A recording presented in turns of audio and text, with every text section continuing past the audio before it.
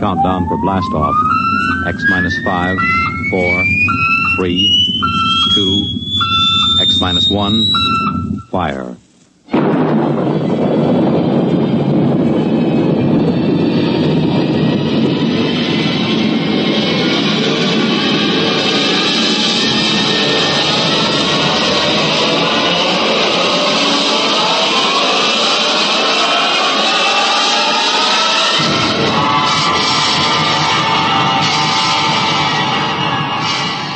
From the far horizons of the unknown come transcribed tales of new dimensions in time and space. These are stories of the future, adventures in which you'll live in a million, could be years, on 1,000 maybe worlds.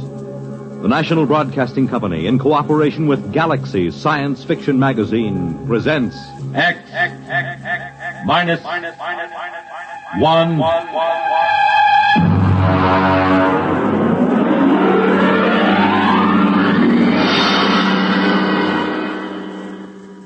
Tonight's story, The Map Makers, by Frederick Pohl.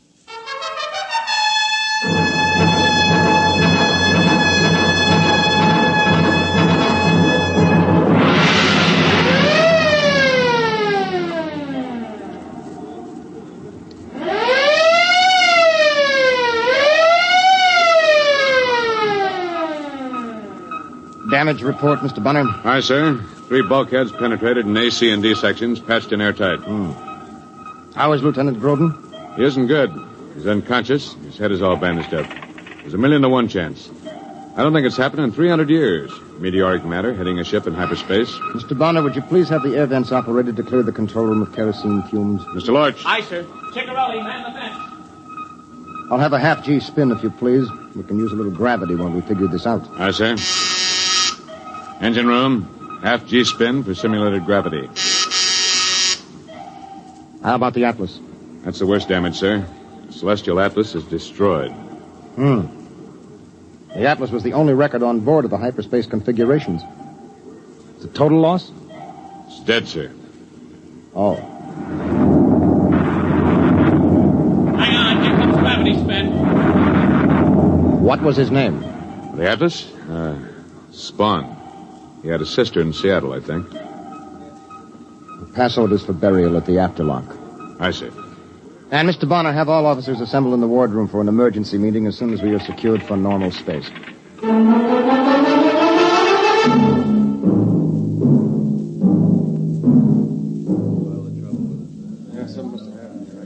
At ease, gentlemen.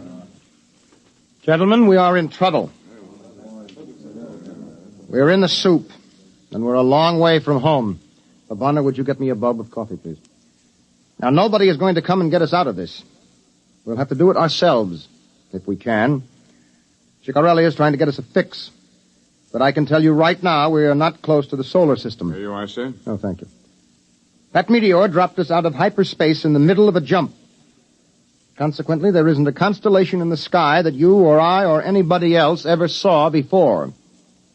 We might be 100 light years from home, or we might be 10,000. Well, sir, what about our records? They went with the Atlas. We can't retrace our steps, not in hyperspace. Sir? Yes, what is it, Lorch? Burial detail standing by at the afterlock. Very well, we'll get down there in a few minutes. I'm afraid the Atlas will have to wait.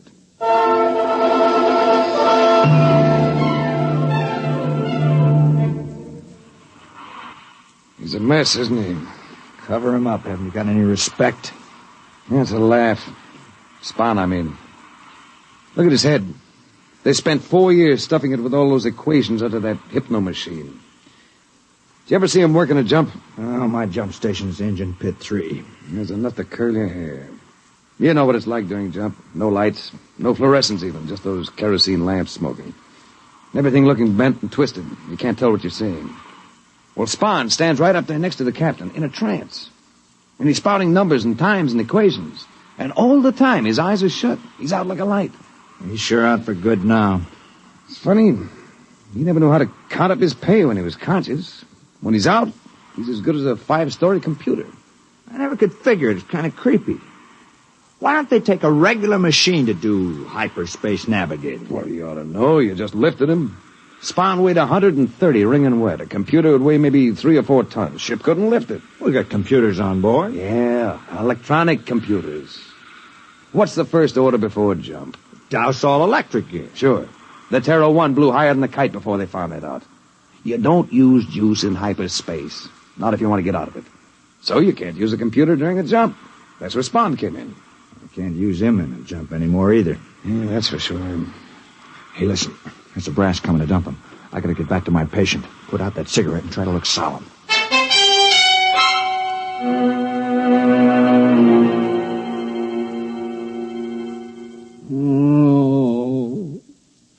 Mr. Broderick. How is he, Conboy? Not so good. I gave him 3 ampules of neomorph in the last 2 hours. That's twice the normal dosage. Let me see. Lieutenant Grodin's the navigator, isn't he? I mean, what happens with him all cut up in the head? The captain is a trained navigator. Well, that doesn't do us any good in jump, does it? Not without the atlas to do the calculating. Look, our job down here is to keep Lieutenant Grodin out of pain. We'll leave the rest to the bridge, all right? Sorry, sir. It's just that Corelli in the chart room told me he can't locate one of those stars in his chart. And what's more... Conboy. Yes, sir. Hand me that ampule.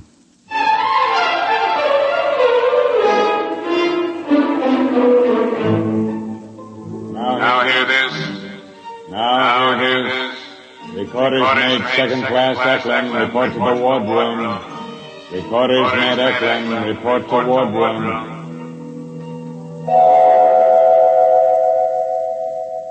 All right, Eklund, come in. Recorders mate Eklund reporting, sir. Stand at ease, Eklund. You've heard about Recorder's mate Spawn. Yes, sir. I was with Charlie when... Bonner, get Eklund a chair, please. Here you are. I'm all right, sir. You know that Spawn's operation was essential to navigation in a jump. No, sir. I mean, I don't know much of anything until I'm indexed. Yes, of course. You were rated as ship's librarian log. Yes, sir. Spawn read his calibrations up to this point into you? I suppose so, sir. I'm in trance when I record. Yes, of course. Now we're going to need those records. Are you ready? Yes, sir. The key word is index. All right, Eklund. Index. There she goes. Takes about 30 seconds for full trance. Uh-huh. You know, Bonner, this is risky. Trying to backtrack on hyperspace equations by dead reckoning. A centimeter off of the figures might put us 1,000 kilometers in hyperspace. Anything up to 1,000,000 light years when we dropped back into normal. I wish that meteor had gotten me instead of the Atlas. She's in trance, sir. Yeah. All right, Eklund. Ship's log. Journey day 1. Jump 1. Journey day 1. Jump 1. Normal space coordinates 345-674-65. Sub 456. Time 4356.98.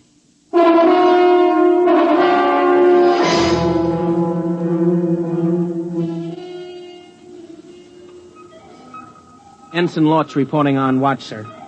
No maneuvering during watch, no change in operating status. I haven't made an entry for course and position, Mr. Bonner. Just put down unknown in big letters. Yes, sir. You didn't get anything out of Eklund? Oh, sure. We got the absolute magnitudes and the stellar distances of half the stars in the galaxy. And short course in the geodesics of the n-dimensional space. We didn't get a road map.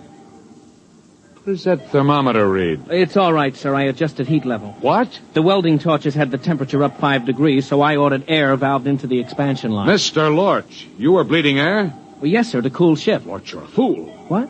You valve off air as though we had a whole world of it. Did it ever occur to you we might be in space a long time and we might run out of air? But, sir, that doesn't happen. I mean... No, not when you can jump.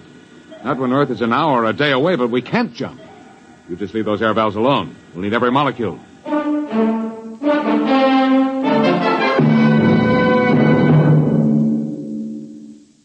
Grodin, can you hear me? Oh. It's Doc Broderick. Can you hear me? Yes, All right, don't talk. You've been hurt. A meteorite got the Atlas and something got you right across the eyes. Drops of molten metal. You're blind, at least for now. Oh. We can fix you up from the eye bank when we get back on Earth. The Atlas. Atlas. Dad. We got enough problems. I've got to take the bandages off now. Can you see anything? I'm going to pass the light in front of your eyes. You tell me if you can see anything. No. Nothing, but it hurts. All right, convoy. Hand me that ampule.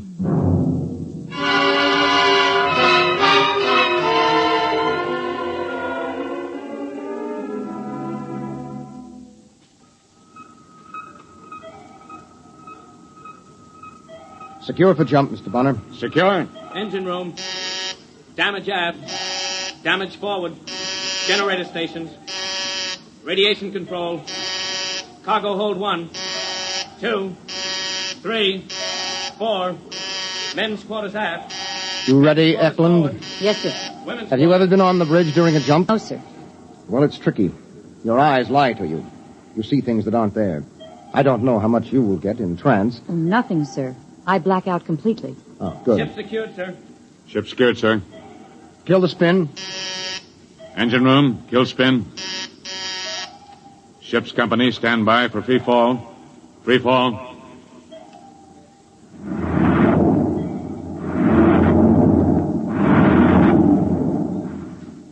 Check off. Chronometers wound and synchronized. Kerosene lamps lit. Navigator. Aye. Communicator. Aye. Atlas. I'm sorry. Ready, Eklund? Aye. Put her under. Eklund. Index.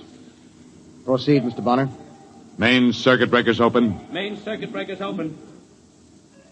Electricity cut. Eklund's in trance. Well, we'll give it a try. Now, Bonner, backtrack on our jumps. Yeah.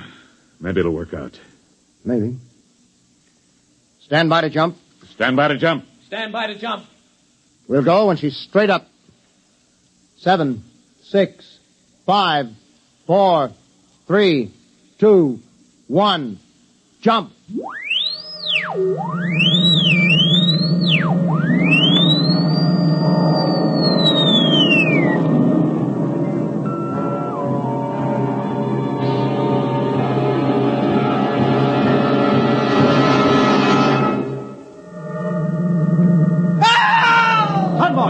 Convoy, where are you? Over here, I can't see you. Feel your way over to Groton. Everything's green. Get me the hypo. Come on, man, you've been in the jump before. Here's the ampule, sir. Not the pressure hypo. We can't use current in jump. That's for range. Groton, it's all right. We're in jump, that's all. My eyes! My eyes! My eyes!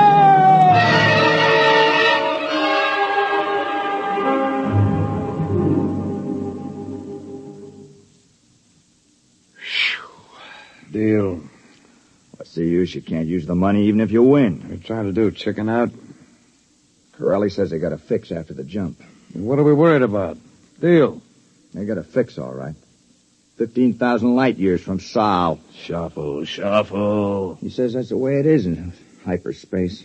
Distances haven't got anything to do with anything unless you can navigate when you're in jump, and we can't. Hey, when did Lorch make his rounds? Why? I'm going to take off my jumper. It's hot. Yeah, and it's going to get hotter. Every time the jets blast, every time the cook fries an egg, the ship gets just a little hotter. Don't mention it. Every time the jump generators turn over, every time you light a match, that gets us hotter and hotter. Hey, what are you doing? I'm taking off my skivvy shirt. Deal.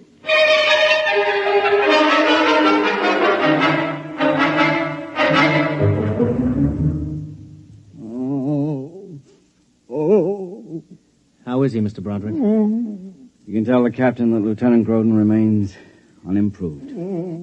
How is he really? He's working up to some real damage. The kind I can't handle. It's in his head. I had to tell him his sight was gone, unless we can get back to an eye bank within 10 days. can patch in an eye, but once the nerve has deteriorated, you can't replace it. Did he take it hard? Worse? Worse. He didn't say a word. I know that man is in pain. The convoy found his pills hidden under his pillow. He wouldn't take them. He just lay there without a sound until we went into the jump. Then he screamed his head off. What's wrong with him? Who knows? If I had an electroencephaloscope on board, but I'm lucky they let me have a mini X-ray. Yeah, what did doctors do before they had those gadgets? Shoot the patients? No. With luck, I could run an old-fashioned verbal psychoanalysis on him. I might pick something significant out of the sludge. Maybe 5 or 6 months. That's what they did before they had the EES. What time is it? 07:56. I've got sick call in 20 minutes. Heat exhaustion, dizzy spells, skin rashes. I'm running out of aspirin and salt tablets. Yeah. Bonner had me with a 10-man detail defluffing the filter traps on the air circulators. It's a lucky thing spaceships aren't painted. They'd have us chipping paint. Now hear this. Mr. Broderick, report to the bridge. Mr. Broderick, report to the bridge. How am I supposed to do that? I got 2 corpsmen down with heat prostration. I'll look after Groden, Mr. Broderick. Maybe I could give him an alcohol rub? Thanks, Lodge. Oh, by the way, that alcohol. Yes? It's denatured.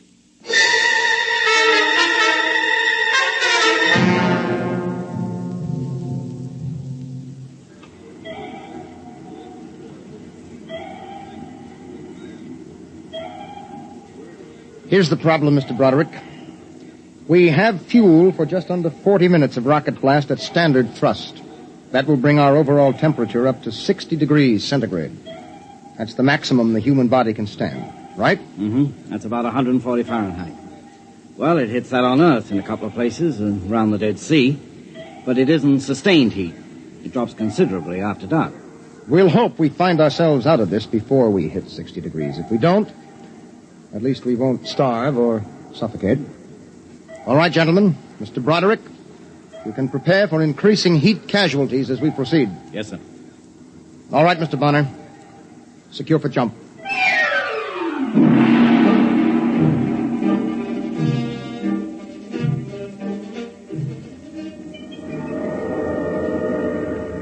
My eyes.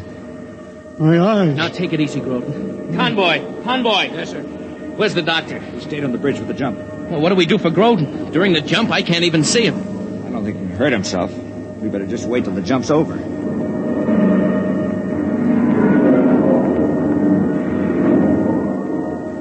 My eyes.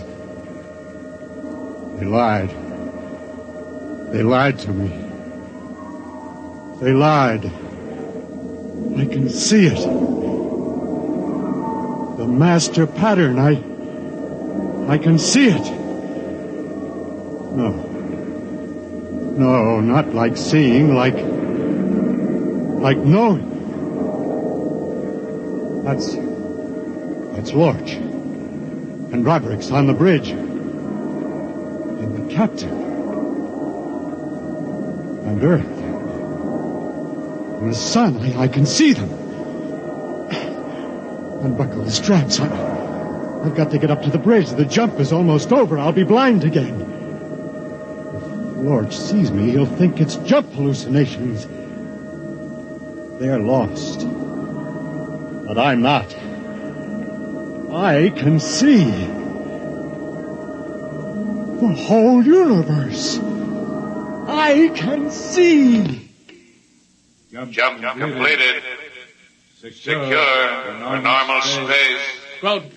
Groden, come back here. Now, what are you doing out in the passage? Convoy! Sir? Come on, give me a hand. Now, how did he get out here and jump? He's blind.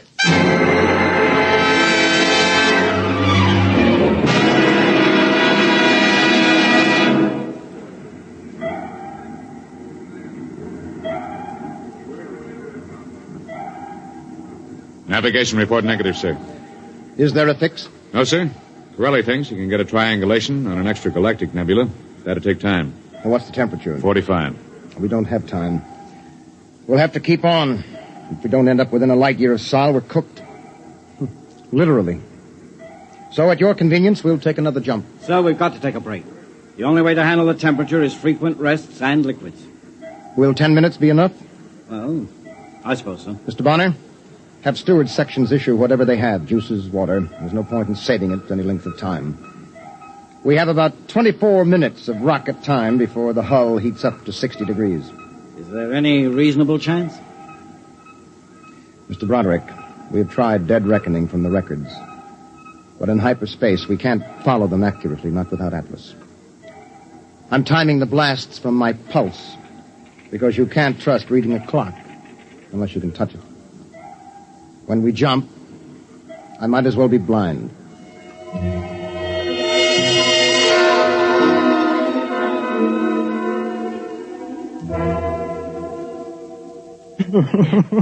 Easy. Get him back on the bed. Now, easy, convoy, easy. I got his arm. There. I can't figure how he got out there. I saw him, but I thought it was a jump hallucination. Easy, Mr. Grodin. Now just lie back. No, I can see! Is that possible? Look at him, Mr. Lorch. His eyes are covered with bandages. He's blind.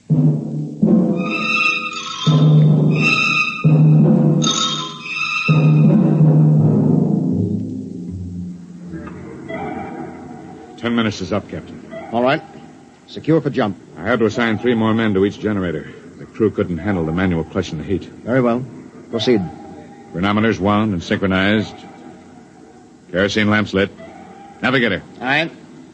Ready, Eklund? Aye. Index. Proceed, Mr. Bonner. Main circuit breakers open. Stand by to jump. Stand by to jump. Straight up. 4, 3, 2, 1. Jump.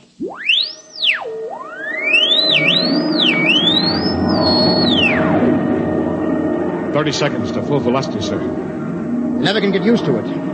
You can hear, you can touch, but your eyes lie. The photons and electrons that carry vision have some crazy mathematics of their own. I know, sir. I remember once I saw a row of monkeys sitting on the control console. I wondered what they were before hyperspace twisted them into monkeys. 10 seconds. Yeah, that's what I mean. Now it seems as if I'm seeing Grodin up here on the bridge, and I know very well he's down in sick bay asleep. Captain. Who is that? Lorch? Yes, sir. You're not on bridge watch. Captain, he's really here. It's not a hallucination. What are you talking about? Grodin. He's really here, sir. Lorch, what's the idea of bringing him up here during jump? I only brought him to the forward lock, sir. Then he brought me. Broderick, is this some kind of heat exhaustion? I'm telling you, sir. We went into jump, and I couldn't see anything that made sense. Just twisting shadows and lights, you know. But Grodin took my hand and led me right up here along the passage. He's blind. Not in hyperspace. Not in jump. Then he can see. Captain. I gotta get him to sick bay. He must be in intense pain. Yes, it's painful, all right. But I can see the whole plan, the whole pattern. It makes sense to me now. I can see the stars and the ship and the Earth at the same time. The equations on hyperspace. I can see them the way you can see a triangle or a circle. I can see the Earth, and I can tell you how far it is. Grodin, you mean you can pilot us home? Yes, I can. All right, Mr. Grodin. Take over this ship.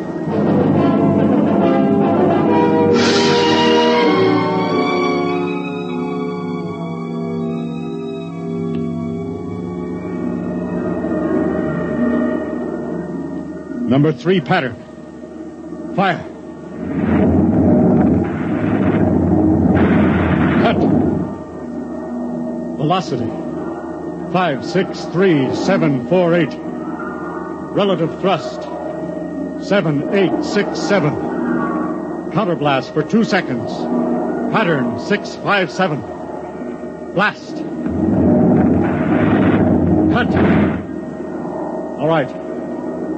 Hit normal space at mark. 5, 4, 3, 2, 1. Mark. Look out, he's gonna fall. Yeah, I've got him. He saw in hyperspace. He navigated by line of sight in hyperspace. We'll have to order a stretcher up. He's blind again. Sun system, 239 degrees, 45 elevation. Magnified by 50 on forward screen. That's not Saul. No, but it's a place to land. There's a planet there. It's Earth normal. You can land and cool ship and replenish air. Mr. Bonner, take her down to atmosphere. Have planetology section start to check it out. Aye, sir. Ensign Lodge, report down to planetology.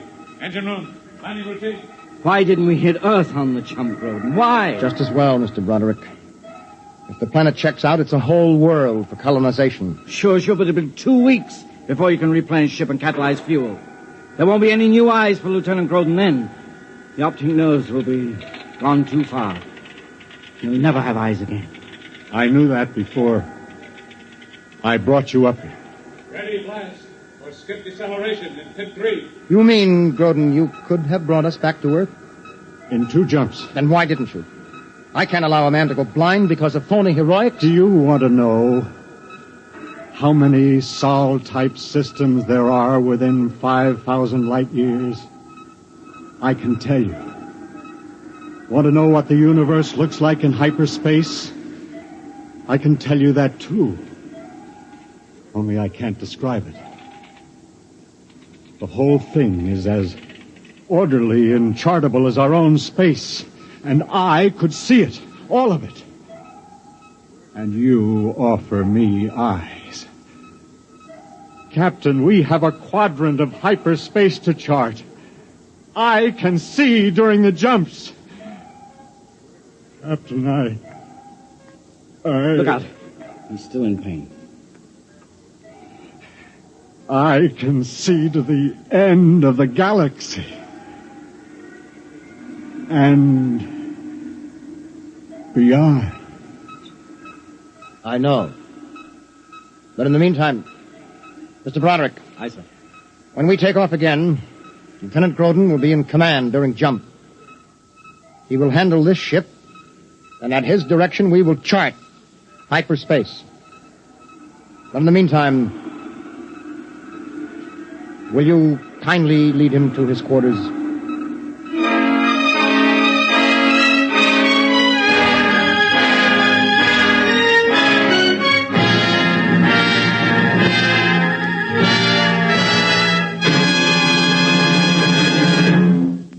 You have just heard X-1 presented by the National Broadcasting Company in cooperation with Galaxy Science Fiction Magazine, which this month features Dead Ringer by Lester Del Rey, a fascinating story about a man who learned that there was nothing on Earth which could set him free, least of all the truth.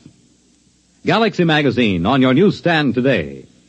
Tonight by transcription, X-1 has brought you The Mapmakers, a story from the pages of Galaxy written by Frederick Pohl and adapted for radio by Ernest Kenoy. Featured in the cast were John Larkin, Ed Prentice, Bob Hastings, Tom Collins, Dick Hamilton, Burford Hamden, Raleigh Bester, and Carl Frank. Your announcer, Fred Collins.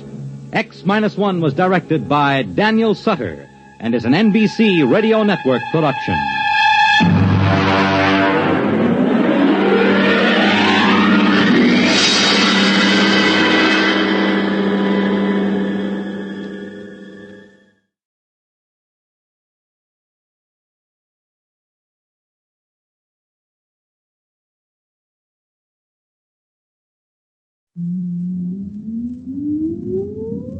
Countdown for blast off.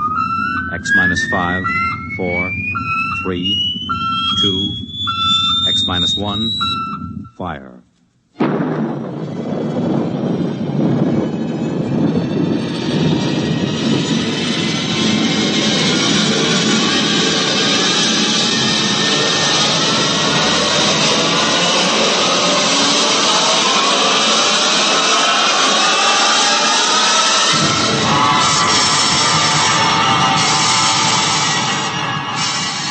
From the far horizons of the unknown come transcribed tales of new dimensions in time and space. These are stories of the future, adventures in which you'll live in a million, could be years, on 1,000 maybe worlds. The National Broadcasting Company, in cooperation with Galaxy Science Fiction Magazine, presents X minus 1.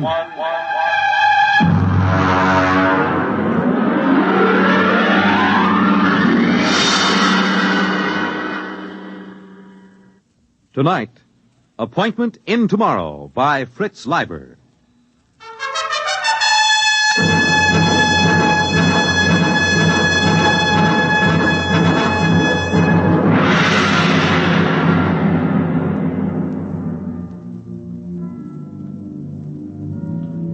The first angry rays of the sun, which surprisingly enough still rose in the east at 24-hour intervals, pierced the lacy tops of Atlantic combers and touched thousands of sleeping Americans with unconscious fear because of the unpleasant similarity to the ray from World War III's thermonuclear weapons. This was America approaching the end of the 20th century, America of the mask fad for women and the Neo-Cretan dress styles, America of your local radiation hospital, of the endless war and the loyalty detector. In his bedroom in the Thinkers Foundation, George Helmut slept. Calculus to the nucleus, adding a quantum equal to the resultant of G sub 1 prime. Repeating, the quantum... His educational sandman purred learnedly in his ear, droning tensor calculus through the night, filling the hours that used to hold man's formless fears and floating anxieties with the rigid form and anchored shapes of mathematics. Precisely at 8, the sidereal alarm went off. Yeah. Ooh, my head. Oh, shower. 96.8, commence. Under the soothing spray of the body temperature robo-shower, Helmut took a deep breath and cast his mind to the limits of the world and his knowledge. It was a somewhat shadowy vision, but he noted with impartial approval, definitely less shadowy than yesterday morning. Off. Dry blast, commence. Employing a rapid mental scanning technique, he cleared his memory chains of false associations, including those acquired while asleep. He felt the snap of clearing non-thalamic reasoning returning as the brain surged into clear, sharp control. Off. Clothing. Color key 705. He stepped into his clothing, the severe tunic, tights, and sockasins of the modern businessman. He smiled. The next big move had come to him in his sleep, as many of his best decisions did, because he utilized the time-saving technique of somno-thought, which could function at the same time as somno-learning. Attention, robo-locator. Category, rocket physicist. Classification, genius level. Time limit for search, 20 minutes. Commence. Take dictation. Dear fellow scientist, a project is contemplated that will have a crucial bearing on man's future in deep space. Ample non-military government funds are available.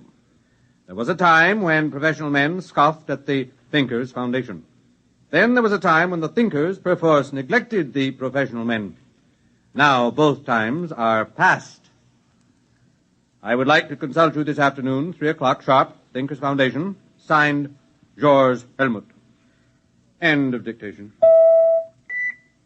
The president is waiting to see Maisie, sir. He has the general staff with him. Martian peace to him. Tell him I'll be down in a few minutes.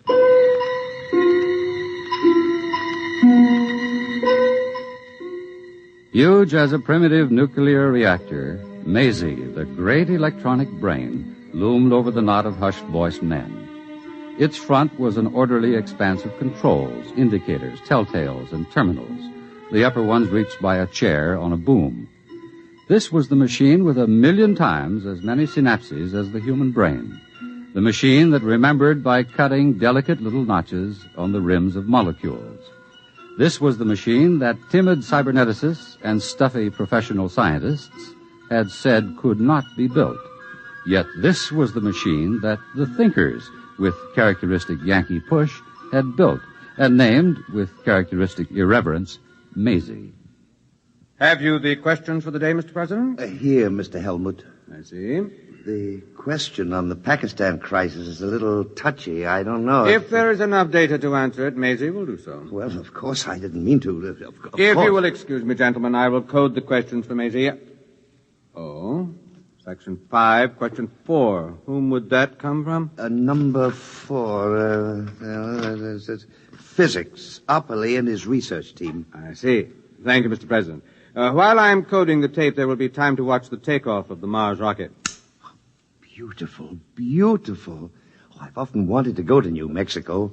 As a matter of fact, I've always wanted to go right through to Mars. Mr. President. My chief of staff thinks the project should be under the Army instead of the Thinkers Foundation. Mr. President, this is the way Maisie designed the project. Oh, I know. That's what I told him.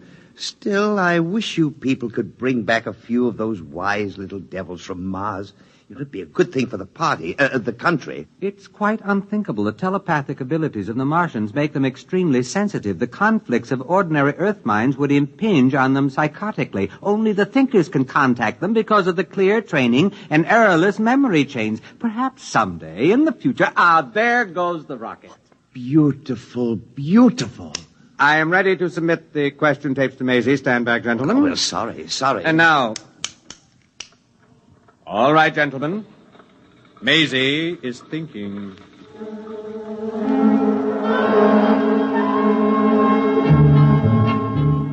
The question tape, like a New Year's streamer tossed out of a high window into the night, sped on its dark way along spinning rollers.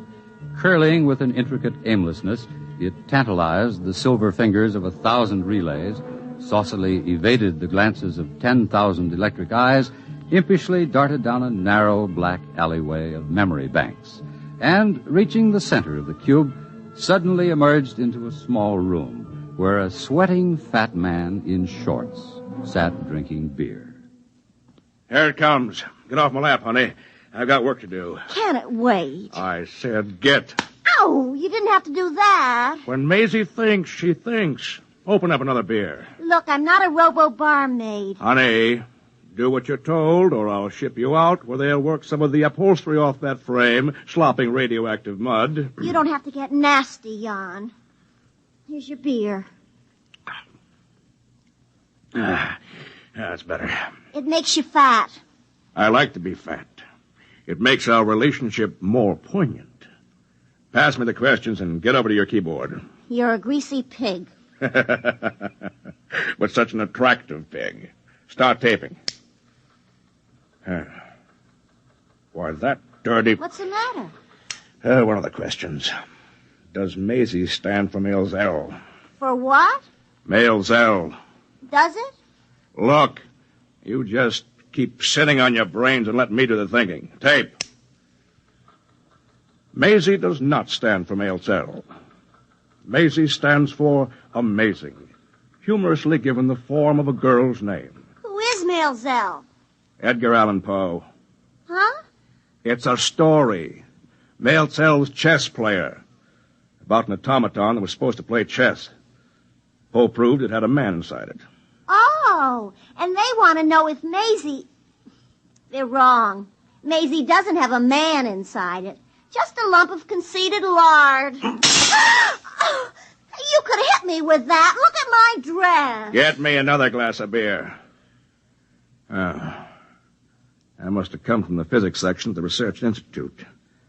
Opperly and that ape Farquhar. Well, we'll look into that. All right, start taping. Question 1.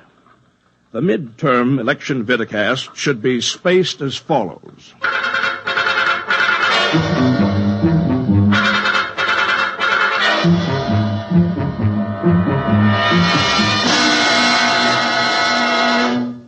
Morton Opperly's living room was quite behind the times. Instead of reading tapes, there were books. And instead of a 4x6 TV screen, there was a Picasso, still faintly radioactive from being smuggled out of the Manhattan crater. Two physicists faced each other across the table, old Mr. Opperly and young Mr. Farquhar. About that male Zell question, Willard. Why do you keep teasing the zoo animals? Because the thinkers are charlatans who must be exposed. We know their Maisie is no more than a tea leaf reading fake. We've traced their Mars rockets, and we know they go into orbit 500 miles above Earth and stay there until it's time to come down with the latest miraculous Martian mental science. But we've already exposed the thinkers very thoroughly. You know the good it did.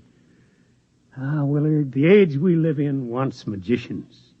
A scientist tells people the truth. When times are good, when the truth offers no threat, people don't mind. But when times are very, very bad, well, a magician tells people what they wish were true. That perpetual motion works, that colored lights can cure cancer, that a psychosis is no worse than a bad cold, and that they live forever. In good times, magicians are laughed at. They're the luxury of a spoiled, wealthy few. But in bad times, people sell their souls for magic cures and buy perpetual motion machines to power their war rockets. Are we supposed to beg off from a job because it's difficult and dangerous? In my day, Willard, I was one of the frightened men. Later, I was one of the angry men. And then one of the minds of despair. And now I'm convinced that all of my reactions were futile. Exactly. You reacted. You didn't act. If you men who discovered atomic energy had only formed a secret league, if you'd only had the guts and foresight to use your tremendous bargaining power to... Willard, we scientists weren't the stuff of which cloak and dagger men are made. Can you imagine Oppenheimer wearing a mask, or old Einstein sneaking into the White House with a bomb in his briefcase? That's not the way power is seized. New ideas aren't useful to men bargaining for power. Only established facts or lies are. What do you want to do? Surrender the world to charlatans without a struggle? The thinkers are vulnerable. Their power is based on a series of lies. All power is. The greater the lie, the greater the power. What's it based on? A few lucky guesses, some faith healing, some science hocus pocus. The power of the thinkers isn't based on what they've got, but on what the world hasn't got. Peace, honor, a good conscience. They've sent for me. Who? Jan Tregerin? No. George Helmut. I got the radiogram an hour ago. They know they'll have to produce a real nuclear rocket pretty soon, and they'll need our help. I'm afraid, Willard. You think it might be a trap? After the Maelzel question, you think they might want to shut me up? I'm not afraid for your life. I'm worried about other things they might do to you. They'd better be worried about the things I'm going to do to them.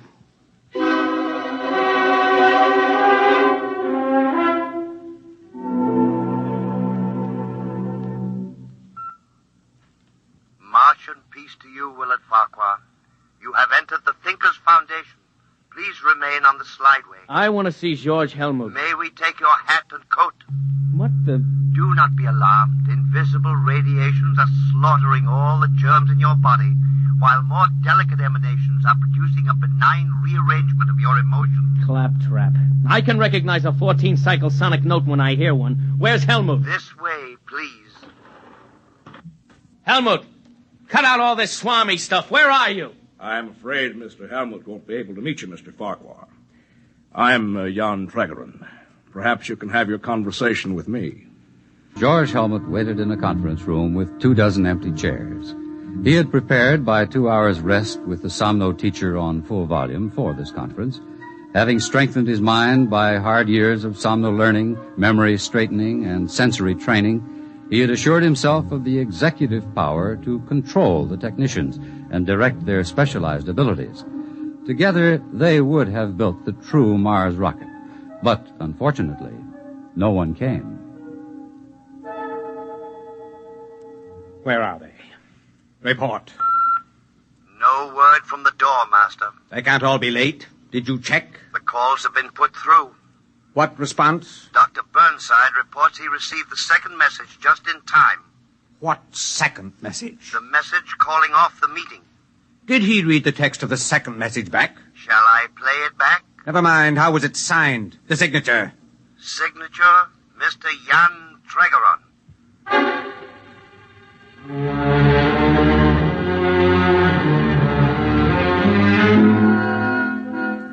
George Helmut dejectedly examined his organizational charts, and then tapping his stylo on the pad, he extended his mental aura, cleared his memory chains of error, accelerated his cerebral processes by the Haber-Gerson process he had practiced for so many years. Slowly, he could feel the tight, heart-squeezing disappointment ebb. He was in control again. Tregerin, he was the one to blame. Tregerin, who was so used to working by deception that he must be shown the light. Well, Willard, how was your adventure among the magicians? Well, they didn't hurt me. You're sure? And are you as determined as ever to smash and expose the thinkers? Of course. Only from now on I won't embarrass you by asking any Male Zell questions. After this, I shall bore from within. Now, where have I heard that phrase before? Do I understand that you are becoming a thinker, Willard? Certainly. That's the only way to smash them. Out-trick all their trickeries. Organize a fifth column. Then strike. The end justifying the means, of course. Of course. I wonder if becoming a thinker doesn't simply mean that you've decided to use lies and tricks as your chief method. Well, you're working with Helmuth? Not Helmut. Tregerin. I'm afraid that Helmut's career as a thinker is going to have quite a setback. Ah, well. Goodbye, Willard.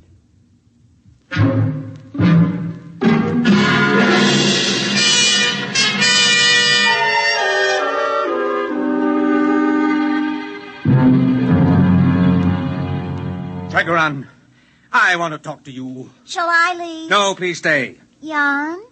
Stay. You ought to enjoy this. George has that errorless memory chain. Tregerin, you know why I'm here. I don't know.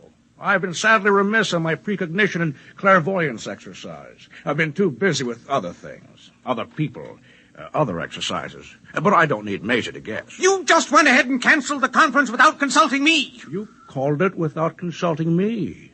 Shouldn't do that sort of a thing, George. I was absolutely sure of my ground, perfectly prepared. I visualized it. The rocket boosting up on chemical power, then setting sail. Sail?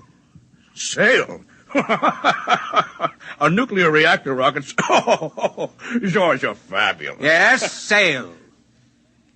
Thin streams of nuclear reflecting material and the rocket feeding meson streams behind it. I conceived it all, complete, except for technical details. George, you are a thinker. A real thinker. I know. Now look here, George. Every man should stick to his trade. Technology isn't ours. You know as well as I do that we're going to have a nuclear spaceship and actually go to Mars someday. Are we? Yes. Just as we're going to have to build an actual Maisie. I helped you organize the thinkers. At least I was your first partner. Our basic idea was that the time had come to apply science to the life of man on a large scale. The only thing holding the world back from this was the ignorance and superstition of the average man and the stubbornness and lack of enterprise of the academic scientists. Their worship of facts, even when the facts were clearly dangerous. Splendid. Splendid. Caddy, get me another beer. I'm filing my nails. All right, all right. Everybody wanted the new world. The trips to Mars, the knowledge of the human brain. All they lacked was the nerve to take the first big step. And that was what we supplied. Here's your beer. There was no time for slow and careful plodding. We couldn't afford to check and double-check. We couldn't wait for the grudging approval of the professionals. We had to use fake stunts, tricks, anything to get over the big point. Once that was done, mankind was headed down the new road. It was easy to just heal the breach with the professionals and to make good in actuality what had been made good in pretense. Very good. The beer. We built Maisie. We built the Mars rocket. We discovered the wisdom of the Martians. We sold the people and the science the professionals had been too high-toned to advertise or bring into the marketplace. But now that we'd succeeded, it's time to let accomplishment catch up with imagination, to implement fantasy with fact. You suppose I would have gone in with you if I hadn't known that someday we'd actually make what we claimed we had already made? Oh, is that it? Jan, the day's come, and I'm the man. I've prepared myself. Caddy, clear the decks. All right. I know. You just want room to point that fat finger. I want her to stay. All right. George, Look, every revolutionary wants to see the big change take place in his lifetime. But time for the second step. George, the average man's exactly where he was 10 years ago when we took over. Except he's got a new god. More than ever, he thinks of Mars as a Hollywood paradise with wise men and yummy princesses, like Caddy here. Do you think I'm yummy, really? Shut up. Maisie is Mama, magnified 1,000,000 times. The professional scientists, they're more jealous and stuffy than ever. All they like to do is turn the clock back to a genteel dream world of square caps and quadrangles. Bravo! I said shut up. George, maybe in 10,000 years we'll be ready for the second big step. Meanwhile, the clever will rule the stupid. The realists will rule the dreamers. George, did you actually think you could have bossed those professionals? Nuclear scientists? Rocket physicists? Oh, now listen to me, boy. They'd have torn you to pieces in 20 minutes, and glad of the chance. George, you baffle me. You know that Maisie and the Mars trips and all that are fakes, yet you believe in your somno-learning and consciousness expansion and optimism pumping like a corn-fed yokel. There is a place for the man who has the courage to dream. Sure. In a straitjacket. Oh, George, you remind me of those men who used to put out those lurid little magazines with Caddy's grandmother on the cover in outer space in a stripped-down bathing suit. My grandmother never... I said shut up! That's what it is. Frustrated little men playing science god to generations of pimply high school chemistry students and gas station attendants, conning them into thinking they're in the know, sprinkling a few formulas to the garbage and playing Atom Smasher, and then being very solemn about the role of imagination in science. George, the trouble with you is they forgot to take your zap gun and space cadet decoder pin away from you when you turned 13. That's your honest opinion? It's more than that. George, get a hold of yourself and quit taking fantasy in the veins. That's an order. Jan, the strange part of it is that I know as well as you do that Maisie and the Mars trips are fakes, but some things aren't. The human mind, Jan, is a tool that hasn't been perfected yet. There are more things in heaven and earth than are dreamed of in your philosophy, Horatio. Who's Horatio? I said shut up! This is the last full cackle, George. You've been fooling around with ESP, huh? Telepathy? Maybe a little hypnotism? Maybe. All right. Guess what I've got in my drawer? Extend your consciousness. Telepath it. Visualize it. Never mind. I'll save you the mental effort. It's a pistol, see? Now, let me tell you something. I got a couple of boys waiting outside. They'll take you by jet to New Mexico. George, congratulations. You're leaving for Mars tomorrow. Mars? Yes. I've decided Mars to be the best place for you. We'll arrange it so that your trip is, say, 2 years long. Perhaps in that time, orbiting up there, you'll learn a little Martian wisdom. For example, the big liar must never fall for his own lie. Meanwhile, I got a replacement for you. His name is Willard Farquhar. But I sent for him to... Yes. You see, I, too, believe in cooperation with the scientists. But by subversion. I'll offer them the hand of friendship with a big, fat bribe in it. You know what the bribe is? The power to destroy me. That's what I'm offering. Join us. Learn our secrets. Bore from within. Bide your time before you strike. But while he's biding, I'll have him. And when he's ready to strike, you'll find it's not quite the time. Wait a little bit. Enjoy the power. Play with fat old Jan Tregerin like a cat. And by then I'll have him. You can't replace me, Jan. Oh, you were a good man, George, when we needed catchy slogans, ray guns, plastic helmets, and fancy sweaters. I warned you, Jan. Don't underestimate the mind. The human brain. Even Caddy here is a fascinating instrument. For example, I had a little talk with Caddy last week. Very boring. Ah, but useful. But when we were finished, her mind had something it didn't have before. You always were educational, George. Caddy, look at me. Look at me. Look at me. Now, put your hand on his arm. Now, take his gun. Caddy, are you crazy? I've got his gun. What now? You see, Jan, there is a place for the dreamer, the man who believes, who can use his mind. I'm going to get rid of you, Jan, because the man who dares to dream will rule. Caddy, look at me. Look at me. Point the gun at him. Look at me.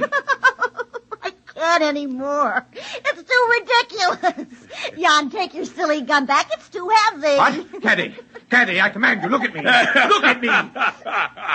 The power of the mind. Hey, boys, come in and get him. I don't understand. Caddy, look at me. Oh, all right, I'll look at you. Poor Superman.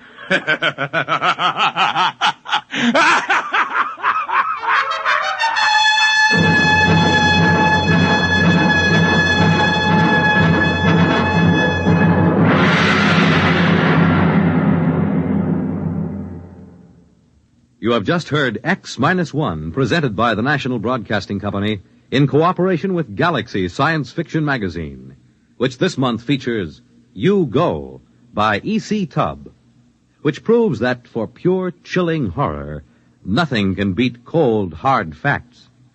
Galaxy Magazine, on your newsstand today. Tonight, by transcription, X-1 has brought you Appointment in Tomorrow, a story from the pages of Galaxy written by Fritz Leiber and adapted for radio by Ernest Kenoy. Featured in the cast were Ted Osborne, Dean Almquist, Pat Hosley, Bob Hastings, Arthur Hughes, and Charles Penman. Your narrator was Floyd Mack. This is Fred Collins. X-1 was directed by Daniel Sutter and is an NBC Radio Network production.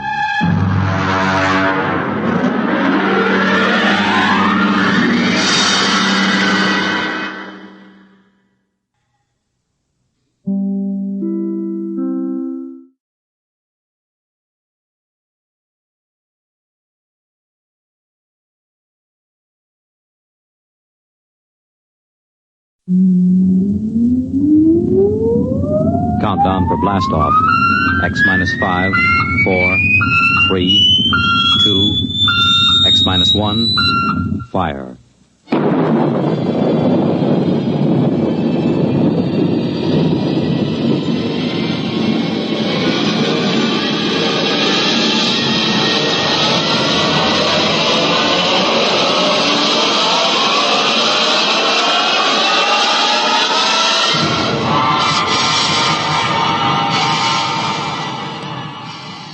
From the far horizons of the unknown come tales of new dimensions in time and space.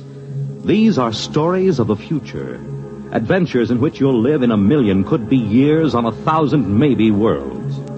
The National Broadcasting Company, in cooperation with Galaxy Science Fiction Magazine, presents X-1.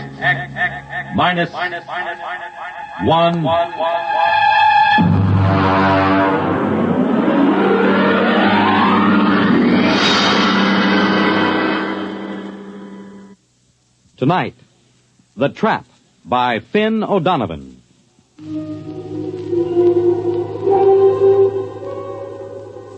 Samish, I am in need of some assistance. The situation is potentially dangerous, so come at once. It shows how right you were, Samish, old friend. I never should have trusted a Terran. What a sorry mess, Samish, and the plot seemed so foolproof. Hey, Thurston, get up. Get up, come on. Why? What's the matter? Why? Come on, it's daybreak. Now, there's good news. Let me alone. Oh, come on. You don't want to sleep through our vacation. The bird's on the wing. It's 5 o'clock in the morning. 5 o'clock in the morning in the Adirondacks is the middle of the day. What's the weather out? Oh, it's raining.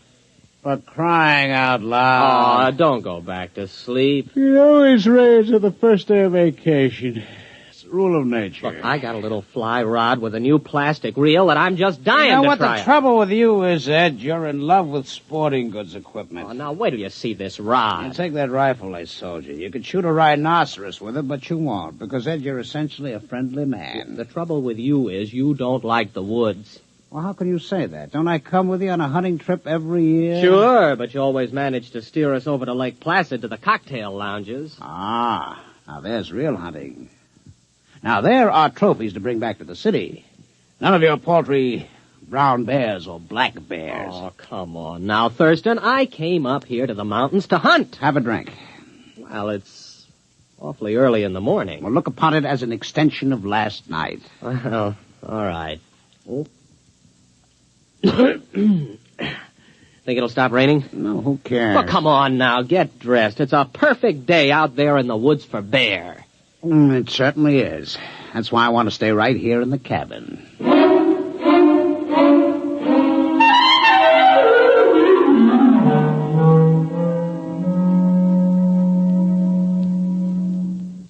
Ed. What? Pass the canteen. It's empty. Well, open up one of the bottles and pour it in. Why don't you take it straight from the bottle? What, on a camping trip? Pour it into the canteen. Okay. Hey. Now, this is what I call a hunting trip. Well, you haven't been outside the cabin. Oh, come on, Thurston. Can't we go out just to hunt something, even if it's just a little rabbit? Look. It stopped raining. Close the door. Now, you let some of the fumes out. Did you fill that canteen yet? Hey, look at this. What? Right by the door. How many times have I told you not to leave your collapsible cook stove where I can step on it in the night? It isn't. What is it? I don't know. It's made out of metal. It's just sitting here in the doorway. It says, trap on the top. What? Trap. Where'd you buy that? I didn't. Well, I certainly didn't. Hey, there's a tag on it. Dear friend, this is a new and revolutionary design in a trap. To introduce the trap to the general public, we are giving you this model absolutely free. You will find it a unique and valuable device for the capture of small game, provided you follow precisely the directions on the other side. Good luck and good hunting. Well, now, what do you think of that? Pass me the canteen. If this isn't the strangest thing, do you suppose it was left during the night? Who cares? Well, aren't you interested? Not particularly. It's just another gadget. I've got 100 like it. That bear trap from Abercrombie and Fitch, the jaguar horn from Battlers, the crocodile lure. Well, I've never seen a trap like this. It's pretty clever advertising to just leave it here. Well, they'll bill you for it eventually. You care for the canteen? Oh, thanks. Hey, look at this thing, Thurston. Do I have to? Well, there are instructions on the other side. Quote, take the trap to a clearing and anchor it to any convenient tree with the attached chain. Here's the chain, all right. Press button 1 on the base. This primes the trap. Wait 5 seconds and press button 2. This activates the trap. Nothing more is required until a capture has been effected. Then press button 3 to deactivate and open the trap and remove the prey. Warning. Keep the trap closed at all times except when removing the prey. That's goofy. No opening is required for the prey's ingress, since the trap works on the principle of osmotic suction and inducts the prey directly into the trap. Well, somebody's been at that canteen before us. No, that's what it says. What won't they think of next? Osmotic suction. Pass the canteen back. I'm going to set it. What, the canteen? No, the trap. Come on, help me. Ah, now that's the trouble with you. You're always cluttering up a hunting trip with hunting. Come on, take this in. All right. If it makes you any happier. Hey, boy, it's cold. Come on, we'll carry it over to that tree. It's heavy. Yeah. Here, let's put it down here. You think we really ought to fool with it? Of course. Maybe we can catch a fox. What will we do with a fox? Turn it loose. The fun is in the catching. Here, take the end of the chain. Hey, look out. You got your foot in it. Yeah, I guess it snaps in here. Oh, there it is. Let's get back to the cabin. The great outdoors depresses me. Wait a minute. I've got to press button 1. Hey, it's glowing. Yeah. 3, 4, 5. Now button 2. Well, I guess we just leave it. Well, come on back to the cabin. All right. It is time for breakfast. It certainly is. Pass it to me and don't spill it.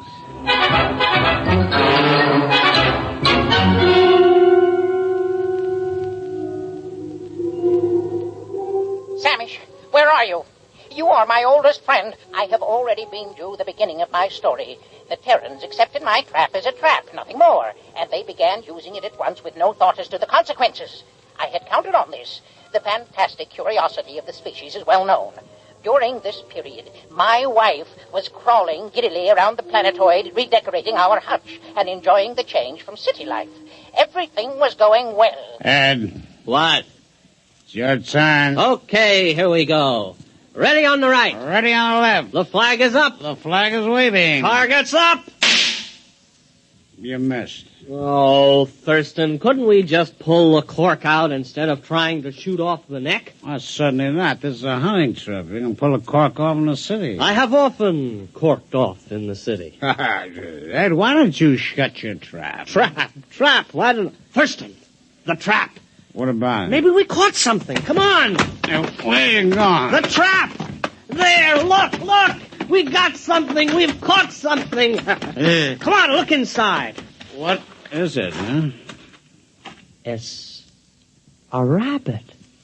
You sure? Well, look at it. That is not exactly a rabbit, Ed. It's the size of a rabbit. But it's bright green. Ed, no more rum before breakfast. No, siree. Starting tomorrow, hand me the canteen. What do you think it is? Could be a rabbit. Green? With lobster claws? And eyes on stalks? Well, then again, it might not be a rabbit. I think it's a new species. We'll have to build a cage and then find out what it eats. As long as it doesn't drink. You don't suppose it drinks, does it? No, it doesn't look like a drinking type.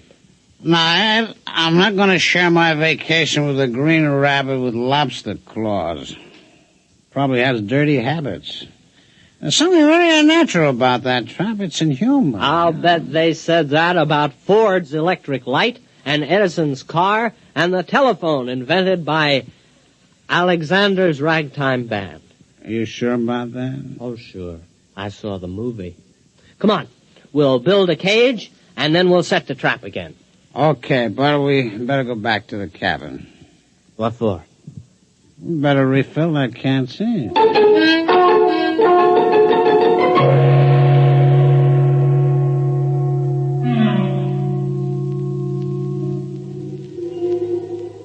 Why haven't you come yet? Samish, don't you appreciate the seriousness of my situation?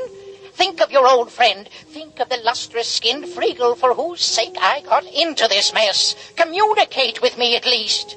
The Terrans used a trap, which of course was not a trap at all, but a matter transmitter. I had the other end concealed on the planetoid and fed into it 3 small animals which I found in the garden. The Terrans removed them from the transmitter each time. For what purpose I couldn't guess, but a Terran will keep anything.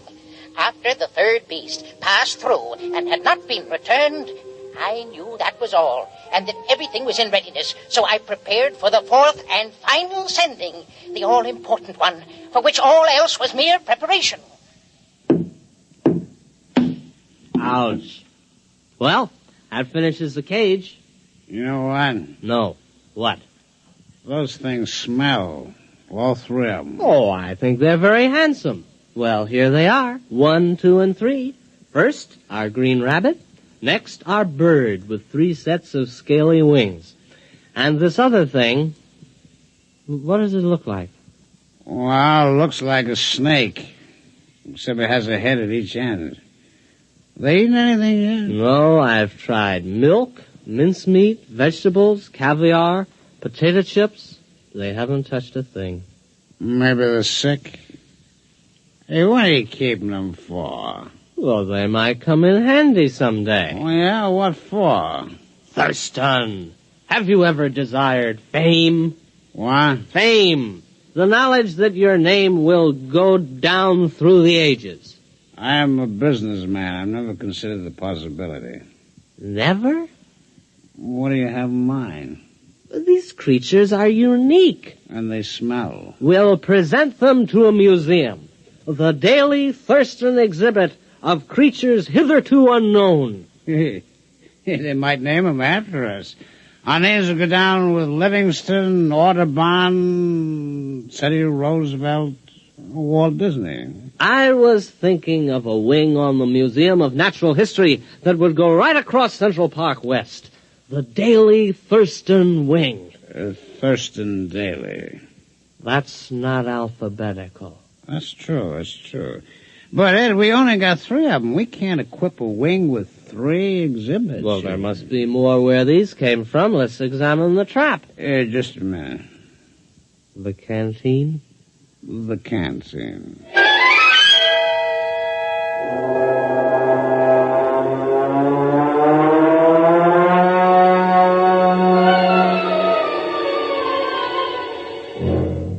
We've got something. There it is. Look, it's about 3 feet tall. A big one. Uh-huh. A small green head and a forked tail. Oh, look at him, waving something on top of his head. Well, the rest were quiet. Maybe this one's dangerous. Huh? We'll handle it with nuts. Nuts? Well, nets. Oh, nuts. All right. And then we'll have to get in touch with the museum. Thurston, take a telegram. All righty. Museum of Natural History. Dear Sir. Or Madam. Have discovered at least 4 animals, which I suspect to be new species. Stop. Have you room for suitable exhibit? Stop. Signed, your friend Ed. Wasn't that signature pretty informal? You're right. Make it, your good friend Ed. We better go back and build a cage for this latest one. It looks awfully exciting. I think we'll make this one strong. Oh, this last specimen is the cream of our collection. Look at it. Its head is turning pink. It looks mad, doesn't it? Well, you'd be mad, too, if you were trapped by osmotic suction. Say that again. Osmotic suction. Here, you take the canteen. I'm way ahead of you.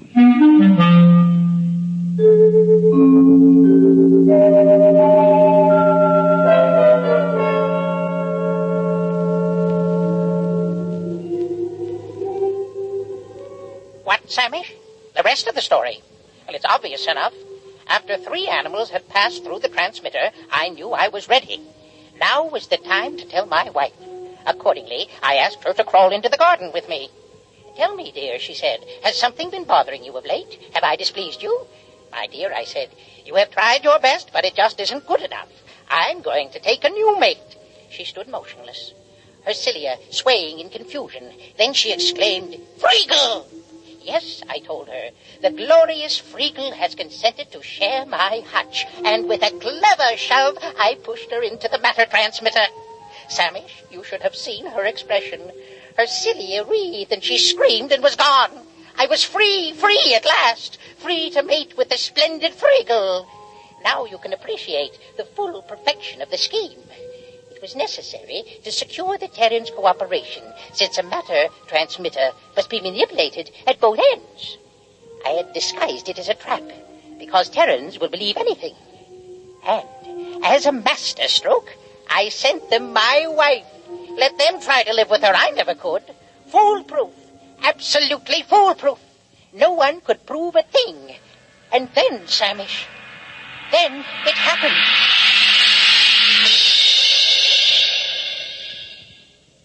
Did you get the cage finished? Yeah, our 4th animal is snug as a bug in a... It doesn't matter. Boy, it's a mad one, though. I couldn't help feeling it was trying to tell me something. Come on. Here's a trap. It's empty. But it is. It's empty. You suppose something's wrong with it? Maybe there's nothing else to capture. Oh, that's silly. Why would it capture 4 animals and then stop? I've pressed all the buttons in the right way. Maybe the battery's down. Osmotic suction doesn't work on batteries. How do you know? Did you ever hear of osmotic suction working on batteries? No. You see? There you are. Well, you got something there. Oh, I know. What? Let's go to Lake Placid and forget the whole thing. No, this thing's got to work. It's got to. The Thurston Daily wing of the American Museum of Natural History is at stake. Would you want that vast edifice across Central Park West to remain empty? No. Would you want the Daily Thurston wing to be rented for a garage? Or a roller skating rink? Oh, Horace, no. It's got to work again. I'm gonna open the top. Look out. No, let's just see what's inside here. My hand! It's gone! My hand! No, it isn't. It's right there on the end of your arm. Oh, but when I put it in the trap, my hand disappeared. You know what would do you a lot of good? A little rest in Lake Placid. I know a fine, restful cocktail lounge. No, look, I'll try it again with both arms. Ah, look! No hands! Very clever. I see how it works. Thurston, those animals didn't come from the Adirondacks at all. You mean they're imposters? They came from wherever my hand is. Where's your hand? I don't know. Do you realize there's a lot more where they come from? Thurston, the future of the Daily Thurston wing is assured. Give me a hand up. Ed, what are you going to do? I'm climbing into the trap. Oh, don't do it, Ed. You don't know what's in there. Here I go. There goes my feet. Hey, wait a minute. Here's a canteen. Let's have one for the road. All right. Wish me luck. I still don't think you should do it. I do it for science and the Daily Thurston wing. Why do you hold your nose? I got sinus. Here I go.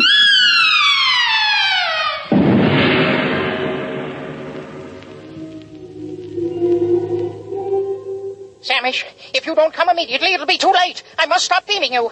The enormous Terran has completely ransacked my little planetoid. He has shoved everything, living or dead, through the transmitter. My home is in ruins, and now he's tearing down my hutch. Samish, this monster means to capture me as a specimen. There's no time to lose. Samish, what can be keeping you? You, my oldest friend, you who... What's that? Samish, what are you saying? You can't mean it. No, not you and Friegel. Reconsider, my old friend. Remember our friendship. Remember...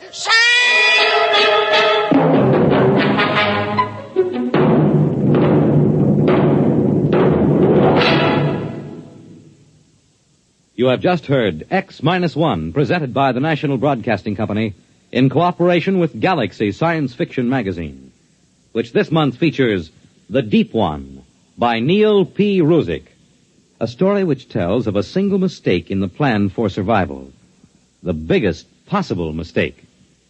Galaxy Magazine on your newsstand today.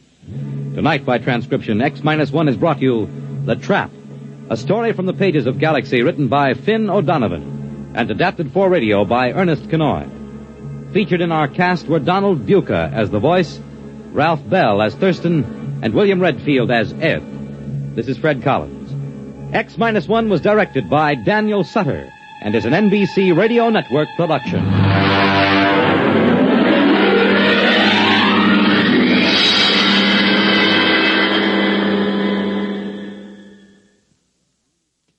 The world on a new hotline. Listen for news on the hour in the exciting hotline service all day, every day on most of these stations.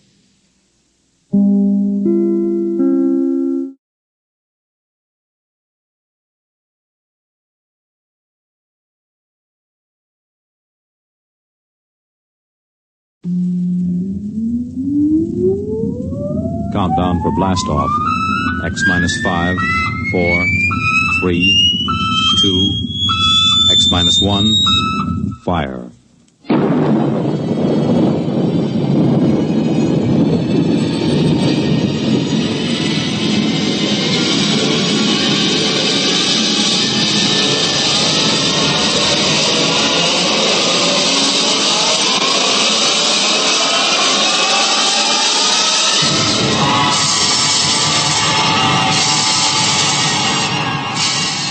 From the far horizons of the unknown come transcribed tales of new dimensions in time and space.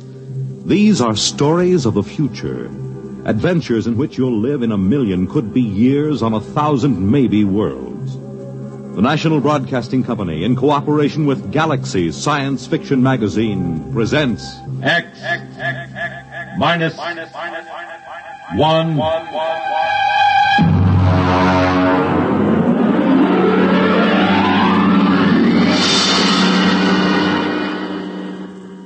Tonight, The Sense of Wonder by Milton Lesser.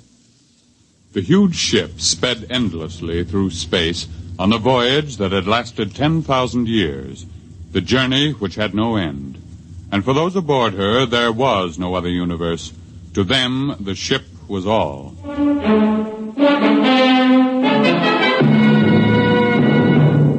The ship is all. Rykud read the slogan embossed in raised letters of steel outside the door to the priest's compartment. The ship is all. His eyes wandered to the face of the young man standing next to him, his superior, Kreifer. The face had the empty, unquestioning expression that was typical of the people of the ship. Are you ready, Kreifer? I am. Enter. Come in. Well? I am Kreifer. Superior class, 3rd level, compartment Y51. Welcome. This is my attendant, Rykud. Be welcome. Praise the ship. Praise the ship. What is your mission? My superior's schedule shows that today he is 25 units of age. He is ordered to appear before the priest of the 3rd level to be given a woman. You have the schedule with you? Here. Good. You have your certificate of health and fertility? Show him the certificate, Rykud. Don't just stand there dreaming. Oh, yes. Here. Good. Return to your compartment. I will have the matron bring you a woman from the 4th level. Praise the ship. Praise the ship.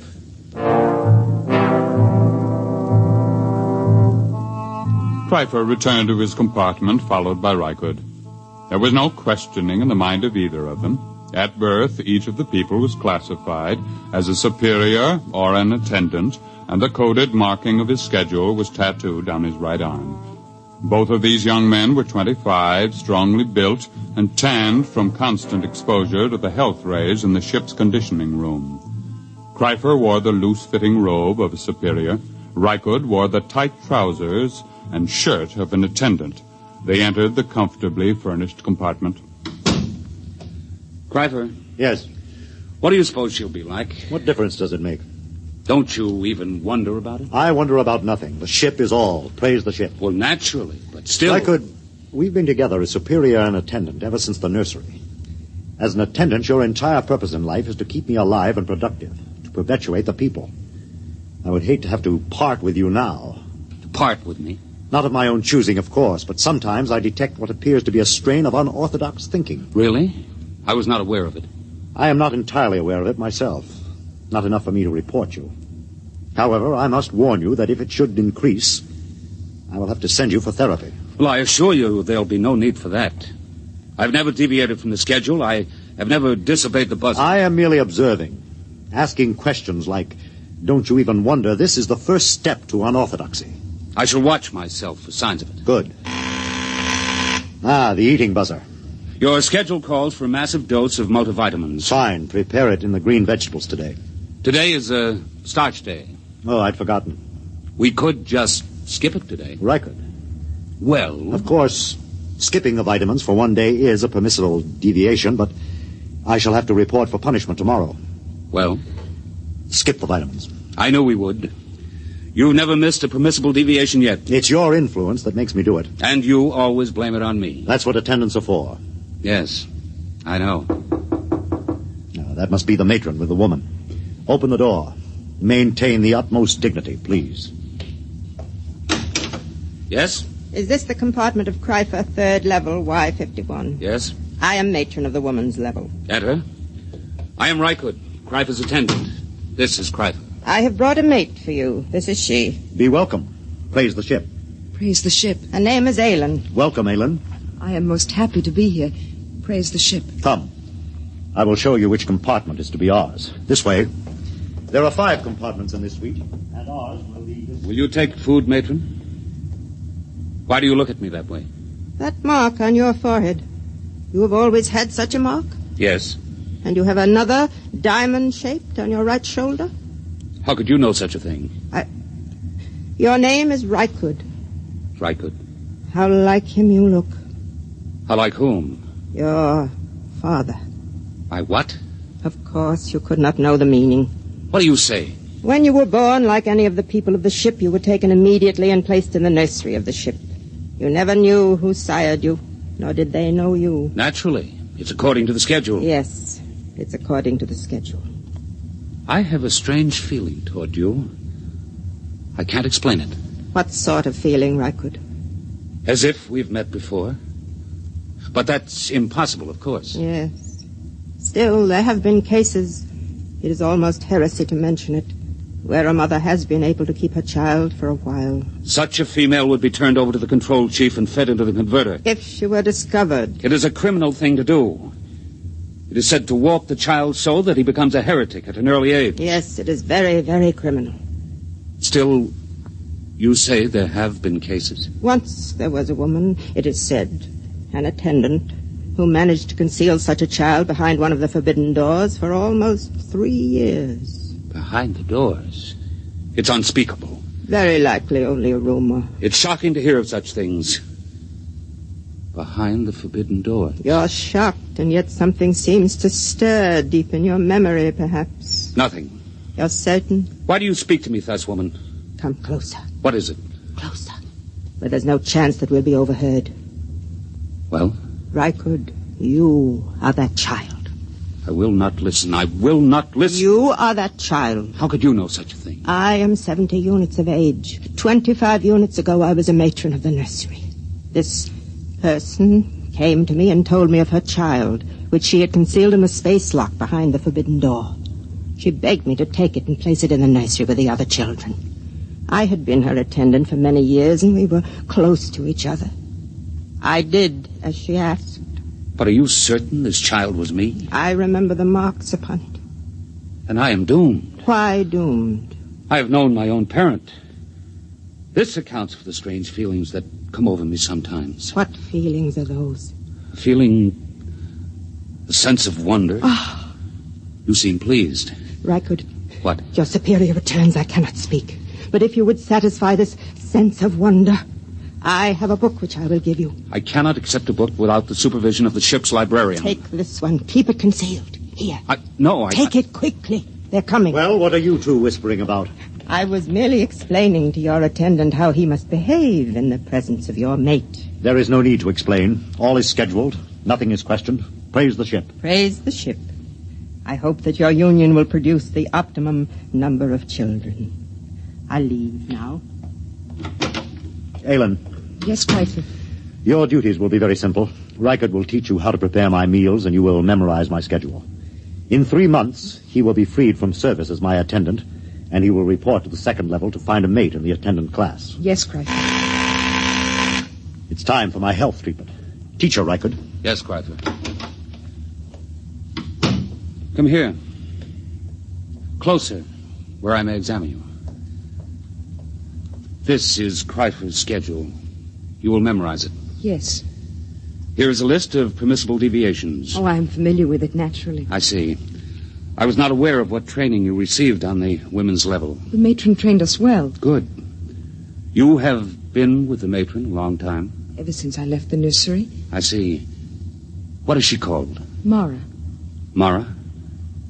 Tell me, did she ever speak to you of a sense of wonder? Are you of the control police? Certainly not. Then you should know better than to discuss feelings. I'm sorry. I thought perhaps... What's that? The change bell. There has been some change. It frightens me. Oh, what does it mean? I don't know. I heard it only once before. When the ship passed very close to a red planet, there was a shower of stars, and the ship seemed to shake, and the change bell rang.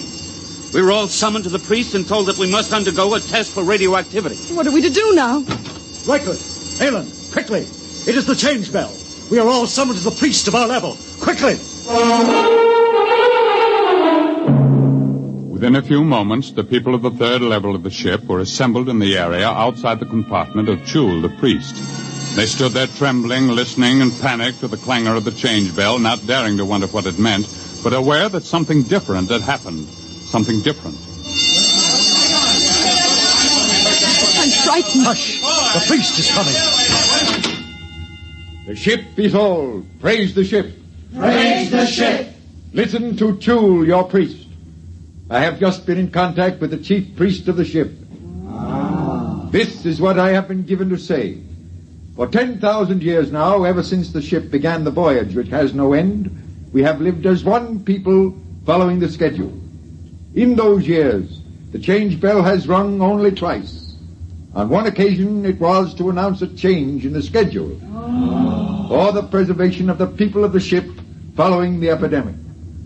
On another occasion, the ship passed close to a radioactive explosion, and it was feared that we had become dangerously activated. Now the change bell has rung again. You wish to know the reason, naturally.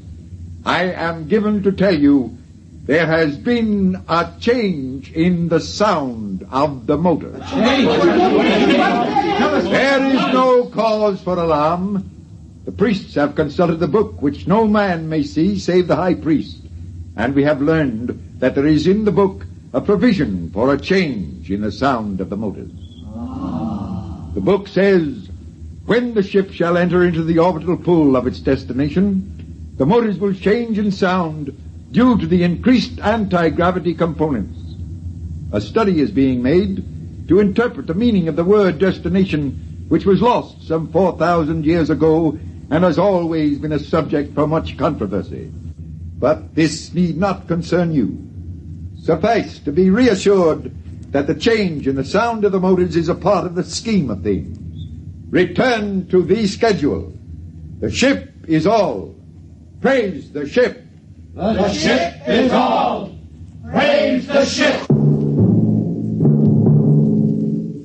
On his way back to his compartment, Rykud stopped for a moment in front of the forbidden door which led to no one knew what, and listened to the sound of the motors. Yes, it was true. There was a new sound. It was frightening, and yet at the same time it made Rykud's heart leap with expectation. He looked at the forbidden door again and read the warning. No unauthorized persons permitted through this door. Attendant? Yes. What's your name and compartment? Rykud, attendant to Kryfer, third level, Y51. Who are you? Graf, control police. Why do you loiter outside the forbidden door? I was merely reading the warning, trying to impress it upon my brain. Is there a need to impress it? You have doubts? Well, no. No, of course not. Then why bother to impress it? If you have no doubts, there is no need to impress it. Well, I was merely... You see, I am engaged in the training of a mate for my superior. I wish to make certain that she knows every jot and line of the warning. Has she doubts? I'm sure she does not. Then why impress the warning upon her? It should be sufficiently impressed upon her since birth. I was merely... You were merely loitering, eh? Tell me, Rykud, do you ever wonder what is behind the forbidden door? Never. Are you perfectly content? Perfectly. Good. I'm going to enter your name in my report as a warning. See that it is not repeated. I will see. Return to your compartment. I will return. Praise the ship. Praise the ship. Rykud went back to his own compartment. He tried to push the events of the day out of his mind. It was almost too much to cope with. First the mate for Kryper, then the news of his birth, now the change in the sound of the motors, and the book. Rykud lay inside his bunk, drew the curtain, and took the tiny, ancient plastic book from his trouser belt. He opened it and began to read. It was thought advisable to keep from the passengers on the ship the fact that their voyage might end in catastrophe. Forced to leave the Earth because of its radioactivity following the 3 wars, the inhabitants of the ship, to all intents and purposes, became the inhabitants of a new world. The ship was their world. The organizers of the expedition felt it would be cruel to inform them that the ship's navigation machinery had been set in a series of ever-increasing circles and then ever-decreasing circles, so that in 10,000 years the ship would return to Earth. There was the possibility that Earth would no longer exist, or that the radioactivity would have made it uninhabitable, even if the remaining humans hadn't managed to explode it. Therefore, the ship became all. Even the word destination was eliminated. If it were known that I had chronicled this account, I would most certainly be executed and the book destroyed. Most likely it will pass into legend and be disbelieved anyway, just as fairy tales and even biblical accounts have become tolerated but disbelieved by many who were... The sleep buzzer sounded, and Rycood's eyes closed automatically. Ordinarily, the people of the ship did not dream.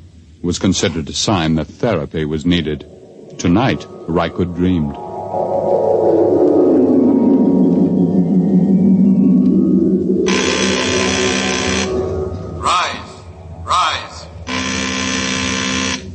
Rise.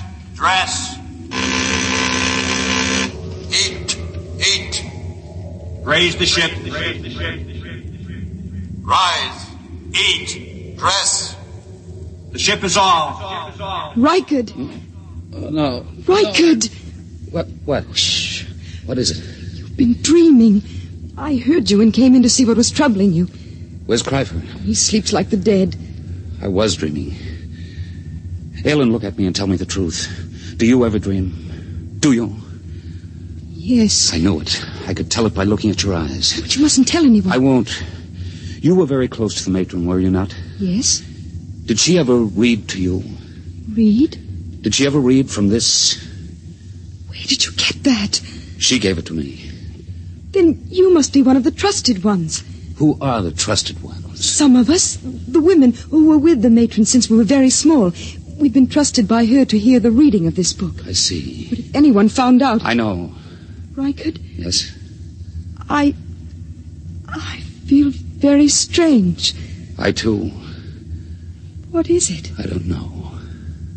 Sometimes, after the matron had read to us from the book, I would have this feeling, strange and frightened. And she would comfort us. Comfort? What does that mean? She would put her arms around us. And did that comfort you? Yes. How terribly strange. Rycood? Yes? Comfort me. Put your arms around me. Aylin. Please, will you? Yes. Yes.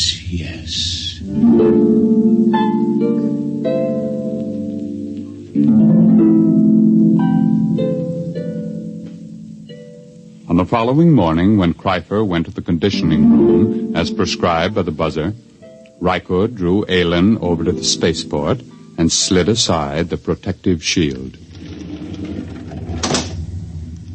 Look. I am looking. Tell me what you see. I see the stars and space. Look closely. Do you see nothing unusual? I so seldom look through the spaceport. I'll tell you then. Look there. See that one star, so big and so bright that it hurts your eyes? Well? I've been watching it. It is growing larger each hour. Stars do that. Never has one been this large. What difference does it make? The stars exist only as pictures in the glass of the viewport. They're not real. The ship is all. That is what we are told, but perhaps it isn't true. What? Perhaps these stars do not exist only in the glass of the viewport.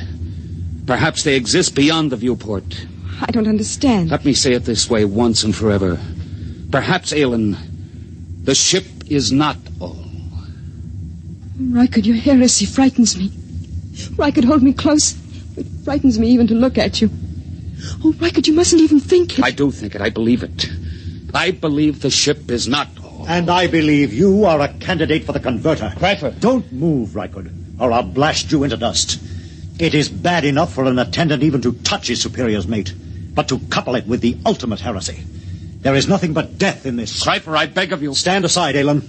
I'm going to finish this heretic. Now, Rycood. Have I killed him? No, he's just stunned. Oh, Rycood, what can we do? I don't know. Rycood, the change bell again. Something's happening. I know what has happened. Come, we'll go to the priest. What about Cryper? He'll have us killed. No, it's too late to think of that. Come.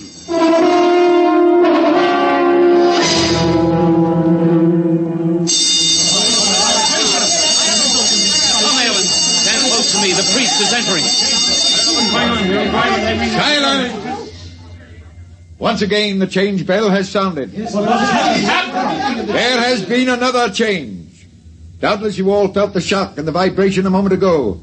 I am informed that the motors have stopped.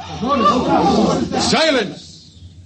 However, once again, there is no need for any panic or alarm. We will continue to live our lives just as before. The only thing that has changed is that the motors have stopped and that the view in the viewports has changed. Behold. The view in the viewports has been changed from the stars to a garden. That is all there is to it. The book makes mention of the fact that the view in the viewports is changeable. Go back to your compartments and resume the schedule. The buzzer will be your guide as always. The ship is all. The ship is all. Wait! No, I have something to say. Listen, this is what I have to say. The ship is no longer all. Seize him! Keep back! I have my superior's ray gun. I will destroy any who move to seize me. Listen to what I have to say. The view in the viewports is not just a garden. It is the destination. It is the earth. Don't you understand me? We have arrived. We have reached the destination. The journey is over. We can leave the ship and go out into the garden. Fools, can't you understand? Watch the viewport. Watch it. The viewport is broken. I've shattered it. You can go out. Feel the air rush in. Smell its fragrance. Why could they don't move? They don't understand. Seize him! Kill the heretic! Kill him! Why could they're moving toward us? Run! Follow me quickly! After him! Death to the heretic!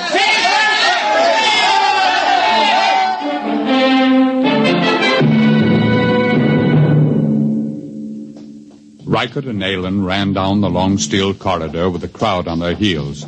After a few moments, they came to the forbidden door of the control room. Aylin, quick, in here. Reichert, it's forbidden. I'll have to blast the lock.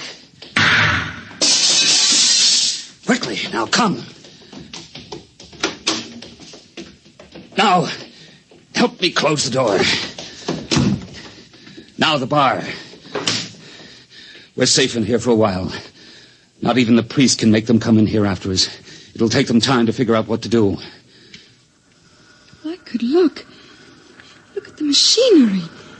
It's frightening. We're in the control room. It tells about it in the book. You see this big machine here? There was a drawing in the book. This is the machine that controls the buzzer. Just a simple machine like that? Yes, a simple machine. Stand back. What are you going to do? I'm going to smash it.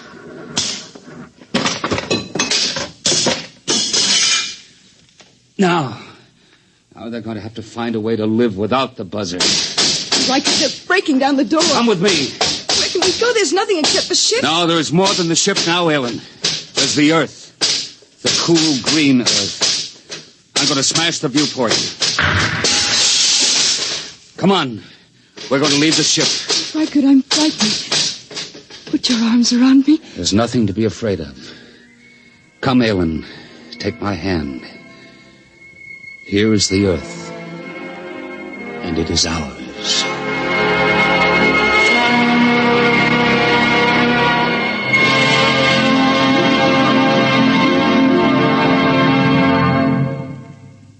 You have just heard X-1, presented by the National Broadcasting Company in cooperation with Galaxy Science Fiction Magazine, which this month features a story by F.L. Wallace titled Mesereau Loves Company.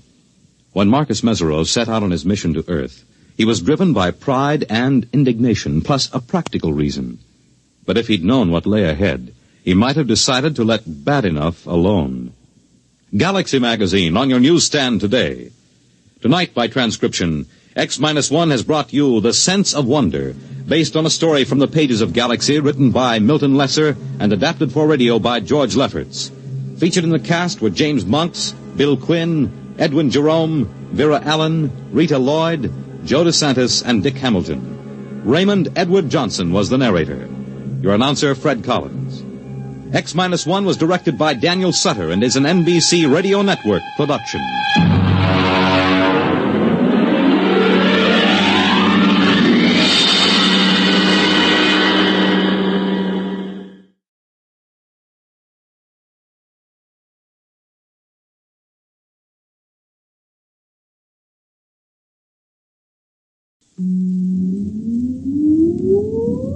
Countdown for blast off.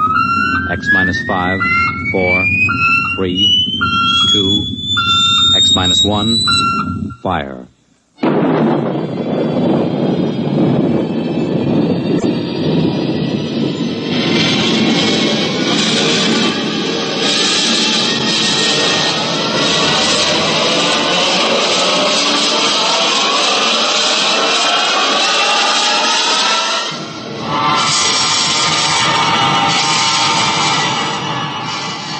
From the far horizons of the unknown come transcribed tales of new dimensions in time and space. These are stories of the future, adventures in which you'll live in a million, could be years, on 1,000 maybe worlds. The National Broadcasting Company, in cooperation with Galaxy Science Fiction Magazine, presents X minus 1.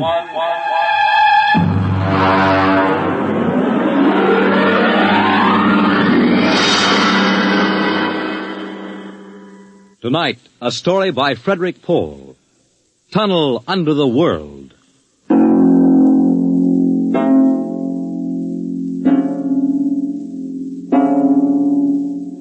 On the morning of June 15th, Guy Burkhart woke up screaming. It was more real than any dream he had ever had in his life. He could still hear and feel that sharp, metal-ripping explosion, that searing wave of heat. He sat up. Mary! Where are you? Guy, what's wrong? You're trembling. Where were you? In the kitchen cooking breakfast. What is it? I don't know, a dream, I guess. An explosion. Did you say an explosion? Yes. But that's the dream I had. What? I dreamed there was a big explosion, and then something sort of hit me on the head. Holy smokes me. Maybe there really was some sort of explosion, and it started us dreaming. Well, there'll be an explosion down at your office if you don't hurry and get to work.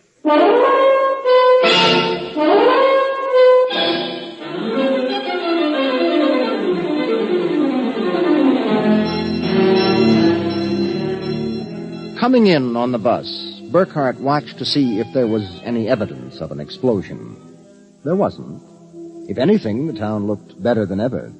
The only thing that seemed strange to him was the fact that none of the usual crowd was on the bus. He was a little relieved when his old pal, Henry Swanson, finally got on. Excuse me. Henry! Pardon me, sir? Henry, what's the matter with you? It's me, Guy Burkhart. Burkhart? Sorry, I don't believe we've met. What? Henry, for Pete's sake, it's me. If you'll excuse me, this is my stop. Well, I'll be... How do you like that?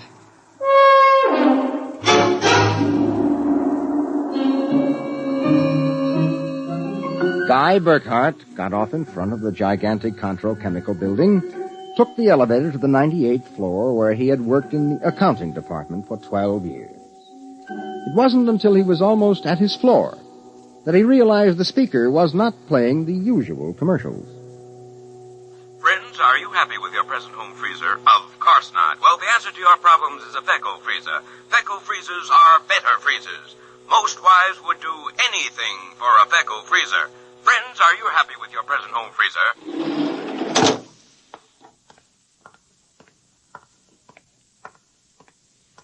Morning, Miss Horn. Good morning, Mr. Burkhart. Well, new hairdo, I see, huh? Why, yes. Do you like it? That makes a lot of difference in your appearance. Mr. Barth in? No, sir. He had an appointment with Mr. Dorchin of the Human Research Institute. Today? But today's the 15th of June. He has to sign the quarterly statement. He said he wouldn't be in. Huh, that's mighty peculiar. Yes, sir. Oh, by the way, Miss Horn, what the devil is a Fecco freezer? A Fecco freezer? There's some new copy on the elevator commercial. Dorchin must have landed another account. Fecco freezers. I really don't know, Mr. Burkhart. It's a funny day. Can't quite put my finger on it, but there's something strange going on.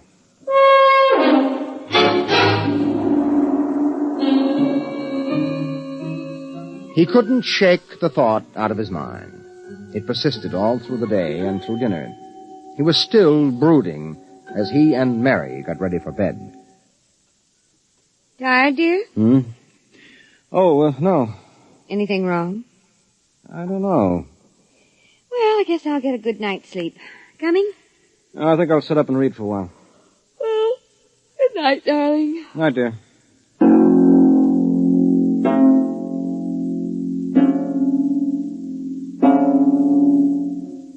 At exactly midnight, Guy Burkhart lapsed into a sudden, deep sleep. And the following morning, he woke up, screaming. Darling, what is it? What's wrong? Nothing. Bad dream, I guess. Oh, you gave me such a shock.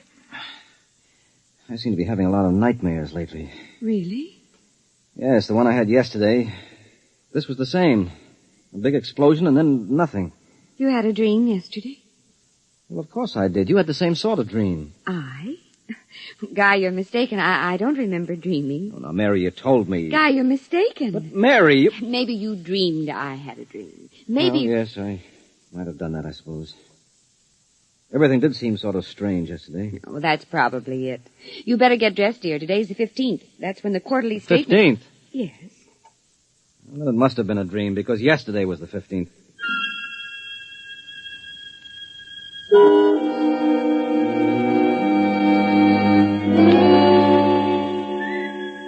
Guy Burkhart got up, dressed, ate breakfast, and took the usual bus to work. Once again, everything seemed even brighter and newer than usual. And once again he was puzzled when he noticed none of the old crowd on the bus.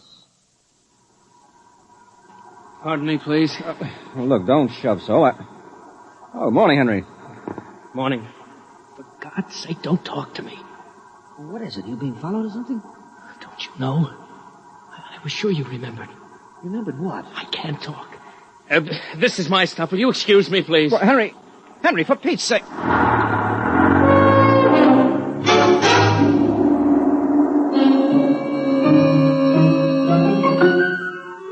As in yesterday's dream, Guy Burkhart got off at his stop and took the elevator to the 98th floor. The speaker in the elevator purred a new commercial this time. Marlin cigarettes. They're sanitized. Does your present cigarette make your throat feel raspy and unpleasant? Marlin cigarettes contain a miraculous new drug which actually gives you the sensation of smooth, creamy smoke. Marlin cigarettes. Marlin cigarettes. He walked down the marble corridor to his office. Good morning, Mr. Burkhart.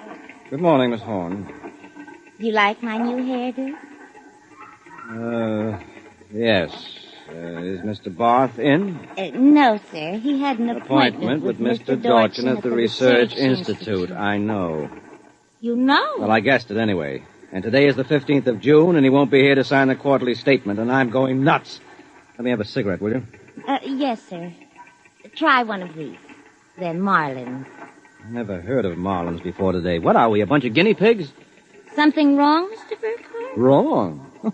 Perish the thought, Miss Horn. Perish the thought.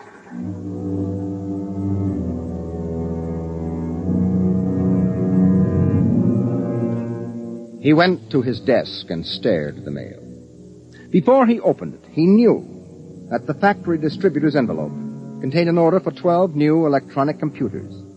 He knew that the development journal contained an article about a new method of transprinting selective brain circuits of human engineers onto the electric brain circuits of robot engineers to facilitate the operation of automatic factories. He knew that there was a complaint from Feinbeck & Sons about the Controchemical's newest household robot circuit. After a long while, he forced himself to open them. They were exactly as he suspected. Hello? This is Swanson, Henry Swanson. What is it? Do you remember? Remember what? Just remember. All right, now listen, Henry, let's stop playing games. Yesterday, either I was dreaming or you snubbed me on the bus. Today, the same thing happens. Oh, you do remember, thank heavens. I thought so when I saw you, but I couldn't be sure. What is it you want? Listen, tomorrow morning, when I get off You get off with me. Be casual. They may be watching. Who may be watching? Swanson! Hello!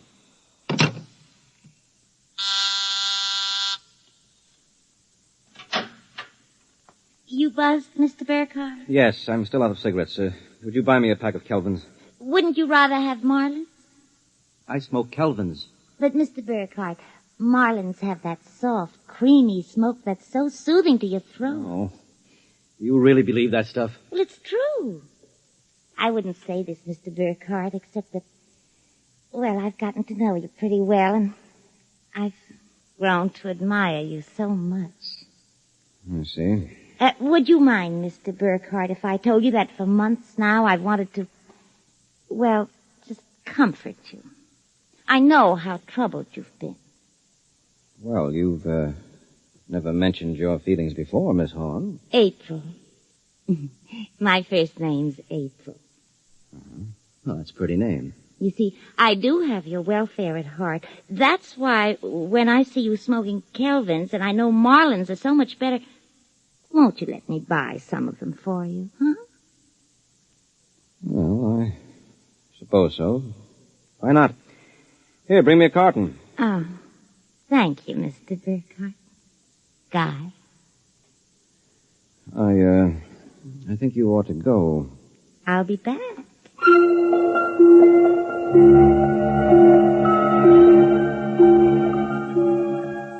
There was something wrong. Something definitely peculiar about what was happening. The call from Henry Swanson.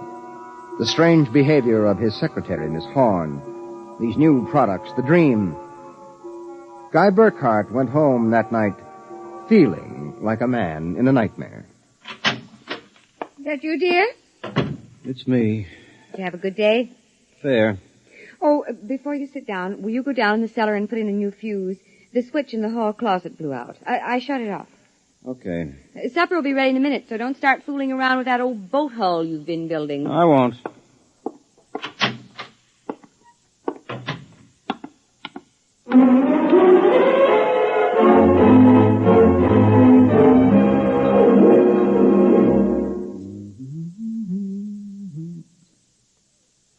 Mary!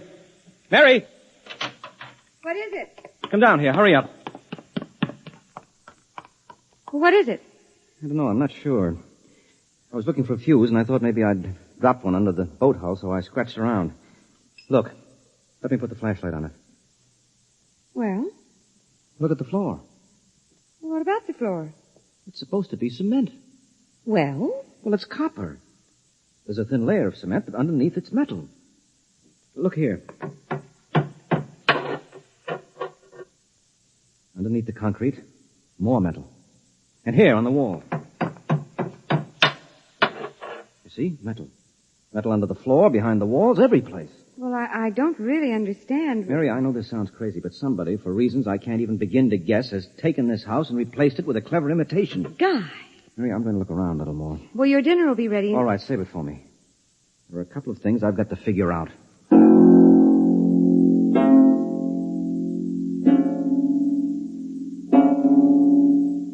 The following morning, Guy Burkhardt woke up screaming.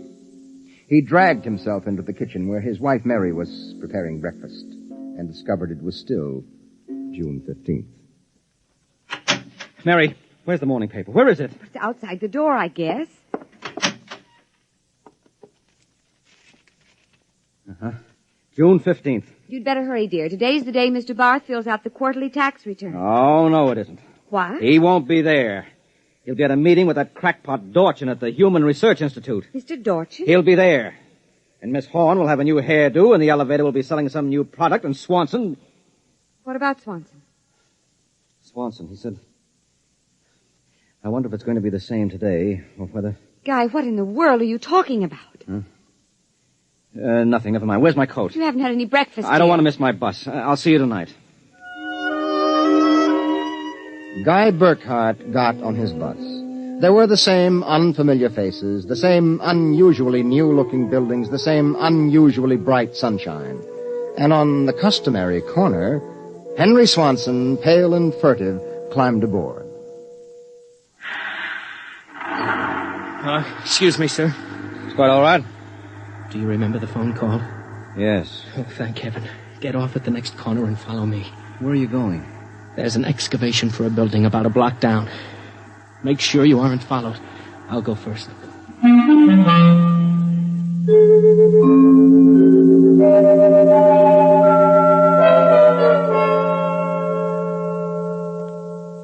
Burkhart. Here, behind the fence. All right now, Henry, what's this all about? I'm not sure. At first I thought perhaps they were Russians. Now I'm beginning to think they're Martians. No humans could have accomplished what they've accomplished. Now, wait a minute. Start from the beginning, Henry. What's going on? Look, Burkhart, peculiar things have been happening to you, right? Yes. A lot of your friends are missing. Your house seems changed. Yeah. There's something stranger than that. The date. Today is June 15th. Yet I could swear yesterday was June 15th and the day before that. You got it, friend. It's always June 15th. And you and I are the only ones who know it. But why, Henry? How? I'm not sure. I think it's some sort of mass hypnosis or something. Well, why doesn't it work for us? My wife Mary doesn't remember a thing. Somehow when it happened, they missed us. We were protected from the full force of the rays or whatever they used. Burkhart, where were you on the night of the 14th about midnight? Let me see, that was Sunday night. Yes. Yeah, I was down in the cellar under the boat I'm building. I was in my darkroom developing some pictures. This just doesn't make any sense to me. Russians, Martians. What makes you think that? I've seen them. Where? At the end of the tunnel. What tunnel? The one they built under Tylertown. A tunnel under Tylertown? Yes, that's right. It's made out of copper or some alloy. Copper? Wait a minute. I found a copper layer under my cellar floor last night. So did I. That's how I discovered it. I found a way to get in, too. It's at the bottom of this excavation. Holy mackerel. Henry, why don't we tell the police? Because we can't trust them. Even the police may be Martians in disguise. Oh, come on now. You're being melodramatic. Oh, am I? Well, you just come with me. Where? Into the tunnel. I'll show you.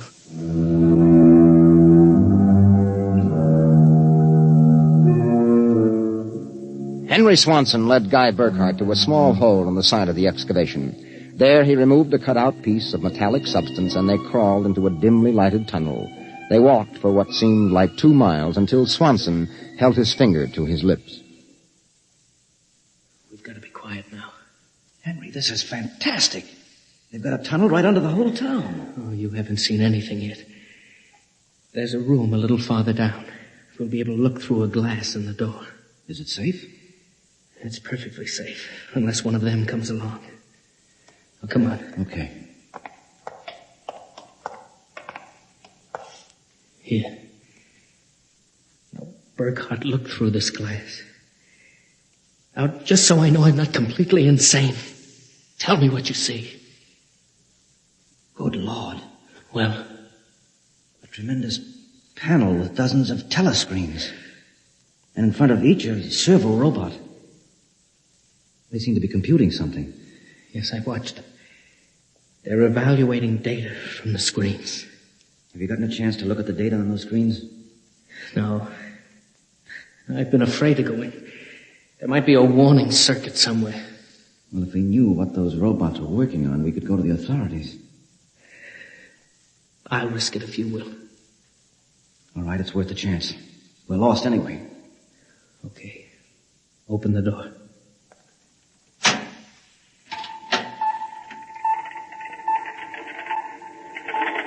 So far, so good.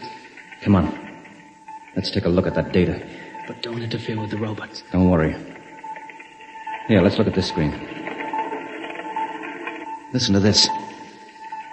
Tests in the 47K12 group with Marlin cigarettes pulled 80% using the soft feminine approach. Indications are that an extension of this approach would influence at least 70% nationwide.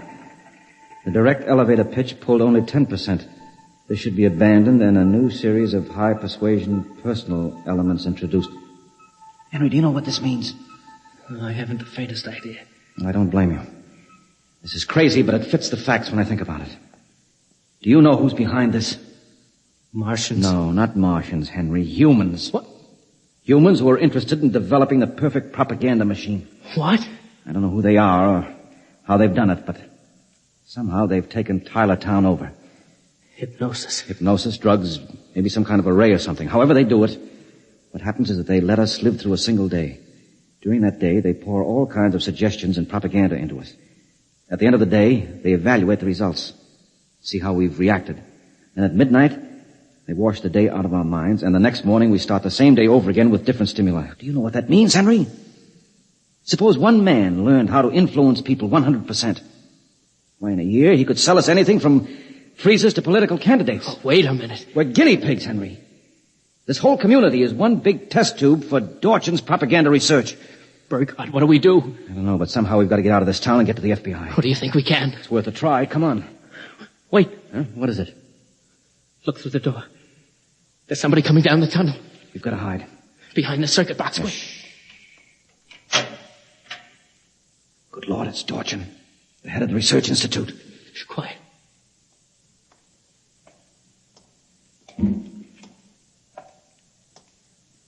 All right, Burkhardt, come out. We know you're in this room. Miss Horn has informed us that you remember. I must warn you that it's useless to buck us. Come out peacefully. Let our maintenance crew adjust you properly so you don't remember from one experiment to the next. It will be quite painless. If you don't come out peacefully, we'll have to get you. Henry, take this wrench. When I give the word, jump him. But he may be armed. Well, we've got nothing to lose. Very well. I'm coming after you. Now!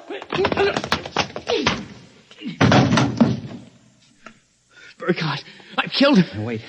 Get his coat unbuttoned. Maybe his heart is still beating. Henry! What is it? What's wrong? Look underneath his coat. Heaven help us. It's a robot. A humanoid robot. Designed to look like Dorchin. Come on, let's get out of here. Wait. What's that? It's a loudspeaker. I told you it was useless, gentlemen.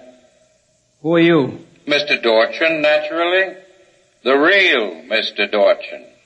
What are you trying to do to us? Merely trying to prevent you from damaging my experiment, gentlemen. You can't get away with this, Dorchin. Sooner or later, somebody, the FBI or somebody, is going to get wind of this madness. Really, Burkhardt, you're quite naive.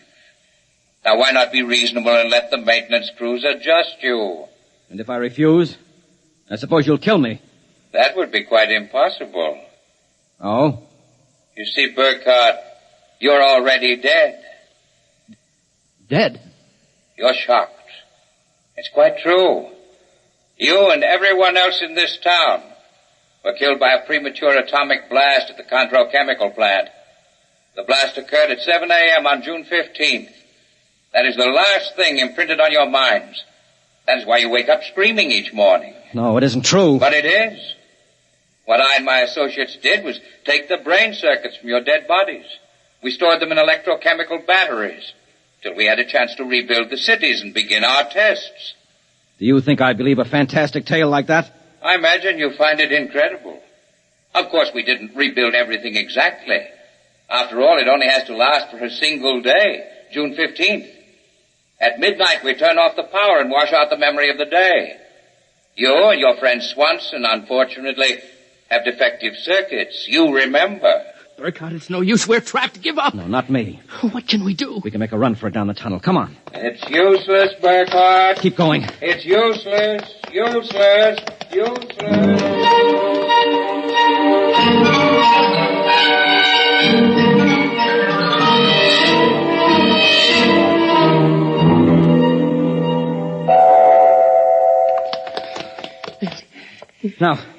Now, this door is open.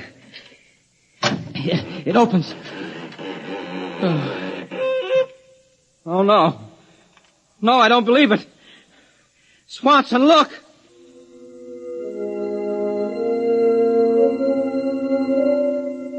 They were standing on a ledge of smooth, finished metal. At their feet, the ledge dropped away into a chasm so deep they could not see the bottom. Beyond was only a glare so bright that their eyes could not stand to look into it. And yet, just at the limit of their vision, Something towered. Something so huge it was almost inconceivable. Something. Burkhardt? Yes? This is Dorchin. Now do you understand why it's useless? The great looming figure moved closer. It seemed to take shape now, and yet it was so gigantic as to be unbelievable. It came closer. The glare was partially blocked. And then, Guy Burkhardt knew that the towering shape was none other than Dorchin himself. You see how I did it, Burkhardt? I took your brain circuits and had them reduced so they could be transferred to tiny humanoid mannequins. That's what you are, Burkhardt. A tiny miniature of yourself. And this city, this whole experiment I'm conducting, is built on a tabletop.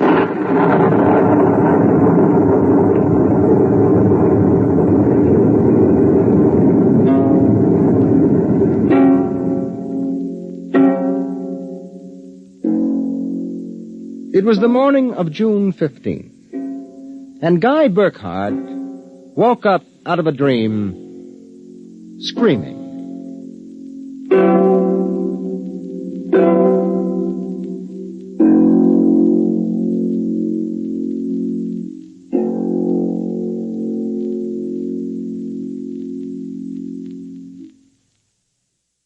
You have just heard X-1, presented by the National Broadcasting Company in cooperation with Galaxy Science Fiction Magazine, which this month features another story by tonight's author, Frederick Pohl.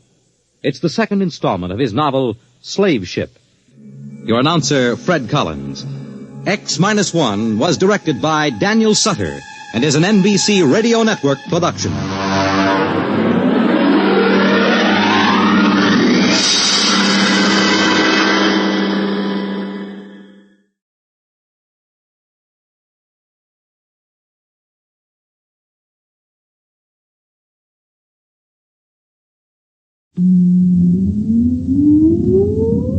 Countdown for blast off. X-5, 4, 3, 2, X-1, fire.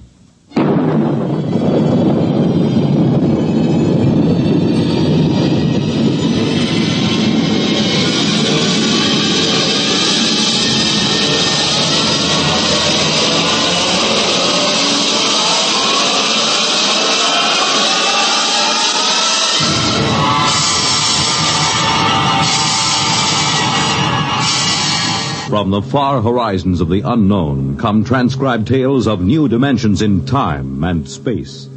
These are stories of the future, adventures in which you'll live in 1,000,000 could-be years on 1,000 maybe worlds.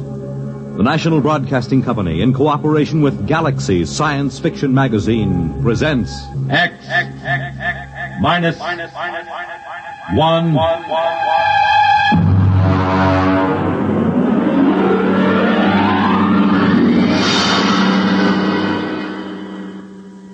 Tonight, the dramatization of a story by Jerry Soule, The Seventh Order.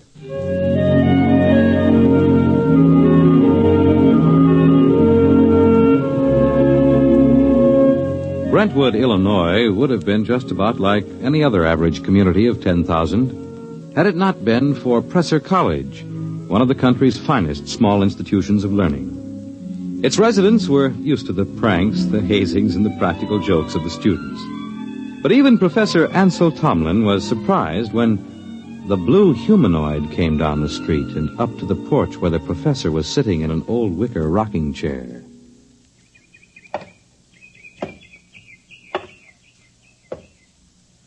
Pardon me. Of course.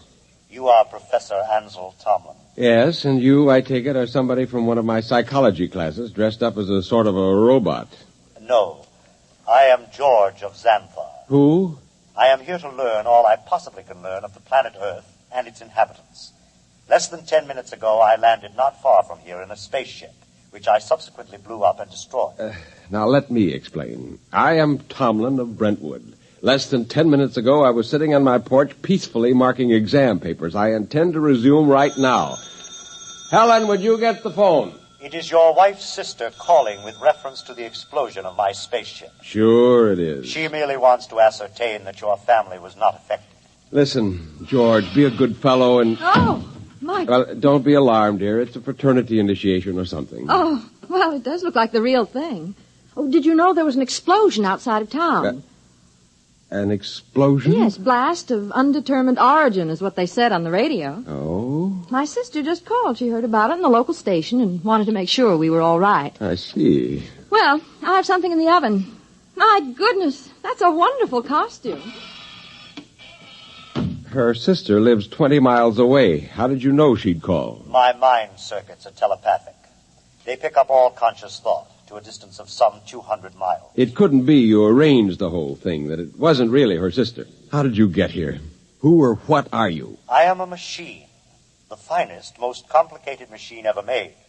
I have a rather unique history, too. Who made you? Ages ago, on Xanthar, there was a race of humans. They made the first robots. Rather crude affairs. We class them as first-order robots.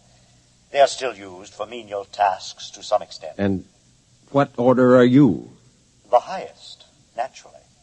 A seventh-order robot. Or rather, a humanoid. We are the first in which there is not an automatic, no harm to humans cutoff. I begin to see. You will become aware of the fact that I am superior to you and to the rest of your race. I need no oxygen. I am never ill. I need no sleep. Every experience is indelibly recorded on circuits and is instantly available. Tell me, George, do you have feelings? I have an electronically controlled endocrine balance. It's very interesting. And what is your mission here on Earth? For the moment, I am here to study. I will live with you until it is complete. You will what? I will live with you. I will be with you all of your waking hours. While you sleep, I will go through your library. I need nothing. I want nothing. Just a moment. What about my privacy? When you desire privacy, I will study someone else. Your wife, perhaps. The female should be interesting. George, old man, I'm terribly sorry, but you'll have to wire back to your masters to make other arrangements. That will be quite impossible. Really? You see, I have no master. Well, what about those humans back in Xanthar, the ones who invented you seventh-order humanoid? Oh, they are all quite dead. We destroyed them. Destroyed? You look alarmed. It was, after all, they or us. You see, our endocrine system permits us pride in ourselves. Naturally, being proud of ourselves, we objected to being ordered about in an incompetent way.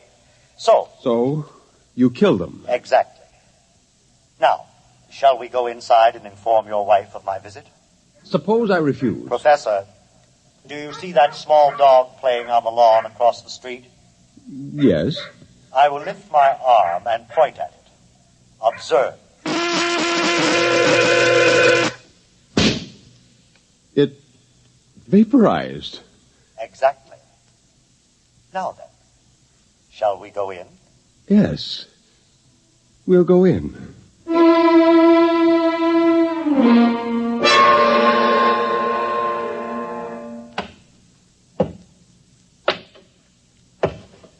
Oh, there you are. Yeah. I see you brought your friend. Helen, this is George. George of Xanthar. George is a machine. Well, anybody can see that. It's the most convincing costume I ever saw. Helen, it isn't a costume. No? No. He's really a machine. Oh. He's staying with us. What? Whether we like it or not. Well, really, Ansel. We have no choice. I am a seventh-order humanoid. I detect that your mind does not comprehend. I am here as an advanced scout for my race. After we establish a station here on Earth... I don't like this. Now, would you be kind enough to leave my house, young man? You are very slow to comprehend. I comprehend that I have a lot to do, and I'd appreciate it if you leave.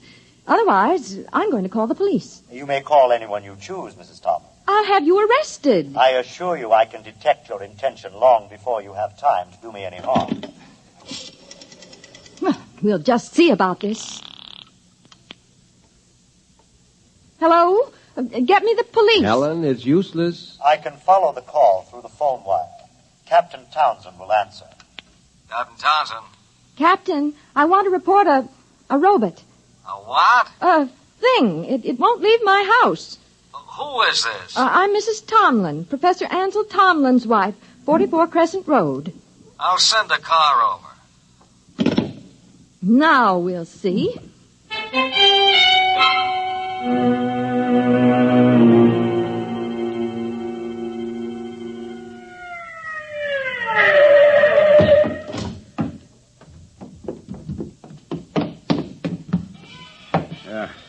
Is this the character who's been giving you trouble? Yes, this is the one, officer. Talked to you before about ruining the flower bed, Sonny. This time I'm taking you in. I would advise you not to touch me. I cannot risk any damage. I'll see about that. Come on outside. I prefer to remain here until I complete my mission. You do, huh? You know what this is? It is a weapon you call a service revolver. That's right. And you'll either march out of here or I'll use it on you. That would be most unfortunate. All right, come on. Officer, let me warn you. He's March. dangerous. March now. I'll count to 3. Officer, please. 1, 2.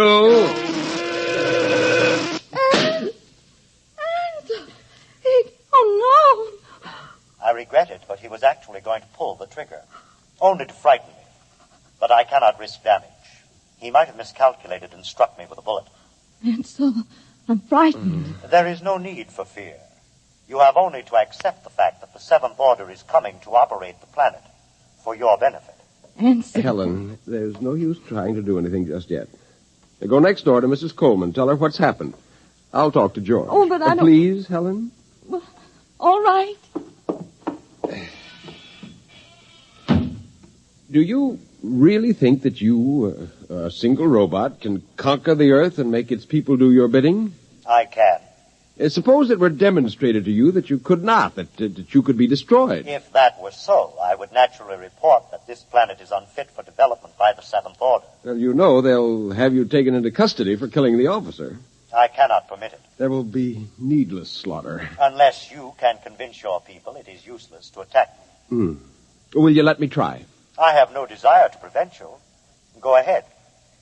I detect that you are going to call the newspapers and the local television station and hold a press conference. Yes. I also detect that you have a plan to overcome me. Oh? I like that. Really? Yes. You see, in order to test this planet for development, I must know whether any of you are truly dangerous to us. You are a superior type of man, Professor. I welcome any plan to conquer me that you care to attempt. Okay, George. At least we know where we stand. I'll phone the newspapers.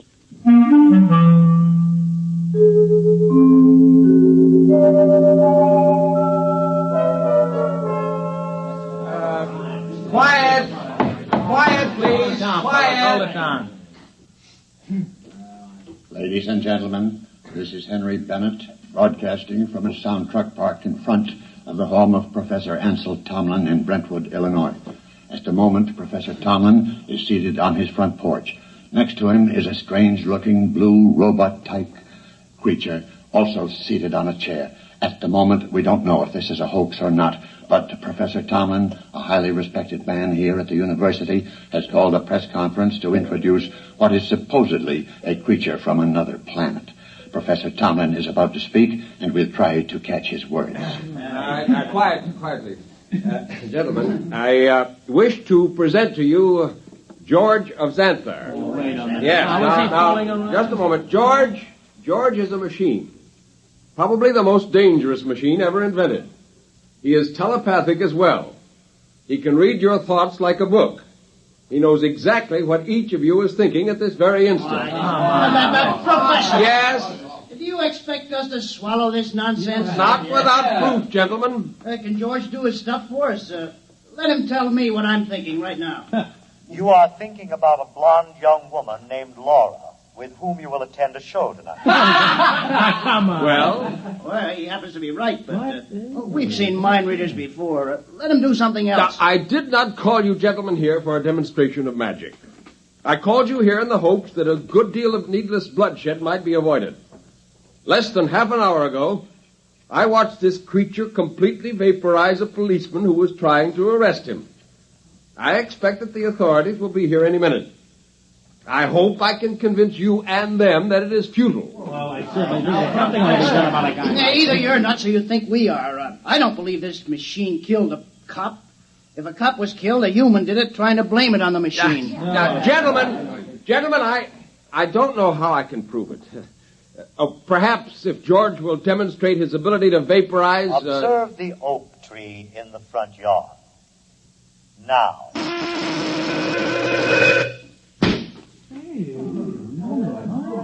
Now, do you see? I see, but I don't believe it. Boys, this is some kind of mass hypnotism. Maybe the tree was rigged up in advance. I swear to you This George of Xanthar is all he's cracked up to be. Let's see what he does when I toss a rock at him. Don't be a fool. Here goes, George! Stop him! I warned you. I tried to warn you. Okay, everybody stand back. Stand back! Charlie, get that automatic rifle set up. Check, Chief. Professor, I advise you to step away from that weapon. Captain, for your own sake, don't try anything. Step away, Professor. Very well, but I warn you. Okay, now don't fire till I'm ready, boys. Right.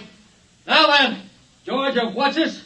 We don't know who's inside that tin suit, but I'm giving you just 10 seconds to come out. Captain, Hey, you're wanted on suspicion of murder. Now come out. All right, boys.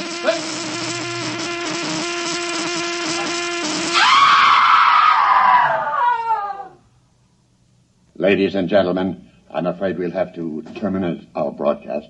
What started out as a good-natured hoax or publicity stunt has turned into a bloody massacre, as the bodies of some 6 policemen on the lawn of Professor Tomlin's home will attest.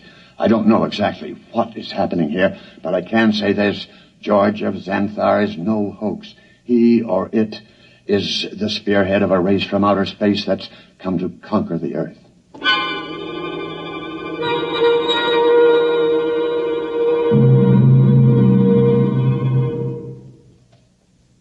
Have they all gone, Helen? Yes, Where is he? in your library, reading. Are the policemen still outside the house? They're walking up and down. Oh, I hope they don't. Yeah, they have orders not to try to harm him. Ansel, Yes? what are we going to do? I don't know. Oh, listen. He's coming. Professor, Mrs. Tomlin, I have decided to walk through your town to learn more about its buildings and people. And kill a few more humans? Killing humans affords me no pleasure whatsoever. I kill only when damage to myself is possible. I hope that no one will attempt to harm me. George, let me warn you now that this affair has gone beyond the confines of this town. I am well aware of that, Professor. I am aware of a phone call being made this instant by your mayor to the commander of the Illinois State Guard. If you're smart, you'll return to your ship and your planet. My ship is destroyed. I could instruct you to build a new one, of course. But as I have no intention of leaving... Then you will be destroyed. No. I will destroy first. Have you no conscience? A conscience is a fifth-order failing. Needless baggage. Good evening.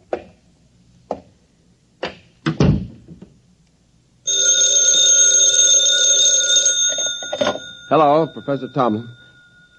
Yes. Yes, I will. Who was it? The mayor and the chief of police have called a meeting of the citizens of Brentwood at the college gymnasium tonight. Ansel, you're not going. I must. But no... Helen, there's much more at stake here than my life or yours. Civilization itself depends upon our standing up to this machine. I'm going to the meeting.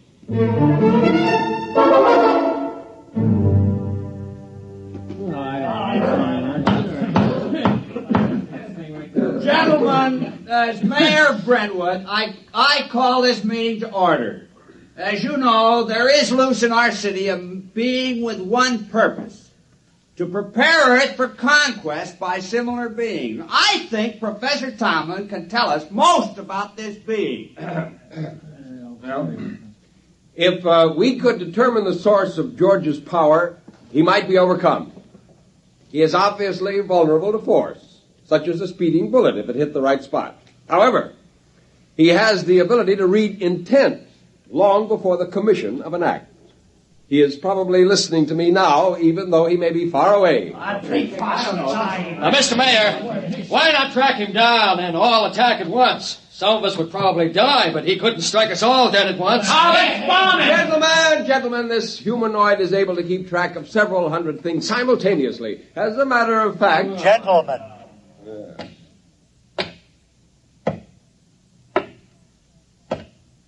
You are working yourselves up needlessly. You simply do not appreciate what it would mean to dedicate yourselves to the fulfillment of the Seventh Order destiny. Your lives will be made most pleasant and happy by us. Yeah, why did you kill 6 cops? If you're so powerful, bring them back to life. How do you want to be buried, Robot? Yeah, let's get them, man.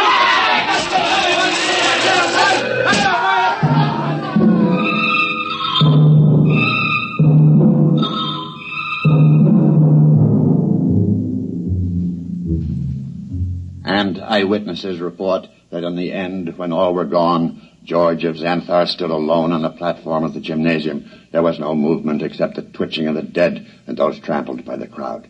Among the survivors was Professor Ansel Tomlin, who originally... Well, that's that. What next? I don't know, Helen. I don't know. Oh, what's that? It sounds like an air raid alert. That's peculiar. They didn't announce it. Turn on the radio. Hurry. We interrupt to bring you a special message. All residents of Brentwood are advised to go to their basements or convenient bomb shelters. The governor has announced that units of the National Guard have managed to corner the robot, George of Xanthar, in the town square. Tanks and mortars will be used in an attempt to destroy the creature. Again, go to your nearest bomb shelter. Oh, did you hear? They'll never be able to destroy him. Well, where are you going? Up to the roof. The roof? I can see the square from there. Well, I'm coming with you. Just as you like.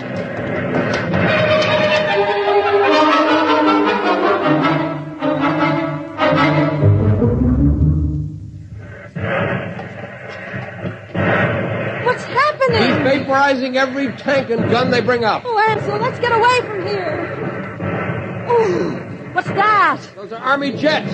We'll see how effective he is now. Oh, good Lord, a whole squadron up in smoke. It's no use. Can't you see? It's no use. Ansel, come inside, please. Oh, very well. Oh, if only there was something we could do to tell Not him. as long as he can read our every conscious thought before we can act. What is it? Our every conscious thought. I wonder if... What is it, Nothing. Ansel? Nothing, Helen.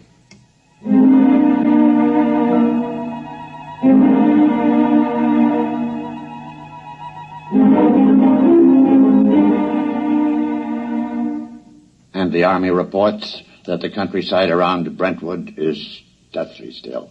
The blue humanoid, George of Xanthar, is still standing in the middle of the town square, where he's been standing for 3 days now. We'll keep you informed of developments. The military urges everyone to keep calm and go about your business as usual. There is no danger to anyone who is not attacking the humanoid. No danger. Wants to keep more of them from landing. Ansel, are you going to sit there with your head in your hands forever? We'll come have some dinner. Ansel? Yeah, it might work. Where are you going? Washington. What? I'm going to Washington. Would you be good enough to pack my overnight bag? I can catch a plane out of Chicago in about 2 hours. But why? Well, what for? I'm going to talk to the Pentagon. What do you tell them? I'm going to tell them to surrender to George of Xanthar.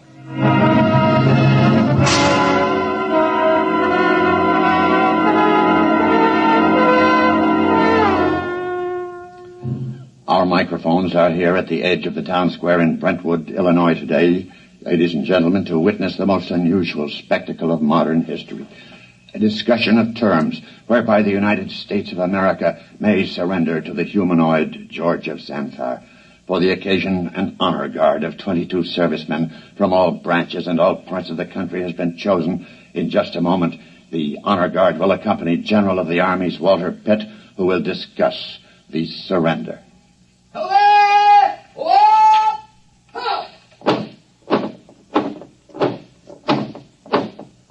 The honor guard is advancing to the edge of the square.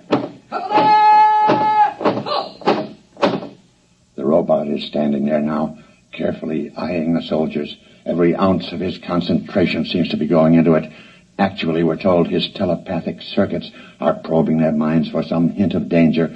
A thought, a flicker of an eyelash may be sufficient for him to vaporize all of them. General Pitt is about to speak.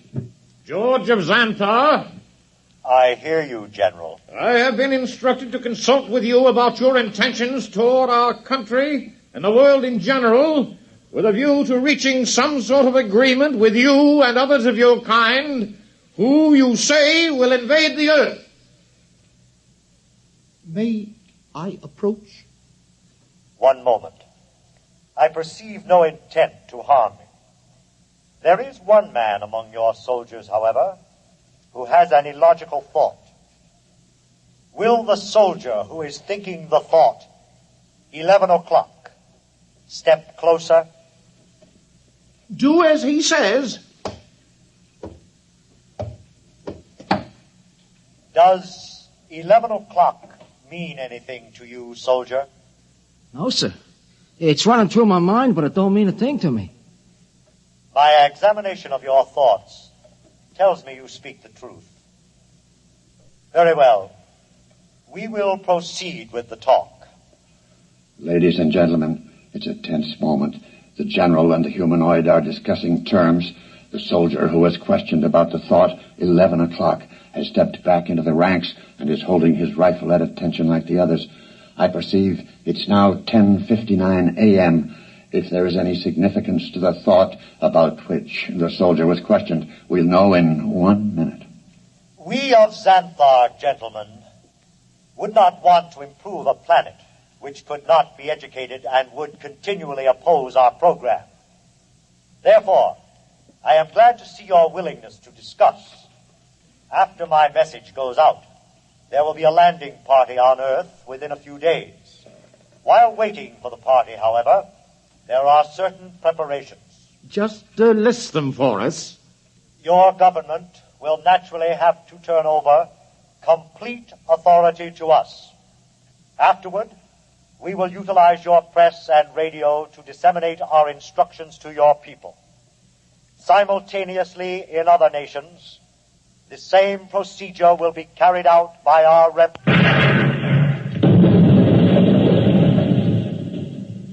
Ladies and gentlemen, it's happened at exactly 11 a.m.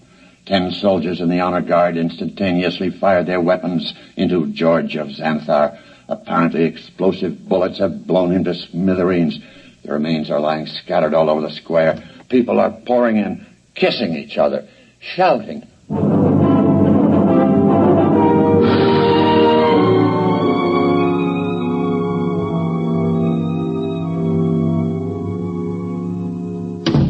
Helen! Ansel, you're home. Yeah. Oh, you've heard the news. Isn't it wonderful? Wonderful, really wonderful. I'm sorry I couldn't come home sooner. It would have spoiled my whole plan if I got within telepathic range. Your plan? Yes. But what? How? What? Just a matter of simple psychology. Those men in the honor guard. What about them? Did you know any of them? Not exactly, but I did have the job of hypnotizing 10 of them. Hypnotized? That's right. You see, each of those men was hypnotized. And while he was under, we planted a post-hypnotic suggestion, namely, to fire at George of Xanthar when a soldier named Charlie started to cough. Charlie was told to cough at 11 o'clock. Before we released them from hypnosis, we told them to erase everything from their conscious memories. I was staking everything in the hope that George could only tune in on the conscious mind, not the subconscious, and it worked. Yeah, there was nothing to be reached by George's prying mind, so we never knew what was going to happen. At 11 o'clock, the soldier named Charlie coughed. The men raised their guns and fired. And that was the end of George of Xanthar. Now, if you don't mind, I've got some exam papers to mark.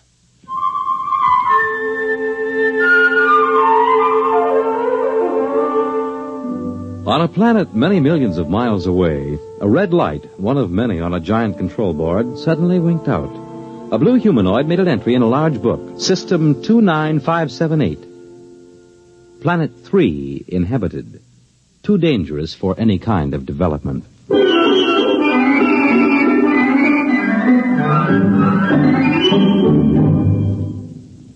You have just heard X-1, presented by the National Broadcasting Company in cooperation with Galaxy Science Fiction Magazine, which this month features the Alan Cogan story titled In the Cards. It was one thing to safeguard the future, but something else to see someone you love cry in terror 2 years from now. Galaxy Magazine on your newsstand today.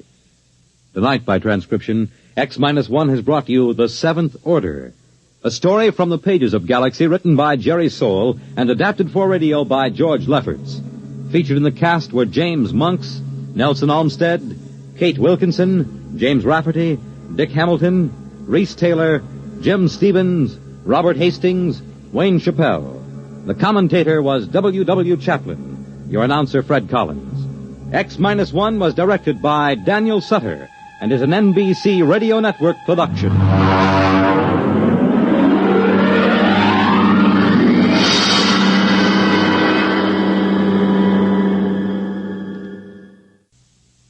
The Wonderful World of Robert Benchley on Biography and Sound tonight on NBC Radio.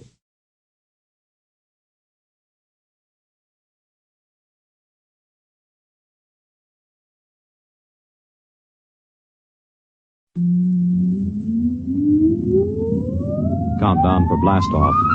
X-5, 4, 3, 2, X-1, fire.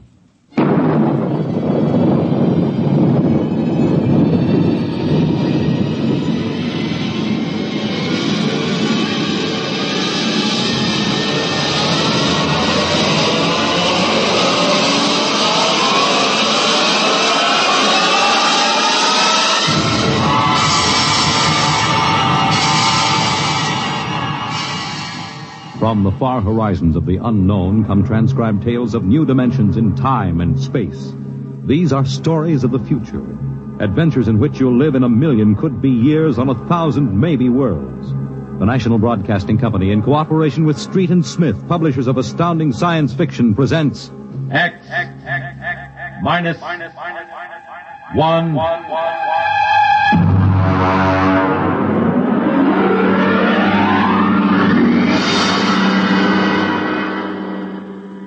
Tonight, the Ray Bradbury story entitled, And the Moon Be Still as Bright.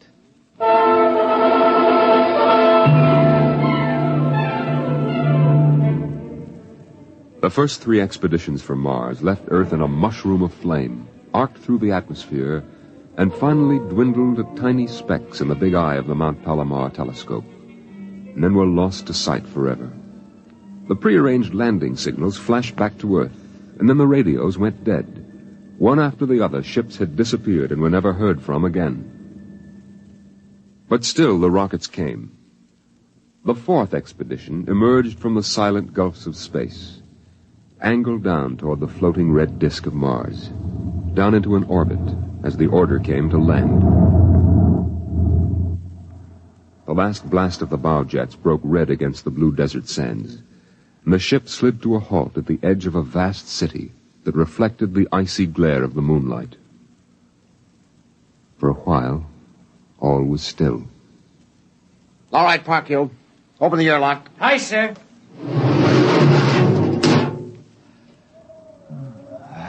Fresh air. Hey, it's cold out here. Who cares? We got here. I thought I'd never hit solid ground again. Hey, how about a fire, Captain Wiley? It's freezing. Later. We have work to do. Oh, smell that air. Why, you could get drunk on it. Say, there's an idea. Why don't we break out a bottle and celebrate? Biggs, there will be no drinking done until we're secured. But we're landed, Captain. 3 other expeditions landed and disappeared within 24 hours. Now, we're not relaxing security till we find out what happened to them. What do you mean, maybe Martians? Sender, you're an archaeologist. How old would you say they are? I can't tell till I study them more closely. It's a kind of engineering we couldn't duplicate on Earth. Well, I'm not interested in the architecture now. I want to make sure there's nothing there that might be dangerous. Mr. Hathaway. Yes, sir? I want you and Spender to take a reconnaissance party into the city and find out what's there. We'll set up camp here. No man is to go more than 50 feet from this rocket. And there'll be no celebration till Hathaway and his party report back.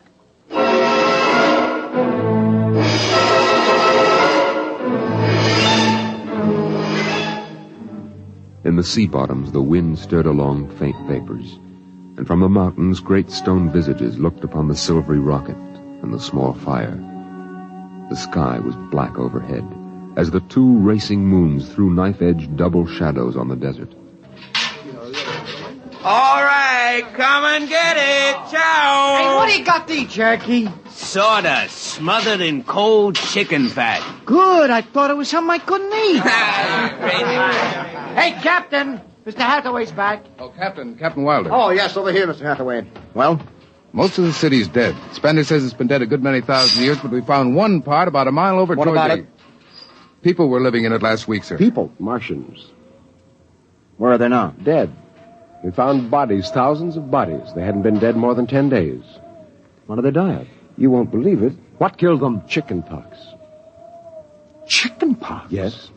Where could they get chickenpox? From Earth. Oh, then the other rockets did get through. Yes. I don't know what the Martians did to them, but I sure know what they did to the Martians. They gave them chickenpox and wiped them out. They just didn't have any resistance to an Earth disease. Think of it, Captain. A race builds itself for 1,000,000 years, refines itself, does everything it can to give itself respect and beauty, and then it dies. Of what? It's like saying the Greeks died of mumps or the proud Roman Empire collapsed because of athlete's foot. We didn't even give them a decent excuse for dying. We just gave them chickenpox. Spender, get hold of yourself. You didn't see those bodies, Captain. Yes, I know. It must have been a shock. You need a rest, a little relaxation. The Martians are dead. There's nothing you can do about that now. Hey, you hear that? The Martians are all dead. Come on, let's break out a bottle and hoop it up. Hey, how about a case, eh? Oh, good Lord. They have to do that now? Isn't there time later to throw old beer cans into the canals? Spender, you're an idealist. They're not. All they know now is that they're safe. A little shouting won't hurt. You think too much. I was safe on Mars. The first Earthmen on Mars. We gotta celebrate.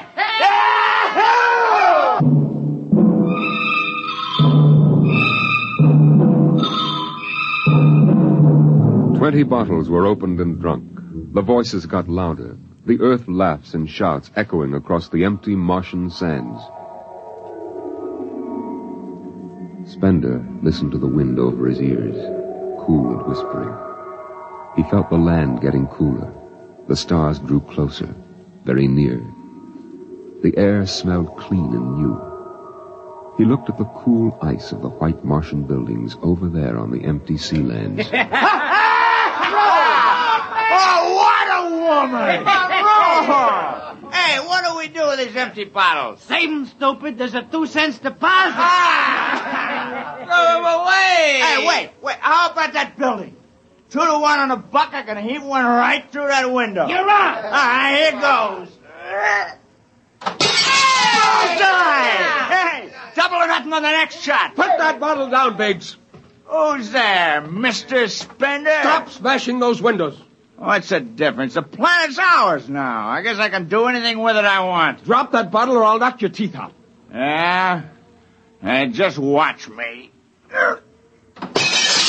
I warned you. Big. Come on. What's going on here? Spender! I hit him. He's crazy, Captain. He just walked up and slugged me. All right, Biggs. Spender, you come with me. Now, suppose you explain. What was the idea? The noise, the drunken brawl. Spender, the men are tired. This has been a long trip. And you have a different way of seeing things. Oh, I'm seeing things all right. I'm seeing how we'll ruin Mars. We'll rip it up and rip the skin off the way we've already ruined Earth. Is that why you hit Biggs? Yes. I couldn't stand the idea of them watching us make fools of ourselves. Them? The Martians. They're dead. They're all dead. But they know we're here. Doesn't an old thing always know when a new thing comes? We've come a long way to smash their windows and spit in their wine. Well, maybe you're right. But I'm still going to fine you $50 for that fight. Now, come on, Spender. Suck in your chin. We'll go back there and play happy.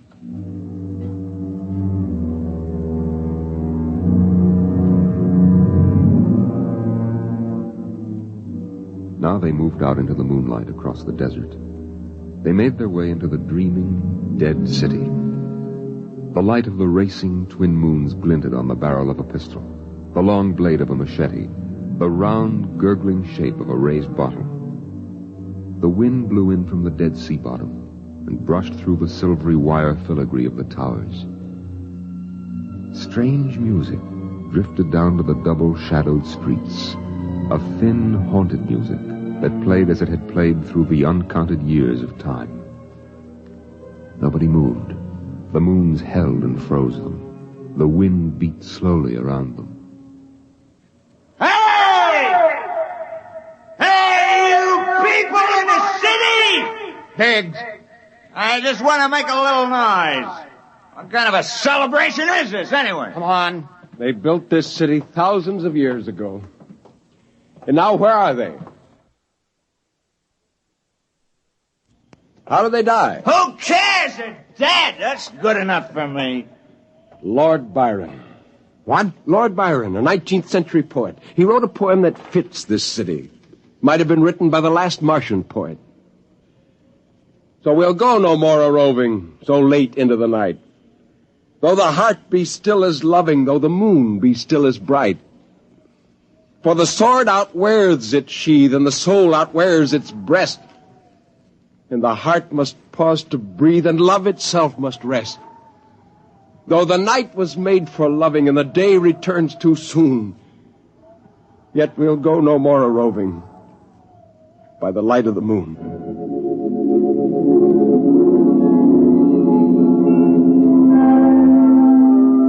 Without a word, the Earthmen stood in the center of the city. It was a clear night. There was not a sound except the music of the wind. At their feet lay a tile court, worked into the shapes of ancient animals and images. They stood there, silvered by the double moons beneath the crystal towers of Mars. And then Biggs was sick, and the sour stench of liquor filled the cool air. The men of Earth had come to Mars. And Spender turned and walked away into the city, alone in the moonlight, never once stopping to look back. It was a morning that might have been a Monday, or a Tuesday, or any day on Mars. Biggs was on the canal rim, his feet hung down in the cool water, soaking, while he took the sun in his face. Hey, what are you doing back here, Biggs? Didn't you go out with the search party? Yeah. I come back. I got a blister. Oh, yeah. What do you mean? Look, Cherokee, see that? Anyway, I had enough searching. 4 days hunting for that screwball Spender. Didn't find him yet, huh? Oh, good riddance. Oh, my feet. I'm going to soak them in the canal. If I was Wilder, I wouldn't worry about that nut Spender. Let him go. He's a crackpot anyway. Well, he's a little foggy upstairs, I guess. Hey, why don't you take your feet out of that canal, Biggs? I gotta make coffee out of that water. Coffee? You call that stuff coffee?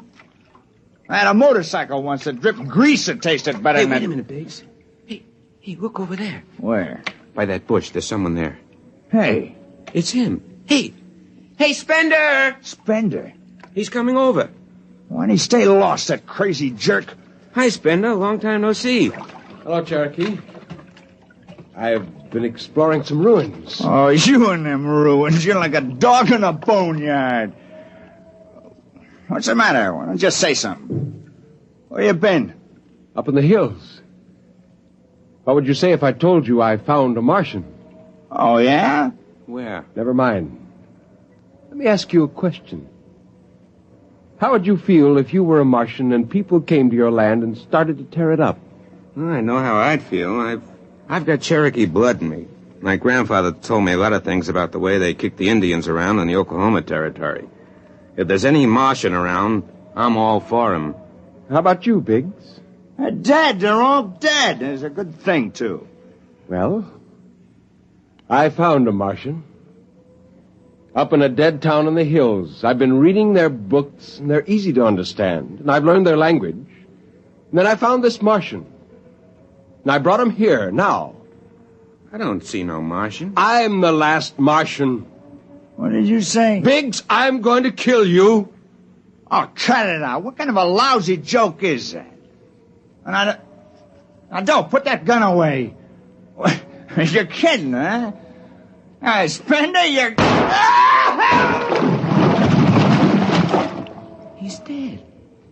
You killed him. You can come with me, Cherokee. You're an Indian. You know how the Martians would feel. You can be with me in this. You killed him. You just killed him. He deserved it. You're crazy. Maybe I am. But you can come with me. Come with you for what? Go on, get out of here, you crazy murderer! Of all of them, I thought you'd understand. I thought you'd remember what happened to your own people. You get out of here, you crazy murdering... Don't reach for that gun! Spender.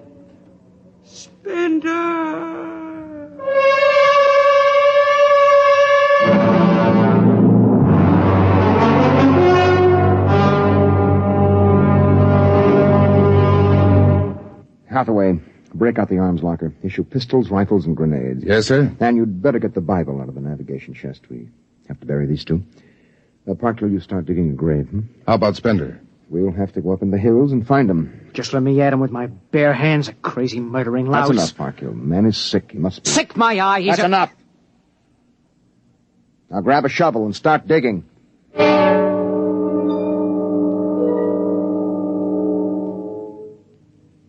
Spender saw the thin dust rising in the valley, and he knew the pursuit was beginning.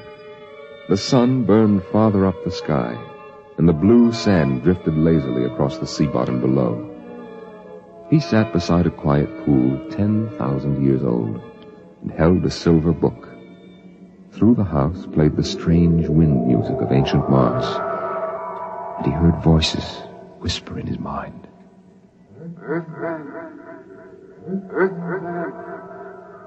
I hear you. I've always heard you, even down there on Earth. No, I won't run. What's the use? Live, Earthman. Live. Live? What for? To see them tear down your temples and put up hot dog stands? Run. They've seen me now. They know I'm up here. Live. There's Wilder now. I've got him right in my sights. Kill, Earthman. Kill. Funny, he hasn't ordered them to use grenades. They could lob one right up here and blow me to bits. Yeah, maybe the captain thinks I'm too nice to be blown to bits. He wants my death to be clean. Just one bullet hole in me, nothing messy. And why? Because he understands me. Kill. The only one in the crew who ever did. Well, at least I can do the same for him. Just one bullet in his head, a nice clean death. All I have to do is pull the trigger and then... It's no use, I can't do it to him. Spender! Can you hear me, Spender? I hear you, Captain. What do you want? Talk! Truth! All right. Come on up. Leave your gun down there and keep your hands up.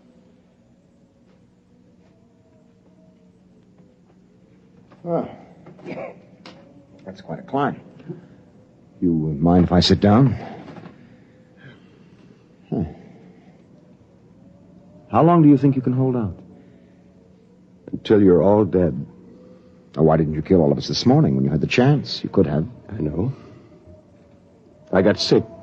After I started killing people, I realized they were just fools and I shouldn't be killing them, but it was too late. So I came up here where I could get angry again. Why did you do it? When I was a kid, my folks took me to visit Mexico City. I'll always remember the way my father acted, loud and big. And my mother didn't like the people because she thought they didn't wash enough. I can see my mother and my father coming to Mars and acting the same way. Anything that's strange is no good to us. We aren't fit to take over this planet. But to kill two men. How would you feel if a Martian spit on the White House floor? You know, you haven't acted very civilized yourself today. I'll kill you all off, Wilder. That'll delay the next rocket 5 years, and then I'll kill them too. And if I'm lucky, I'll live to be 60. And I'll meet every expedition that lands on Mars. Oh, I'll be very friendly. I'll explain our rocket blew up one day. And then I'll kill them off. I'll save Mars for half a century. And by then, maybe the Earth people will give up. And yet you're outnumbered. We already have you surrounded. In an hour, you will be dead. I found an underground passage that'll take me back in the hills, Wilder. I'll go back there. And then I'll pick you off one by one. We'll see. Well, it's a nice town you've got here, Spender. It's beautiful. I'd like to live here. You can. Join me. You're not like them. Why go back to them, Captain? I'll show you what a good life these people had. No, there's too much earth blood in me. I may even agree with you about all this, but that does not change what I must do. You won't stay? No. This is your last chance, Bender. Look, you're sick. Now come along with me quietly. No. One last thing. If you win, do me a favor. Try to see that they don't tear this planet apart. Right. And if it helps, just think of me as a very crazy fellow who went berserk one summer day. Be easier on you that way. Now I'll think that over. So long, Spender. Bye, Captain. Good luck.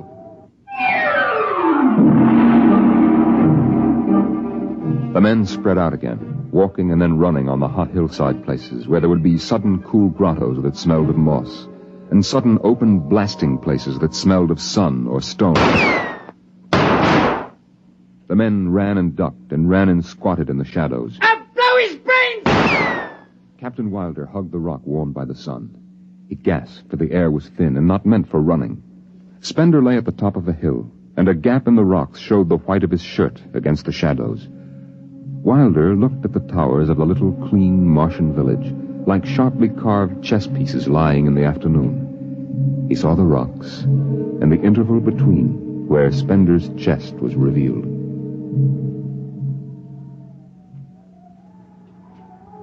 Go on, Spender. Get out.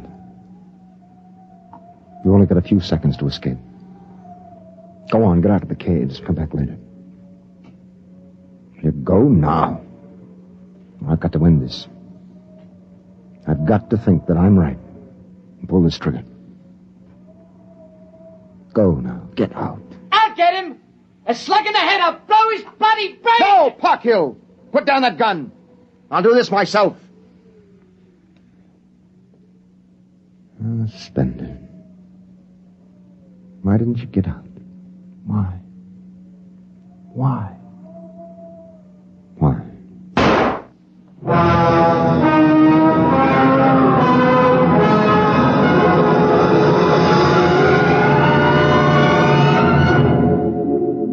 They buried him in that ancient valley town, where the music of the wind played on through the days and the nights. They laid him in an ancient silver sarcophagus with waxes and wines which were 10,000 years old, his hands folded on his chest. The last they saw of him was his peaceful face in the cold silver light of the racing twin moons. The captain found the poem in Spender's pocket, and he read it before he shut the marble door. So we'll go no more a-roving so late into the night. Though the heart be still as loving, and the moon be still as bright. Though the night was made for loving, and the day returns too soon, yet we'll go no more a-roving by the light of the moon.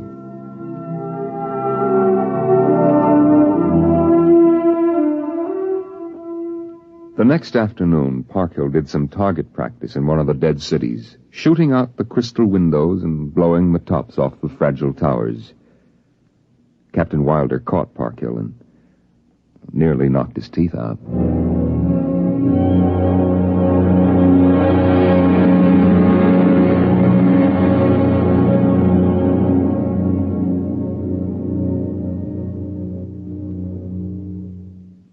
You have just heard X-1, presented by the National Broadcasting Company in cooperation with Street and Smith, publishers of astounding science fiction.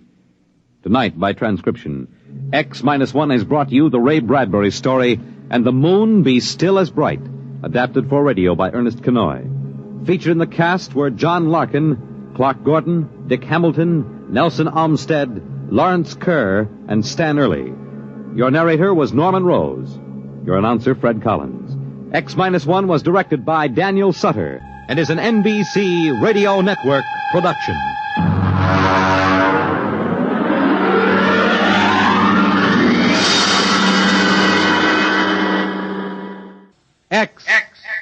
minus 1.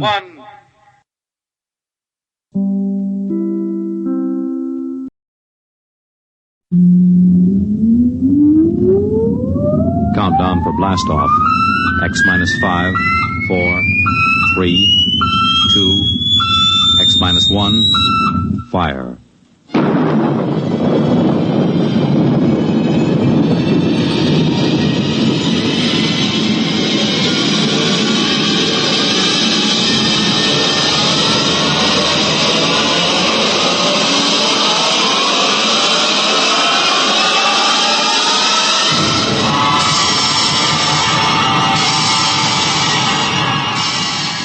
From the far horizons of the unknown come transcribed tales of new dimensions in time and space. These are stories of the future, adventures in which you'll live in a million could-be years on 1,000 maybe worlds. The National Broadcasting Company, in cooperation with Street and Smith, publishers of astounding science fiction, presents X minus 1.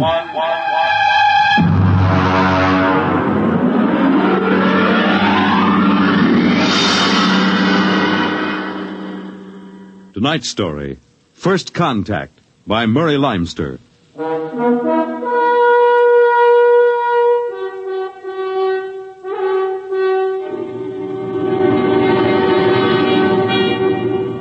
They had been in space 6 months now, moving with the incredibly faster-than-light speed of the overdrive.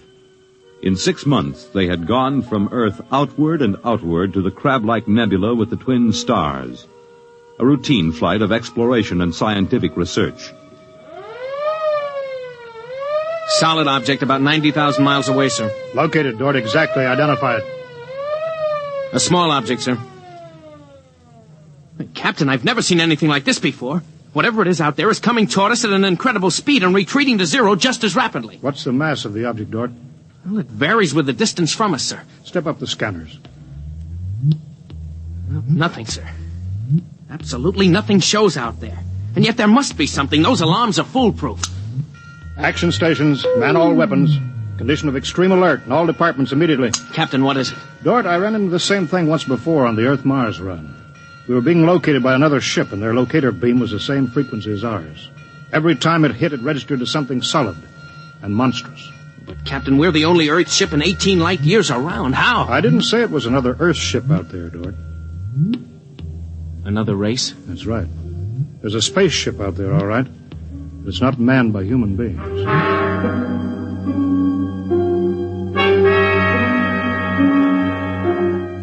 It had been contemplated and speculated upon. Mathematically, it was almost a certainty that such a race existed. But in 18,000 Earth years, no human spaceship had ever encountered them.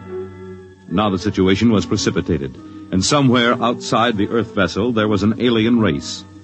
Of what shape? Of what quality? Of what psychology? It's moving, sir. Heading right for us. At that speed, we'll be in touch in 10 minutes. Heading right for us, huh? Just what we'd do if a strange ship appeared in our hunting grounds. Friendly? Well, maybe. We'll try to contact them. We have to do that. But friendly? Thank the Lord for the blasters. They may not be hostile, sir. Well, they may be. That's what I'm paid for. Put on this job for, to worry about the troubles that may never happen. To all hands, now hear this. A ship is approaching manned by an alien race. I'll give the signal for attack or defense if it be necessary. There'll be no move made unless I give the order. I do not wish to provoke trouble. Stand by. Their ship is slowing down, sir. It's stopped. Weapons Department, report. Weapons Department, report. Alien ship remarked. Target fixed. Weapons alert. Communications Department, report. Communications Department, report. We're receiving a modulated short wave, sir. Frequency modulated. Apparently a signal. Not enough power to do us any harm. We'll try to make some sense out of it. Report any progress to me immediately. One thing in their favor, sir. They didn't attack immediately without question.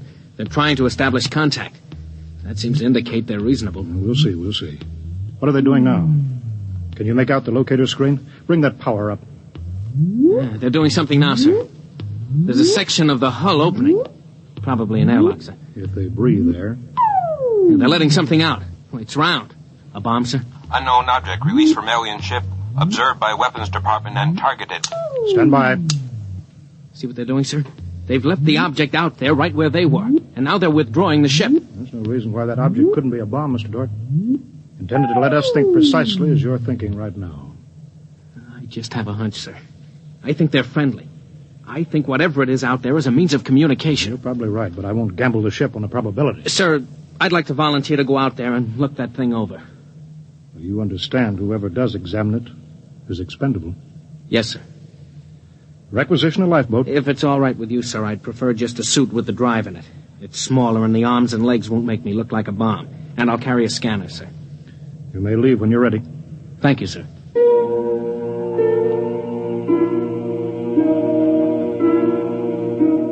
I'm all ready. Clear the lock and let me out.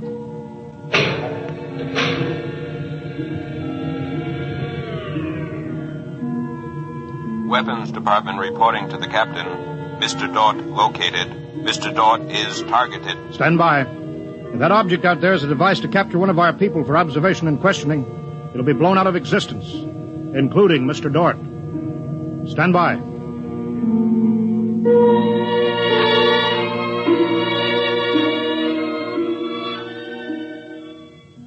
Mr. Dort.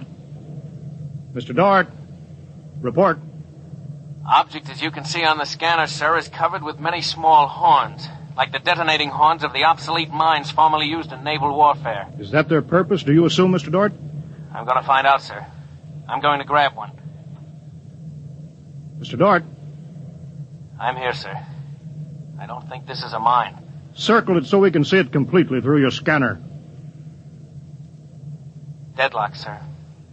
Nothing to report that the scanner hasn't shown you. Oh, wait a minute, sir. A section of the outer hull seems to be opening. Do you see it? Very good, Dort. Hold that. I'm sure it's a communications device, sir. It looks like it. Fix your scanner so it'll focus on that communications device. Return to the ship.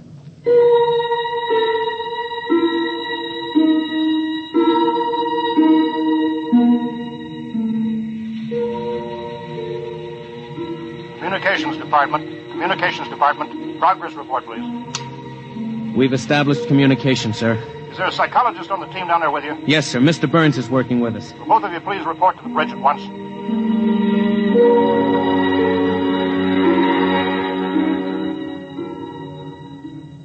Oh, you look tired, Dort.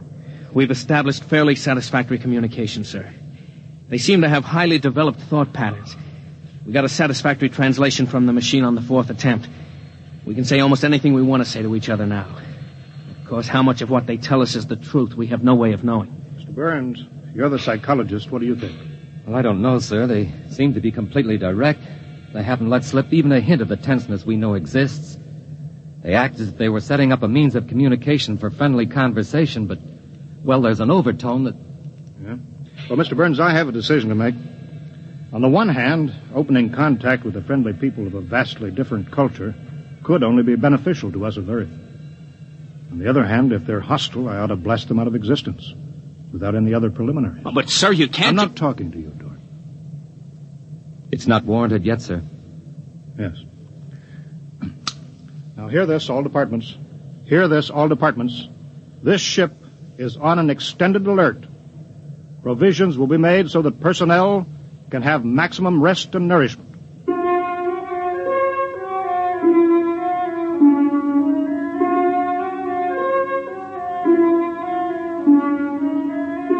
Communication continued by means of the artificial language set up arbitrarily between the Earthman and the aliens, decoded by the mechanical decoders.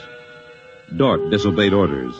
He lived on powerful stimulants so that he could stay with the communications machine. Talking to the aliens. Other people. Are we being received? We are receiving your message. The chief of this ship wishes to speak with the chief of your ship. The message is heard by the chief of this ship. The chief of this ship communicates that he will hear the message of the chief of that ship. Go ahead, sir. People of the other ship, I'd like to say the appropriate things about this first contact of two dissimilar civilized races. and of my hopes that a friendly intercourse between the two peoples will result. People of that ship, what you say is all very well, but is there any way for us to let each other go home alive? That's all, sir. They've stopped sending. Very direct people. Very direct. But, sir, I don't follow. I didn't know what that meant. Is there any way for us to let each other go home alive? It means what it says, Dort. Sir, what's to stop us from just cutting communication and leaving, and they can do likewise? What's to stop us? Simply that whichever ship leaves first will be followed by the other. If they find Earth and get back to their own planet and we don't know where that planet is, Earth will be completely at their mercy. If they leave first, we'll follow them. We'll attempt to find their home planet. Dort, could you swear to any decision that the policymakers on Earth will come to? Sir, even if they do follow us, the closer we get to home, the more of our ships and weapons they'll face. They'd never get away. Well, how do you know that they can't communicate with their home planet without returning? We can't, sir. How do you know they can't? I don't, sir. So that's the situation. We'll sit out here, facing each other, trying to outguess each other, until time wears us out. And we'll have to face the fact. Either they destroy us or we destroy them. Navigation officer, attention. Navigation officer, attention. Every star map on this ship is to be prepared for instant destruction. The chief of this ship wishes to know whether the chief of that ship can suggest an answer to the problem concerning us both. Do you want me to answer that, sir? I'll answer it myself. Tell me when to talk. Now, sir. I am giving that matter personal attention. Every effort will be bent to the solution of this problem. Will you consider a temporary truce in the meantime? What would a truce gain? Could we trust you? Would you trust us? I suggest that we continue as we have up to this particle of time. I agree. Sign off, George.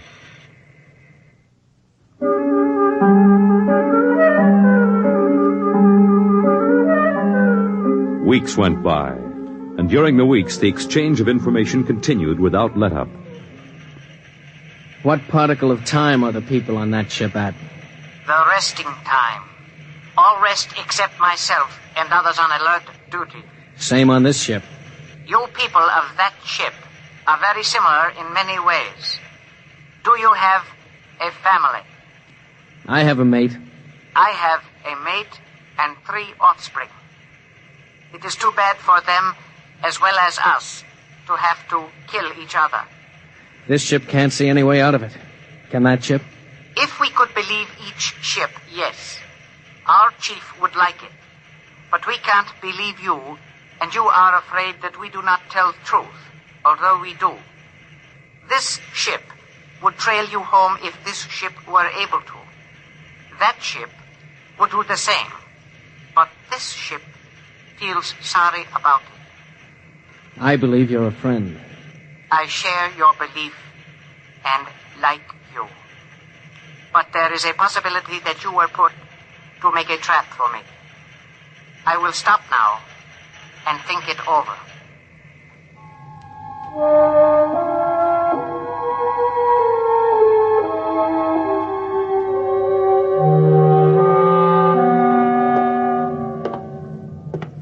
Just sit down, Dort. Control yourself. We're all under tension.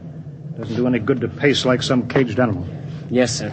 All right, now I've read the complete transcription of your conversations with this one alien. What does it prove, Dort? Sir, these people are so much like us in their thinking. Well, sir, they're likable. They're likable and they breathe oxygen. Their air is 28% oxygen instead of 20. But they could do very well on Earth. It'd be a highly desirable conquest for them. Dort, I'm as set against violence as you are. I don't see any way out of this. And I think we've got to break this status quo. So if in 70 hours we don't see any other way, then I have no further choice. I'll blow them to bits.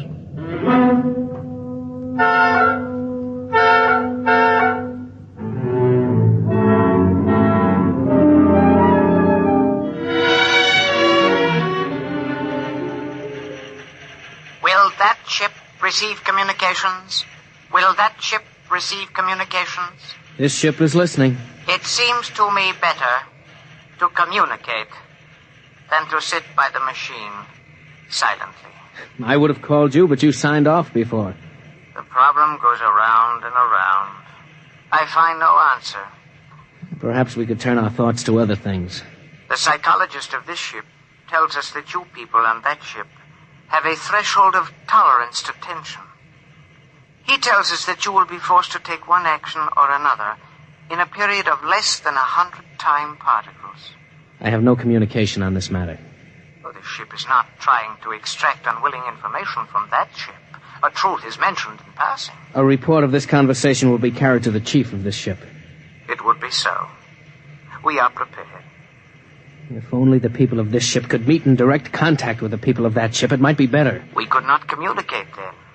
The communications machine is too large to carry from place to place. In direct contact, the peoples of the two ships would be further apart than now. That's true. I am sad. Much that is pleasant has passed between us. I am sad, too. We are not yet ready for each other. We are not yet ready for each other. It's hard, isn't it, Doc? Well, Captain, I'm sorry. I didn't know you were here, sir. I've been here for quite a while. Eavesdropping, I'm afraid. It's all right, sir. Nothing can be personal in a situation like this. Yeah, that's right. How long is 100 time particles, Dort? Pardon, sir? That reference he made to us not being able to stand tension is interesting. Their psychologists seem to make more out of us than we do out of them, don't they? Yes, sir. They hit the nail right on the head. Yes, they did. I think, Dort, we'll just have to push our timetable up a bit. No further communication with the aliens under any circumstances. That's clear, isn't it? Yes, sir. Sir, if they know so much about our psychology, isn't it possible that remark was intended to make us act more quickly? Probable, Dort. Probable. Well, why would they do that, sir? Why? You tell me why, Dort. All of a sudden, I have an idea, sir. It's crazy. It doesn't matter how crazy. I'll listen to it. Sir, I think these people are playing some kind of a joke on us. Joke? A joke, Dort? Yes, sir. Over and over again, I've noticed what I think is a sense of humor. A highly developed sense of humor. Do you recall when we went to all the trouble to set up a fictitious star map and then they just sent us back a mirror image of the same one? I think somehow they're playing a joke on us. Well, maybe you're right. In which case, you've seen practical jokers, Dort. Their jokes aren't always funny. Sometimes they hurt people.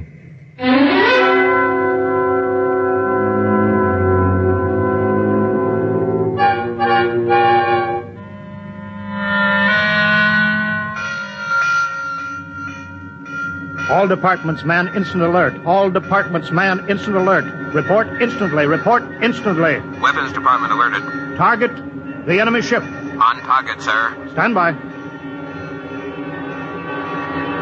Fire!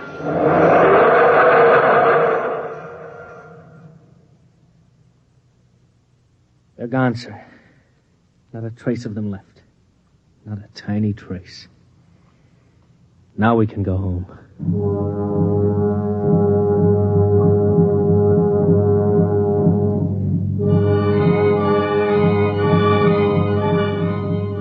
Communications to Captain. Communications to Captain. Report. Sir, I'm picking up new signals. Same frequency as the original alien signals. That's impossible. That ship was destroyed. I'm receiving signals, sir. Set the machine up. We'll be down there in a minute. Mr. Dort, come with me, please.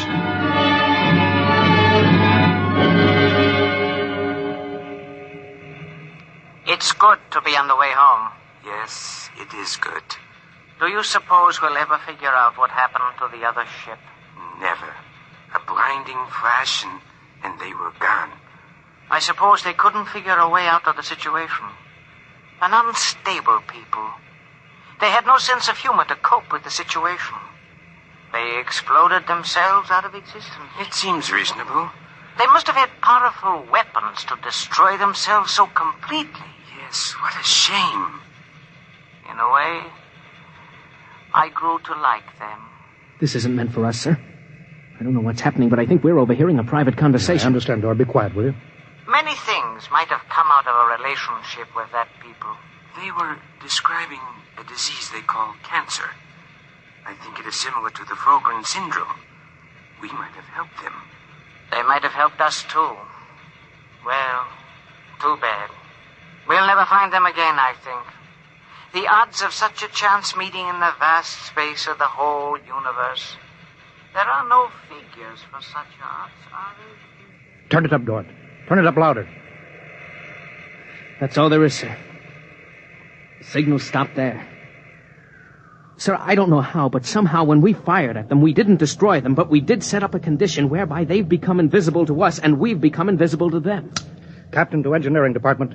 Halt, forward motion. Captain, why are we stopping? Listen, Dort, you say they're in. They are, but they're not destroyed because we just heard them. They're out there somewhere. Invisible. Well, you heard them, so they're heading for home. We're invisible to them, too, sir. How do you know, Dort? How do you know this whole thing isn't a setup? Well, suppose that's true, Captain. You heard their conversation. They weren't talking like any monstrous people. They seemed decent and warm, just as decent and warm as we are. How do you know this conversation wasn't planted, deliberately set up for us to hear? How do you know that, Dort? Yes, sir, you're right. They may be out there and they may not.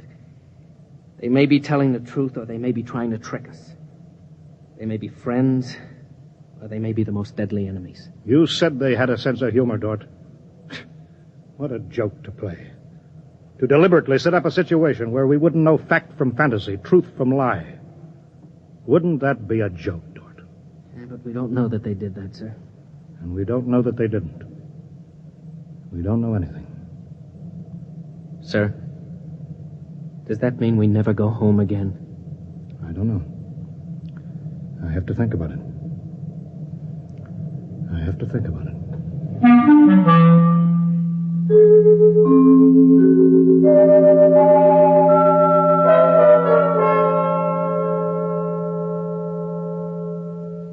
You have just heard X-1, presented by the National Broadcasting Company in cooperation with Street and Smith, publishers of astounding science fiction.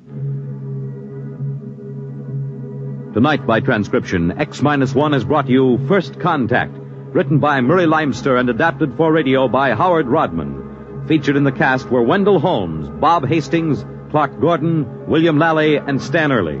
Your announcer, Fred Collins. X-1 was directed by Daniel Sutter and is an NBC Radio Network production.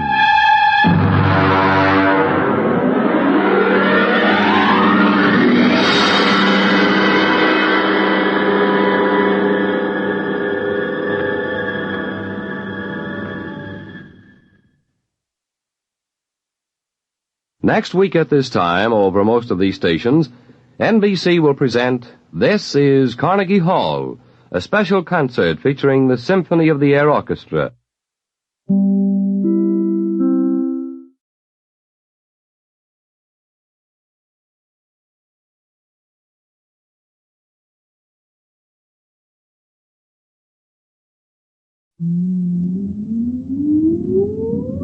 Countdown for blast off. X-5, 4, 3, 2, X-1, fire.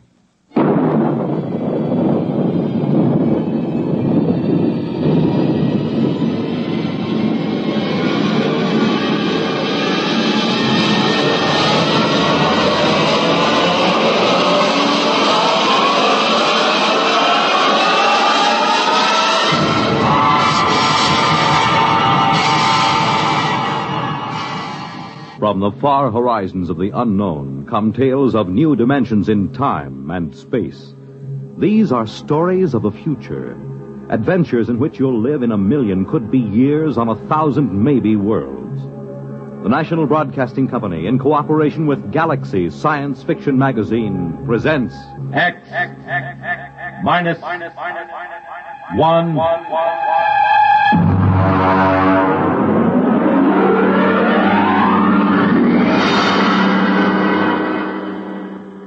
Tonight, Caretaker by James A. Schmitz. Commander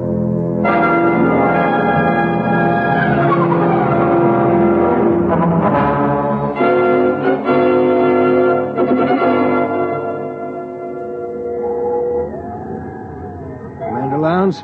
Yes, Mr. Harris. Astrogation reports planetary orbit secure. What vector, Mr. Harris? Approximately 1,000 miles above subject planet 3785. Well, we'll have to give it a name soon, Harris. Yes, sir. Engineering secured. Damage control parties working on the hull. Very well. Has Martyr touched down in the scout ship? Yes, sir. We have him on the tight beam. Give him to me on my screen. Yes, sir. Sparkman, put Martyr on the command screen. Exploration ship Titan calling ship 375. Come in. Scout 375 reporting. What's it like down there, Martyr? It's not much different from the scan report, sir. I'm at the head of a valley. It's green and it's scarlet. It's all swampy. And there's a big river threading through it. Harris, get me a pinpoint on Martyr's location. Aye, sir. There are mountains beyond. I can see Holman's house from here. Looks like a Swiss chalet standing over the lake. Have you made contact? Yes, sir. Boyce is over there now. How is he? Well, it's hard to say. Tell him we're recording the planet officially as Holman's planet. That might please him. No, I don't think so, sir. What? Boyce suggested it during our first visit with Holman today. He wants us to record it instead as, I'll spell it. Cresgyth. Cresgyth. What's that, local? Well, that's his phonetic interpretation of the name the people here use. Fair enough, if that's how he wants it. Anything to add on your present report? No, sir. I'll call you back after we've met his woman. His wife? Yes, sir. I'm glad it was you and Boyce who found Holman. You're reliable men, you in particular. Martyr, I don't need to emphasize that Holman's discovery of what appears to be the first genuine human race ever encountered outside of Earth is of primary importance. Yes, sir. Boyce might be inclined to hurry through the diplomatic overtures. You'll be careful about that part of it, Martyr. Yes, very careful, sir. On the 2 continents we've scanned before, we've found no traces of human inhabitants, present or past. Yes, I know, sir, but Holman's... It's possible Holman's acquaintances are the sole survivors of humanity here. If we frighten the tribe into hiding, there may never be another contact. Yes, I understand, sir. Fine. Now then, what about these other creatures? What did Holman have to say about them? Well, in the 20 years he's been marooned in this valley, he's had only 3 or 4 actual encounters with them, sir. Rather violent encounters on his side. Apparently they learned to avoid him after that. They're called Zares. He seems to have an almost psychopathic hatred for them. That's not very surprising. We pulled up a scout drag a little while ago, bagged a couple of specimens. The description checks with Holman's description of the Zares, the worm-like, slimy, blue body with a set of arms, legs, and head. Out of the water, they seem to wear some kind of clothes, presumably to conserve body moisture. Yes, that's what he said. All right now, Martyr. I want you to continue according to the plan. And remember, be careful of Holman. He's been alone on this planet for 22 years. He deserves a lot from us. Yes, sir. But he hasn't been alone. He has his wife.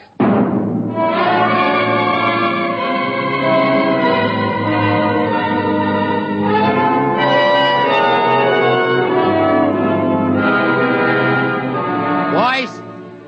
Boyce, where are you? Down here. I'm with Holman. Check in with the exploration ship? Yes, it's all right. Holman, they say they'll name the planet the way you want it. That's good. Celia will like that. Celia? My wife. I called her Celia from the start. She likes the name. I see. Where's she now? Oh, she's out somewhere. She's very timid. She'll show up sometime in the night, and I'm leaving the doors open for her. I'll talk to her a little first to reassure her, and you can meet her then. Meanwhile, would you like to see her picture? Why, have you got photographs? No, I painted it. I used to do a little bit before I went into service. It's over here. I've done about 50 or so paintings over the years. I paint a lot of them over, you know. Here, in here. I grind my own pigments and cut brushes from the swamp grass. I'd give my arm for a good camel's hair brush. Here she is. Beautiful. Real good looking. Of course, it isn't an exact likeness. I tried to capture the spirit. I think I've got it pretty good. You know, there's something about that picture sort of... Never mind, boys. Boyce doesn't know much about art. Yeah, but I know what I like. I like a good-looking woman. You're a lucky man, Holman. You wanted to see the deep water well. It's right through here. Actually, it's just an opening through the concrete to the river that runs below. It's as pure as anything you could wish. If they want to refresh the water tanks of the ship... Yes, I'll take it up with the captain. We'll be staying a week or more. We're to follow your judgment in every way in establishing contact with the Cresgythians. Good. We can't do anything till Celia comes in, and we'll have to be very tactful then. But I'm sure it won't take a week. Well, what makes them so shy of us? Oh, it's not you, it's me. Or it's an impression I gave them of the Earth kind of human beings. Come on upstairs and I'll tell you.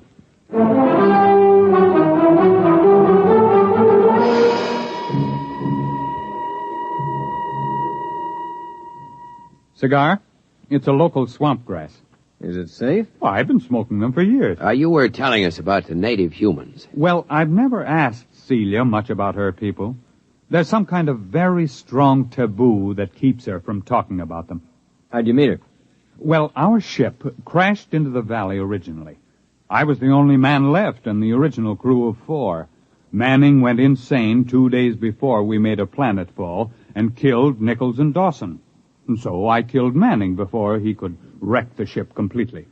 Have you got a light, Marta? Thanks, I'm all right. You see, it was unavoidable, but they never understood it, those people of Celia's. Well, how did they find out? I was unconscious for about a month and completely blind for 6 months afterward. Blind? Well, they got me out of the wreck and nursed me back to life. But as soon as I was out of danger, only Celia would stay with me.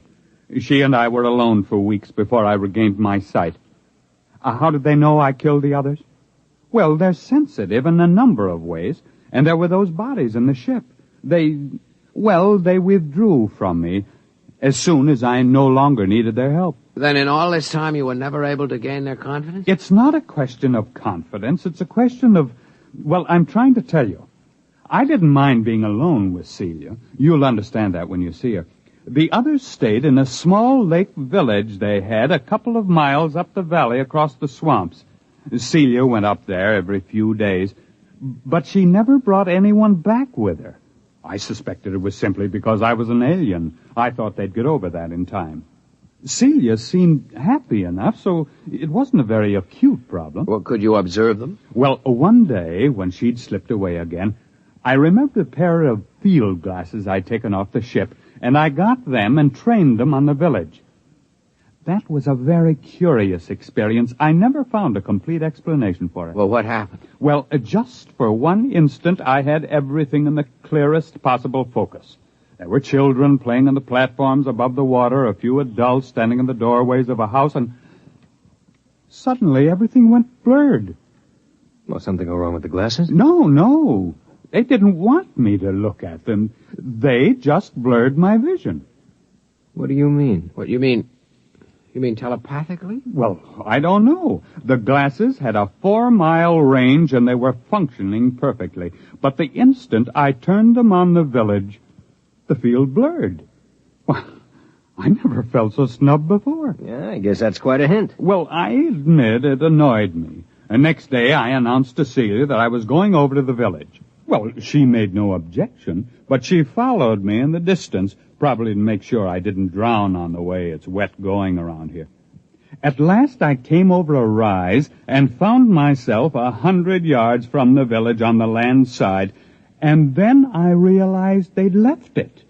I walked around it a while and found cooking fires still glowing, but nobody had waited to receive me.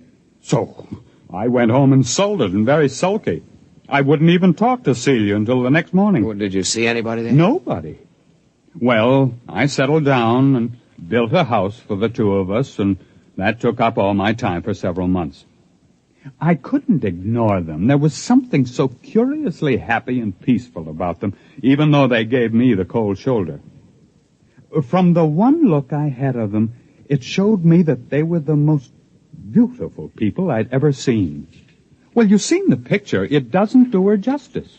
Boy, she must be something. One day, when Celia was gone, I made another trip to the village, and the same thing happened. Well, did you make any attempt to explore further? Oh, yes. I got the little lifeboat flyer repaired enough to get it off the ground and set it down again. I had enough fuel for one 24-hour trip. I flew down the valley for almost 50 miles before I came across the first colony of the other ones, the Zares. Is that what the people here call them? No, Zare, that's the word for snake. I named them that. Did they live in caves? No, that's what fooled me. It was a village of houses just like the one here. I sat down on the lake and I saw them. They just stood there, very quietly watching me through the doors and windows. What made it worse somehow was that they wore clothes, but the clothes didn't cover enough. Those weaving, soft, blue, slimy bodies and those staring eyes.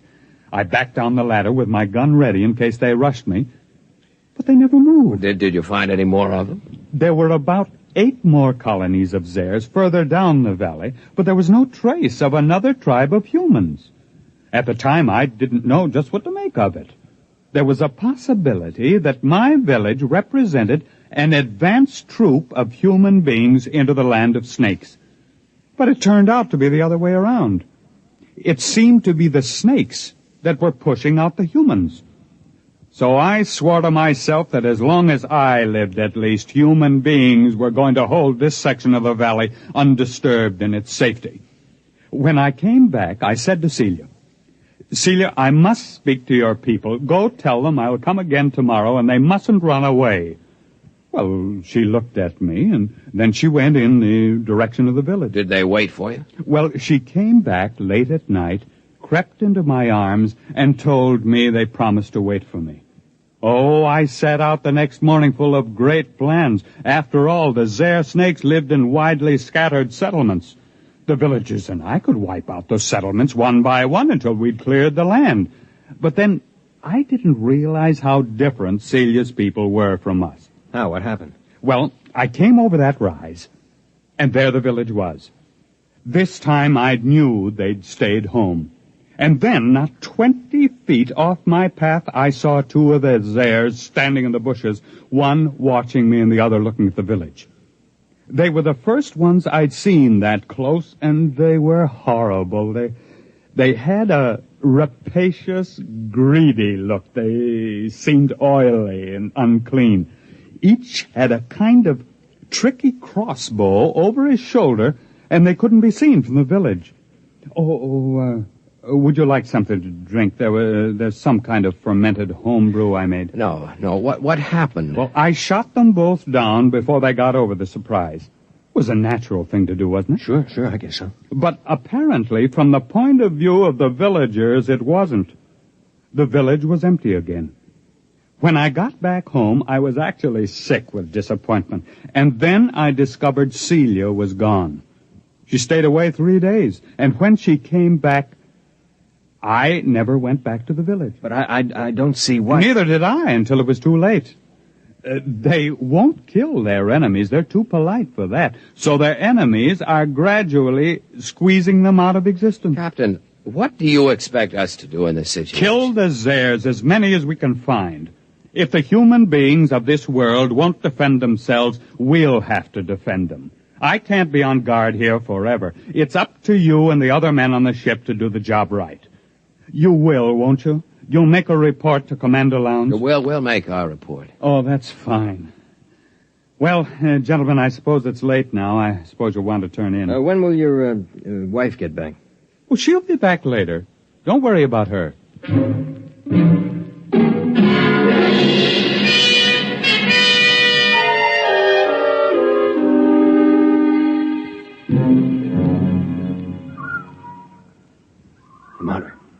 Marta, you awake? Why, what do you want? Listen. What? Somebody moving in the house. Listen. Holman? No. Listen to those steps. Now, hear him? That's no man. Slow, dragging. Yeah, come on. Wait a minute. Sidearms.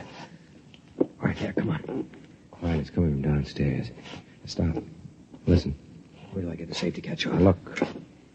No firing unless I tell you. Look, Marta, I'll take care of myself. Maybe it's one of those airs. I'd like to get a shot at them. Come on. Downstairs, all right.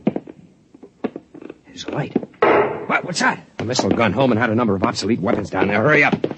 Look out, there goes the light. I've got my torch. It came from the well room. Oh, it's the door. Stand back. Turn your light in there. It's Holman. They've got Holman.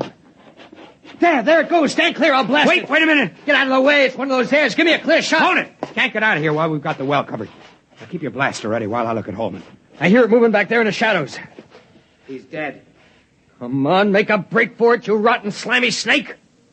Come on. Shot through the head with his own gun. Who's that Zare, that snake? You got a good look at it? No, it jumped for the shadows. There it is. Marta, swing your torch around. I'll roast it with one blast. Listen. Who's that? You who are his friends, will you listen to me? Who are you? He called me his wife. What? How'd she get in here? If that Zare gets a hold of her... Quiet. Don't move. I won't. Why did you kill him? But I thought you understood. What do you mean she killed him? It was that Zare, the snake. There are medical men who'd say he'd been insane for 20 years as he counted time. They would have forced him back into sanity. I could not bear the thought he should suffer that. Suffer what? Are you all fools? He was a fool, though I loved him. He could not see beyond the shape of things. So here among us, he saw shapes he could bear to see. And those moments when sanity came to him and he saw what was really there, then he killed. Are you all like that? What's she talking about? Is the snake there with her? Go upstairs, boys. Wait for me outside. You gonna kill that snake? Yes, I'll kill the snake. All right, take my blast. Now be careful. Get it between the eyes, Marta. Roast that zare to a crisp. Go on outside. Are you still there? Yes. Is there any way you can get out? I can leave by the river that flows under the well if you do not shoot at me. I won't shoot at you. May I take his body? Yes. And you will all leave with your ship? I loved him, although my people thought it strange, almost beyond their tolerance. They are foolish, too, yet not as foolish as you are. They saw what was in his mind, and not beyond that. And so they were afraid of him. But he is dead now. And there is nothing that your people and mine could share. We are too different. Will you leave? We'll leave. What did you see that was beyond his mind? A brave spirit, though very frightened. He ventured far, far, far into the dark, of which he was afraid. I loved him for that. I am coming now. I think you had better look away.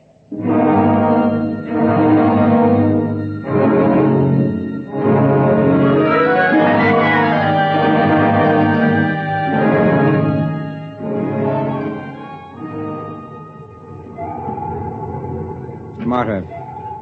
Yes, sir. I've just been down to sick bay. Boyce is all right. He's in shock. Well, I gave him a shot of sedative on my way up here. Oh, the medics say he'll be all right. They're giving him a reconstructive psychotherapy fix. He won't remember much of it.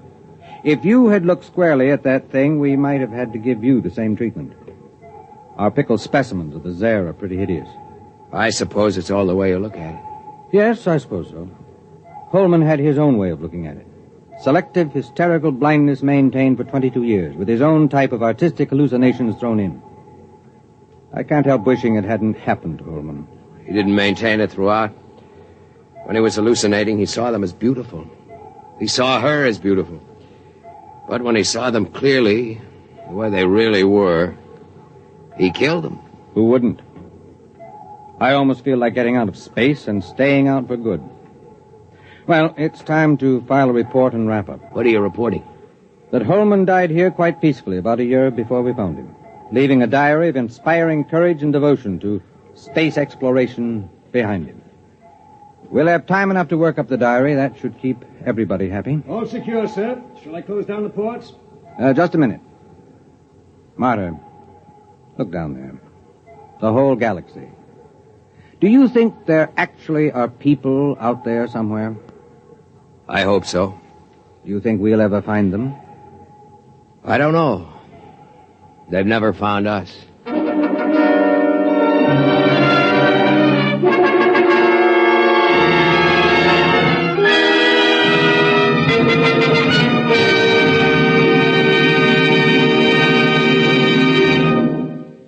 You have just heard X-1, presented by the National Broadcasting Company in cooperation with Galaxy Science Fiction Magazine, which this month features Survival Type by J.F. Bone.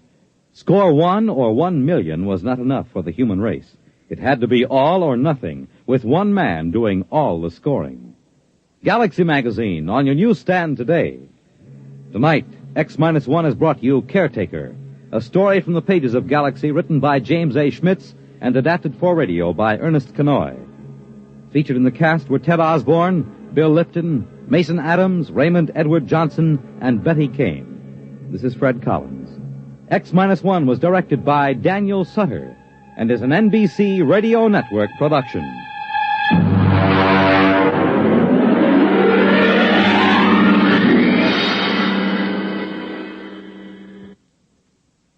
polio is not over yet. A total of $46,900,000 is needed to continue the fight against this crippling disease. Thousands of polio victims are depending on you. Help finish the polio fight. Join the 1957 March of Dimes. The World on a New Hotline. Listen for news on the hour and the exciting hotline service all day, every day on most of these stations.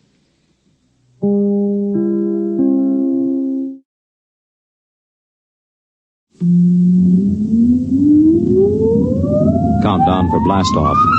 X minus 5, 4, 3, 2, X minus 1, fire.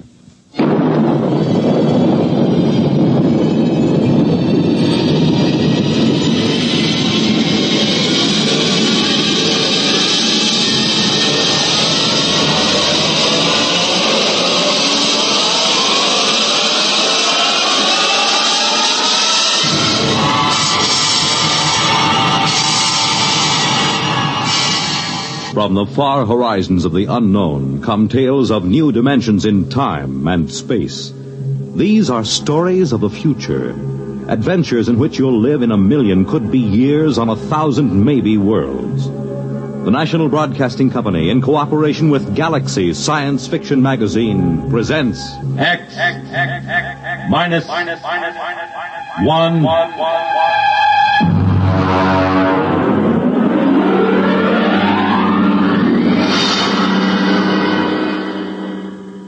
Tonight, The Merchant of Venus by A.H. Phelps, Jr. But first, hear this. When they play it hot and you dig the beat, oh, life is swinging, life's complete. You make it Pabst, 'cause Pabst makes it perfect. Yes, Pabst makes it perfect. Just as we always have ever since 1844. So next time, you make it Pabst, because Pabst makes it perfect. America's Blue Ribbon beer from the Pabst Brewing Company, Milwaukee, Wisconsin. Yes, Pabst makes it perfect.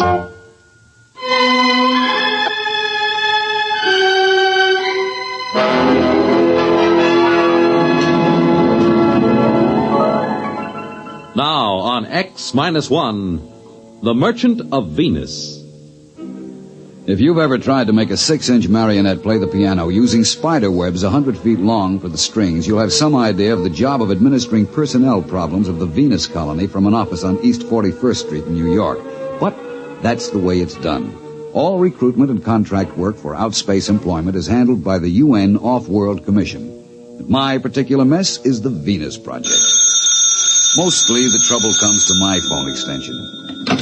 Work 'em here. Work 'em. How long do you think we're going to stand for this? Oh, General Carlson, how are you? At the rate you're going, there won't be a man left on Venus or a dollar left in the budget. What kind of a personnel director are you? Well, if you... Don't you know this project is vital to every person on Earth? General Carlson, just what is wrong? 30 more resignations came in from the colony on the last mail flight.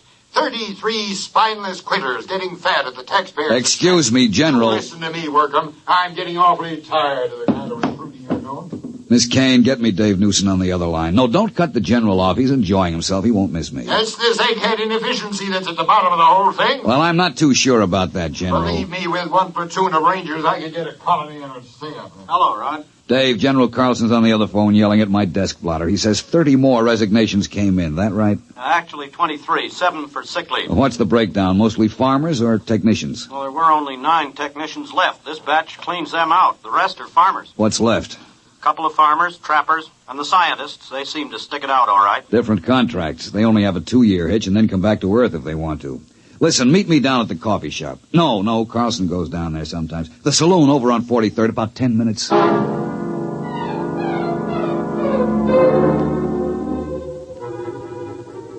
The saloon was decorated in old-fashioned foam and plastic furniture. It looked straight out of the antebellum 1950s.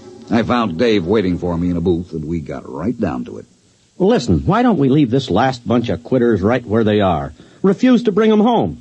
Then they'd have to make a go of the colony to save their scrawny necks. Oh, I'd like to, but even General Carlson wouldn't dare. We'd never get another colonist off Earth. And our main job is to relieve population crowding on Earth. We get tough with the colony, a man would be a fool to go. And every one of these quitters talks like he was just sprung from Devil's Island. This isn't getting us anywhere. I want you to shoot me up the files on this last batch of quitters. Maybe we'd better have a staff meeting on it. Get the psychology section, the preliminary interviewers who passed these men, and I'll have Jameson, too. What do you want a historian for? Maybe he can find us something interesting in the project record. He's used to deducing the philosophical and religious behavior of the ancient Hittites from a loose translation of a cuneiform laundry bill. Shall I get them all down here? No, we'd better make it formal. Book a conference room. When you get Jameson into a saloon, he spends all his time thinking up guessing games to avoid paying for his drinks. No, make sure about General Carlson. I'll tell his secretary. No, make sure he doesn't hear about it. I don't have anything against General Carlson personally. It's just that there's always been a fight over Venus Project. The military versus the rest of us soft, decadent civilians. Carlson felt the right way to settle any virgin territory was to set up a military outpost on the ground that soldiers had always been the best operators under similar circumstances. I had lunch with Dave before the conference. You want to call the Greasy Spoon and order? What's on the menu? Well, Protos burger, sliced barbecued yeast, or seaweed borscht with boiled algae balls. Just coffee. Black coffee. Well, they don't have coffee. What do you think this is, the Chambord? You can have Neo-Caf or Syntho tea.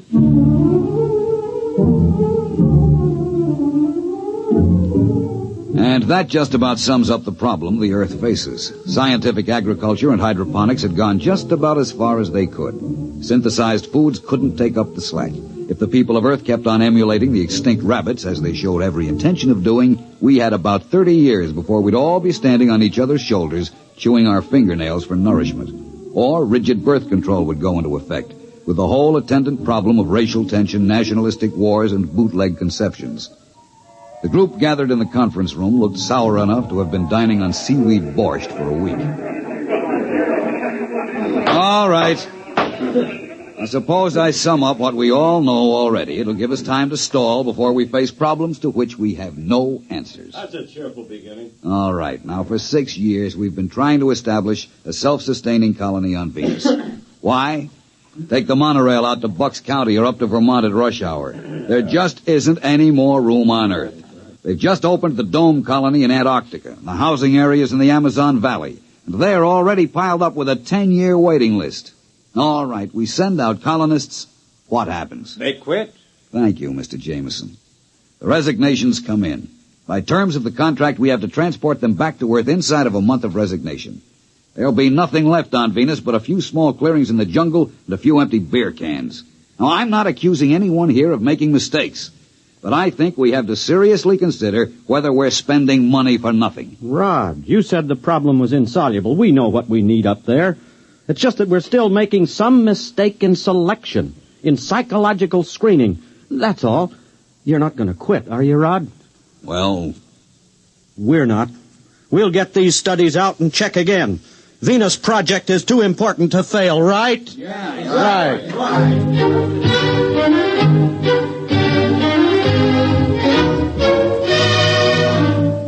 It's a cheap trick, but it always works. I talk with a heavy, heavy heart. Dave jumps in to shill like a Boy Scout. It always amazes me how a bunch of PhD psychologists can get suckered into enthusiasm every time. We tried to figure out what made the settlers quit. We went into their backgrounds, their personality psych profiles. The coffee grew stale and the smoke heavy. Nothing. Look, Rod, here's what it boils down to. A man has to be unstable to want to leave Earth, but he has to be stable to stay on Venus. You need initiative and resourcefulness to make out on a new planet. But if you had it, you'd make out fine at home. You need young, healthy, vigorous, mature, older, experienced people all rolled into one. We're looking for a collection of walking paradoxes.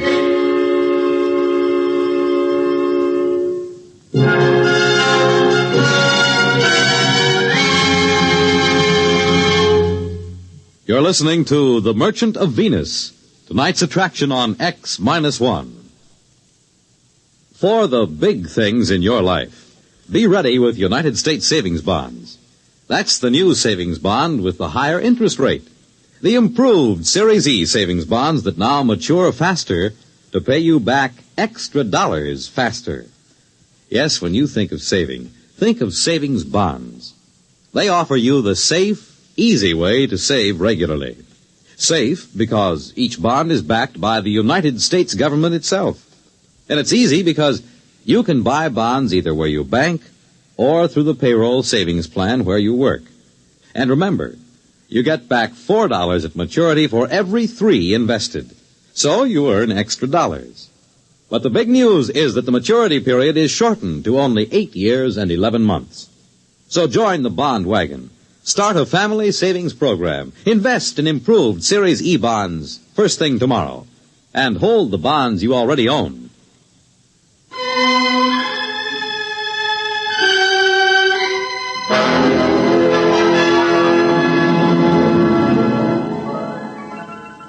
Now back to X-1 and The Merchant of Venus. We tried brainstorming on Project Venus. You know, just sit around and let the ideas seep out of your unconscious. Take kids up and bring them up on Venus under guard. Grow colonists in test tubes and ship them out wrapped in glass. Start trial colonies in the Congo. Nothing. I was mulling the conference over by myself in the saloon when Jameson dropped into a chair beside me. Hi, Rod. Oh, hello. Hey, I got a new game. I take 3 matches in my right hand and Don't you guess... bother. I'll pay for the drinks. Rod, you're taking the sport out of sponging. I see nothing amusing in being a petty con man. How about that snow job you work on the psych team every couple of weeks? You could get rich selling bogus mining stock to investigators for the SEC. There is a difference between legitimate personnel psychology. Sure. How about when you threatened to quit? Well, I'm not sure I was kidding. What would happen if you quit? Carlson would probably send a military outpost up there. Make a clearing, build a fort, maybe a town, and then he'd try to get people to come and live in it. It won't work, though. They'll want to know why the planet had to be colonized that way. Why wouldn't the civilian colonists stay? Rod, this may surprise you, but I agree with you. But not because of your fancy psych profiles and emotional mathematics. A free people will not willingly move into a military township. Rod, you a gambling man? I told you, I'll pay for the drinks. No. I mean, would you take a 50-50 chance that the colony had a chance of working out? I guess so. It's better odds than I'd give at the moment. All right. You're on. Now, wait a minute. What are you talking about? Never mind. Here, look. I take 3 matches in my right hand...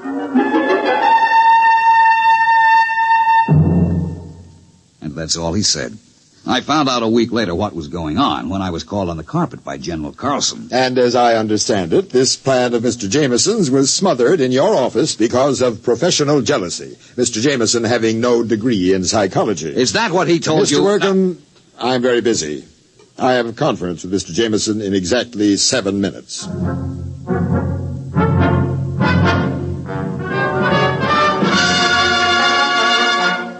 I caught him later that afternoon. Now, take it easy, Rod. That's the only way I could get Old Blood and Sarsaparilla to snap at my bait.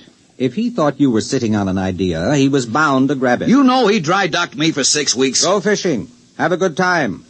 When you get back, I'll have my little swindle going full blast.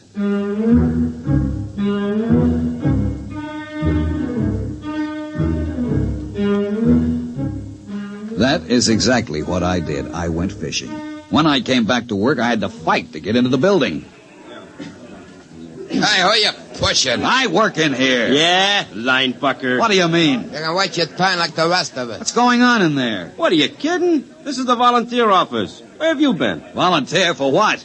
The Venus colony. Oh, no. That's a little office around on 43rd Street. Wake up, Bud. They moved out of that office last week. You mean all these men are volunteering? Sure. Hey, you got a bottle on you? Bottle? Anything. A little California seaweed juice, maybe? I ain't fussy. Are you a trained farmer? Do I look like a hayseed? Technician? Mechanic? Listen, Buster. That's for Marks, Rubes, Hicks. I know how to take care of myself. Let the suckers push tractors around. You sure you ain't got a shot? No. Man, I can hardly wait till I get there. The nearest saloon? Venus, man, Venus. What are you going to do when you get there? I'm gonna snake me a little climb. Then let the creds roll in. Gonna get me a year's supply of the best pre-war scotch, and I'm gonna use it up in a week. They don't pay that kind of wages at the colony. Wages? That's for square johns. I'm going out for the hot stuff. Know what I mean? Radioactives? Well, the government assays don't show enough to make it worth shipping. That's what they want you to believe.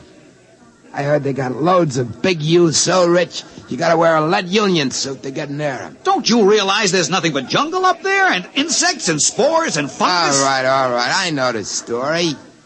That's to keep out suckers. Take it from me, bud. Just look around. The smart money knows the truth. I'm getting in on the ground floor.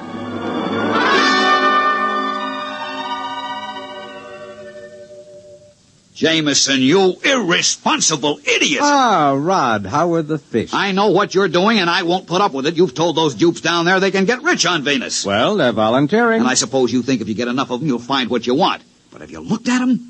Crooks, gangsters, bums, hobos, drunks, and I don't know what. They are a little picturesque, aren't they? Well, you've got recruits, all right. But what kind of a society are you going to start with them? Rod, you're not being just a teeny-weeny bit snobbish, are you? Look, this isn't a joke. I don't care who goes as long as they meet some standards. But to make a decent place, you need decent people. Morally clean and healthy. And to think this is a man I have seen playing stud poker. You've got a collection of bums and alcoholics and criminals. Probably half of them are wanted by the cops. You've got to stop.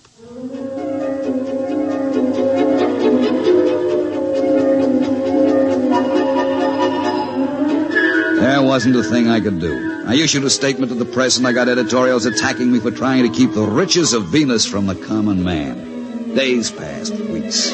The training and screening compounds were jammed, and the transports lifted from Cocoa Base on a tight schedule, 100 men to a ship, not counting crew. People traveled miles to apply. They drifted in from every skid row around the world. And then the numbers decreased. Day by day, the get-rich-quick propaganda seemed to be losing its grip. About a year passed, and the lines had dwindled down to about a steady 5 men a day. I went through my routines in a kind of daze, horrified at the tale history would write about the society that was recruited through my office. Then one day I met a man in a lunchroom. He asked me the way to the recruiting office. We got to talking. That afternoon I found Jameson in the saloon and cornered him.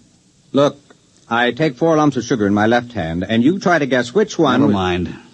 It's just a little sporting proposition. I've had enough sporting propositions out of you. Jamie, I just talked to a recruit.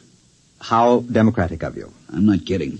He was an engineer who tossed up a good job to go out to the colony. How nice. I did a little more checking. They've changed. There are farmers with their families, school teachers, lawyers, doctors, and then 2 ex-colonists applied yesterday to go back. Guess which hand holds Listen, there is on the bar a pre-war bottle of scotch at $25 an ounce. I will buy you the whole bottle for an explanation. Oh, well, wait till I put the sugar back in the bowl. Jamie, how did you do it? Were we so far wrong with our charts and psychomath? Actually, you told me how to do it. Remember you said if there was a recently pioneered society around for you to test, you could set up your standards? Well, all you needed to do was duplicate the kind of person who settled America, or Australia, or California. As an historian, I knew what they were like, and I knew what brought them. So I put out the same bait. In a pig's eye you did. How about freedom of religion, freedom from oppression? That had something to do with settling America, didn't it? Isn't that what brought people to this country? I saw that cesspool full of tramps you started with. If there was a Tom Paine or a Ben Franklin among them, I'll eat a whole Rorschach series 1 ink blot at a time. Rod, you are no historian. Franklin was born here. Paine didn't come over in the first wave. Pioneers are not necessarily young, healthy, or moral. America wasn't founded only by pilgrims. They were actually a minority. We were settled by promoters, bonded servants, British convicts, pickpockets, thieves, French and Spanish pirates. They came here for gold, or to beat a hangman's rope. That's the kind of person who settles a new land. Misfits, drunkards, fugitives from justice. Too sick in mind or body to make a go of it where they are. But what kind of society will they make out of it? What kind did the sweepings of Newgate make out of America? After a while, they stop shooting each other down in the streets, and civilization catches up with them. For one thing, they get married. And it's amazing what a civilizing influence a wife is. Won't they be a little sore? After all, you just worked the greatest hoax since the immigrants came to America because they heard the streets were paved with gold. Well, I'll be going along myself soon. You? Yep. Now that they've got a colony going up there, they'll be making history. And besides, I understand there's a wide-open gambling saloon at New Abilene on the Neo-Texas Peninsula. I'm anxious to try my luck on the wheel. I wonder if that pre-war bottle of scotch will stand the acceleration.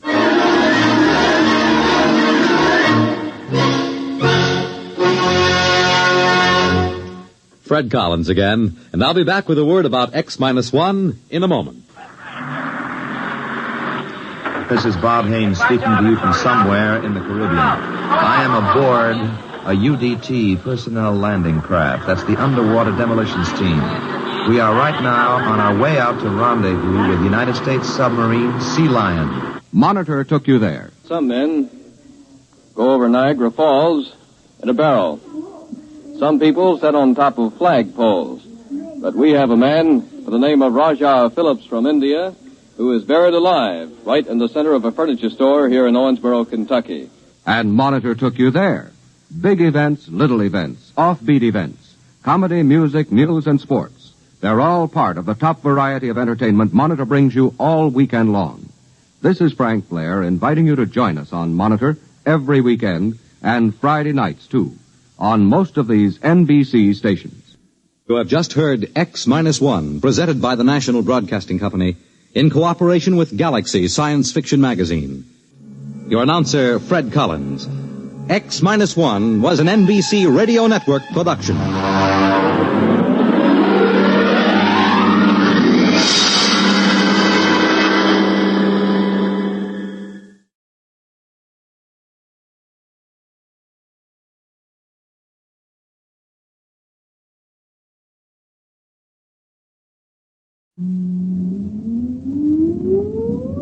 Countdown for blast off.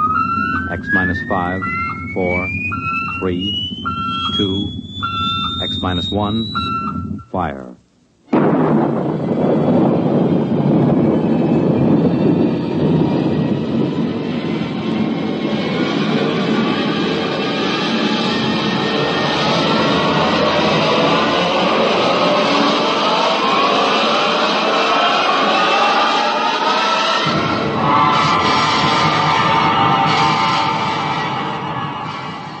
From the far horizons of the unknown come transcribed tales of new dimensions in time and space.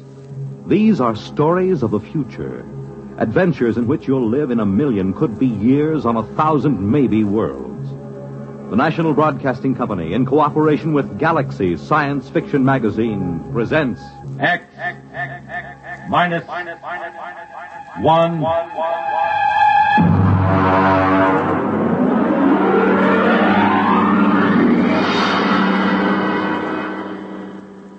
This week, the police chiefs of the country are meeting in Chicago for the 63rd Annual Conference of the International Association of Chiefs of Police.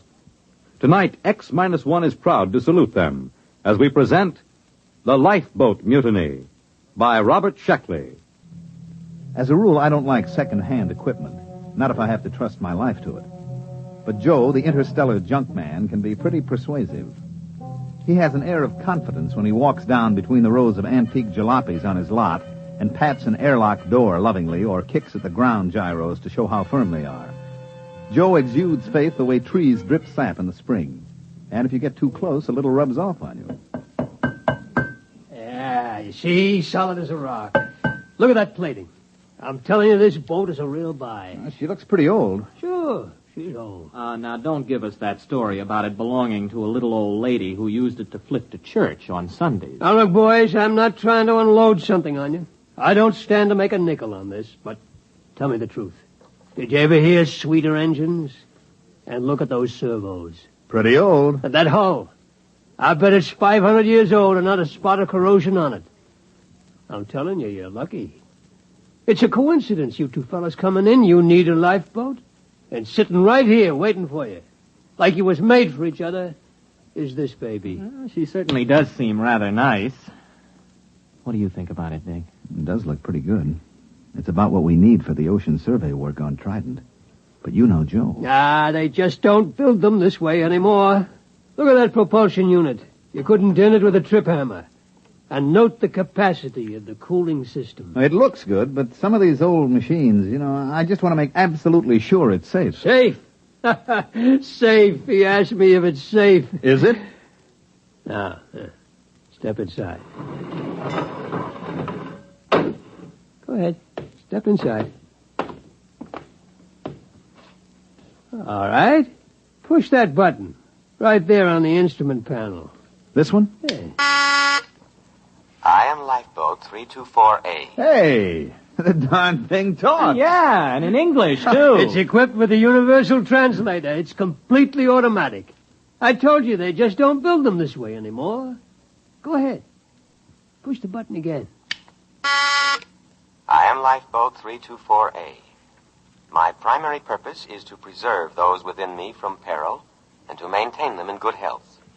At present, I am only partially activated. Could anything be safer? This is no senseless hunk of metal. This boat will look after you. This boat cares. I don't know. The idea of an emotional machine always gets me. I can't even stand those robot maitre d's. They keep slobbering over you every time you go into a restaurant with their tubes just pouring kindness and consideration. Oh, you're a reactionary. We'll take it. You won't be sorry. Boys, you just bought yourselves a lifeboat. Joe delivered this assurance in the frank and open tones that had helped make him a millionaire several times over. It wasn't that he was dishonest. Far from it. All the flotsam he collected from anywhere in the universe worked. But ancient machines often had their own idea of how a job should be done. They tend to get peevish when forced into another routine.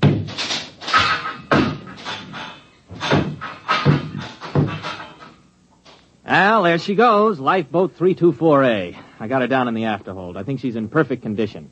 It's just what we need for those oceans on Trident. I hope so. The last thing I bought from Joe was an electric razor. Only it turned out that it came from Deneb 3, where they are slightly reptilian. And an electric razor is used to help them change their skin in the hot months. If you remember, I was in the hospital 3 months, and after the skin grafts, I don't know my ears from my elbow.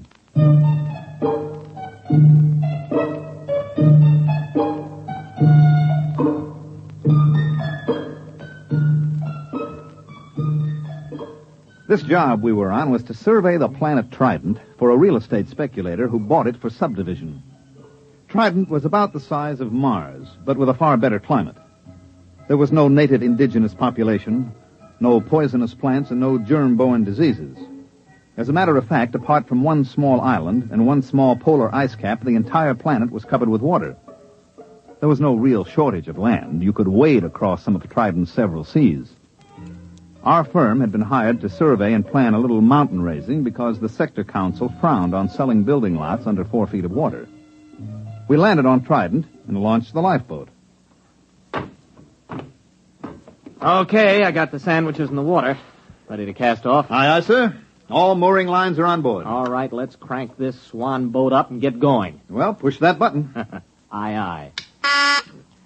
I am Lifeboat 324A. My primary purpose is to preserve those within me from peril and to maintain them in good health. At present, I am only partially activated. For full activity, press button 2. Now, there it is, right next to the first one.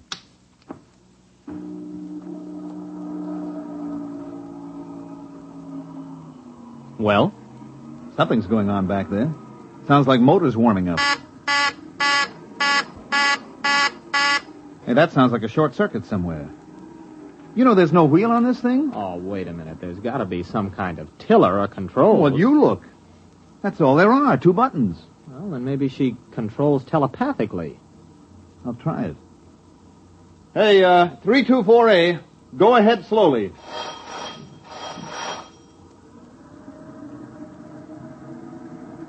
Ah, there she goes. That's it.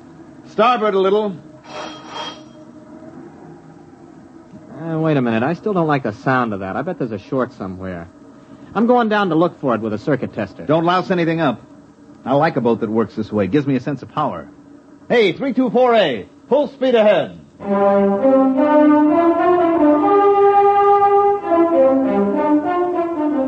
Arnold disappeared into the bilge with a circuit tester, and I handled the survey.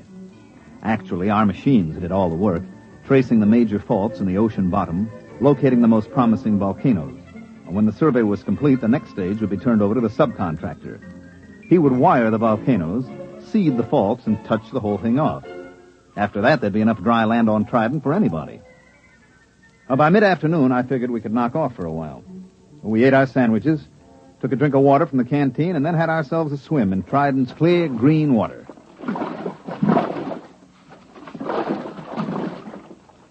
Hey, give me a hand up. That was very refreshing. Oh, yeah. I'll have to get this grease off with sandpaper, but I think I found the trouble. You see, the leads to the primary activator have been removed and the power cable's been cut. Well, why would anyone do that? Well, it might have been part of the decommissioning, but I got it hooked up now. Go ahead, hit the second button. Might as well have this thing working right. Okay, here she goes.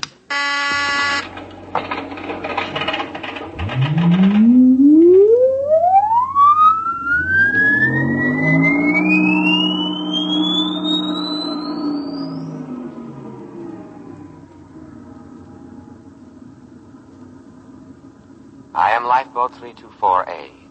I am now fully activated and able to protect my occupants from danger. Have faith in me. My action response tapes, both psychological and physical, have been prepared by the best scientific minds in all drone. Ah, that's more like it, huh? Gives you a feeling of confidence, doesn't it? I suppose so. But where is Drome? Gentlemen, try to think of me not as an unfeeling mechanism, but as your friend and comrade in arms.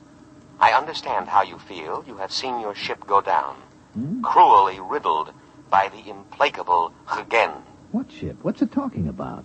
You have crawled aboard me, dazed, gasping from the poisonous fumes of water, half dead. Oh, no, wait a minute. You mean that swim we took? You got it all wrong. We were just surveying. Half dead, shocked, wounded, morale low. You were a little frightened, perhaps, and well, you might be. Separated from the Drome fleet and adrift upon an alien planet. A little fear is nothing to be ashamed of, gentlemen. But this is war, and war is a cruel business, and we have no alternative but to drive the barbaric Hagen across space. There must be a reasonable explanation for all this. Probably an old television script got mixed up in its response bank. We better give it a complete overhaul. We can't listen to that stuff all day. Well, we're about a quarter of a mile from the island. I'll tell you what. I'll take it down and clean the goo out of the contacts when we get there. Hey, what's going on? We're stopping. Hey, lifeboat. Quiet, calm, trust in me. I am scanning the island. What's he talking about, scanning the... Better humor him. Lifeboat, that island's okay. We checked it personally. Perhaps you did, but in modern lightning-quick warfare, drone senses cannot be trusted. They are too limited, too prone to interpret what they wish. Electronic senses, on the other hand, are emotionless, eternally vigilant, and infallible within their limits. But there isn't anything there. I perceive a foreign spaceship on the island. Oh, that's our ship. It has no drone markings. Well, it hasn't any enemy markings either. I painted it myself. In war, we must assume that what is not ours is the enemy's. Oh. I understand your desire to set foot on land again, but I take into account factors that a drone motivated by his emotions would overlook. Consider the apparent emptiness of the strategic bit of land, the unmarked spaceship put temptingly out for bait, the fact that our fleet is no longer in this vicinity. All right, that's enough. Now, I'm tired of arguing with you. Go directly to that island. That's an order. I cannot obey that order. You are unbalanced from your harrowing escape from death. All right. Enough of this nonsense. I'm just going to take that cutoff switch and... Come to your senses, gentlemen. Only the decommissioning officer is empowered to turn me off. For your own safety, I must warn you not to touch any of my controls.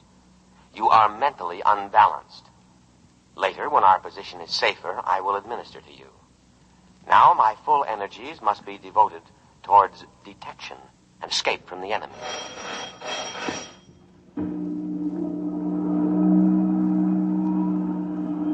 Where are we going? To rejoin the Drome fleet as soon as I can find it.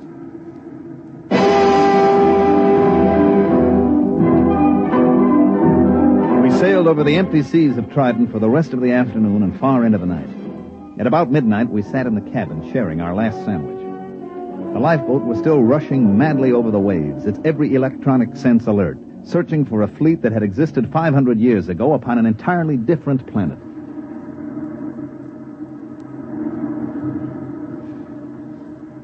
Oh, why didn't I pack more sandwiches? Did you ever hear of these drones?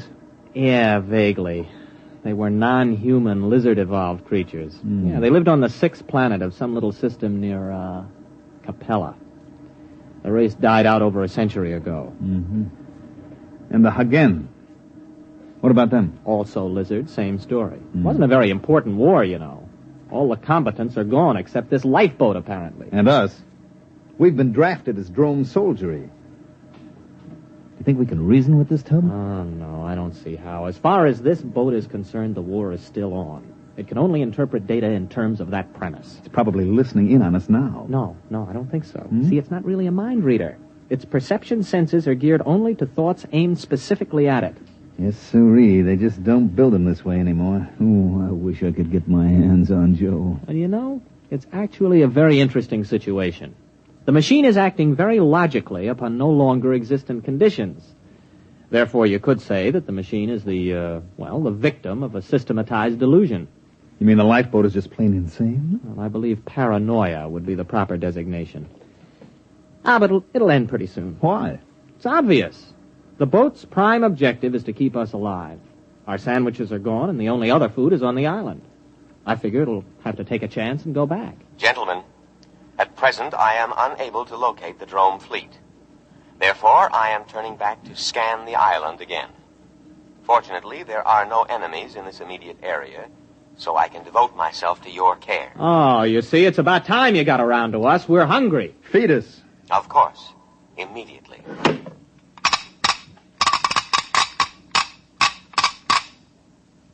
There you are. On the tray. What's that? That looks like clay. Oh, it smells like machine oil. Hey, what's it supposed to be? That is Giesel. It's the staple diet of the drone people. I can prepare it in 16 different ways. Oh, try it. All right. It tastes like clay coated with machine oil. We can't eat that. Of course you can. An adult drone consumes 5.3 pounds of Giesel a day and cries for more. Now listen, we are not drones. We are humans, an entirely different species. The war you think you're fighting ended 500 years ago. We can't eat Giesel. Our food is on the island. Ah, yes. Your delusion is a common one among fighting men. It is an escape fantasy, a retreat from an intolerable situation. Gentlemen, I beg you, face reality. You face reality, or I'll have you dismantled bolt by bolt. Threats do not disturb me. I know what you've been through. Possibly you've suffered some brain damage from your exposure to poisonous water. Poisonous? To drones. If absolutely necessary, I am also equipped to perform physical brain therapy. It is a drastic measure, but there can be no coddling in time of war. You see, you need not worry. All my scalpels are razor sharp and ready for immediate action. Oh, scalpels, huh? Well, we're feeling better already. It's a fine-looking batch of Giesel, isn't it, Arnold? Oh, delicious. Nothing is too good for our boys in uniform. Do try a little. Oh, that's wonderful. Oh, that's delicious. Good. I am moving toward the island now, and I promise you in a little while you will be more comfortable. Why? The temperature here is unbearably hot. It is amazing you haven't gone into a coma. Any other drone would have. Soon I'll have it down to drone norm of 20 degrees below zero. And now I'll play our national anthem.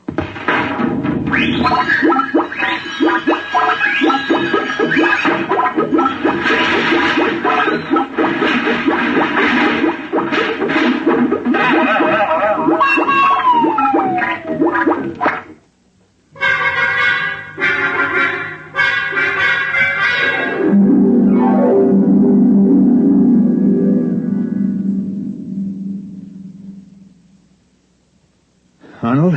What? I'm cold. Well, you should be very comfortable. Drones live at 20 below zero. We're drones and no back talk. Those cooling tubes are all frosted up. Yeah, I just wrote my name in frost in the porthole. Hey, wait a minute. Hmm? Wait a minute. I got an idea. Just follow my lead. Why not? Lead on, fellow drone. Give me the canteen. What are you doing? Just gonna get a little exercise. Gotta stay fit, you know. That is true. Here you are, boy. Catch. Look out, that canteen's heavy. Just throw it right back, boy. Just heave it right in. Come on, let's see your curve. Be careful with that receptacle. It's filled with a deadly poison. Water. Oh, we'll be careful. Here we go. Bad shot, old man. Oh, how careless of me. I seem to have broken the cooling tubes. Cooling fluid all over the floor. I should have taken precaution against internal accidents. It won't happen again. But the situation is very serious. I cannot repair the cooling tube myself. I'm unable to properly cool the boat. Say that's tough. Now, if you'll just drop us on the island... That is impossible. My first duty is to preserve your lives, and you couldn't live long in the climate of this planet. But I'm going to take necessary precautions to ensure your safety. What are you going to do? There is no time to waste. I will scan the island once more. If our drone forces are not present, we will go to the one place on the planet that can sustain drone life. What place? The southern polar ice cap. The climate there is almost ideal. 30 degrees below zero. And of course, I must guard against any further internal accidents. So, I will lock you gentlemen in the cabin.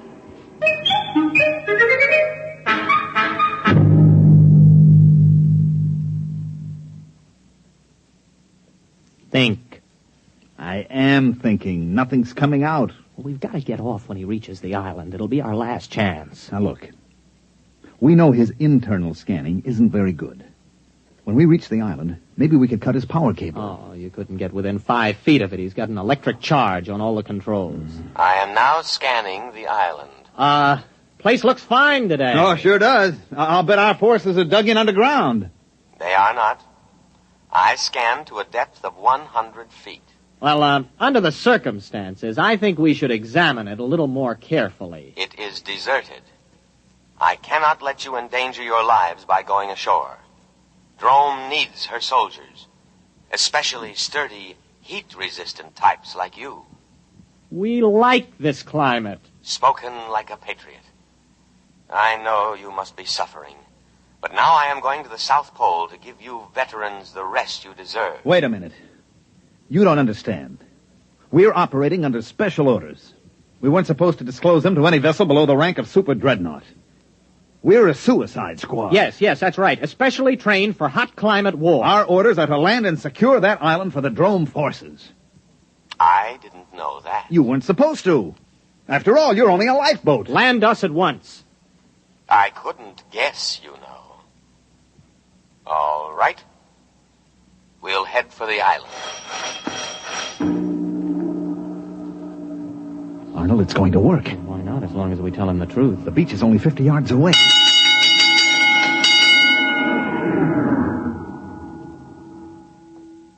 No. No, what? I cannot do it. What do you mean? This is war. Orders. I know, but I cannot obey. A different type of vessel should have been chosen for this mission, but not a lifeboat. You must think of our country. Think of the barbaric Hagen. It is electronically impossible for me to carry out your orders. My prime directive is to protect my occupants from harm. That order is stamped on my every tape, giving priority above all others. I cannot let you go to your certain death. You'll be court-martialed for this. I'll have you broken down to a dinghy. I regret to say I must operate within my limitations. I must take you to the safety of the South Pole. Listen, you crazy tin can. Let me at those controls. Please, do not attempt any more destruction. I know how you feel. Wait a minute, Arnold, old friend. Since we cannot accomplish our mission, we cannot ever again face our comrades. Death before dishonor. Hand me the canteen. No. Don't. That's water. It is a deadly poison. Don't. Don't. Too late. Arnold, it's your turn. We, who are about to die, salute you. We die for glorious Drome. That goes for me, too. Speak to me. Speak to me. Lie still, you idiot. There is no known antidote. If only I could contact the hospital ship. Speak to me. Are you still alive? Answer me. Here. Here. Perhaps if you eat some giesel. Dead. Dead. Dead. I will now read the burial service. Great Spirit of the universe, take into your custody the souls of these your servants. Although they died by their own hand, still it was in the service of their country, fighting for home and hearth. Judge them not harshly for their impious deed. Rather, blame the spirit of war that inflames and destroys the spirit of all Drome. And now, by the authority vested in me, by the Drome fleet, and with all reverence, I commend their bodies to the deep. Ow! Shut up. Accept them, O ocean, for many brave hearts are at slumber in the deep. Float quietly. What's the lifeboat doing? It's still hanging around. Just pray the drones didn't believe in cremation. Sleep quietly, brave spirits. I will now play the Drome National Anthem.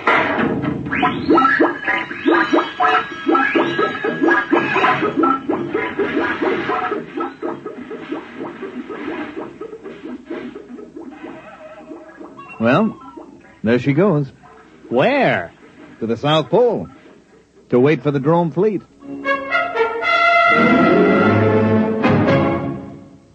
You have just heard X-1, presented by the National Broadcasting Company in cooperation with Galaxy Science Fiction Magazine, which this month features The Man Who Ate the World by Frederick Pohl. This is the story of a civilization which flowed with milk and honey, and of a man whose tragedy was that he had not drowned at birth. Galaxy Magazine, on your newsstand today.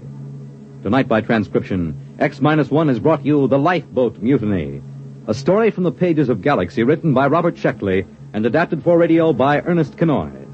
Featured in the cast were Leon Janney, Mandel Kramer, William Redfield, and John McGovern. Your announcer, Fred Collins. X-1 was directed by Daniel Sutter and is an NBC Radio Network production.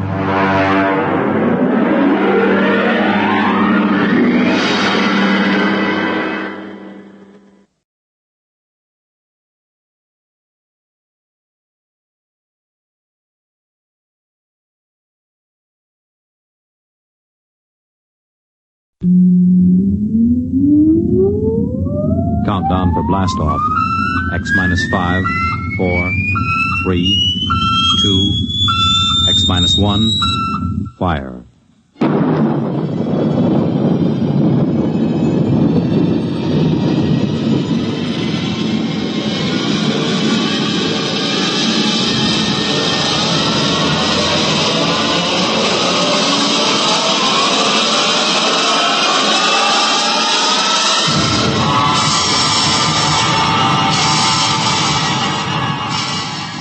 From the far horizons of the unknown come transcribed tales of new dimensions in time and space. These are stories of the future, adventures in which you'll live in a million could-be years on 1,000 maybe worlds. The National Broadcasting Company, in cooperation with Street and Smith, publishers of astounding science fiction, presents X minus 1.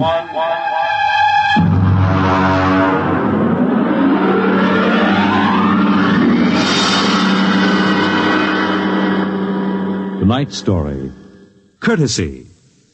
This is the story of the second expedition to the planet of Landro.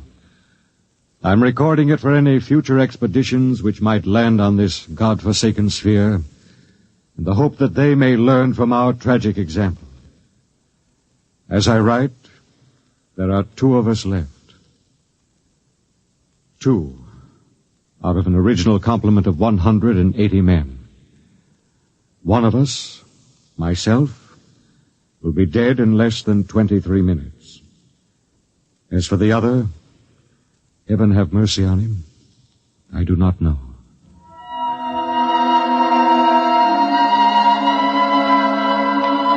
On June 3rd, 1997, less than 2 months ago, the last of our supply ships blasted off from Lando for their return to Earth. After it had gone, I remember looking out across the plain at the dead city, one of thousands that dotted this planet. It had tall, graceful buildings, atomic power systems, vacuum conveyors, all perfect, all deserted, all ominous. How had it happened? The best guess was that the plague had frightened the original inhabitants of the planet so that they'd piled into rocket ships and headed for some distant planet. I often wondered why a civilization so advanced as Landro could not find a serum to beat the plague. It had taken our Earth doctors less than 6 months to develop an immunization method. Well, maybe those aborigines back in the hills knew the answer. That strange, ugly little people who had taken to the caves the day we landed. I was thinking these things when something happened that gave me the shock of my life. Good evening, Captain. Oh, what brings you here, Doctor? It's the matter of the serum, sir. Oh, what about the serum? It's no good. No good? It's too old. 10 years too old. Didn't you examine it? Yes, I did, but, well, my eyesight has been failing lately. Are you aware, Doctor, that the last supply ship has returned to Earth? Do you know we'll have no more contact for 2 years? How long do you give us? Well, the present immunity will last a week or so. Then, without booster shots, it's just a question of time until someone picks up the plague. After that... What about the natives? They don't die from the plague? The accepted theory is that they have developed an immunity.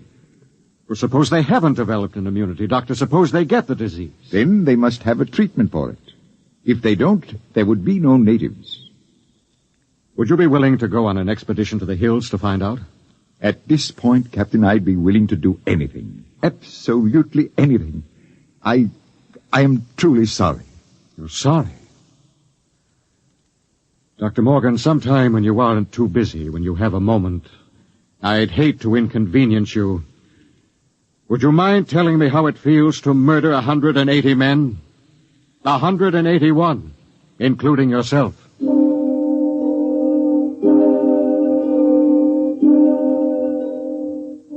I did a lot of thinking after Dr. Morgan left my hut. It was still unreal for me. After all, the planning of an expedition was no simple thing. You put into it the result of years of training and experience, years of study at the academy, years of learning how to handle men and natives. Every man on my crew was hand-picked for his skill. And yet, a simple thing like a myopic surgeon misreading a label could blast the whole thing. Yes, it was a shame. And I did the only thing I could think of. I yelled for Bat Ears Brady. Brady! Get your carcass in here. Take the lead out. Okay. Well, what's up? Sit down, Bat Ears. You got trouble, Kev? We got trouble. What? The serum's no good. What? Morgan forgot to check it. It's 10 years too old. Holy jumping snails. You're going to court-martial that? Wouldn't do much good. We'll all be dead pretty soon unless somebody figures something out. Well, what are you going to do, Kev? Well, there's only one chance. One chance in 10 million. What? The natives. Them cave rats. What good can they do us? Well, they don't get the plague, so maybe they know a cure. Okay. Let's get a few of them and beat it out of them. That's why you're here. Shoot. How'd you like to come along on a little expedition up to the cave country? You, me, the doctor, and Faulkner. Faulkner? Now listen, Cap, he's worse than the doctor. Yes, but he knows more about the native culture than anybody here. He's the only one who's completely familiar with the records of the first expedition. Okay, so it's me, you, the doc, and Faulkner. When do we start? Tonight, in half an hour. We should reach the cave country by tomorrow. With luck, we'll be able to find natives before night.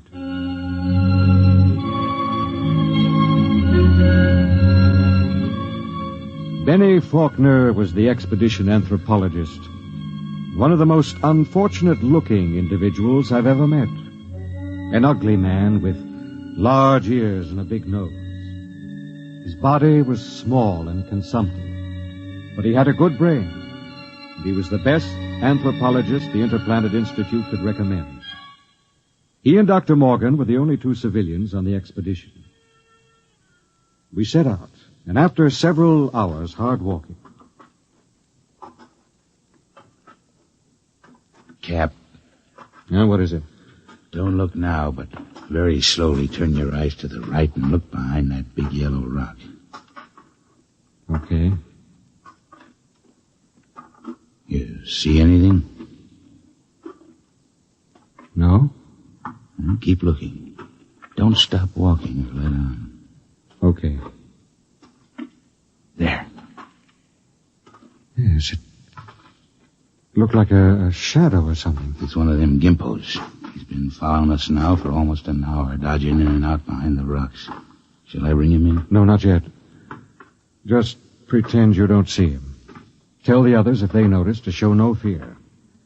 There's nothing will start these simple-minded cavemen like fear.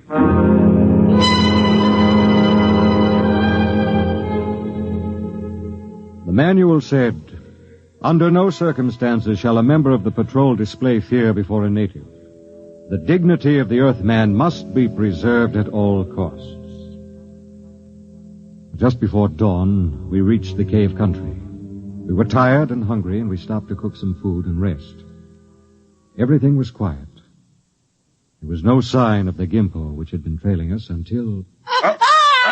Okay, get in there, you sneaking little monkey man. Come on, before I break this shovel on your stern. Yeah, what's the trouble? Cap, I caught me one of these gimpos sneaking around outside the tent. Bring him in the light of the fire. We can get a look at him. Faulkner? Yes, sir? Keep an eye on him. Try to establish some communication. All right, get in there.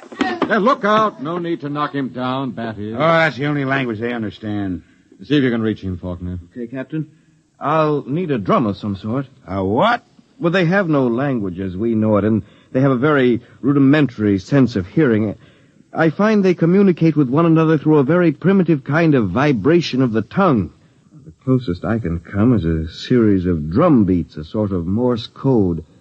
The psychologist on the first expedition had it worked out before he was killed by the plague. I've studied his notes, and I think it'll work. You mean these little critters can talk to one another? I believe they can. At any rate, we'll have a chance to find out. Do we have something I can use for a drum? Here. Take my water bottle. Thank you, Doctor.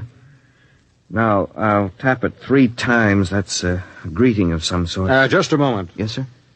I don't want you treating this fellow like an equal. Don't give them the idea that we're desperate. Once they sense that, you're lost. I have to communicate with him, sir. Well, just bear in mind what I said. Dignity. Yes, sir. I'll do my best, sir. It was a strange sight. On one side of the water bottle crouched little Benny Faulkner, looking for all the world like a human spider. Across from him crouched the Landrian, a humpbacked, gray little creature with an enormous head and those huge, soft lavender eyes. Every few moments one would stop the strange tattoo of communication and the other would take it up. I'm setting forth in this narrative the most vital part of their conversation, as Benny Faulkner later transcribed it from the best of his memory. Benny asked, "Why were your cities abandoned? Was it the plague?" The native said yes. Benny said, "Do you still fear the plague?" The native answered yes. "Do any of your people become afflicted?" The answer was some. "How do you treat them?" Silence. "How can we find a cure for the plague?" More silence. And then the native said, "Go among my people. Benny asked, "Will we find the answer among your people?" And the native replied, "My people have the answer." Benny said, "Will you tell me the answer?" The native repeated, "Go among my people." As far as the Landrian was concerned, the conversation was ended. He rose to go, and Faulkner stepped from his path, but Brady was there to ensure the bet. Hold on there, bucko. You ain't going no place. Don't maltreat him, Brady. What did he say, Benny? He says his people have the answer. What do you think? There may be some truth in it. He says some of his people still get the plague. That must mean it isn't a question of immunity. They must have a cure. Well, he wasn't clear on that. Then they must have a vaccine to keep it from spreading. Does he know? His answer is for us to go among his people. Well, that leaves it up to us. The first level of caves is on top of that cliff about a mile ahead. It's a trap. I'll bet my last dollar on it. Well, maybe not. And we'll have to risk it. Wait. Well? Let me go. I got you all into this. But how will you talk? Benny here can give me enough of the code so I can ask the big question. You understand that they might just decide to cut your throat? I'm fully aware of the risk. All right, Doctor. You go ahead. We'll wait at the foot of the cliff. If you aren't back down in 3 hours, we'll come up after you. What about the Gimpo here? We'll hold him as a hostage to ensure the doctor's safety. If the doc comes back, all right, we'll let him go. If not, well, that's your job, Brady. A pleasure.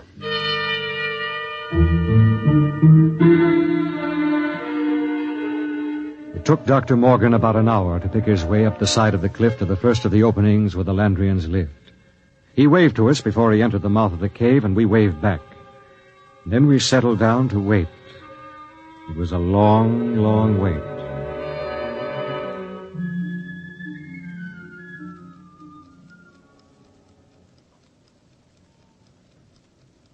Eight o'clock. He's been up there more than 3 hours, Cap. We'll give him a little more time. It's getting colder. Yes, keep that fire going. How much longer are you going to wait, Cap? Oh, we've got lots of time. You'd think we'd have heard of something by now if they was going to knock him off, I mean. No, not necessarily. Wait. Look, up on the cliff. That's him, all right. Hey, what's he running for? I don't know. He looks scared. That crazy fool, if he don't look out... Doctor! Dr. Morgan, look out! Look out!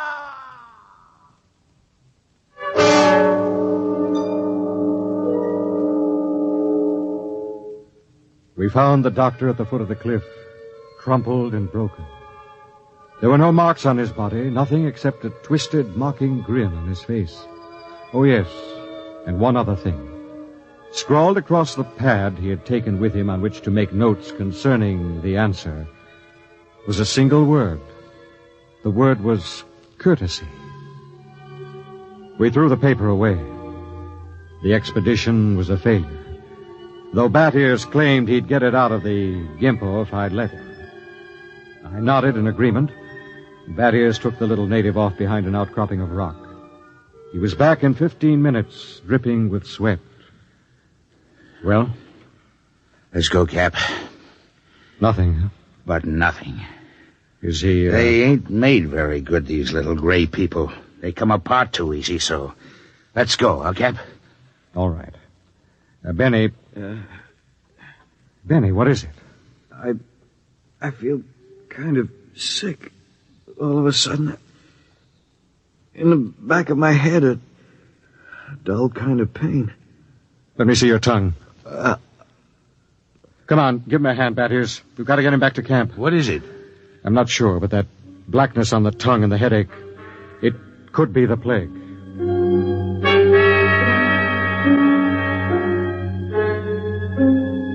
By the time we got Benny Faulkner back to camp, he had the red spots on his body, and then the fever began to rage. It was the plague, no mistake about it. Before morning, Collins, the supply sergeant, had it. Then it was Peabody. After that, the men went down like 10 pins. Then one morning, Bat Ears Brady dragged himself into my tent and sat down. The lines in his face told me the end was coming pretty fast. Sit down, Brady. Well, what's the count? 6 left. We buried the chaplain today. Got anything to drink? Sorry, I'm all out. How about a cigarette, then? You got a cigarette? Yeah, sure. Here. How's Faulkner? I don't get it. He's still alive.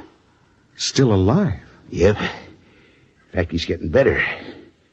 He's sitting up. Holy mackerel. Oh, this is a good cigarette. It's like any other. No. This one's different, Cap. This is my last. What do you mean, Brady? Take a look at my tongue. See? Little black spots.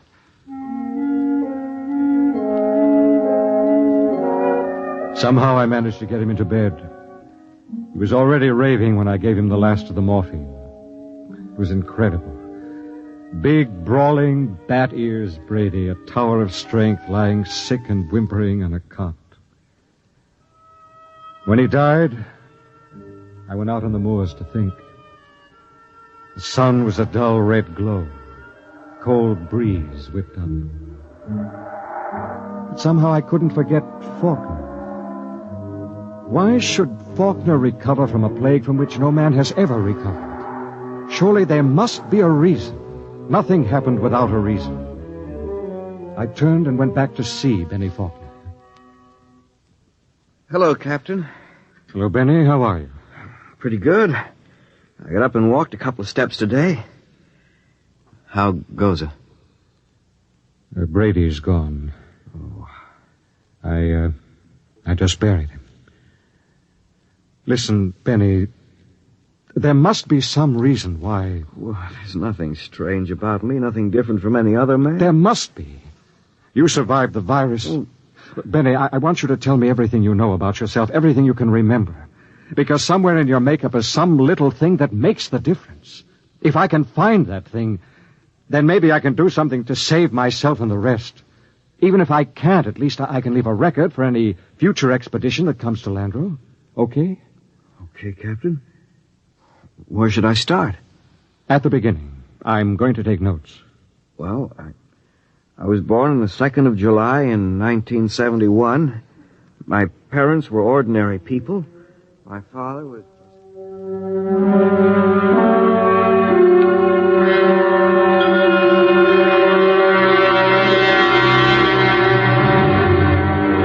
Look, Captain, I've told you everything I can remember. 3 days now you've gone over me, pawed me, questioned me. What else can I tell you? Benny, let's go over that last part once again. Where should I start? Take it from where the native started to walk away. You stepped out of his path, and Brady grabbed him. Okay, so I stepped out of his path. Why? What do you mean, why? Why did you step out of his path? Why not? Courtesy, I guess.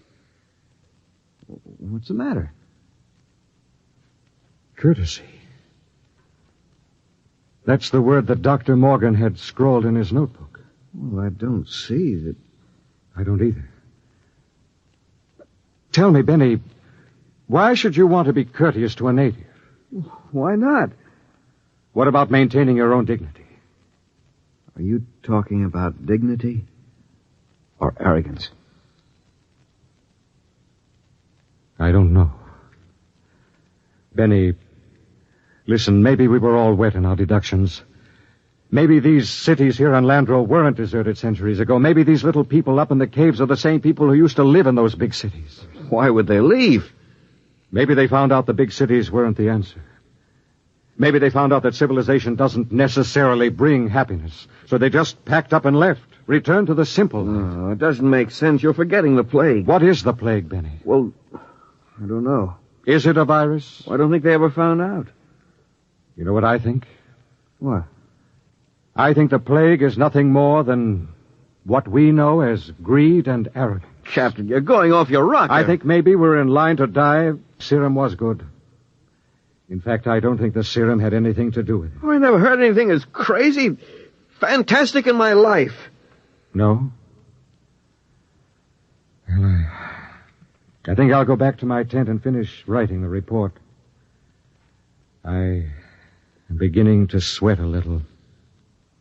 Captain, maybe it isn't the plague. It is. I've seen it too many times to kid myself about it. Maybe hot compresses or something. No, Ben. Listen, Captain, you don't believe that junk about courtesy, do you? I mean, that's a lot of nonsense. You must know that. Holy mackerel, Captain. You do believe it, don't you? Good night, Benny. I think I'd like to be alone for a while.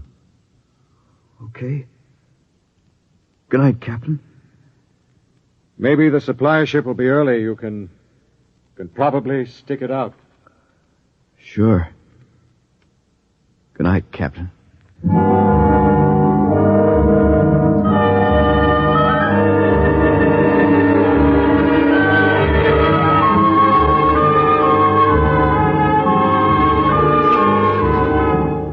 And this concludes my report. I'm turning it over to Benny Faulkner in the hopes that he will be able to transmit it to any other expedition commander who contemplates exploring the planet of Landro. The fever is beginning to mount now. My hands tremble as I write. The end should not be far off. There's little question in my mind as to what it'll be. You see, I didn't have a chance. I stepped out of no paths. I showed no courtesy.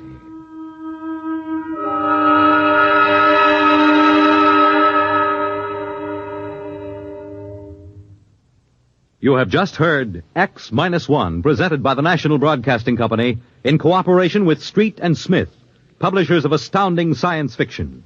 Tonight, by transcription, X-1 has brought you Courtesy, adapted for radio by George Lefferts from the story by Clifford Simad. Featured in the cast were Brett Morrison as Captain Ira Warren, Arnold Robertson as Battiers Brady, Edwin Jerome as Dr. Morgan, and Bill Griffiths as Benny Faulkner. Your announcer, Fred Collins.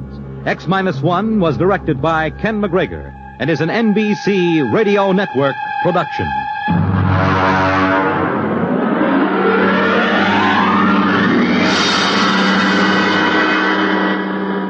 And now, next week, the frontier is a strange place, and a frontier is not always easy to recognize. It may lie on the other side of a simple door marked No Admittance, but it is always deadly dangerous. What happens when an innocent girl ignores a single regulation? You will find out next week at X-1.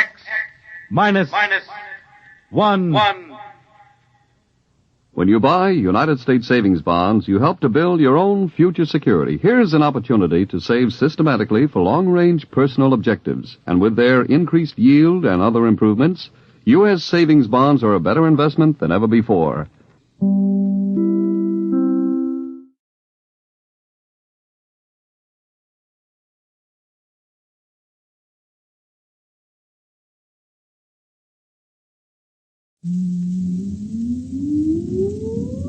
Countdown for blast-off. X-5, 4, 3, 2, X-1, fire.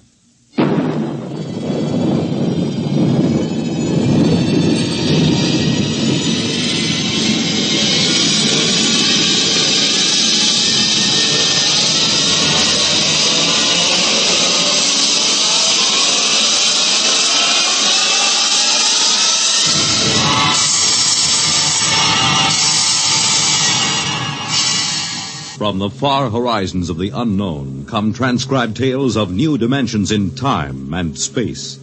These are stories of the future, adventures in which you'll live in 1,000,000, could be years, on 1,000 maybe worlds. The National Broadcasting Company, in cooperation with Galaxy Science Fiction Magazine, presents X-1.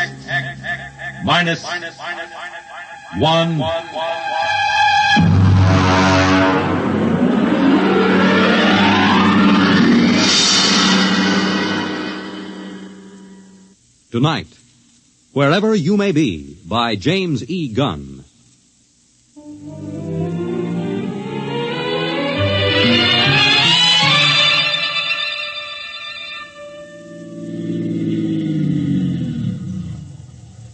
Hey, you. Little girl. You on the fence. Yeah? Hey, kid, come here. Well, I'm right comfortable where I am. Listen, kid.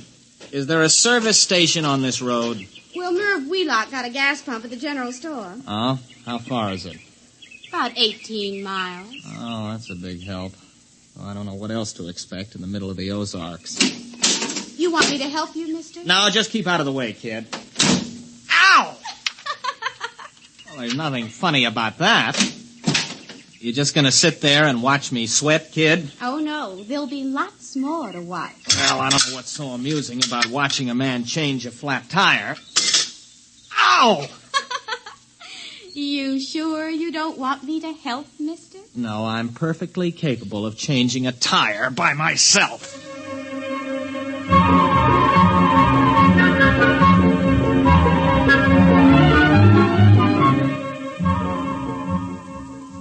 Look out, mister. It's rolling away. What? Your tire. It's rolling away. Hey, come back here, you. Well, this is the most sadistic tire I ever...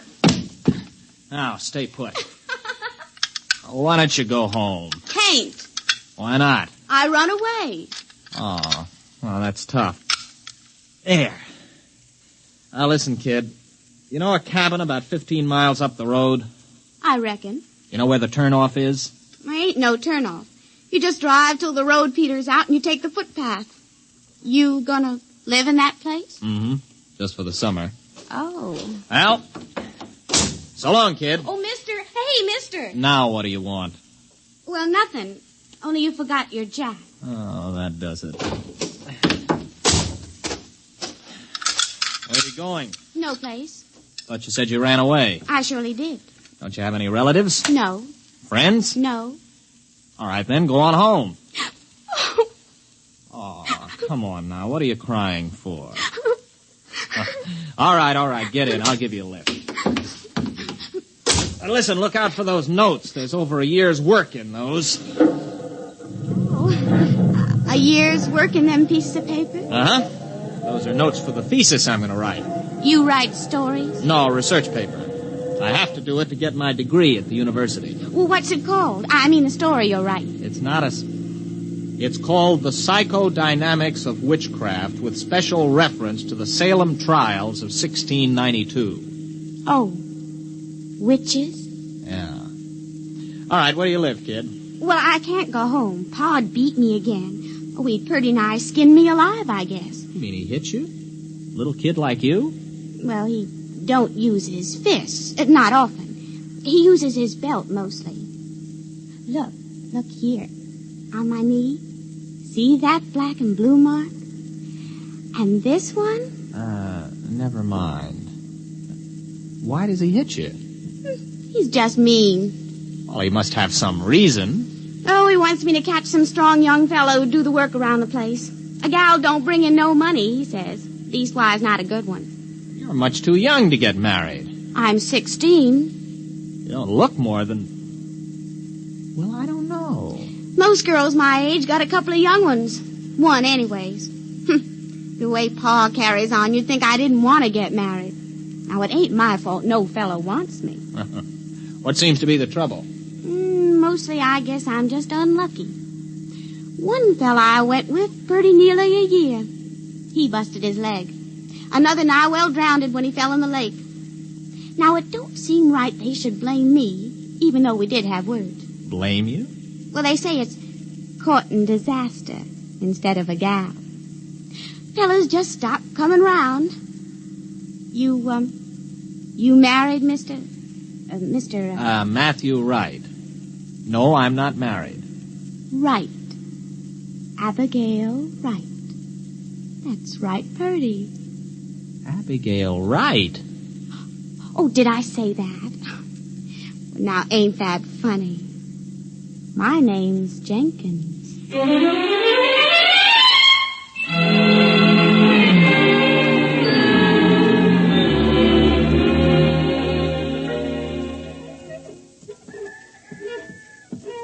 Mr. Jenkins? Oh, fine. I met your daughter on the road. I brought her back. Look, Mr. Jenkins, I got a pint bottle in my pocket. Care for a little drink?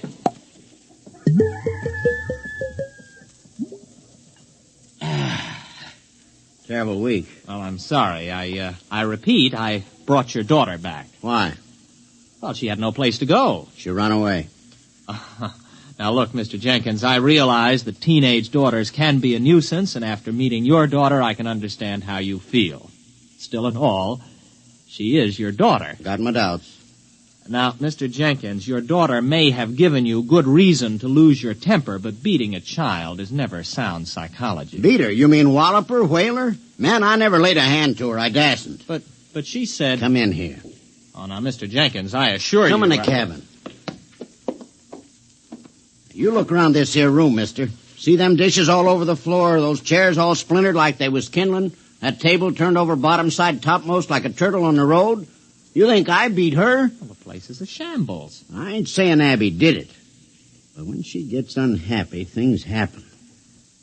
Dishes come flying through the air.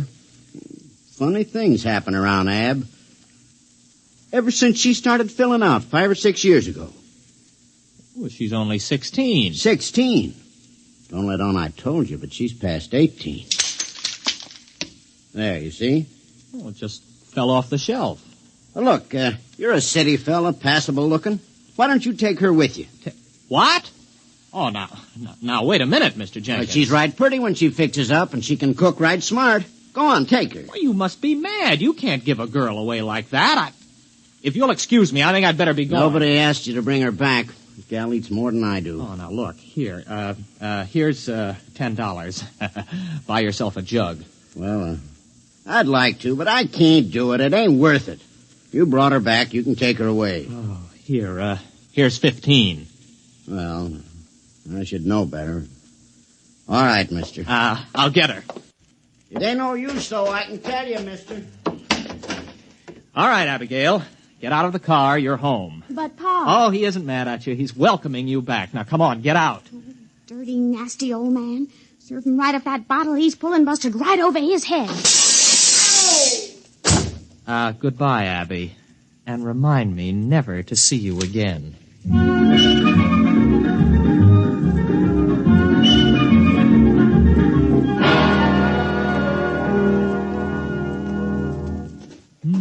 All alone. I'm so all alone. There is no... Hello. What are you doing here? Waiting for you. But listen, this is my cabin. I rented it. I know. What kept you? Well, what are you doing here? How did you get here? Oh, I reckon you're hungry. Look, why don't you sit down? Supper's about ready. Now, wait a minute. I came here by car. How did you get here? Well, I rode. Oh, it's lucky I did. This place needed a good sweeping. Is that your broom? I know. It was here in the cabin. Pa loaned me a mule. I let her go. She'll get home all right. But you can't stay here. It's impossible. What would people say? Well, who'd care? Pa don't. Oh, please, Mr. Wright, let me cook and clean for you. I won't be no trouble. Honest, I wouldn't. Oh, now look, Abby, you're a nice girl and I like you, but you'll just have to go back to your father. Do you understand? All right. What? What was that? What happened? Oh, look at that. The car. I must have left the brake off. You reckon it's hurt bad? Well, rolling down a 10-foot grade into a tree didn't help it any. Oh, well, I'm sorry, Mr. Wright. Are you? Well, anyway, it looks like you'll have to stay here tonight then, doesn't it? I reckon. I could have sworn I put that brake on. Listen, you're going back first thing in the morning. Oh, sure. Sure, Mr. Wright. I understand.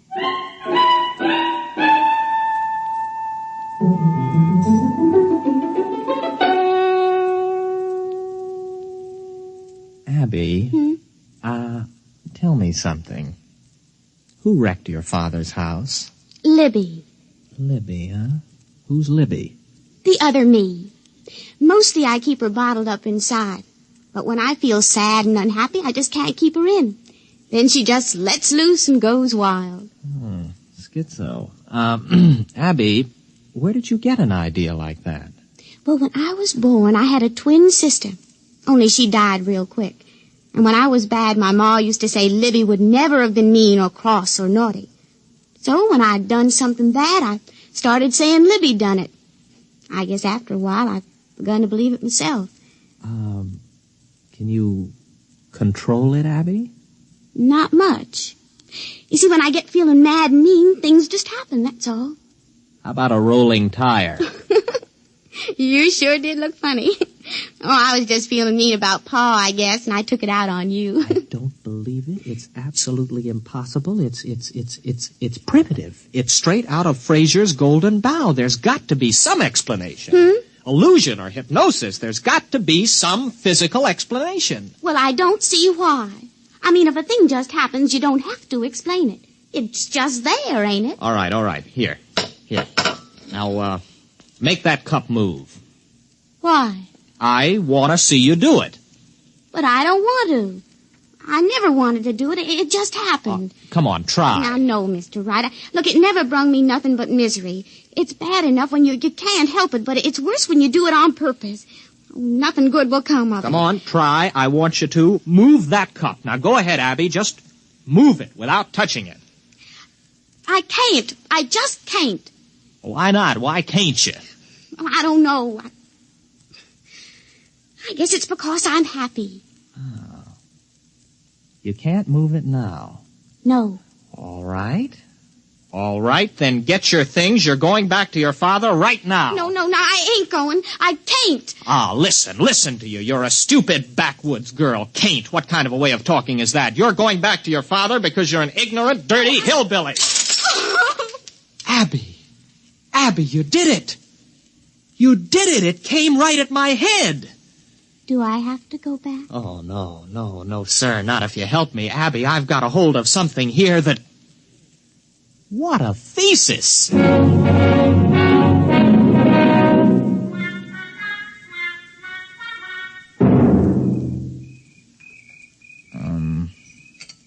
Abby? What's, courting like here in the hills? Oh, sometimes we walk and look at things together and talk a little. But if the night is warm, we just sit and hold hands and whatever. Like this? Mr. Wright, do you like me a little bit? Oh, not marrying like, but friendly like?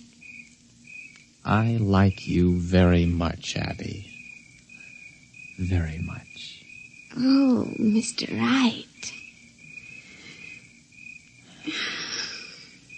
You kiss real pretty. Abby, what happened to your fellas? I mean, the other boys. Well, folks said I'd the evil eye. I mean, Hank fell off the roof and broke his leg, and Gene, well, he fell in the lake and liked to drown. It wasn't my fault it was after we'd had words, now was it? No. Why, Mr. Wright, you're shivering. Maybe we better go get your jacket. Abby, tomorrow we're going to drive to Springfield to do some shopping. Really, Mr. Wright? Why, I ain't never been to Springfield. Oh, ain't that wonderful?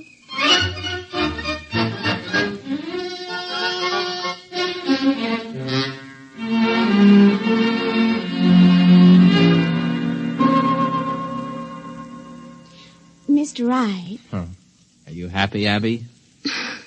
Oh, it's the happiest I've ever been in my life. I mean, eating in a fancy restaurant and even dancing and all. And now us just sitting here together in the moonlight. I never thought anything like this would happen to me. Abby, I'm afraid maybe you don't understand. Well, what do you mean, Mr. Wright? Oh, you know that dress I bought you? That's for another girl. What? Oh, it's for another girl. I'm going to marry her. She's about your size, and I thought we could pick it out that way. Oh, no, Oh, Mr. Wright. Abby, wait a minute. Where are you going? Wait, I want to talk to you. No, I'm going to bed. Matthew Wright, you are a no-good, miserable cad.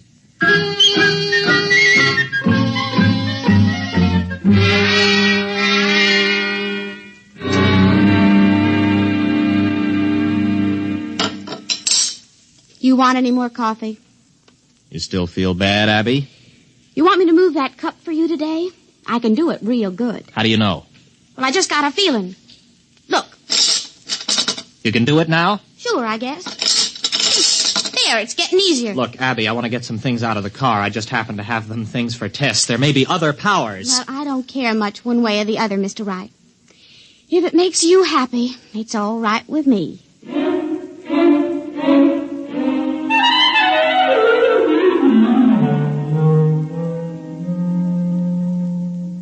Abby?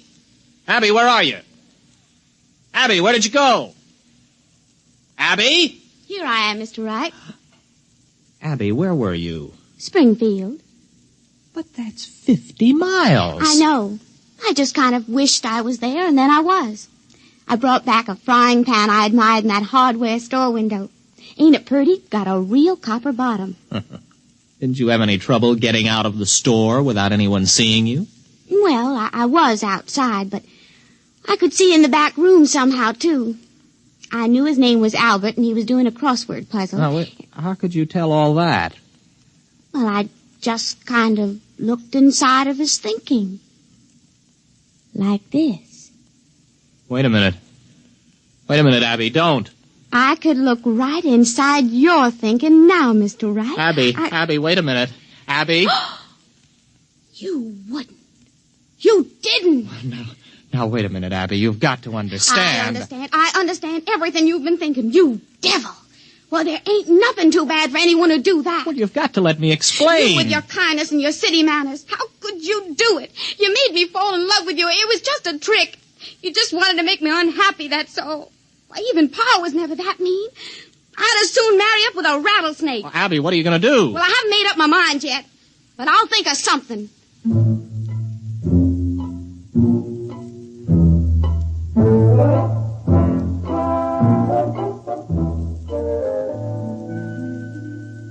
Well, I've got to think of some way out of it. She's in that other room thinking what to do to me. I've got to think of some way. No, it's no use. As soon as I think of it, she knows. Oh, got to keep my mind busy. Mary had a little lamb. Its fleece was white as maybe if I could get her father. No. If there are 2 outs and bases loaded, or men on first and second, and a ball is hit, which, in the opinion of the umpire, can be handled by an infielder, the infield fly rule shall be invoked, and the batter is called out. The base runners may advance at their own peril. Their peril. I've got to think. No, I mustn't think. Oh, no, she's absolutely certain now she can do anything she wants to. I've got to act on the spur of the moment, keep my mind crowded with something else. Oh, it's a lovely day. Breathes there a man with soul so dead. 'Twas brillig and the slithy toves did gyre and gimble in the wave. Froggy went a-courting, and he did ride, sword and pistol by his side, ring Tom Body Michicambo. Full fathom 5 my father lies, of his bones are coral made. Seabirds hourly toll his knell, hark, I hear them, ding dong dell. That's pretty. Abby! Where are we going? Oh, Abby. What are you doing here? I couldn't let you leave without me. I've got plans for you.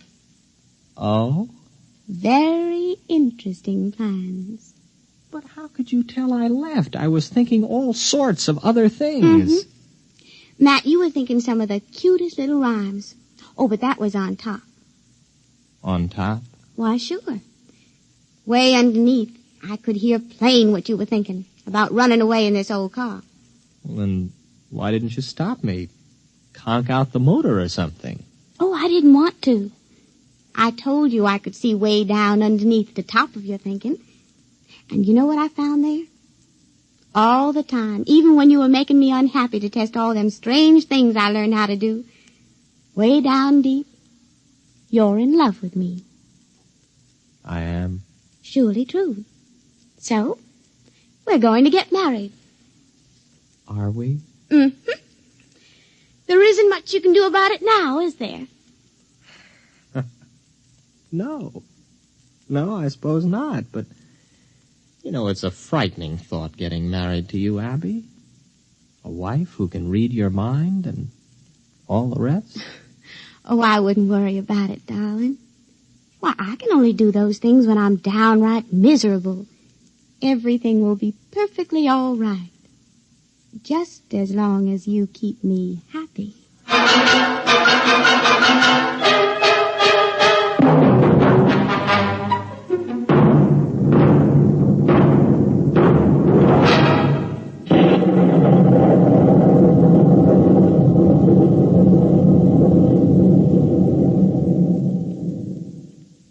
You have just heard X-1, presented by the National Broadcasting Company in cooperation with Galaxy Science Fiction Magazine, which this month features Early Model by Robert Sheckley, the story of a man who found that invulnerability was a fine asset when opening a new planet, provided you don't overdo it. Galaxy Magazine, on your newsstand today. Tonight, by transcription, X-1 has brought you Wherever You May Be, a story from the pages of Galaxy written by James E. Gunn and adapted for radio by Ernest Kenoy. Featured in the cast were William Redfield, Patsy O'Shea, and Jack Orrison. Your announcer, Fred Collins. X-1 was directed by Daniel Sutter and is an NBC Radio Network production.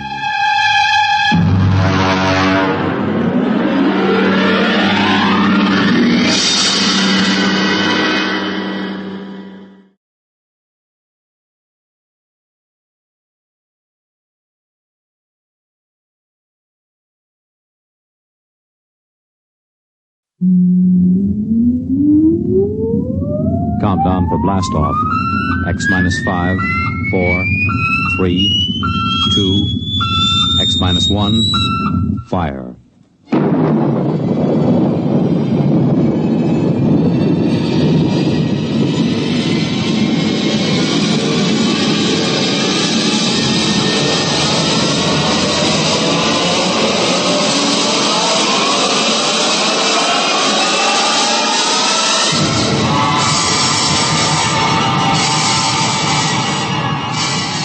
From the far horizons of the unknown come transcribed tales of new dimensions in time and space.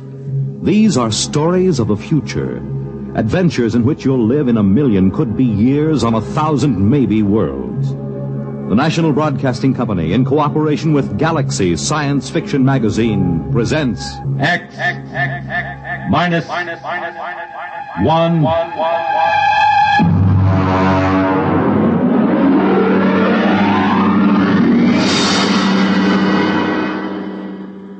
Tonight's story, The Cave of Night by James E. Gunn.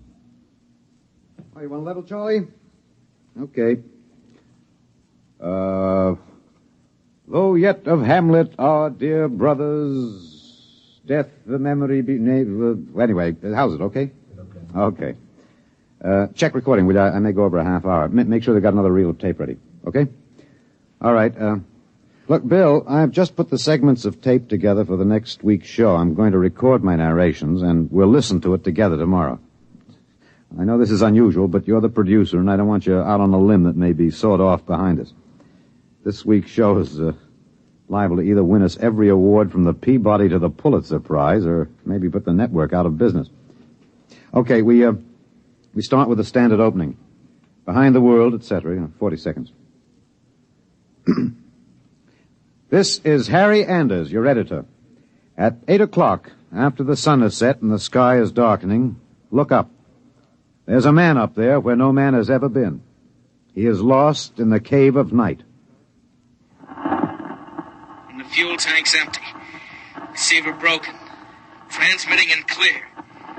Anyone picking this up, anyone. This is Rev McMillan calling. Notify Goddard Rock, New Mexico. There's no way to get back. There's a man up there where no man has ever been. He is lost in the cave of night.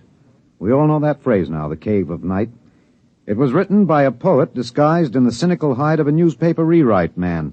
But it stuck. It caught the world and held it like a butterfly pinned to a board. It started with a ham, an amateur radio operator, in Davenport, Iowa. All right, Eddie. Roll the first tape in here. It's marked. Am I too close? I was up in the attic. I usually have a talk with WG-73. He's in Buenos Aires. We play chess. Well, there was some kind of interference. And then all of a sudden I heard this voice. I record most of my listening anyway, so I had the tape machine running. After I heard it, I called civil defense. That's what we're supposed to. Look, Bill, I haven't done the final editing on these tapes, so don't worry if they're a little rough. Down out of the night, flung from the darkness, came these words, the first of so many that electrified the world. Notify Goddard Rock, New Mexico. There's no way to get back. No way to get back. I'm stuck up here. No way to get down. What does it take to catch the pity of the world? A man wedged underground in Kentucky. A little girl in the bottom of a well. Somebody alive, waiting for rescue, with the days of his life numbered. Somebody, somewhere, waiting for us to get him out. The story broke in this morning's papers. Orbiting 1,000 miles above our heads was a man, an officer of the United States Air Force in a fuelless spaceship. We're recording at the desk of Mike Bayless, senior night editor of the Continental Press National Wire. Hey, you always get a reaction like this. I remember the Floyd Collins story in the 20s. Fellow trapped in that cave in Kentucky, remember? Oh, sure. And the whole country hanging on to see if he could get out. Then there was that little girl stuck in the well. Kathy Fiskus? Yeah. We pulled all those stories out and put them on the wire for background. But this hit bigger. We got the first lead from an Air Force handout in New Mexico. They just said an experimental rocket failed to return to base. But by that time, the cat was out of the bag. Ham operators picked up those messages from Boston to Fairbanks, Alaska. Mr. Bayless, you first used the phrase, the cave of night, didn't you? Yeah, I guess so. I mean, you gotta get a little purple on a thing like this. People eat it up. You can't spread it on too thick. Anyway, I was lost in a cave once when I was a kid in upstate New York. I waited around for a couple of hours in the dark until they came for me. It kind of reminded me of that. It reminded the world of terrors at night, of struggling awake through nightmares. The fears of loneliness, darkness, falling, suffocation, thirst. It reminded me of Rev McMillan. Perhaps I have an advantage over all the other reporters for newspapers and radio and television because I knew Rev McMillan. I knew him in college and in the Air Force. I knew that he was testing rocket-powered craft at Goddard, but I didn't know they were so close to space. No one knew, till those messages of desperation crackled down through the atmosphere. I remembered Rev when I saw those headlines that morning. Straight black hair, Clark Gable ears, a reckless grin. He ate well, reveled in expert jazz and Mozart opera, and he talked incessantly. His southern speech was no drawl. There was too much to say.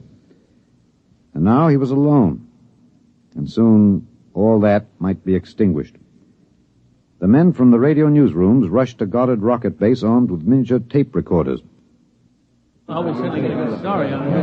Gentlemen,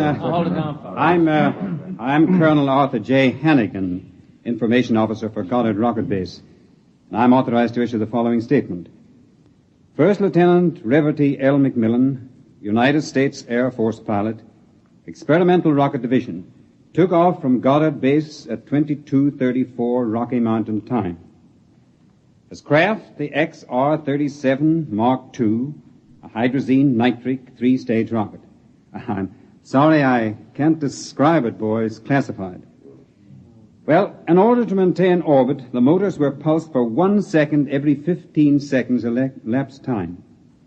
After 3 minutes, the exhaust was seen by ground spectroscope observation to flare for half a minute. His fuel supply is exhausted. The craft has reached sustaining orbital speed. Well, what does that mean, Colonel? He's out of gas. He can't get down. The first mobilization was of the scientific brains massed at Goddard. Few of them knew Rev.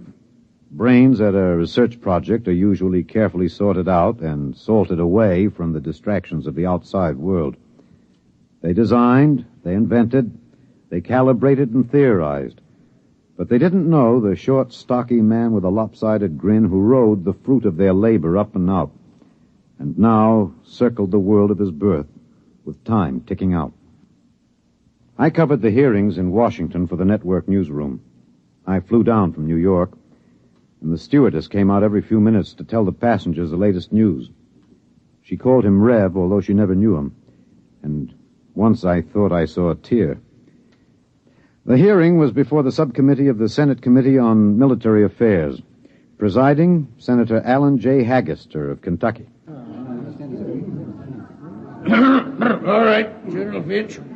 You've made the technical situation fairly comprehensive, even to an old cane-brake, redneck hillbilly like myself. I have tried to make the gravity of the situation apparent, sir. It appears to me, General, that the sacred life of a human being created in the image of his maker is in danger. It's no light thing to be thrown away like some guinea pig. If that ship wasn't safe, if that poor man up there in the cave of night is to die, somebody is responsible. Isn't that right, General? Sir, a manned rocket was sent up because of one simple fact. It takes a computer of tremendous versatility and capacity to operate a Harrison-Munch reactor engine.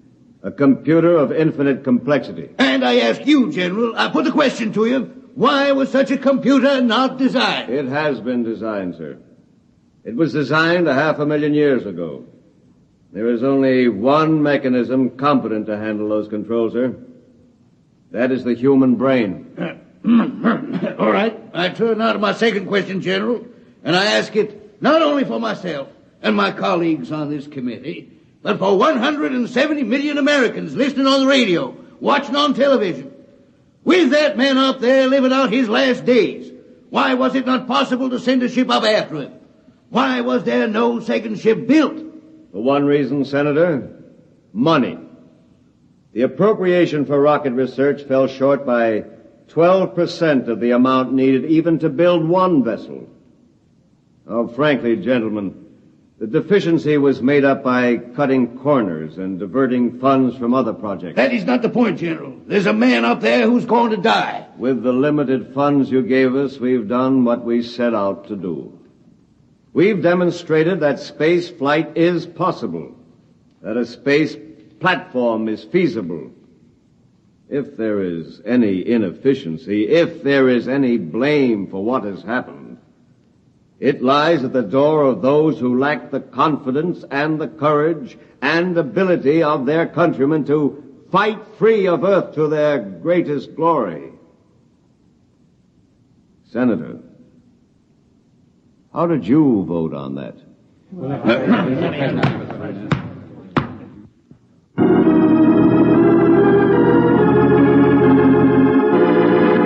This is Harry Anders in the gallery of the Washington National Cathedral. This is a special prayer service called by the Dean of the Cathedral for the safety of Lieutenant Macmillan and for the success of the recently announced rescue plan. The church is filled. There's a sprinkling of high Navy, Army, and Air Force uniforms. I see General Finch in the second row, next to the Secretary of the Air Force and the newly appointed Undersecretary of Defense, Mr. Winokur. Prominently displayed in the center aisle, below the ornate railing separating the pews from the altar, is the small model of Macmillan's ship. One by one now, the congregation is filing past, dropping checks, bills. I saw one child drop in 12 pennies, one by one. All contributions are to be used to defray the cost of the rescue effort. The congregation is now kneeling to pray. A moment of silent prayer will follow for the safety and rescue of Lieutenant Macmillan. $1 billion was raised in 1 week from voluntary contributions. Another $1.5 billion was appropriated unanimously by Congress. The race began. Would the rescue party reach the ship in time? Of course, we didn't know then. And daily we listened to the voice of the man we hoped to buy back from death. Now, look, Bill, on these Macmillan broadcast tapes, don't let some ignorant engineering vice president holler because it's not broadcast quality. Believe me, I knew Macmillan. There's more of that wild Texan in these tapes than in any Any hi-fi super-frequency response studio recordings. Just listen. You'll see what I mean. I've been staring out the portholes. I never tire of it. Through the window at the right, I see a black velvet curtain with a strong light behind it. There are pinpoint holes in the curtain, and the light shines through, not winking the way stars do, but steady. There's no air up here. That's the reason. My oxygen is holding out better than I expected. By my figures, it should last 27 days more. I shouldn't use so much of it talking all the time, but it's hard to stop.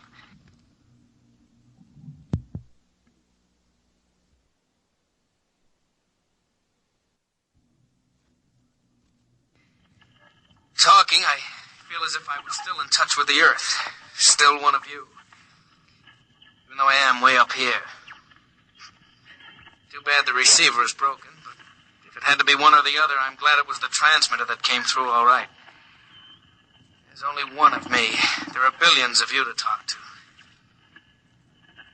You can't see me now. You'll have to wait hours for the dawn. I'll have mine in a few minutes. That's the way he talked. And as we listened to the lonely voice from the night, the engineers, the scientists, the construction men worked round the clock. General Finch presented the problem in the pool interview. I asked the questions for the combined networks that afternoon. Most of you heard the complete broadcast live as he briefed the world with the clipped, laconic delivery of a soldier. There are two basic problems. We've recovered the first and second stages of the rocket. We've only to construct the third stage. The second problem is more difficult. The pilot. Lieutenant McMillan was the only man physically and psychologically qualified. We discovered that in our first program. His training and orientation took 18 months. We have now to duplicate this in 27 days. You think it's possible, General? I don't know. That's all, Mr. Anders.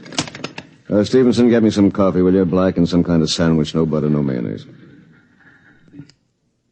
And then the voice from the cave asked a question and expected no answer. Do you hear me down there? Sometimes I wonder. I wish there was some way I could be sure you were hearing me. Just that one thing might keep me from going crazy. I was there the night we answered that question. I was there in a helicopter over Kansas City. This is Harry Anders speaking to you from a helicopter over Kansas City. There are 15 seconds till midnight. The plan was developed by General Finch. At precisely midnight, every light in the city will be out and then flashed on in 2-second intervals. This will be the exact moment that McMillan's ship is calculated to pass overhead. It's almost time now. 5, 4, 3, 2, 1. There they go. Off. On. Off. On. Off. On. I see it. I see it. Kansas City winking at me. Oh, yes, I can see it. Thanks. Thanks. You're listening. I know that now. I'm not alone. I'll never forget. I'm waiting for you. We're recording in the press gallery of the Goddard Rocket Base main construction hangar. The vast third stage component stands before us, men swarming up and down the gantry cranes. The Mark III is being built to carry 5 men instead of 1. The pilot selection has been kept a top secret to avoid unnecessary strain on the men selected.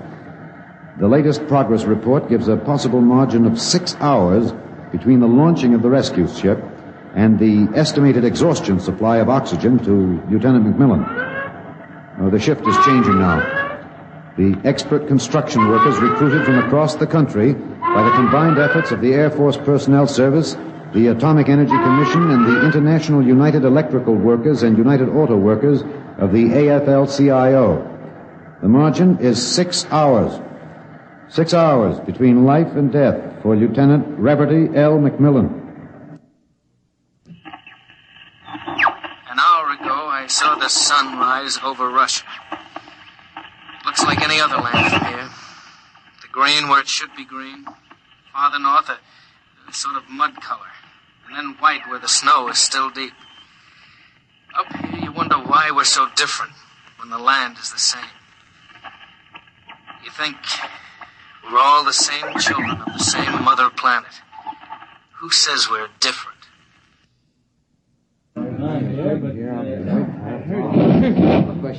Can you hear me in the back? You're standing a little close. Well, how about this? That's better. That's better.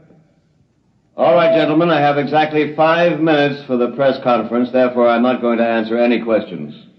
Progress report is as follows. As a safety factor, we're constructing 2 complete 3-stage rockets and 6 additional 3rd-stage components. The telemetered reports from Macmillan's ship have added important additional information, and the first of the rescue vessels should be ready to be launched at the estimated time, weather permitting. Now, don't ask a question. Within certain limitations of air turbulence, the rocket will be ready to lift in time to save Lieutenant Macmillan. 21 days. The air is bad tonight. I can't seem to get a full breath. It seems to stick in the lungs. It doesn't matter, though. But I wish you could see what I've seen. The vast spreading universe around Earth like a bride in a soft veil. You'd know then that we belong out here. Come out, mankind. Come out and see what I have seen.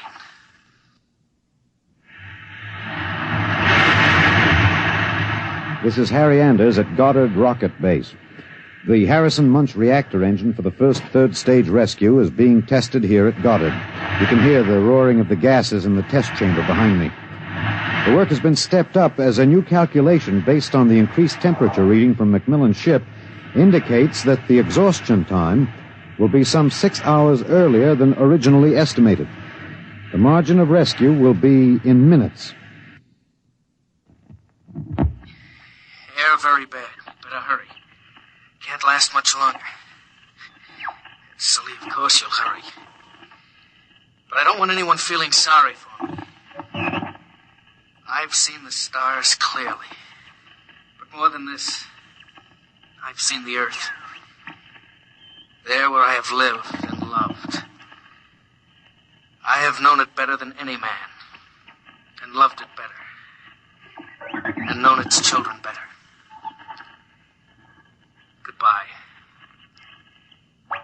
I have a better tomb than the greatest conqueror Earth ever bore. Do not disturb.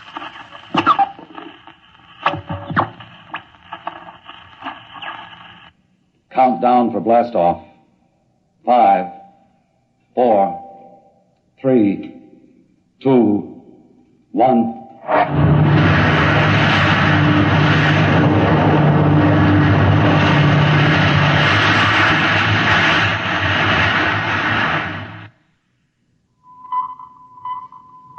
Anders, tape 323.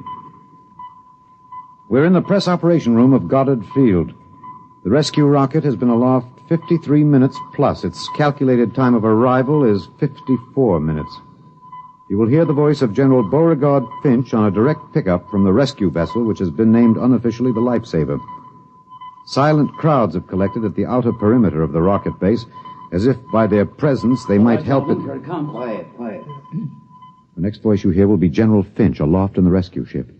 The voice quality may not be good. He's speaking over a throat mic in his pressure suit. Mark 3 to base. This is Finch. We'll secure that camera.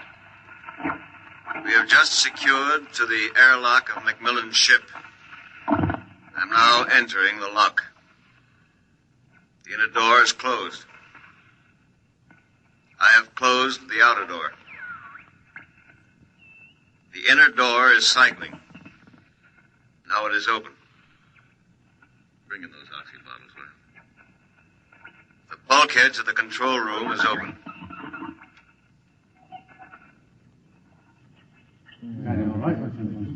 Is he all right? Come on, wondering what's happening. Lieutenant Macmillan is dead. He died heroically, waiting till all hope was gone. until every oxygen gauge stood at 0. And then, well, the airlock was open when we arrived. In accordance with his own wish, his body will be left here in its eternal orbit. I'm going to leave now. My feet will be the last to touch this deck. Lieutenant McMillan is in his control chair, staring out towards the stars. I'll leave the airlock doors open behind me. Let the airless, frigid arms of space protect and preserve for all eternity this man they would not let go. Well, that's the show, Bill. Bill, you remember at the conference we hadn't made up our mind whether to pick anything up from the celebration last night after the news of the Mars landing? I said it was the right end for Rev McMillan's story. You said it was old stuff. Every kid knew the sequence. The ships built to rescue Rev, used to set up the satellite base, from the base to the moon and now to Mars. Well, I went out with a mini-tape last night, and I've got the end of the story. Here it is. This is Harry Anders in Times Square. The neon rocket ship at the top of the Times building has just flashed into brilliant light. The signal that the landing signal has been received from the rocket Rev McMillan III. Man has landed on Mars. And a holiday crowd here in Times Square is celebrating like 1,000 New Years rolled into one. I'm being tossed and pushed and clapped on the back all at once. Let's see what the man on the street thinks about man on Mars. You, sir. I'm broadcasting. No. How do you feel about it, sir? How do you feel tonight about man's conquest of space, of the planet? Leave me alone. I'm in a hurry. Just a few words of the... Look, you get your hands off me. Let go of me. I'm not interested. Wait a minute, sir. Wait. Rev, come back here. Rev. You think I could listen to that voice over and over in a tape editing room and not know every vowel, every consonant? I'm telling you, Bill, I saw him. Rev McMillan. The black hair was gray and those Clark Gable ears were pinned back, but that's a simple operation. I played that piece of tape over and over. It was Rev, I know it. He isn't up there. He's alive. We've got it, Bill. We've got it on our show. We'll break it. Rev McMillan is alive. I haven't written it yet, but we finish it off with this, with a question. Why did they announce he was dead? I'm in the tape editing room now. I've got the reel ready to record the answer. Excuse me, Mr. Anders. Hey, just a minute. I'm recording. You better see the page outside Mr. at the Anders, I'd like to talk to you for a moment, if I may. I have a letter of authorization. Just a minute. I'll be through in a minute. Look, Bill, I've got the answer now. Last night, they landed on Mars. But that first ship, the one that circles up there now, there isn't anybody on it. There never was, except a 30 days recording and a transmitter. That's all. He was never up there. They didn't have the money for a manned rocket. They wanted a crash program, all out, so they sent a decoy up. And we all broke our hearts to rescue the man who wasn't there. Oh, he must be laughing, General Finch and the rest of them, the ones that knew. I guess they had a problem. What to do with Rev? I wonder if he slipped away from whatever guards they have around him to see the celebration. He looked a little sad. I think sometimes he must wish he was really up there in the cave of night, seated in the icy control room, 1,075 miles above the earth, staring out at the stars. Mr. Anders, I must insist... What? Bill. Looks as if I won't have to worry about editing this tape. My friends are from Washington. I'd like to call your attention to the last paragraph. What? Oh, no. It's very simple. You won't have to burn it. It's easy to destroy recording tape. I throw this switch. When the tape goes through the erasing head, it's gone forever. Oh, too bad. Would have made one fine show. Okay. So long, Rev. You have just heard X-1, presented by the National Broadcasting Company in cooperation with Galaxy Science Fiction Magazine, which this month features an exciting serial, Slave Ship, by Frederick Pohl.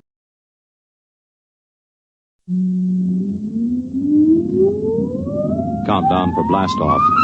X-5, 4, 3, 2, X-1, fire.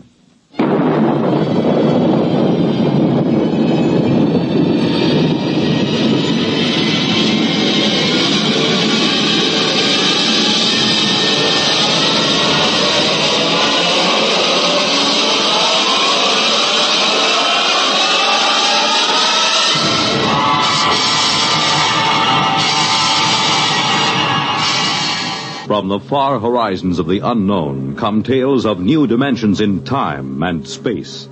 These are stories of the future, adventures in which you'll live in a million, could be years, on 1,000 maybe worlds. The National Broadcasting Company, in cooperation with Galaxy Science Fiction Magazine, presents X minus 1.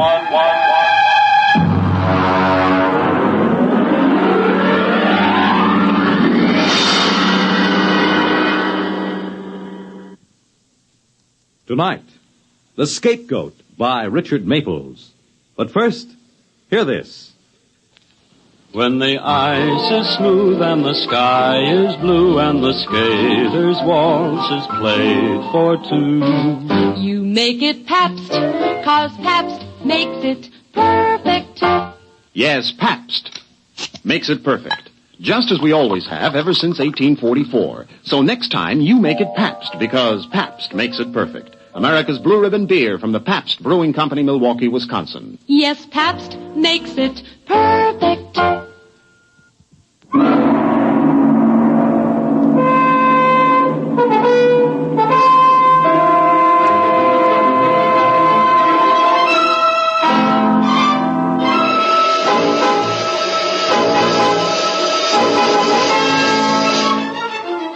Now, X minus 1 and The Scapegoat.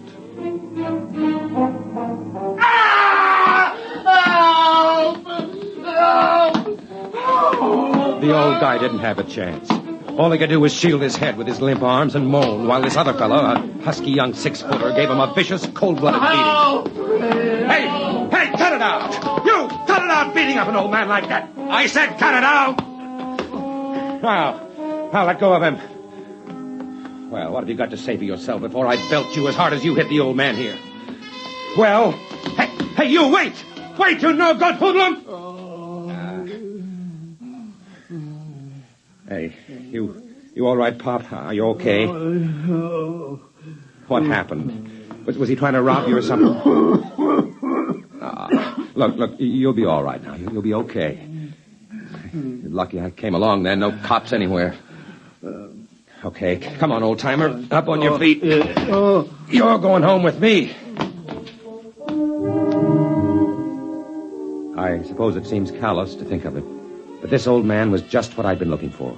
A brutal assault and a helpless old man, and I was the hero, just what I needed. You see, I'd just come from a meeting with the city fathers and the commissioner of the police department. And old man Jones, my publisher, had promptly yanked the rug out from under me and chickened. I'd written the articles panning the city's handling of the juvenile delinquency problem, because Jones had to be in his bonnet to be the mayor. Now, when the heat was on, he weaseled out. We had a few words, Jones and I quit. But now I had him, an eyewitness story, no cops anywhere, and a young bruiser beating up a defenseless old man. I figured I'd take him home, let my wife fix him up, keep him around the house until the story broke. Ed, what's the idea? Ed! Take it easy, honey. It's all right.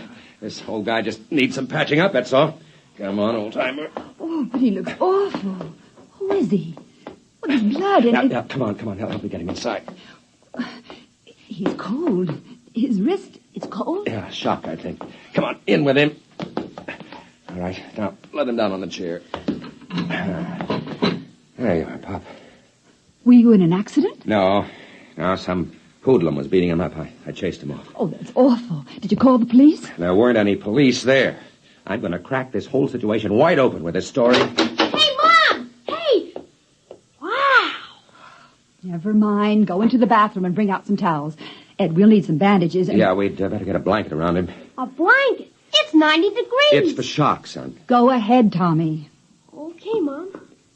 Ed, I think he's coming to now. He's opening his eyes. No, you're all right, old-timer. You're all right. Well, isn't this cozy? What's your name? Ash. Ash. And first name? That's it. Oh, then what's your last name? I don't know. All right. Take it easy.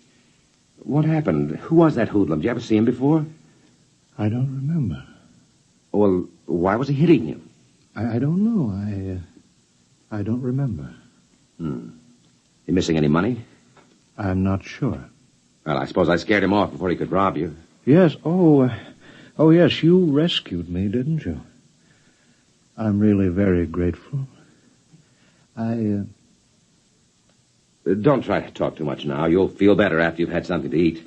Ed, we have nothing in the house. We were just going to have a salad. Well, salad's all right. Well, Ed, I think maybe we'd better get Mr. Ash to a hospital or to his house or something. Oh, look, Nana, I told you I want him Ed, here. please, come inside. Well, what's the matter with you? Come inside. Okay. You just sit right here, Mr. Ash. I'll be right back. I just want Yes, to... I'll be all right now. Nan, what's the matter with you? Get rid of him. What? Get him out of here. Well, why? He gives me the willies. Oh, no, it's just the heat. Well, if you must know, he leered at me. Oh, Nan, he's an old man. He's just been beat up and in shock. Ed, please. Oh, no. I've got to keep him here. He's my proof. I'll write a story that'll rip the administration wide open, and Jones can't pull it out because I've got the proof right here, and I was the eyewitness. But, Ed... No. Please. He stays here, and that's all there is to it.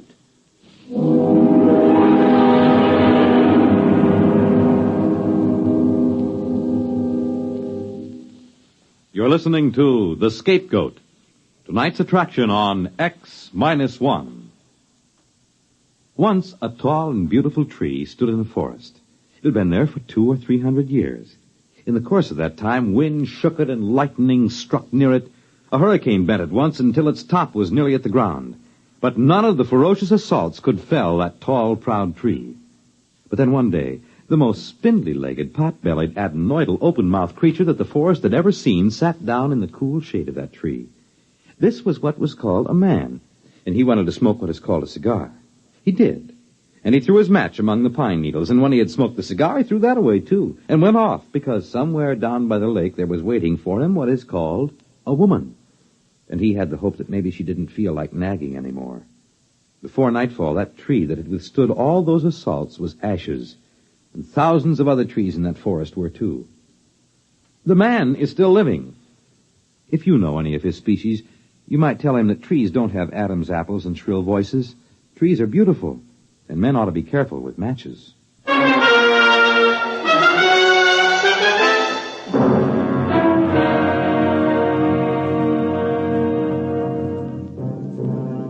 Now back to X-1 and The Scapegoat. The old man seemed to recover pretty quickly. I suppose mostly because I'd gotten there in time. As a matter of fact, he began to talk, and he kept it up through the whole meal. And it was the craziest story you ever heard. He insisted he'd come from another world outside our solar system, where people existed in a kind of liquid state, bouncing about for the most part like large water-filled bladders. They were, however, capable of taking almost any shape their superior minds willed. They could flatten and drift about on the water, or they could inflate and rise in the air. As a matter of fact, they can even become facsimiles of other living things, taking on the shape and texture and coloration, a capability which adds greatly in their main function of traveling as missionaries of goodness among the peoples of the galaxy. Goodness, huh? Oh, yes. They're perfect as angels. All right, I've had enough. I asked for it. Nan, where are you going? Don't rush off. Well, I guess I know when I'm being kidded. Very funny, Mr. Ash. But I'm not kidding. Don't tell me that you're a missionary to Earth. Oh, no, I'm here because I was banished. Oh, sort of a fallen angel. Exactly. Look, Ash, it's too hot for games. If you don't want to explain what happened this afternoon, that's your privilege. But as you know, this story means a lot to me. And I did stick my neck out for you. One moment, my boy. Let me finish. You see, I'm a throwback. A what? A throwback, an atavism. They tried to reform me, but there was something rather fundamental about me, something rather evil. Then, of course, as a last resort, they put me into one of the machines, and they threw the switch. Oh, sure. They killed you. Look, I'm not in the mood for shaggy dog stories. They didn't kill me, exactly. It was sort of like water being scraped over the edge of a sharp rock. When I came to, I was drifting through space. And then, of course, much later, I landed on Earth. Oh, I've had many shapes through the years. Mainly people who died. I find that's much more convenient. Yeah. Look, if you'll excuse me, I have to make a telephone call. I'll just go into the other room. I dare say you want to call the hospital. I'm not psychotic, really. I've got iced coffee. Ah, yes, you're just in time, Mrs. Potter. I think perhaps I'd better prove my story if you'll wait just a moment. You see, it's done by the generation of a high electrostatic field. Something like this. If you'll notice, my face begins to lose definition. It moves as if it had a life of its own. Now what? Ash, stop it! Ash! There. Well, that looks considerably younger, doesn't it? 30 years younger. 30 years just dropped away like... Listen, this story will set the whole country on its ear, with my byline on it. Oh, Ed, don't let him take you in. It's a trick. It's mass hypnotism or something. I saw it right here. So did you. I'll have an exclusive. Life will have to come to me for the story.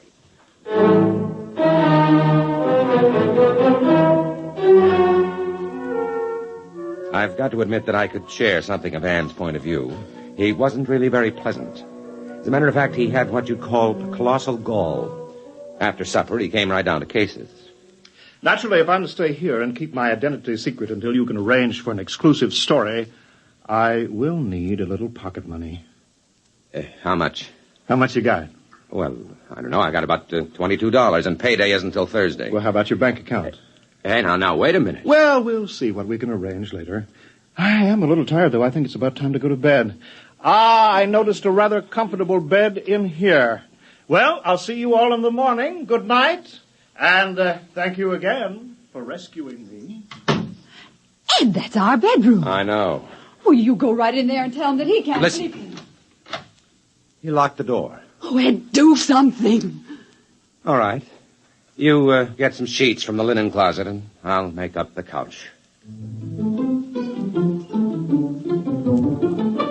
Next day, I made careful inquiries, started to feel around for contacts on Live at the AP, someplace to really break the story big. About 5 p.m, Jones, the publisher, called me into his office. Sit down, Ed. I've got some good news. Now, look, Mr. Jones, ever since you left me out on a limb at the mayor's conference... Oh, now, let's not worry about that, Ed. We've got something very interesting going for us now that changes everything. They've arrested a gang of kids for shoplifting. Well, one of them is Tommy, your son. What? Arrested Tommy? Wait, Ed, don't go off half-cocked. It's a break, don't you see? You can cover delinquency with the lid off now. You'll be riding as a parent in the same boat with other parents. Hey, wait a minute. Where are you going?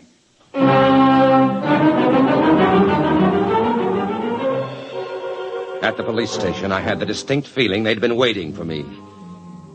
Well, Mr. Potter, we meet under unfortunate circumstances. Can the phony sympathy, Thompson. Just let me see my boy. We'd better have a little talk first about all those articles you're writing about the police force. I've got no talking to do. This is a lousy frame-up against me and the paper. Now, you get my son out here and do it fast. You don't understand, Mr. Potter. Your son is in trouble. He's been identified as leading a gang of kids who spent most of the morning shoplifting in the stores all over town. That's nonsense. How could my boy do anything like that? He's only 12. Who identified him anyway? The shopkeepers and the other members of the gang. You can see him, Mr. Potter, but I still think we'll want to have our little talk.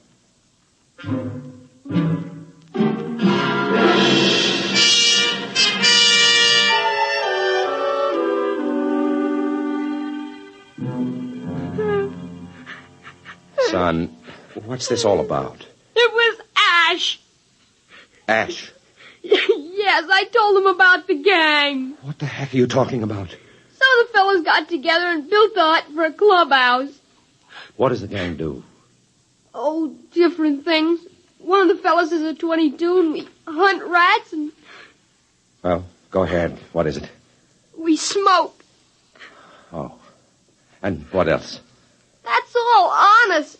What about shoplifting? No, that was Ash. He wanted me to talk the gang into shoplifting, but I wouldn't. Then he changed himself to look like me and talked the fellas into it when I wasn't around. I only knew about it because I ran into them after they'd robbed a store. Who is this Ash he keeps talking about? Why, he's a man... Oh, never mind. Listen, the boy's beside himself because of all he's been through. Will you let me take him home with me? Of course, Mr. Potter, but the charges still hold. Don't forget to stop in and have our little talk before you report back to juvenile court.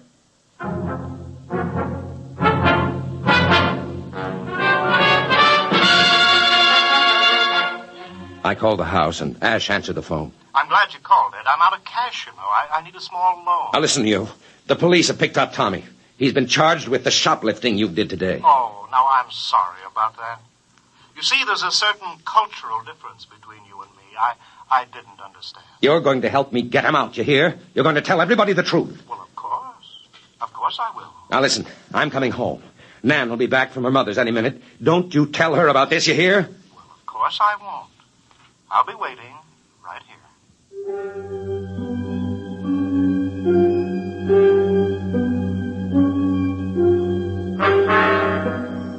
I suppose I was a fool, but I still wanted that story. I wanted it so bad I could taste it. The exclusive account of an extraterrestrial being. Driving home, I had it all figured out. I'd bring Ash down to the police station. He'd tell the story, go through his changing act to convince him, and spring Tommy. I'd have my story already filed and beat everybody. In the meantime, I just hoped Nan wouldn't spoil everything along with it. Alone with him. And then suddenly I let my foot come down on the accelerator like it was made out of lead. I pulled the car to a stop and sprinted up the driveway. Nan! Nan, where are you? They were both in the bedroom. Nan stood in the far corner with her back against the wall. Her shoulders were scratched and her lip cut. She held a heavy bookend, poised to strike at Ash, who was in front of her, moving stealthily forward. He turned as I came in, and I froze in amazement. I couldn't recognize him.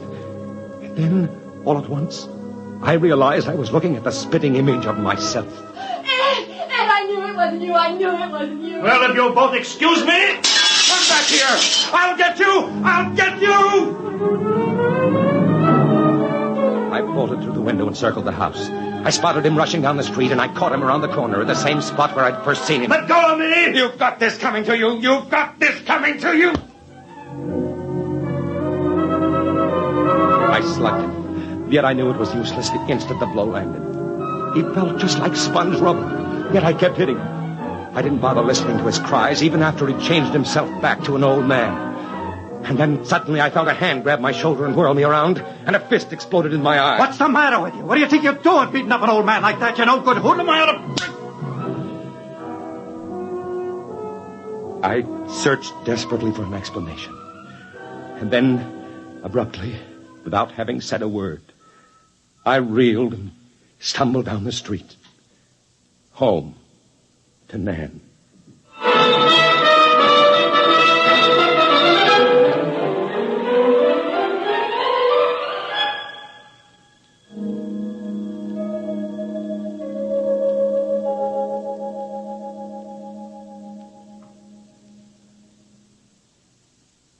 Fred Collins again, and I'll have another word for you about X-1 in a moment. Hi, this is Walter O'Keefe. You know, they say there's nothing new under the sun, and maybe that's true. But there is something new under the moon, and that's Nightline. In Nightline, we think we found the way to use the intimacy as well as the lightning-fast maneuverability of radio in an hour-and-a-half package of high-voltage, different entertainment. We found the way to make the airwaves your magic carpet to wherever big things are happening. Anywhere in the country, for that matter, anywhere in the world. Now, let's say that your favorite comedian is performing at a Las Vegas nightclub. He's packing them in, and you've really got to have connections to get a table. Well, Nightline is that connection, and your radio is your ringside table. More things than you'd believe are happening in the so-called still of the night, and Nightline is your line to exciting entertainment after dark. My feeling is Nightline marks a new era in nighttime entertainment. Tune us in every Tuesday, Wednesday, and Thursday, and you'll hear what I mean. You have just heard X-1, presented by the National Broadcasting Company in cooperation with Galaxy Science Fiction Magazine, which this month features Shadow World by Clifford D. Simak. Of all the upsetting phenomena, the most alarming was this. I had a little shadow that went in and out with me. It's in Galaxy Magazine, on your newsstand today.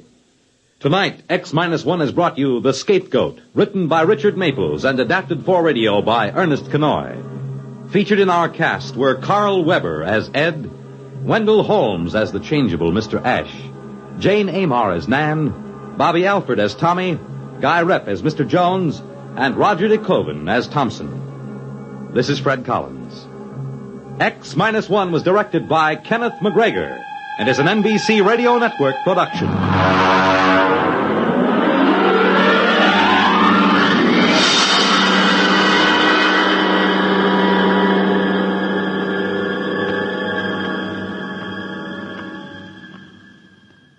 There's excitement in the air at night, and Nightline brings it to you.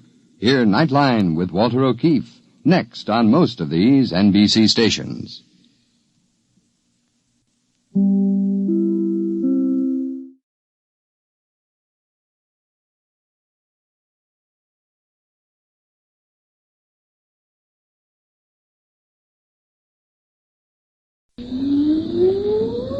Countdown for blast off.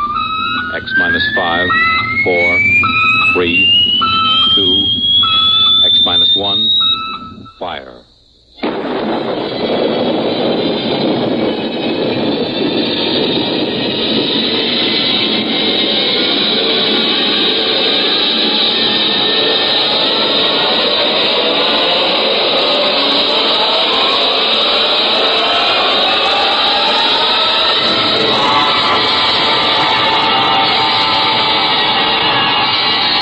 From the far horizons of the unknown come tales of new dimensions in time and space.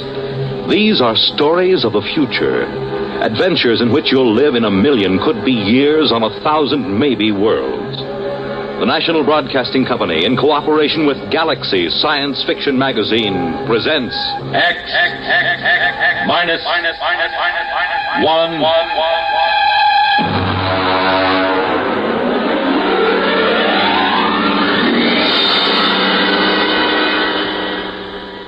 We go forward in time to the days when war has been outlawed, and in its place there is a system of carefully controlled, legalized murder.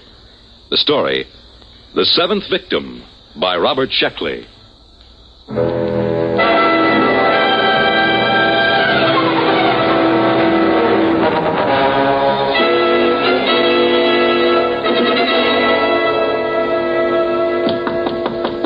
Is that the mail, Jenny? Bring it right in. No, it isn't the mail. Are you anxious, Stan? Well, you know how it is when you're waiting for notification.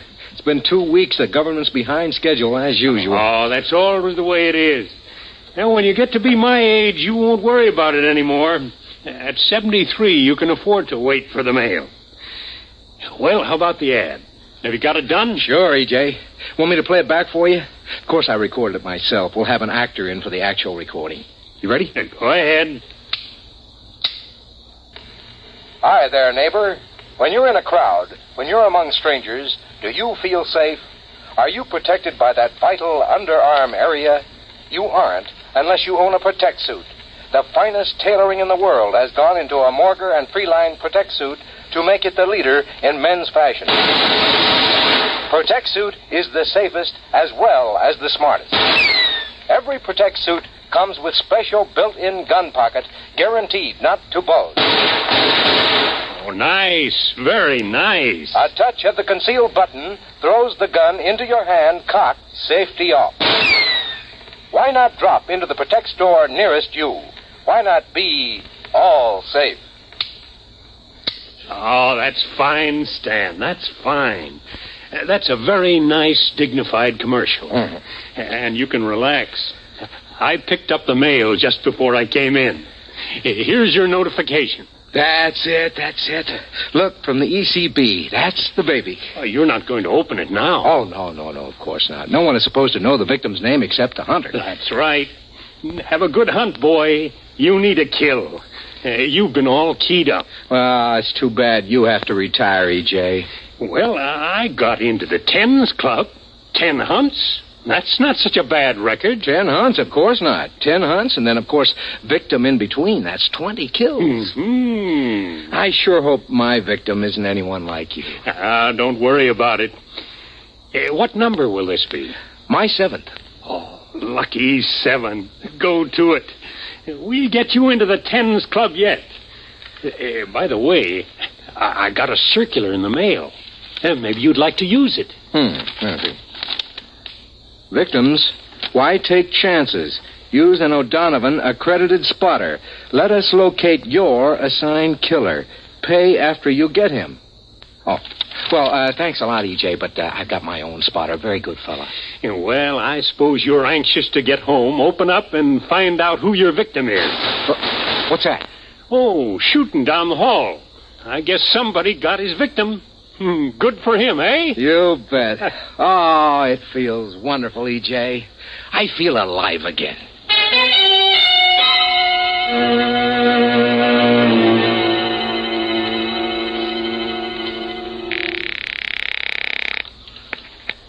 Morrow's Garage.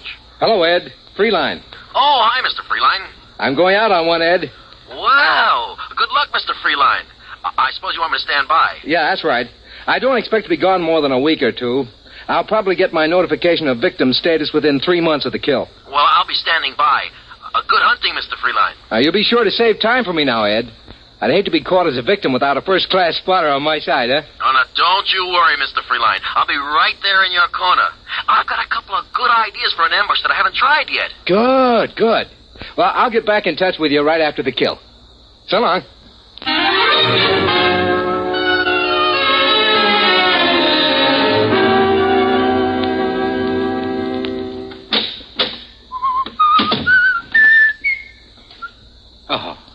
Mr. Freeline? What are you doing in my apartment? Allow me my card. Emmanuel Gale, Emotional Catharsis Bureau. What do you want from me? Oh, just a standard spot check in reorientation. Oh, I see you've got your notification. Yeah, that's right. I haven't opened it yet. Do you mind? No, go right ahead. Well, yes. Anything wrong, Mr. Freeline?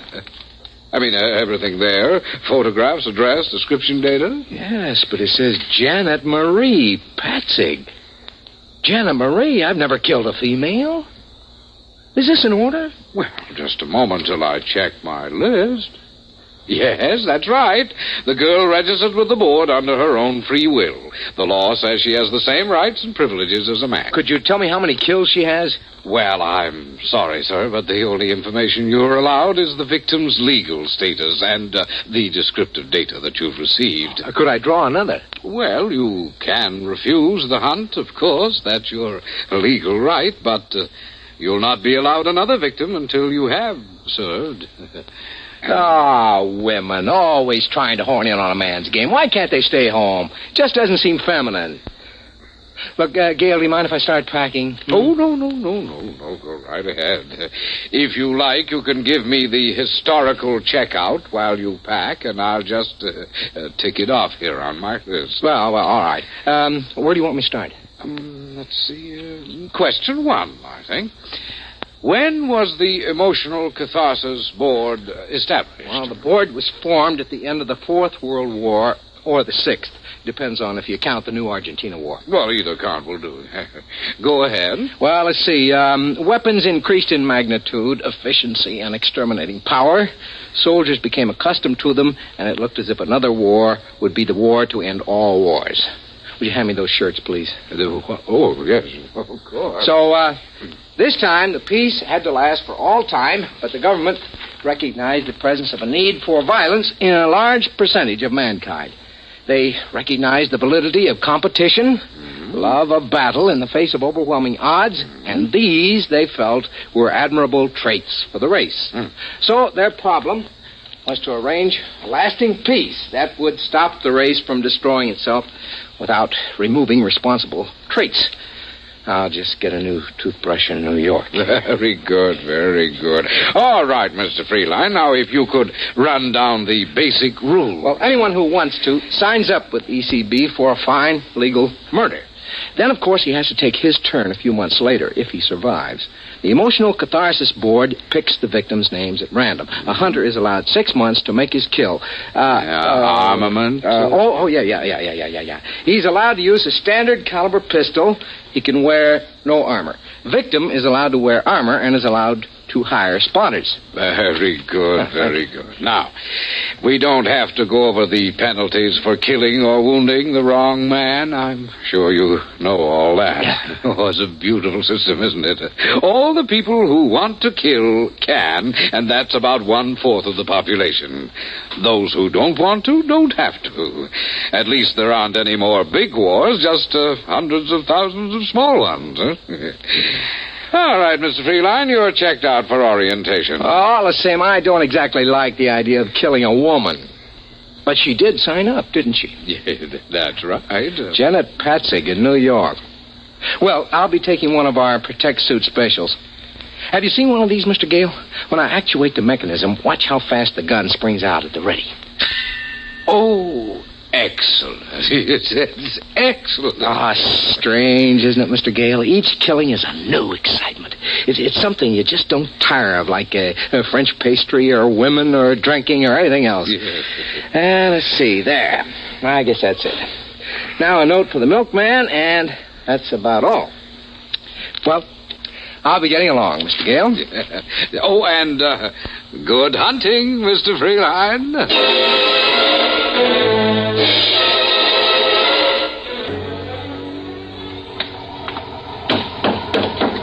Where to, Chief? Carlton Hotel. Carlton, you bet. Just get into town? Is it that noticeable? I've been picking up from the airport for maybe 10 years. I can spot an out-of-town killer by the way he carries his suitcase. You wouldn't be working as a spotter, would you? Oh, no. The Hack Bureau don't like it. This isn't your first kill, I can tell. Yeah? Yeah, guys on their first kill get too anxious. They want to drive right to the victim's address, walk right into an ambush. I'd say you had maybe 5, 6... 7. 7? Well, you haven't got too long to go before you get into the Tens Club. You ever been hunting? Nah, I can't afford it. Look, I'll tell you what. If you can just drive me around the Chelsea area, I'd just like to look at the streets. Aha, that's where your victim hangs out, huh? Sure, be glad to. You know what you ought to do, Mac? You ought to drop in at the Hunter hunting show at the Coliseum. They got everything. Bulletproof vests for victims, hats with bulletproof crowns. I seen an ad for a Malvern straight shot ECB approved. Carried a load of 12 shots with a deviation of less than 1,000th inch per 1,000 feet. Oh, it sounds like a fine gun. And they got all kinds of trick things. You know, canes with 4-shot magazines, 45 caliber flashlights, all kinds of things. Oh, those kind of novelties are all right for the first time, but the old-fashioned ways are the best. Hey, look at that. Somebody got it. I missed it. Nothing to see now. In about 4 minutes, the guys from the Department of Sanitation will carry away the corpse. Yeah. Well, this is the neighborhood, Chief. You want to give me the address? No, I'll just drive around. Okay, you're paying a meter.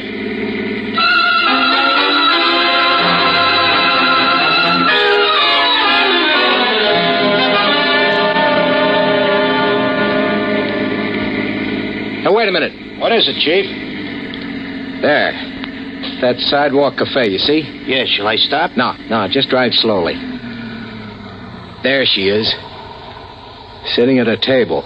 You mean the victim is a dame? Yeah, she's just sitting there. She crazy, exposing herself in the open? Boy, that's sure no way to stay healthy. Not when you're a victim. Drive around the block. Okay. Yeah, she looks younger than her pictures. She looks sad. Wonder if she's been notified. Well, she's got to be notified, Chief. They can't send you your notice until her signed receipt gets back to the office. It's automatic. That's right. Isn't she even going to try to defend herself? Doesn't look like it. Here we come again. She's still there. All I have to do is just ride by in a cab and pump a bullet into her. Okay, Chief, I'll go real slow. You be sure to allow for the motion of the car. No. Park across the street. Sure.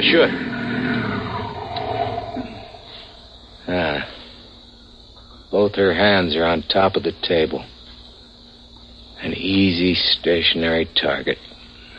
All I gotta do is... Say, that's some gadget. Hey, remember to roll down a window before you shoot that gun, huh? Nah, it's an easy shot. It's too easy. Look, mister, hurry up, will you? If a cop comes along and finds you shooting out of my cab, he'll give me a ticket for double parking. No, it's too easy. All my other 6 kills have been hard. My victims have tried every dodge. One of them hired a dozen spotters. I got them all. I dressed as a milkman. Hey, that's pretty clever. Nah, this wouldn't be a trophy. Here, put your flag up. I'm getting out. Okay. Going over to talk to her. She's your victim. I know. It's too easy this way.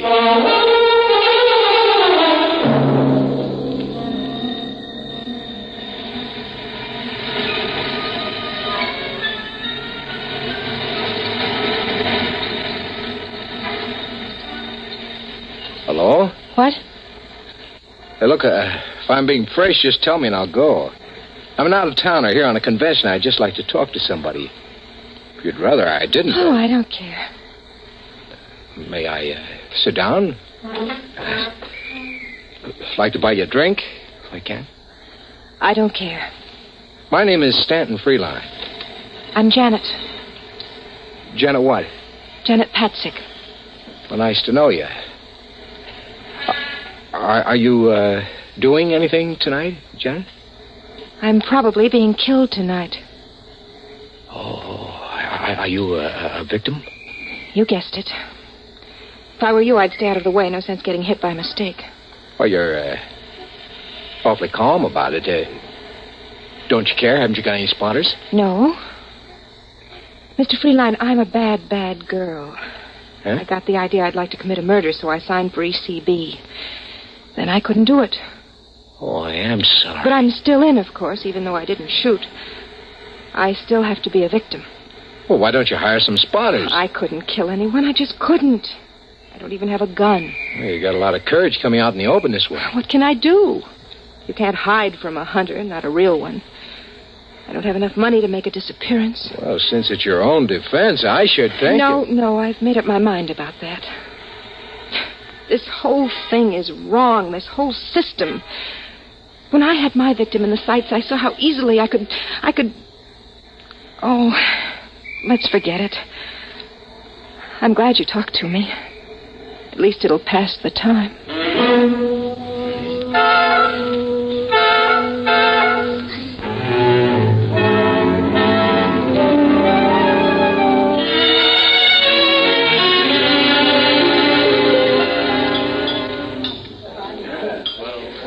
It's been a lovely dinner. Just lovely. I'm glad you liked it. I usually stop at this little place when I'm in New York. Do you come in often? Oh, on business. I'm in clothing, you know. What do you do? Oh, I'm an actress. Well, that's a laugh. I'm not really an actress. I'd like to be an actress, but none of the producers seem to see it that way. How old are you? 22. I've only been in New York for a year. You know, you're really being very foolish just sitting out in the open that way. Why, your hunter could come along and just pump a bullet into you. I know, but somehow I feel safe with you. Oh. Say, Janet, would you like to go to the gladiatorials with me tonight? We got about 20 minutes. We'd only miss the opening numbers. Well, I suppose so. Might as well, huh? Eat, drink, and be merry.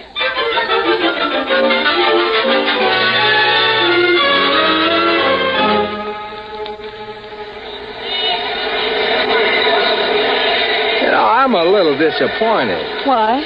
Oh, I thought the New York gladiatorials would be something special. It's about the same as Cleveland.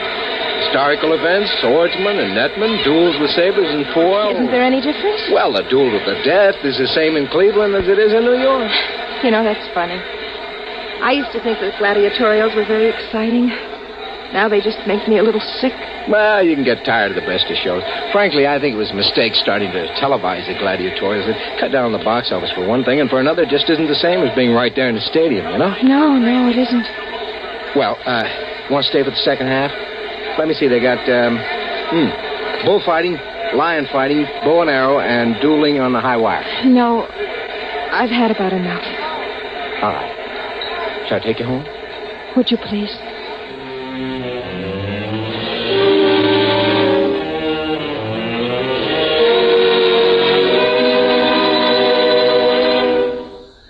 Sit down.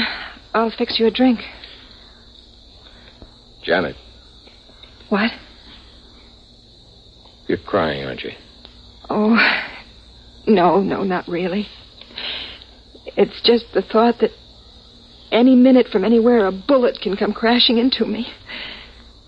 It makes me feel so soft and helpless. You are soft.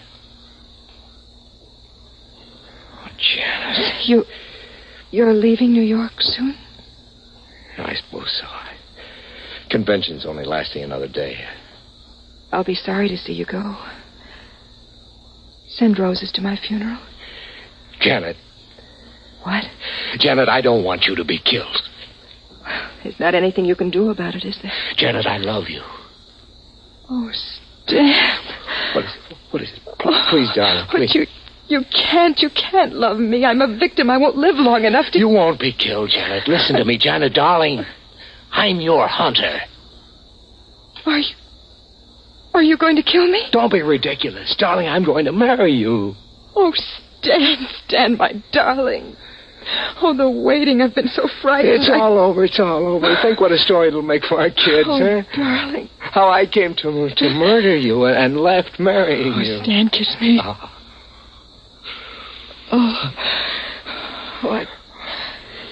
I think I'd better have a cigarette. Let's start packing. No, wait. You haven't asked if I love you. What? You haven't admired my cigarette lighter. What are you talking about? It's a lovely lighter, isn't it? With a small hole in the bottom. Just large enough for a .38 caliber bullet. No, don't. I'm not being funny, darling. But Janet, I love you. I told you I love you. What's the matter with you? I don't love you, Stanton. I am a good actress, aren't I? Even though the producers don't think so. You knew all along. Yes, of course. Don't reach for that.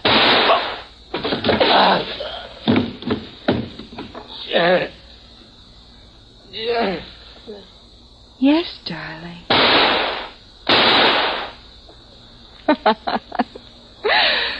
Well, now I can join the Tens Club.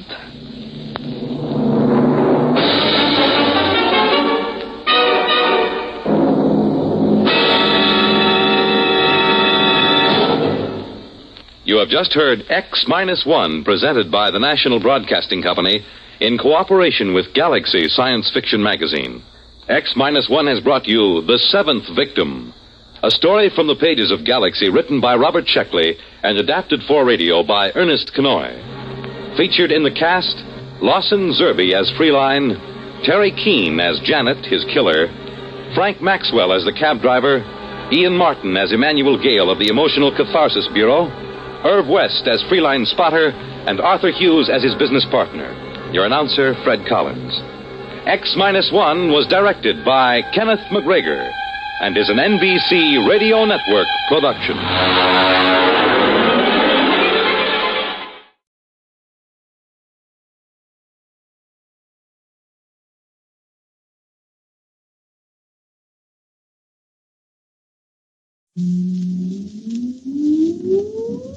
Countdown for blast off.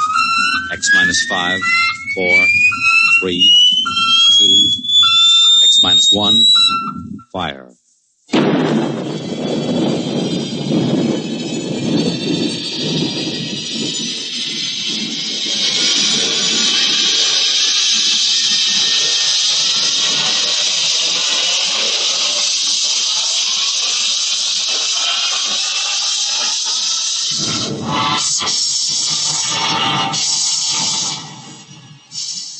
From the far horizons of the unknown come tales of new dimensions in time and space. These are stories of the future, adventures in which you'll live in a million, could be years, on 1,000 maybe worlds. The National Broadcasting Company, in cooperation with Galaxy Science Fiction Magazine, presents X-1.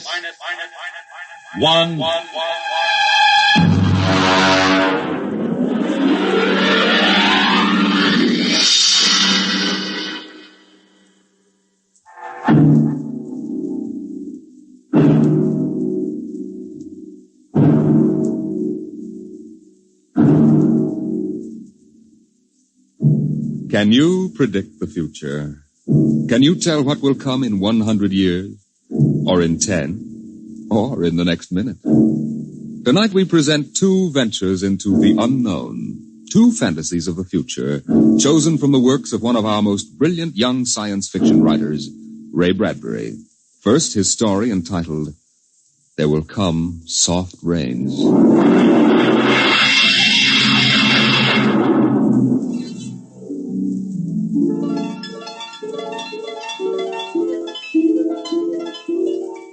The house was a good house, planned and built to be lived in the year 1980. The real estate agent had told them all about it. Now, this is the bedroom. Of course, it contains all the latest devices, self-warming blankets, and there's a brand new feature. Beds, which make themselves. Now, if you'll just step this way through the library, we can see the latest in talking book recorders, self-building fireplace, self-cleaning robot dust disposal. Oh, these little mouse-like things come out of the wall and take away all the dirt. Now, over this way. As a complete robot kitchen, of course. Just set the menu for the week and the stove does the rest. Then there's the automatic hydroponic garden, self-sprinkling fire protection. See, the house is fully automatic. Well, you could go away for a year and it would run itself.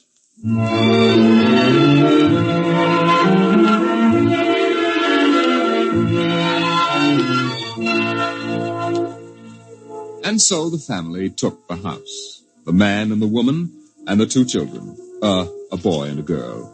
And they lived contentedly, enjoying music and poetry and the rich, warm things in life. And the house fed them and slept them and entertained them. It made a good life for them. Until one day,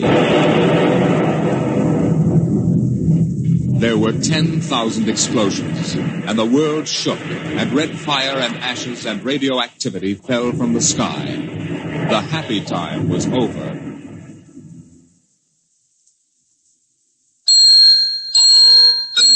Tick-tock, 7 o'clock, time to rise, open your eyes. Tick-tock, 7 o'clock, time to rise, open your eyes. But the house lay empty. The clock talked to the empty morning. In the kitchen, the stove sighed and ejected from its warm interior 8 eggs, sunny side up, 12 bacon slices, 2 coffees, and 2 cups of hot cocoa. 7, 9, breakfast time, come and dine. 7, 9. Today is April 28th, 1985. Today, remember, is Mr. Featherstone's birthday. Insurance, gas, atom heat, and electricity bills are due. In the walls, relays clicked, memory tapes glided under electric eyes, recorded voices moved beneath steel meters. 8, 1, run, off to school, off to work, run, tick-tock, 8 o'clock, 8 o'clock. But no doors slammed. No carpets took the quick tread of rubber heels. At 8:30, the eggs began to shrivel. An aluminum wedge scraped them into the sink. 9:15, time to clean. 9:15, time to clean. Out of the wall, hundreds of tiny mechanical mice darted. The rooms were acrawl with small cleaning animals, all rubber and metal. They sucked up the hidden dust and dirt and popped back into their burrows. At 10 o'clock, the sun came out from behind the rain. The house stood alone on a street where all the other houses were rubble and ashes. At night, the ruined town gave off a radioactive glow which could be seen for miles. At 10:15, the garden sprinkler filled the soft morning air with golden fountains. The water tinkled over the charred west side of the house, the side which had been facing the blast. It was blank, except in 5 places. One of the 5 places was a silhouette of a man mowing a lawn, just as he'd been the instant the radioactivity burned his image into the side of the house. Over there, a woman bent to pick flowers. Still further over, their images burned into the wood where a small boy, hands flung into the air, higher up the image of a thrown ball, and opposite, a girl, her hands raised to catch a ball which never came down. 5 people. 5 spots of paint. On the front porch, the dog whined and shivered. The front door recognized the dog's voice and opened. The dog padded in wearily, thin to the bone, covered with sores. It ran to the kitchen and pawed the kitchen door wildly. Behind the door, the stove was making pancakes which filled the house with their odor, as prescribed by the automatic preset menu selector. The dog frothed, ran insanely, spun in a circle, biting its tail, and died. 1 o'clock, 1 o'clock. Delicately sensing decay, the regiments of mice hummed out of the walls, soft as blown leaves, their electric eyes glowing. 1:15. The dog was gone. 2:15. Bridge tables unfolded from the walls of the patio. Playing cards fluttered onto pads. Martinis appeared on an oaken bench. But the tables were silent, the cards untouched. 5 o'clock, 6 o'clock, 7 o'clock, 8 o'clock, 9 o'clock. Dinner was made, ignored, flushed away. Dishes were washed. In the study, the tobacco stand produced a cigar with half an inch of gray ash upon it, smoking, waiting, waiting. The hearth fire bloomed out of nothing. 9 o'clock, 9 o'clock.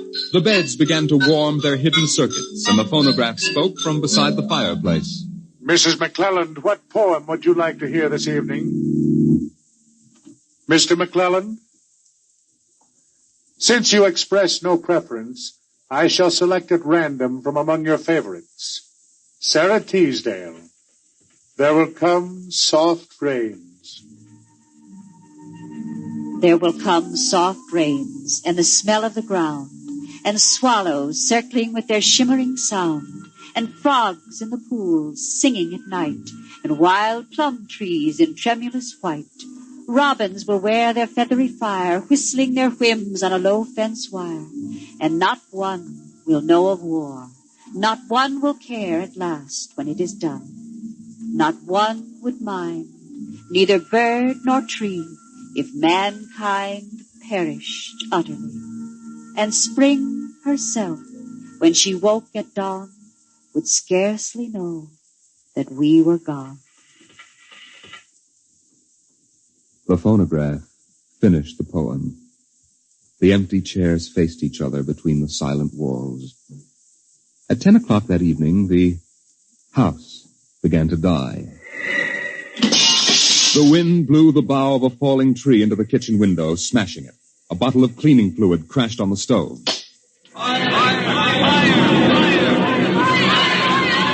Water pumps shot down from the ceiling. But the solvent spread onto the doors, making fire as it went. Other voices in other rooms taking up the alarm. The windows broke with the heat, and the wind blew in to help the fire. The fire crackled upstairs at paintings, lay hungrily on the beds, devoured the rooms. The house began to shudder. The bared skeleton began to cringe in the heat. The wires revealed as if a surgeon had torn the skin off. Voices screamed in every room. Windows snapped open and shut like undecided mouths. The time is now 10:10. The time is now 10:10.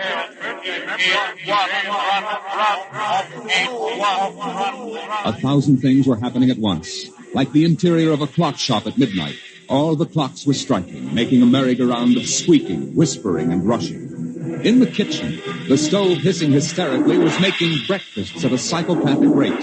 10 dozen pancakes, 6 dozen loaves of toast. Then, there was silence. The film spools were burned out. The wires withered and the circuits cracked. Then the house began to breathe its last. The beams began to give at the foundations. Long cracks appeared in the concrete. The seams were burst from the heat. And finally, with a huge rumble, it crashed into dust and rubble.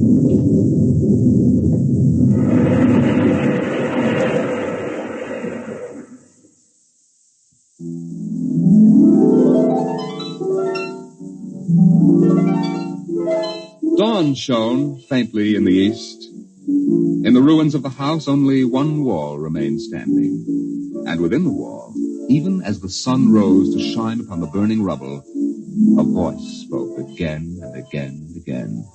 No one would mind, neither bird nor tree, if mankind perished utterly. And spring herself, when she woke at dawn, would scarcely know that we were gone. That we were gone. That we were gone. That we were gone. Today is April 29th, 1985. Today is April 29th, 1985.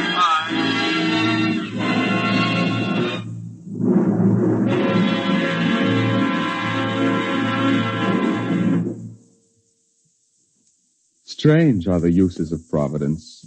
Is this how the end will come for mankind, with 10,000 explosions and a flash of radioactive gas?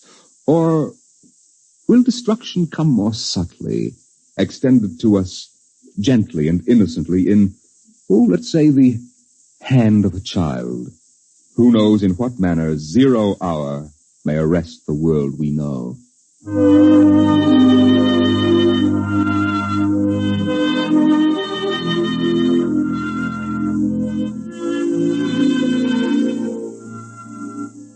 It was a perfect summer day in the year 1985. The streets were lined with green, peaceful trees. Businessmen sat in their quiet offices, taping their voices or watching televisors. Rockets hovered like darning needles in the blue sky. There was the universal quiet conceit and easiness of men accustomed to peace, quite certain that there would never be war or trouble again. There were no traitors among men, no unhappy ones, no disgruntled ones. The world was upon stable ground. Sunlight illumined the suburbs, and the town drowsed on a tide of warm, sunlit air. On the lawns, the children played, catapulting this way and that across the green grass, shouting at each other, holding hands, flying in circles, climbing trees, and laughing. And in the homes, busy mothers prepared for the evening arrival of their husbands. Excuse me, Mom. Good heavens, Mick, what's all the excitement? We're playing a game, Mommy, the most exciting game ever. What are you doing in that cabinet? I need some tools from Daddy's kit. Your father may not like... Oh, I'll take good care of them, Mom, I promise. Very well. Don't you lose anything. Oh, thank you, Mom. You want a glass of milk? Can't stop now, Mom. What's the name of the game, Mink?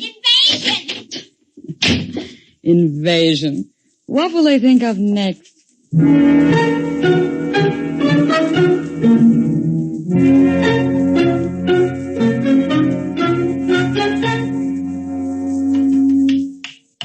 Now this, and this, and this, and this. Now put that there and bring that over here. Oh, no, you ninny. Now get back while I fix this. There, they want it this way, see? Here, just let me fix it. Oh, Mink, it's that smarty pants Joseph Connors. Don't let him play. He's 12 years old. Don't worry, I won't. What you playing, Mink? None of your business, smarty pants. I want to play. Can't. Why not? You're too old. Just 'cause you're only 8. No, you'd only laugh at us and spoil the invasion. Make him go away, Mink. Go away. This is my backyard. Who wants to play with you and your old fairies anyway? They aren't fairies. Nuts to you. I don't want to play anyway. Good riddance. I'm glad you didn't let him play, Mink. He'd only laugh. Now, we'd better talk to Drill and get some more instructions, Art. Now, here's your pad and pencil. Where is Drill? Drill? Here, Drill. Drill? Well, he's in the rose bush, I think. I'll talk to him myself, and you write it down in the pad. Okay. Drill? Drill? Okay. Drill wants you to write down triangle. What's a triangle? Never mind. Drill will tell us when he wants us to know. It helps the invasion. How do you spell it? Well, that's Drill. Drill, how do you spell... Here's your mother, looking out the window. Mink? Yes, Mother? Who are you talking to? The rose bush, Mom. Only it's not really a rose bush. That's Drill. Who's Drill? He's planning the invasion. Oh, I see. Well, you better come in and clean up for supper. Your daddy will be home soon. In just a second, Mom. You got that, Art? See now what? 4, 9, 7, and A, and B, and X, and a fork, and some string, and a hexagonal droopy. Come on, Nink. Supper's in 10 minutes. Okay, Mom, just a minute. I have to tell Drill. I wish we didn't have to eat, though. It holds up the invasion.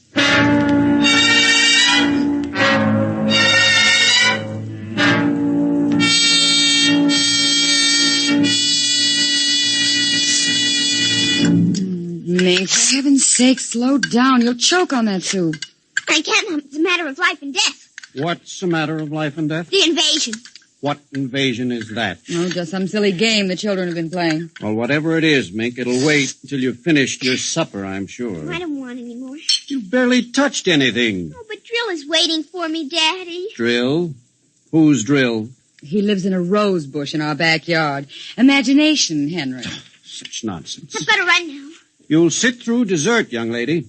Oh, gee, Daddy. And while you're at it, tell me more about this new game. It's Martians invading Earth, Daddy. What?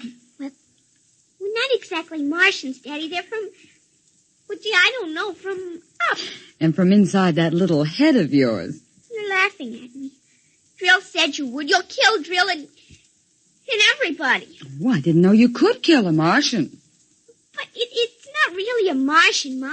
Maybe he's from Jupiter or Venus, even. Imagine. They couldn't figure out a way to attack the Earth. We are impregnable. Impregnable, dear. Well, that's the word Drill said, Well, anyway, that was the word, Mom, the same word. Anyway, so we're helping them. Now, who's helping who? Well, the kids are helping the Martians. Well, fifth column, eh? Well, Drill says in order to make a good fight, you gotta have a new way of surprising the people. That way you win. And he says also you gotta have help from your enemy. Pretty slick, those Martians, using the kids for a fifth column, eh, Mary? And hiding under rose bushes, too, Henry. Don't forget that. Well, that's because grown-ups never look under rose bushes. Only kids. Oh, I see. Well, finish your fruit, darling. You can play for an hour afterward. Mary. Oh, it's so nice out, Henry, and there's no school tomorrow. Very well. Till 8 o'clock. Drill says after the invasion, we can stay up as late as we want. No more bets, either. Oh, is that so? And we can watch all the grown-up televisor shows. I don't wonder this invasion has caught on among the kids. Well, some of the kids are giving us trouble, like Dale Britz and Petey Jarek. They're growing up, so they won't believe in the invasion. They make fun. Worse than parents, even. I hate them worst. We'll kill them first. I hope you're saving your father and me for last. But Drill says you're dangerous. What? But I think they'll let me keep you because I'm helping so much. I'll talk to Drill. Maybe we won't have to kill you. Mary, I think this nonsense has gone far enough. Can I go out now, please? Yeah, run along, dear. Don't worry, Dad. I won't let them hurt you. Mary, I think the child's taking this game entirely too seriously. Invasion. Ah, Henry, you know how Mink is. Besides, all children have their aggressions. Better to get them out in the open, I suppose. Maybe you're right. I was wondering about bridge with the Jacksons tonight, Mary. All right. But, you look tired, dear. Why don't you sit in the relaxer for a while and get a massage? I'll sew for a while until it's time to... Oh, I wanted to call my sister Helen. Oh, good. Find out when her husband's going to return my golf clubs.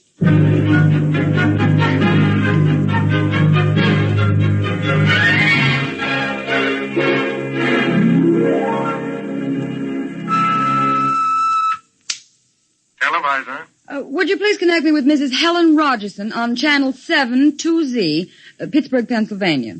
What is your channel, please? 817X, New Rochelle, New York. Thank you. Just a moment. Go ahead. You can see your party now. Hello, Mary. How are things in New York? Fine, Helen. How are things in Pittsburgh? You look tired. Oh, I've been having a terrible time with the children.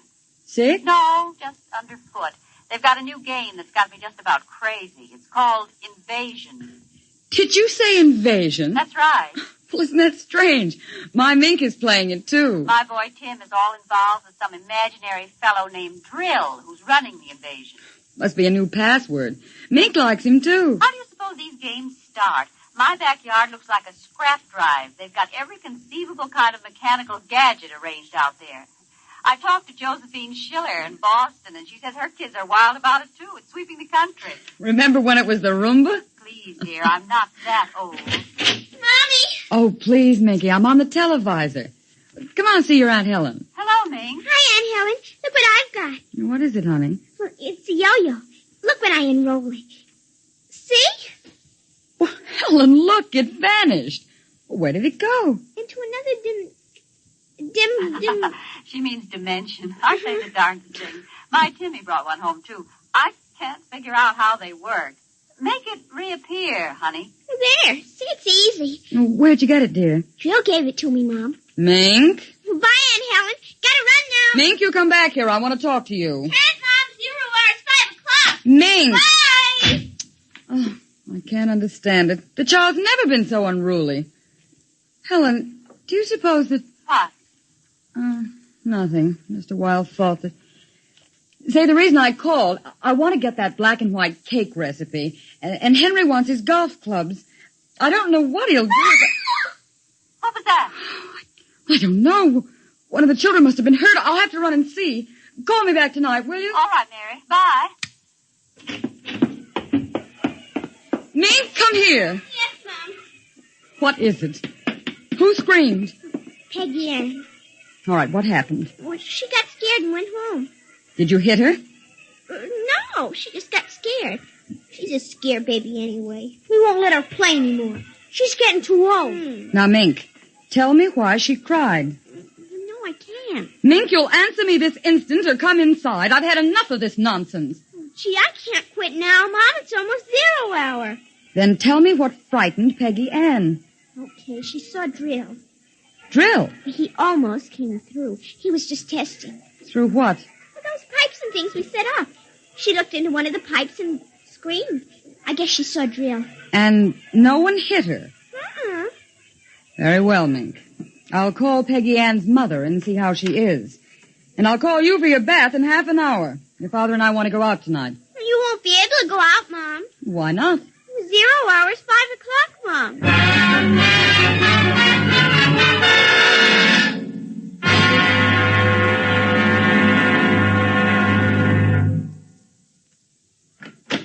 Hello, dear. Oh, you're home already, Henry? Yes, I thought I'd relax a little before we went to theater. Where's the little one? Out back. Same game? Same game. They've got a stack of pipes and hammers and spoons a mile high out there. Children, why do we have them? Yeah, strange little creatures, aren't they? Even Mink, Henry. She's a part of us, and yet what do we really know about how she thinks and feels? I didn't mean to start a philosophic discussion. Kids are such a queer mixture of love and hate, though. Even normal, healthy kids. They need you and they're dependent on you, and yet they resent that dependence. You sound like a child psychology course I once took. I wonder if they ever really forgive the whippings and the commands we have to give them sometimes. I wonder if we ever forgot them when we were children. Look, I'd like to discuss this with you, dear, but we do have a theater date, and it's almost 5 o'clock now. What's happened to the kids? They're so quiet. When children are quiet, you know there's some mischief. Oh. What's that sound? I don't know. These kids aren't playing with anything electrical, are they? I'm sure they are. At least I don't... Just the same. I'd better go out and Henry, see. Tell them to put off the invasion. What? Mary, don't get upset. It's just a game.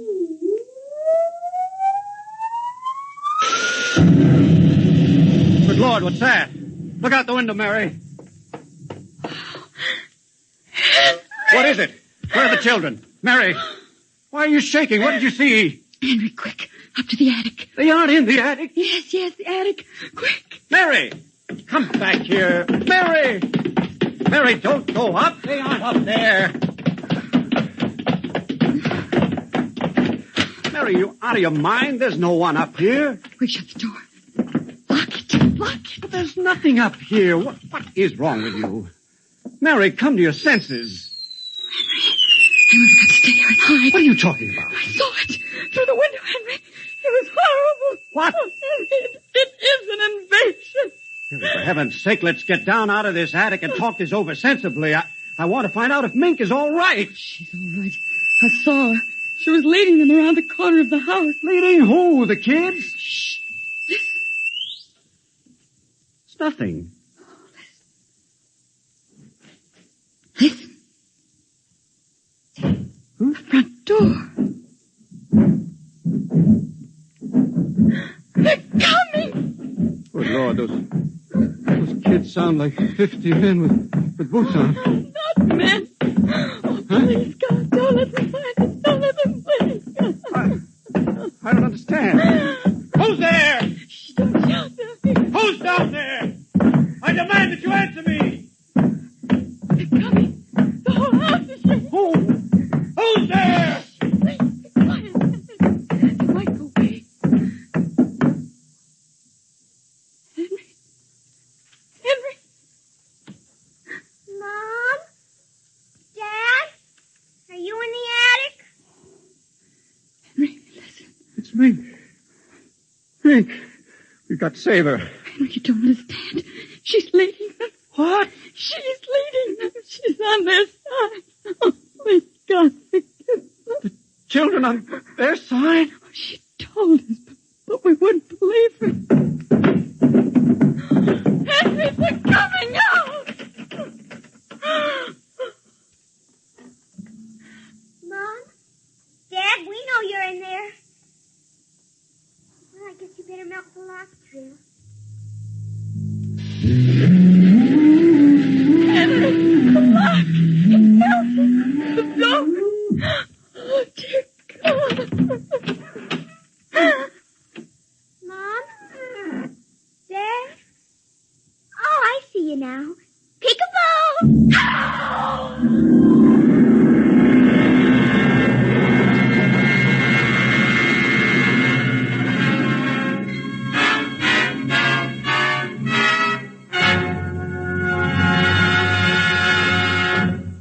You have just heard X-1, presented by the National Broadcasting Company in cooperation with Galaxy Science Fiction Magazine. Your announcer, Fred Collins. X-1 was an NBC Radio Network production.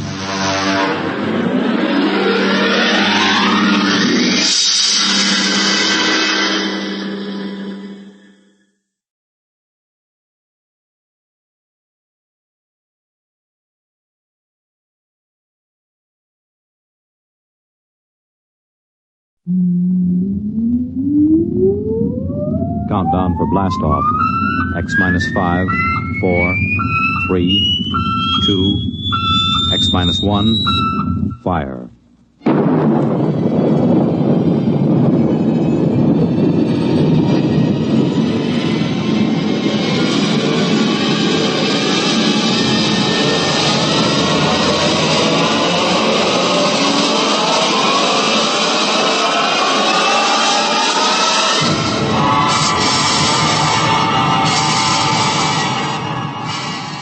From the far horizons of the unknown come transcribed tales of new dimensions in time and space. These are stories of the future, adventures in which you'll live in 1,000,000 could-be years on 1,000 maybe worlds.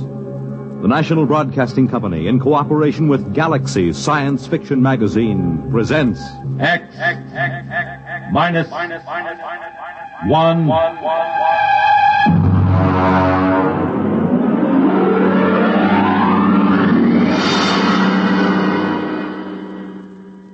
Tonight, Chain of Command by Stephen R.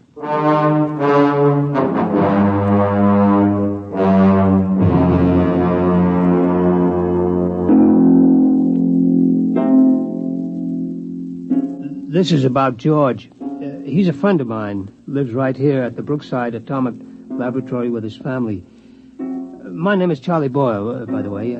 I'm a security guard here at the lab.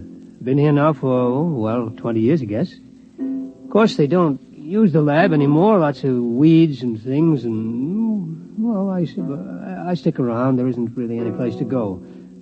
Oh, well, I'm getting away from it after all. This is about George. Some of it I knew myself. A lot of it he told me after it was over. It began, it began the morning after George's wife lit into him. I think, George, the least you could do is complain. After all, are you a mouse or a man? Clara, what's the point of complaining? It'll just start trouble. We do live at the laboratory. We have some rights. The best thing we can do is just stay right where we are. But it's dangerous. There's nothing dangerous about it, just so long as we know what we're doing. I'm not thinking about us. I'm thinking about the children. The children know where they mustn't go. George, I will not go on like this without a moment's peace of mind. If you had the slightest concern for my welfare or for the children's, you'd really... All right. I'll go talk to old Charlie, the security guard. Why not talk directly to the superintendent? Because of the complications. Now, I promise you I'll explain the situation to Charlie. He knows me. I've talked to him for over a year now. And he hasn't the slightest influence. I'll impress the seriousness of the situation on him. All right, but do it now. I will. And be firm. I'll be as firm as I can.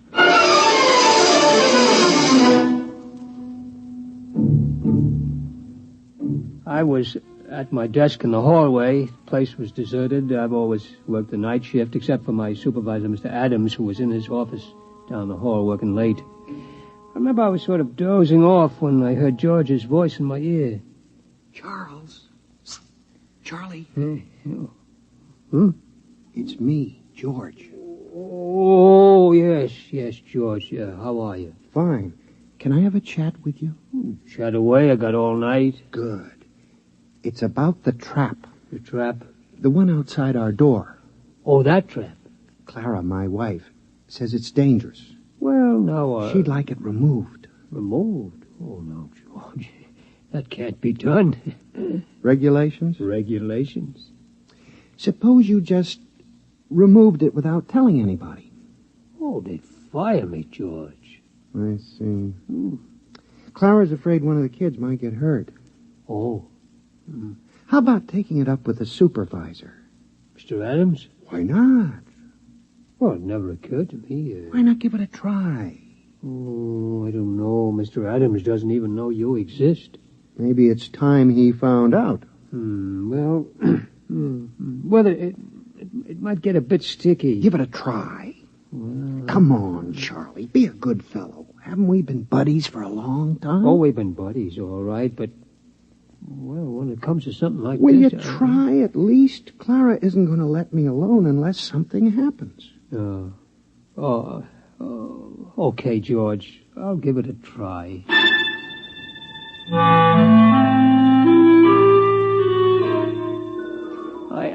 I straightened my tie and I brushed off my uniform real neat and I went into Mr. Adams' office.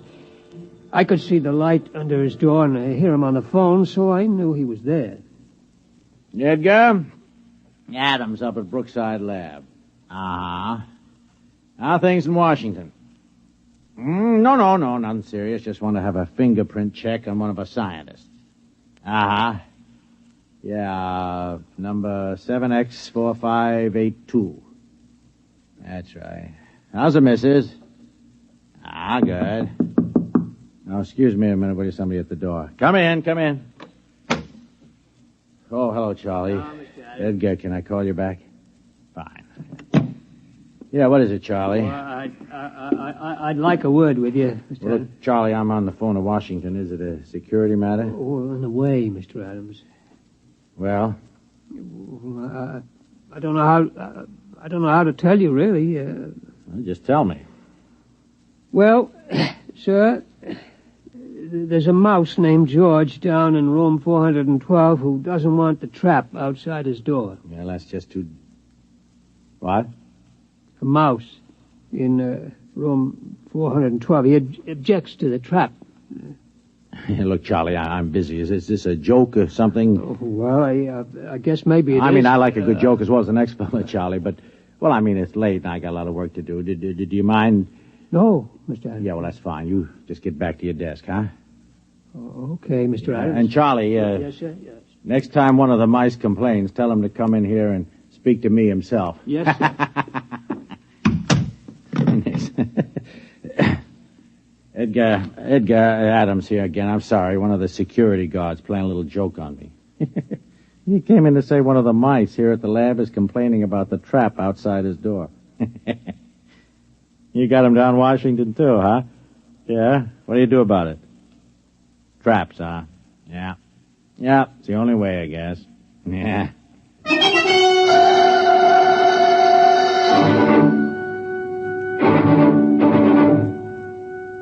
Well, I went back to my desk. George was there, waiting. I could tell by his expression that he knew the answer before he even asked me. No soap, huh, Charlie? No soap, George. I guess I'll have to tell Clara. Yeah, I'm sorry, George. What'd he say? Well, he said if you've got a complaint, see him yourself. He said that, huh? Yep.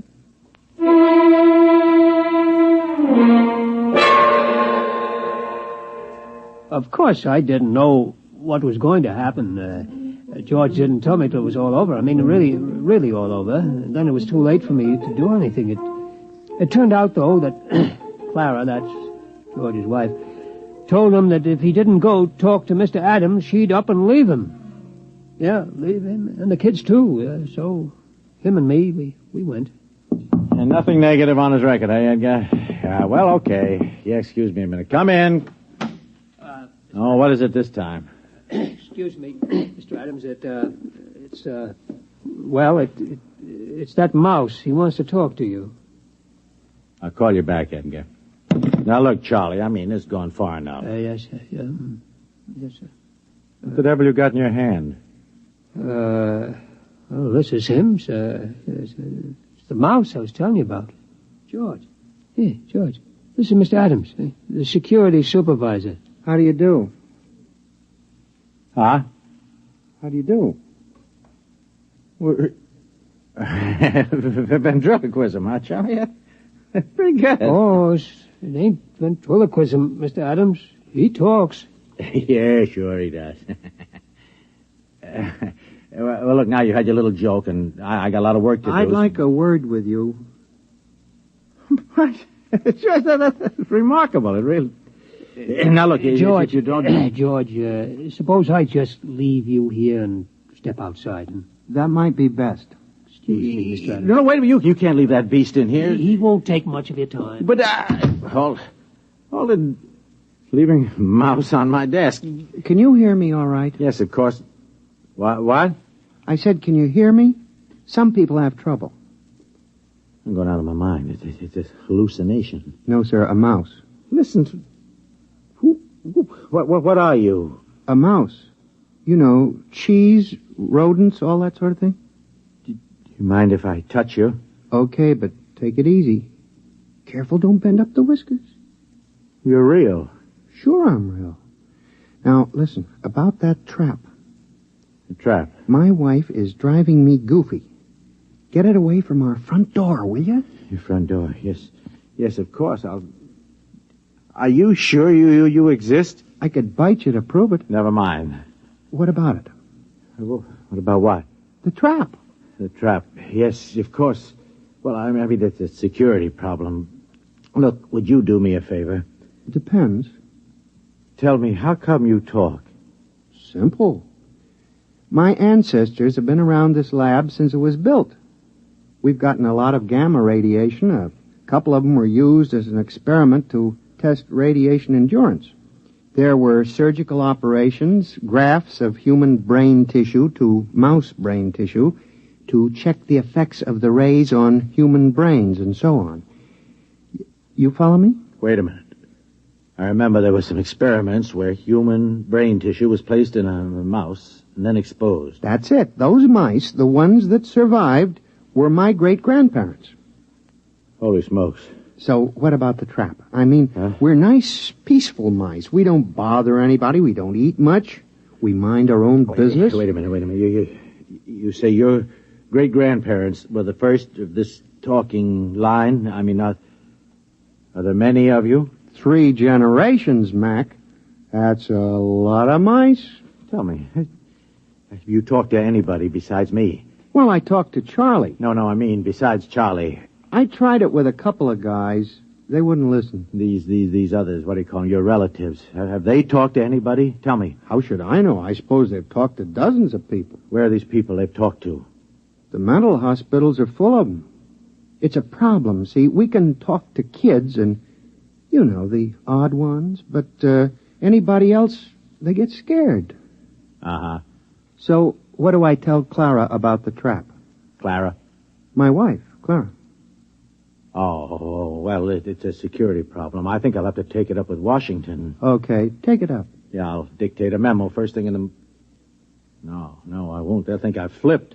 Okay, I'll tell Clara. Now, wait a minute. Let me make a phone call. Sooner or later, this thing has got to be dealt with. Edgar Adams at Brookside. Now, Edgar, old man, we have just encountered a rather unusual security problem here at the plant. Yes.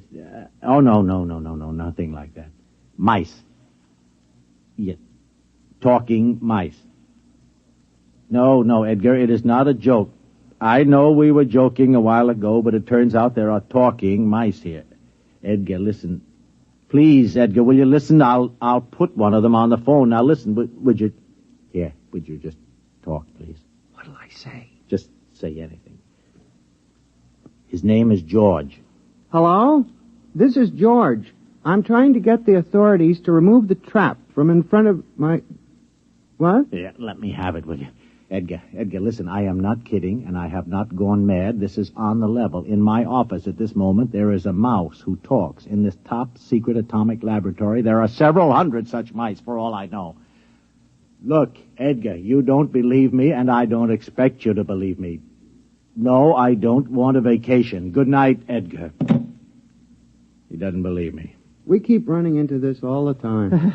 George, are you really interested in doing something about that trap? Have you ever met my wife? Oh, of course you haven't. Wait a minute, I got it. I'm going to call for a top-level security conference at the Pentagon. George, will you come down there with me? Will you? We won't say a word. We'll just appear. Washington? First-class accommodations. We'll get you the best suite in town. Do you like cheese? Do I like cheese? Can you get provolone down there? Get what? Provolone. We'll get it. All the provolone you can eat. I've never traveled before. George, you'll love it. Chance to get away from the wife for a while, huh? What do you say, boy? You and me, huh? We'll live it up down there. Look, I know a couple of girls. I seem to recall they had mice in their pantry. I don't know. I'll have to talk to Clara. Look, tell her it's the only way to get action on the trap. Make it sound big, you know. You hate to go away from her, but it's for the kids. What do you say, pal, huh? Well, okay. Attaboy. Operator, get me chief of security at the Pentagon. Make it fast. This is an emergency.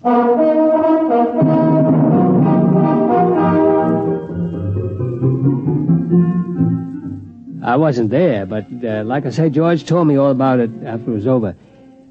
Seems him and Mr. Adams went down to Washington on a morning plane. George got a little plane sick, but he liked flying pretty good anyway. They checked in at the Statler, then went over to the Pentagon. Order, gentlemen, order.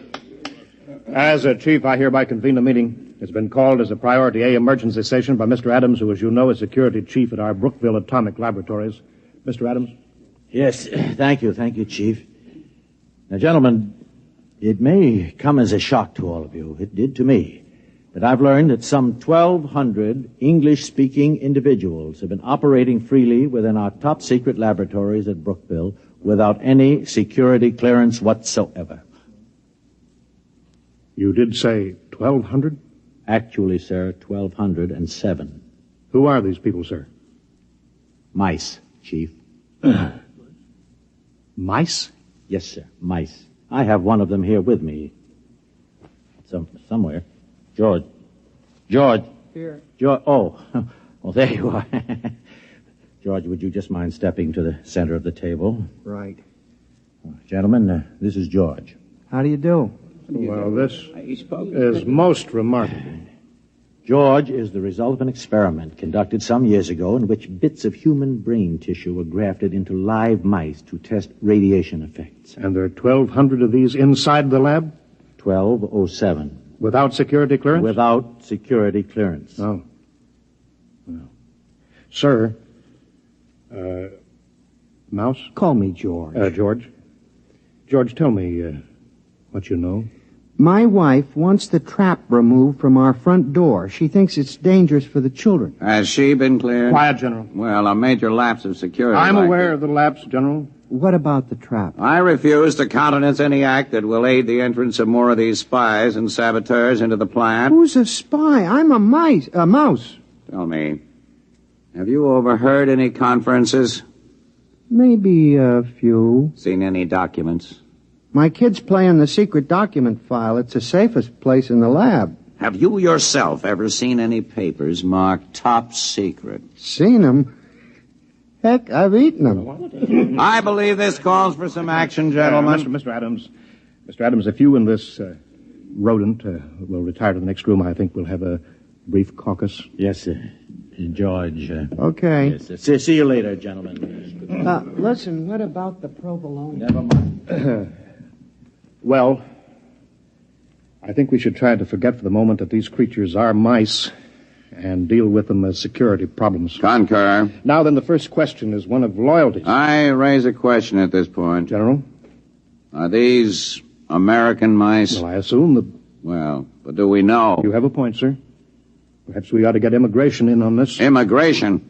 I'd say extermination. Before we do anything rash, General, I think we ought to learn more about these creatures, who they are, what their habits are, their loyalties, how much they know. Suppose this George creature won't tell us. We'll have to use every trick in the book. Now, I would suggest we first try the velvet glove. The full treatment.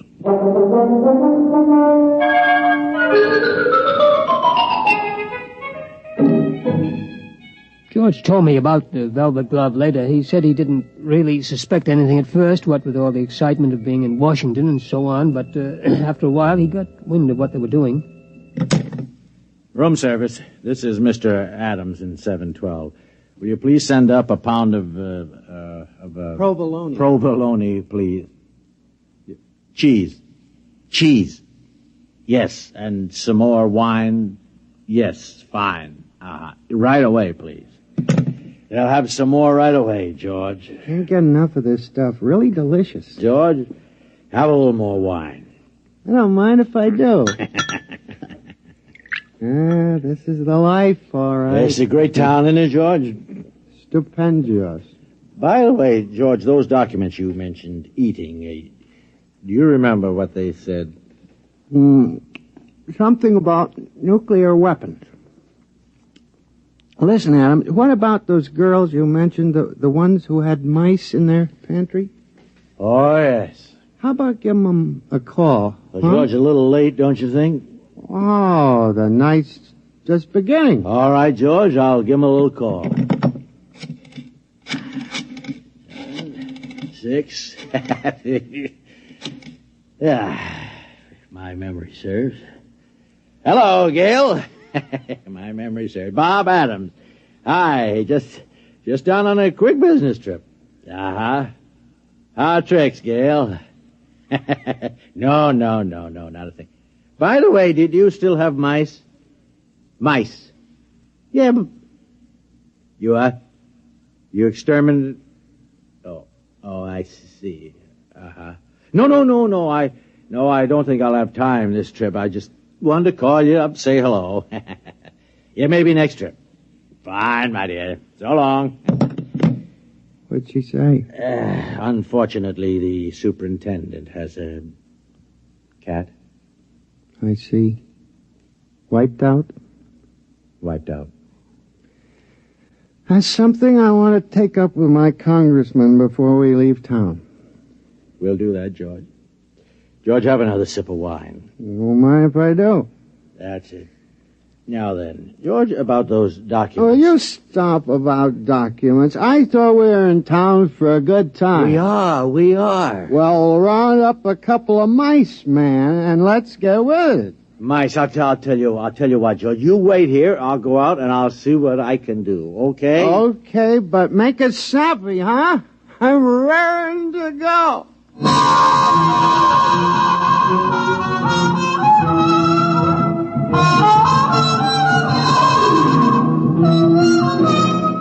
Next morning, Adams woke George and told him they were scheduled for another conference at the Pentagon. George, wake up, huh?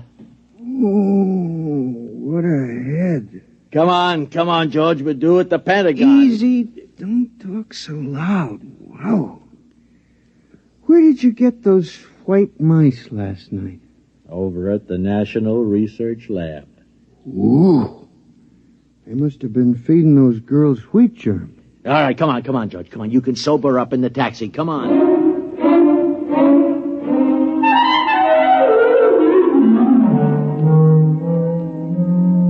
All right, George, we've been beating around the bush long enough. Who are you? I've told you, I'm a mouse. My name is George. I live in a hole at the Brookville Atomic Laboratory. We know all that. We want to know who's behind you. Nobody's behind me. Listen, you guys don't have to be afraid of me. I'm only a mouse. It's the perfect fifth column. The ultimate weapon. Do you realize that you and your family are living inside a secret government installation without any security clearance whatsoever? I'm willing to be investigated. How do we know you aren't an agent for a foreign power? How do we know you aren't an agent for a foreign power? Preposterous. It'd be the perfect fifth column. Gentlemen, I will not remain here to be insulted by this creature. And I will not be insulted by you, sir. Gentlemen, good day. No, George, wait, come back. Where George, is he? He went that George, way. Get him off. George! He's going into the wall. Grab him. Too late. He's gone. Well, men, this is it. We'll have to decide on a course of action. We've got to recapture him. Look, I think the first thing to do is get a cat. He's too smart for a cat. Well, something's got to be done. Something's got to be done. After all, these creatures have access to every secret file in the country. Not to mention eavesdropping on our private lives. The thing that bothers me is, gentlemen, they multiply in another 3 generations. There will be some 12 billion talking mice, 6 times the human population of the Earth. It's no matter for fooling around. Kill or be killed, gentlemen. The problem there is how. We have reason to believe they're concentrated in Brookville. I say evacuate all humans and blow up the plant. Use the H-bomb if necessary. I'm afraid you're right, General. We must exterminate. I'll phone Strategic Air Command and alert them. SAC, please. Hello, Bell. This is Ed. Listen, fuel up a couple of big ones. No, nothing serious, but we may want to use them in the near future. Just stand by, that's all. I'll call chemical warfare, get the best information on exterminating rodents. Hello? Hello? That's funny. It's gone dead. Hello? Hello? Something is wrong here. Sounds almost as if the line had been cut. Adams, get out an alarm for that mouse.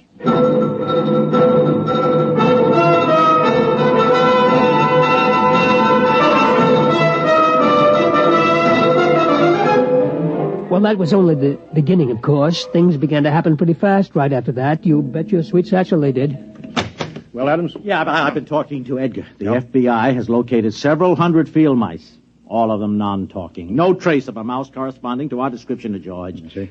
Team of Secret Servicemen been combing the Pentagon and the White House. We've got 1,500 traps baited with imported provolone in the Senate chambers alone. So far, no luck. And what about cats? The American feline fanciers have volunteered 100 Mausers. Oh, good. Any more telephone wires cut? I'm afraid so, Chief, yes. He managed to gnaw through the private wire from the president's suite to the Pentagon. Oh, I see. We've got it spliced. What about the top secret file on that new chemical warfare agent? Is there any trace of that? They found the file, but he managed to chew out the key symbols. I'm afraid it's useless. Well, keep tracking him down. Yes, Sooner sir. or later, we'll get him. Yes, sir. Only one thing, Well, sir. what's that? I hate to mention it, really. Well, go on, man. Well, sir, the damage has appeared in such widespread places recently. Well, go on. Well, there must be more than just George. In fact, we're afraid he has reinforcements right here in Washington. But that's impossible. How? I don't know how, sir, unless... Unless what? Unless... Well, it seems, sir, that there were a couple of female white mice from the National Research Lab. You mean? Yes, sir. I'm afraid so, sir.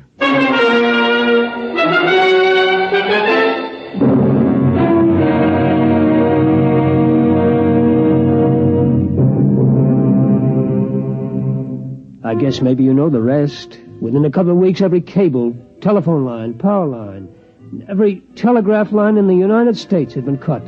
Also the wires on every plane, tank, train, and ship. They'd also destroyed every file in the country.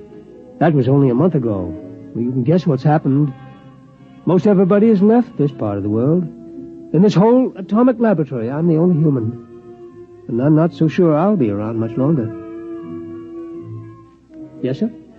The only woman. Not that they need a security guard, but, well, I'm just used to being here.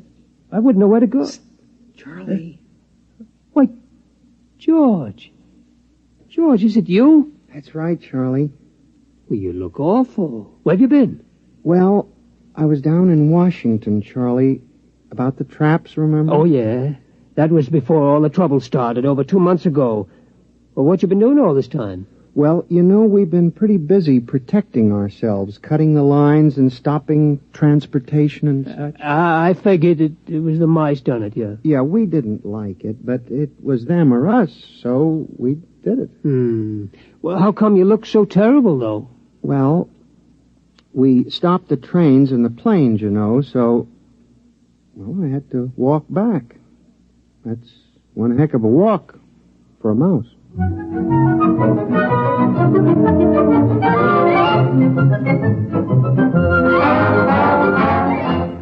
Like I said, this is about George.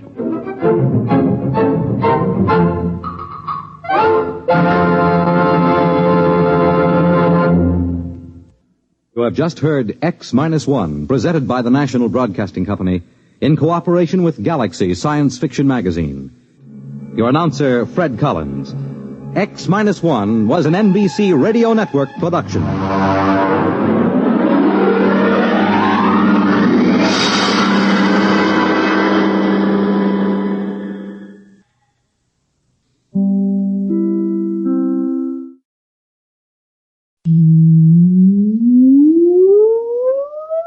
Countdown for blastoff. X-5, -4, -3, -2, X-1, fire.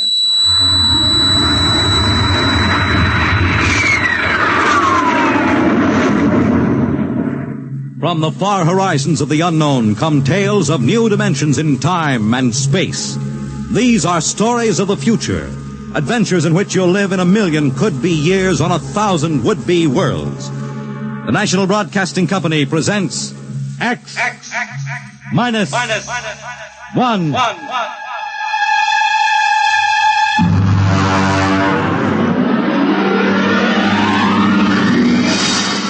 Tonight's story, The Man in the Moon.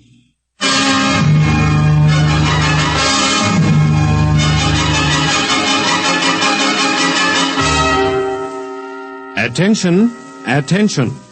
This is the Federal Bureau of Missing Persons calling all local agencies. Attention, this is a coded report nationwide. Missing since 9 o'clock this morning, the following persons: Smigley, Jonathan, 5 feet 8 inches tall, brown hair, brown eyes, mastoid scar behind right ear, last seen wearing blue top coat and tan cap, wanted by Los Angeles... Hello, get off this wavelength. This is a restricted band. Hello, Earth. Whoever you are, you're on a coded wavelength. Tune out. This frequency is reserved for the Federal Bureau of Missing Persons. Hello, Earth. This is the moon calling Earth. Hello, Earth. This guy is loony. This is Jake in transmission. Jake, this is Charlie of the code room. Some crackpot is on our frequency. Yeah, I heard him, Charlie. I've got CQ trying to trace a source now. We should have a triangulation any second. Well, hurry it up, will you? Some ham is in for a good stiff fine by the FCC. Yeah, they ought to take his license away. Oh, here comes Lenny with the directional fix. Right. Thanks, Lenny. Hey, what's this? This is impossible. What's going on down there? How about it? Get that ham out of my kilocycles. Oh, listen, Charlie, unless this is a gag, that interference is being beamed from 240,000 miles away. Oh, now, Jake, you know there ain't no such thing as 240,000 miles away. Yes, there is, Charlie, straight up. Oh, now, wait a minute. Charlie, that signal is coming from the moon. Are you nuts? Oh, somebody might be bouncing it like a radar signal. Radar on this frequency? Where'd you study basic radio? Now, listen, Flathead, you asked for a fix. I gave the best fix our instruments can find. Take it or leave it. Somebody on the moon is calling the Bureau of Missing Persons.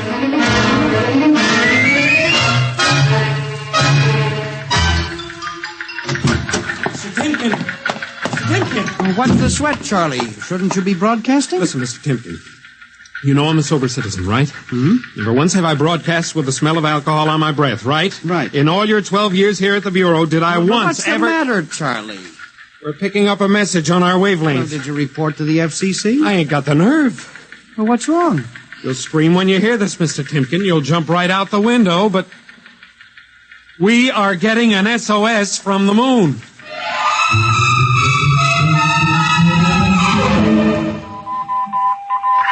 Well, that's it. He started on voice and switched to Morse. The way the signal repeats sounds like a phonograph record or automatic sender of some sort. Well, what's it say? Let's see here. Can you read me? Help, Otterburn. Will contact when moon is in phase. Let's have that again. Can you read me? Help, Otterburn. Will contact when moon is in phase. Otterburn. That sounds like a name, huh? Otterburn. Wait a minute. Something registered? Cornelius Otterburn. Holy jumping Jehoshaphat. Hey, where are you going? Talk to the chief. Hey, wait a minute. What are you going to tell him? We just got a CQ from the man in the moon? That's exactly what I am going to tell him, Charlie. Hey. Oh, this is just too much for me.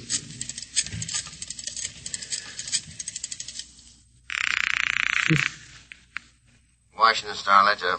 Let me have O'Brien on city desk. A moment. O'Brien? Seamus, Yeah? Charlie Starbuck down at the Missing Persons Bureau. You want a hot one? No kidding. This'll cost you a beer, okay? All right, shoot, Noodle Brain. I'll stay on your wavelength for 30 seconds. Okay.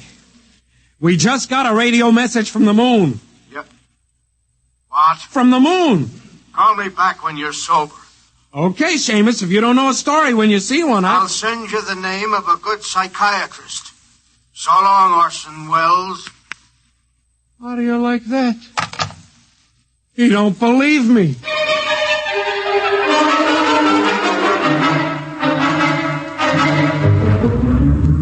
Otterburn, Mr. Wade. Now, does that name ring a bell? You're the man with the photographic memory, Henry. What about Otterburn? Cornelius Otterburn, atomic physicist, reported missing from his home in Baltimore on June 5th, 1945. Just 5 years ago. Vanished completely. Are you trying to tell me you really think there's something to this man in the moon business? Henry, I'm surprised at you. This is some crackpot trying to jam the airwaves. Yes, but the name Otterburn is so unusual. So are a lot of names. And I have a theory that... I was afraid of that. Henry, you always have a theory.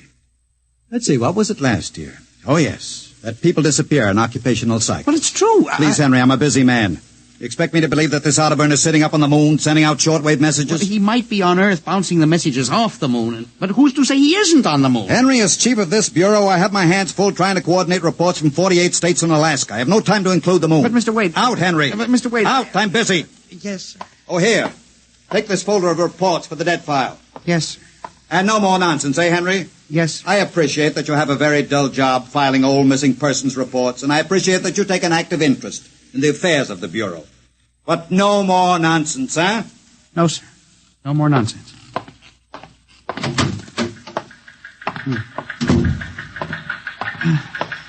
Pardon me. Hmm? You are Mr. Henry Timken. That's my name. Permit me, Jefferson Philo, scientific feature writer. Oh, how do you do? Oh, are you the newspaper man? Not exactly. I write as a hobby. Occasionally the papers give me leads on an assignment. If I may have a moment of your time. Oh, certainly. Just sit down at my desk over here. Thank you. My, that's quite a stack of papers. Filing. I'm the records custodian of the Bureau. 12 years and never misplaced a record. Magnificent. I admire the precise mind, Mr. Timken. Of course. Now, Mr. Timken, Mr. O'Brien, the editor of the Star-Ledger, said I might drop by and investigate a rumor. Only a rumor, mind you, that a message from the, moon? Well, we aren't certain it's from the moon.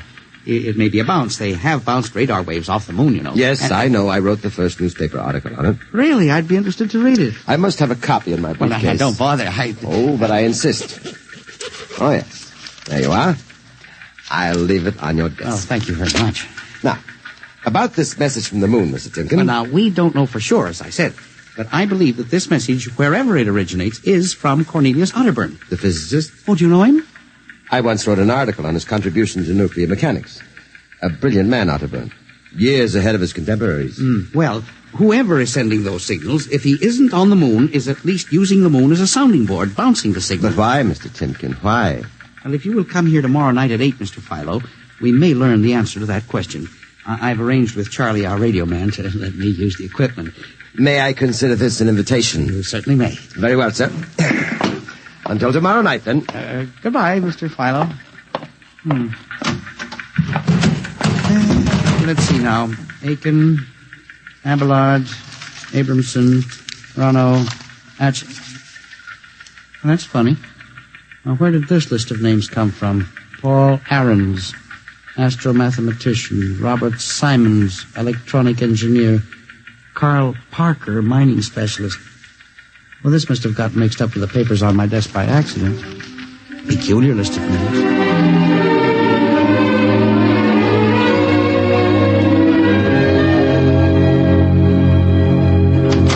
Oh, good morning, Charlie. Oh, hi, Mr. Timken. See, we made the papers. Oh? And how? And as the chief steamed up about it, he really gave me what for. What did the paper say? Oh, mostly ha-ha. Here's the Herald. Listen. Man on the moon contacts Missing Persons Bureau. Missing atomic scientists sitting on the moon, say Bureau experts, etc., etc. What a panning. Well, no wonder Mr. Wade is hopping. Say, about tonight, Mr. Timken, I don't know. Now, you promised you'd give me a key to the radio room. Yeah, but I didn't expect Well, this. I'll take full responsibility with Mr. Wade. The time for the morning broadcast. We got quite a list today. Well, mind if I listen a while? We may hear Otterburn. Well, I ain't self-conscious. Just stick around. Yes. Attention. Attention. This is the Federal Missing Persons Bureau calling all local agencies. Nationwide. This is a coded broadcast. The following persons are missing. Aaron's Dr. Paul, 5'5", brown hair, brown eyes, scar on left side of chin, thick glasses. Aaron's. Occupation, astromathematician. Missing since 6 o'clock this morning. Being sought by Bel Air police. Charlie. Repeat. Dr. Paul Charlie, Aaron's. shut it off a second. Hold it. Delay 1 minute. Listen, Mr. Timken, it's okay to stay, but you can't interrupt Now, us. this is important. Did you say Dr. Aarons was reported missing this morning? 6 a.m. We got the report from Bel Air less than an hour ago. Are you certain, Charlie? Positive. What is this? Charlie, what's the next name on the list? Let's see. Simons, Robert, engineer. What? Came in less than 20 minutes ago. 20? Hey, what's the matter with you? You look like you've seen a ghost.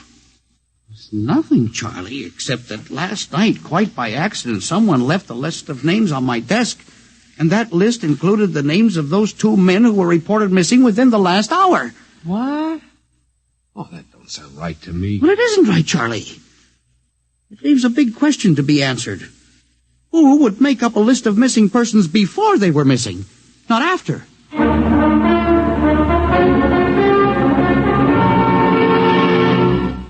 And you say this list of names was left on your desk accidentally? Well, I believe so, Mr. Wade. Do you have any ideas, Henry? Well, it's hard to say. Mr. Philo left some papers from his briefcase. Mr. Philo? Well, a science feature writer. I see. You were the leak on that story, then? Well, yes, sir, I'm afraid I was. I didn't think it would be treated as a laughing matter. Well, we'll deal with that later. Yes, sir. What's this Philo like? Well, he's a strange old duck, bald, thick glasses, tall.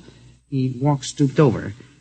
Seems to know a great deal about scientific data, but, of course, being a science writer... Is there any other possibility? I believe that this is all hooked up with the broadcast from Otterburn. That seems to be a very remote possibility. The Missing Persons Bureau deals in remote possibilities, Mr. Wade. I do not require a statement of policy. Yes, sir. What's the theory?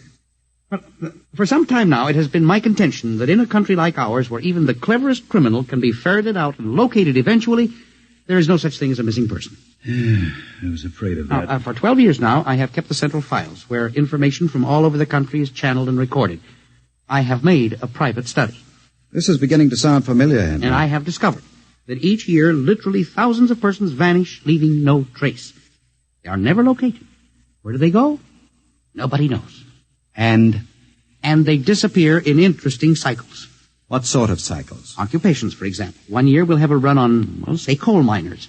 Next year the proportion of engineers increases. And then scientists. And what do you think happens, Henry?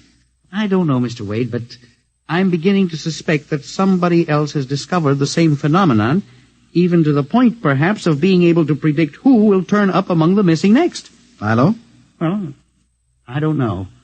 But I would like to find out. And you think Otterburn may be a part of this picture? Mr. Wade, I definitely do. Henry, do you honestly expect me to buy an idea like that? It is more than an idea. The 2 top men on this list are missing, and... Maybe so, but the rest of them aren't. Parker, Watson, Gibbs. Why, I saw Parker in the restaurant where I had lunch today. Yes, but... And if you think I'm going to make myself a laughingstock by accepting such a crack-brained theory... Well, Excuse me. Yes. Hello, Wade speaking. Yes? Yes? I see.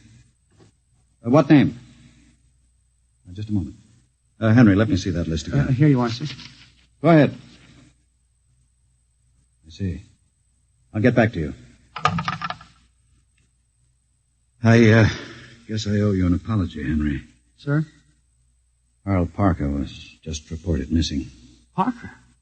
3rd man on your list. Holy mackerel. Exactly. Henry, For a good many years now, I've ridiculed these theories of yours. I don't know. Perhaps I've underestimated you. Maybe this time you've really stumbled onto something. What do you intend to do, Mr. Wade? I don't know. I haven't thought it out yet. I was planning to listen for another broadcast tonight in the hope that Otterburn might try to contact us again. Good idea. I believe I'll join you. I also invited Mr. Philo, the feature writer. Oh? I'll be glad to meet him. I'm beginning to get interested in you, Mr. Philo. Mr. Wade, you don't think... That he's mixed up in this? Yes. I don't know, Henry. But it suddenly strikes me that we don't know very much about him, really.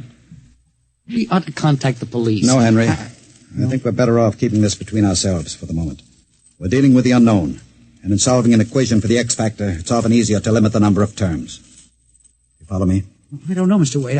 There may be more danger in what you have discovered than you are aware of. Let's keep it quiet. Do you agree? Maybe you're right, Mr. Wade. I hadn't thought of the danger involved.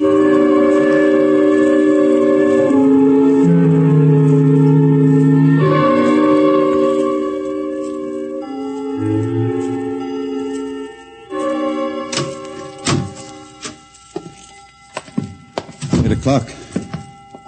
Mr. Philo is late. Well, he said he'd be here. He strikes me as a man who keeps appointments. Look out the window. Yes. The moon is almost in direct phase. We can't wait much longer. Well, it's a perfectly clear night for transmission. If anybody's sending, we ought to pick it up with this equipment. You'd better switch on the set. Yes. I never realized how eerie this office could be when it was empty. I'll have to light in the hall for Mr. Philo when he comes. Are you getting anything? Just some foreign stuff, I think.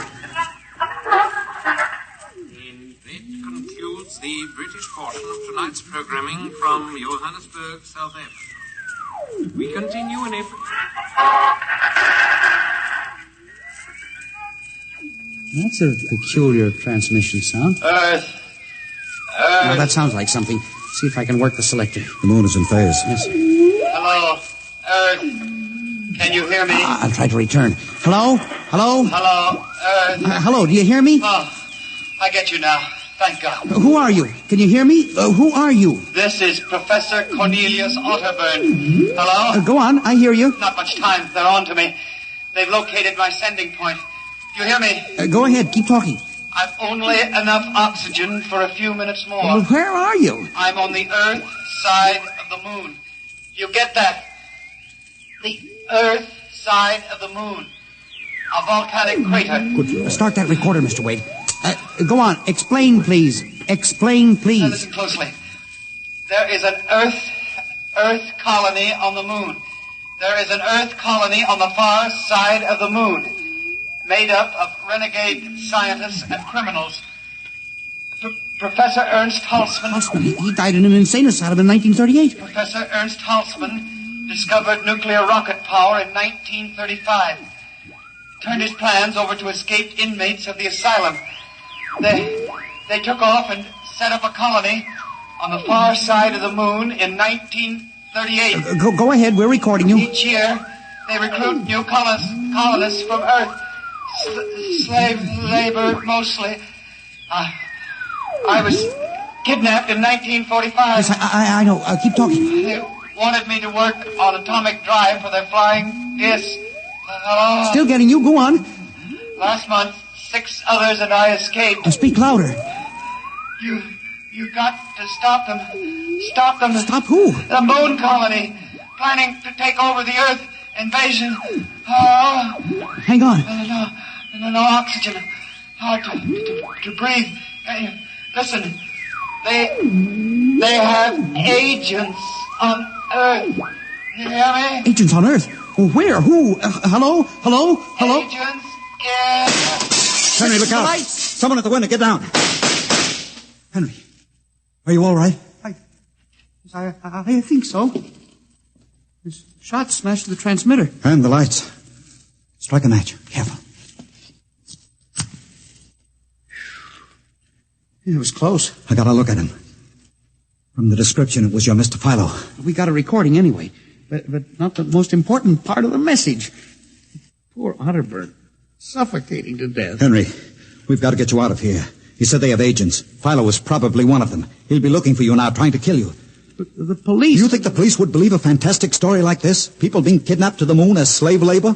Moon colony planning an invasion of the Earth? But Henry, believe me, they'd trap us into straitjackets before we could finish. We've got to do something. We need time. Time to get proof. You don't think my theory was bunk then? I know it wasn't, Henry. Right now, my only concern is for your safety. But we can't walk out of here. Philo's probably waiting. Listen. There's a service elevator that leads to the basement garage. Yeah? We can get down there. There are some delivery trucks parked there all night. We can probably get one started. The garage door's off the ramp, work from the inside. We'll start the mechanism and make a run for it. I don't know. I think if we call the police... By the time the police get here, we'll be dead. You think Philo will wait outside all night? Come on. That's an order. Okay. But what about the recording of Otterburn's notes? We'll leave that here in the safe in my office. They'll never get into that. Let's go. You buzz the elevator while I hide the recording.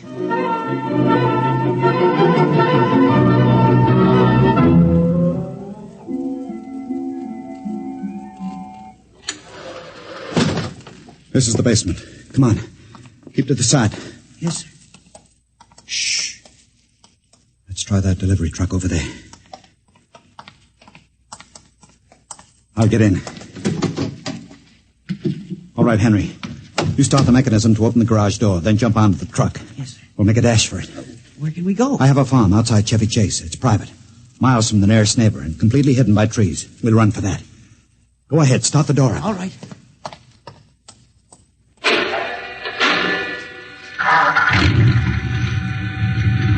Quick, jump in. Here we go, Henry. Cross your fingers.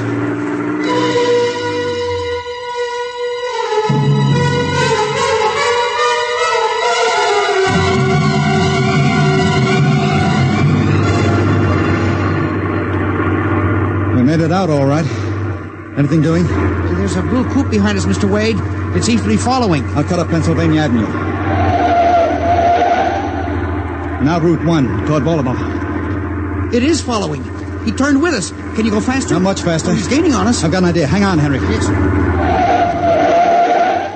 Why'd you stop? I'll turn off the lights.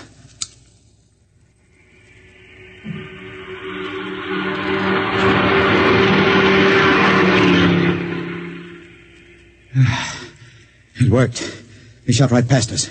Now we'll double back and go out another route.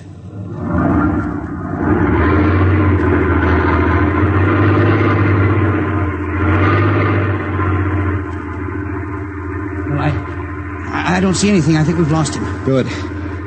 I think everything's going to be all right now. We can be at my farm in less than an hour.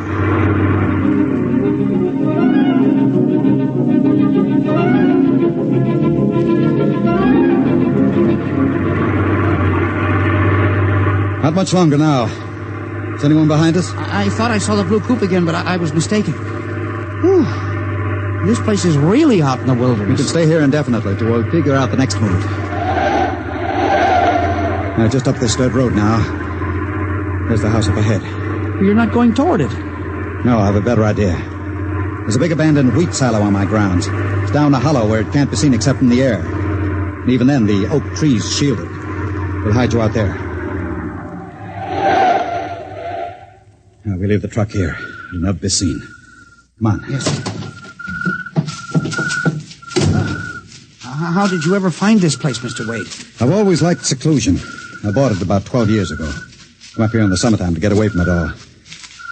There's the silo. Certainly well hidden. There's a small door around the side. Come on. Be careful of those bushes. Yes. It's hard to see them in the dark. Do you suppose Philo will find us? I assure you, Henry, Mr. Fowler will never find us here. Not in a million years. Here's the door.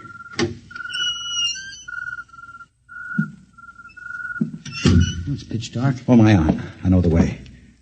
Just a few steps up and another door.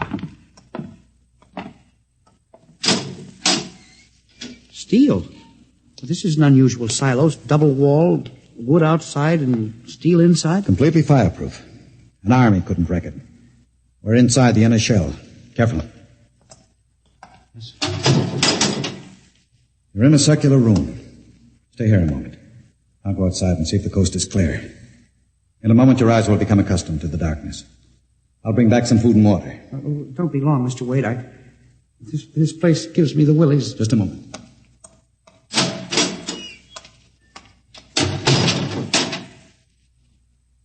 Mr. Wade.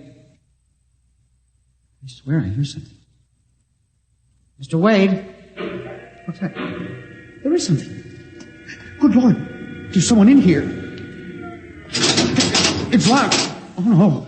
Mr. Wade! Mr. Wade, let me out! I'm not alone in here! Mr. Wade!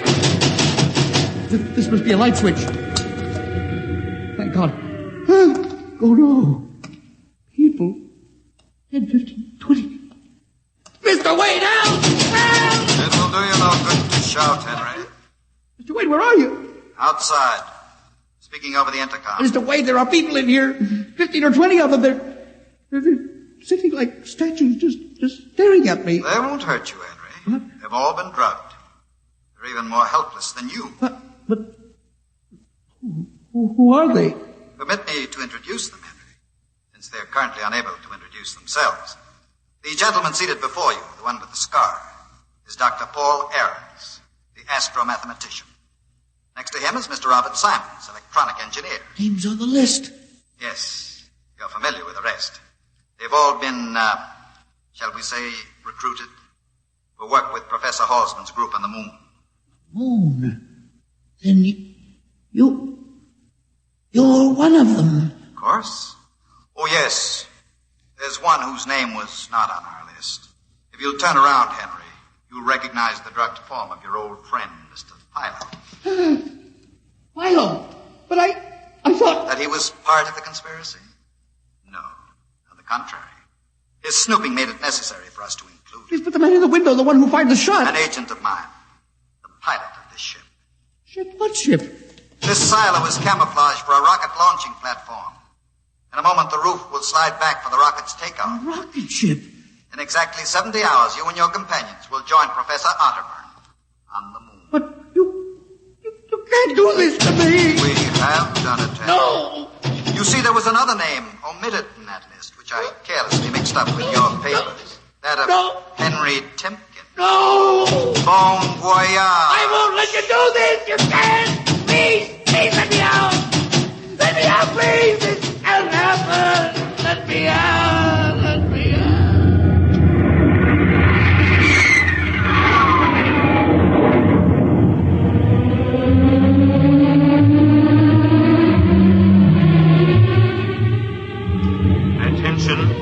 Attention. Missing since 8 o'clock last night, the following persons. Timken Henry, age 45, height 5 feet 8, 165 pounds, brown eyes, slightly balding, occupation records custodian. Repeat, Timken Henry, age 45, height 5 feet 8, 165 pounds.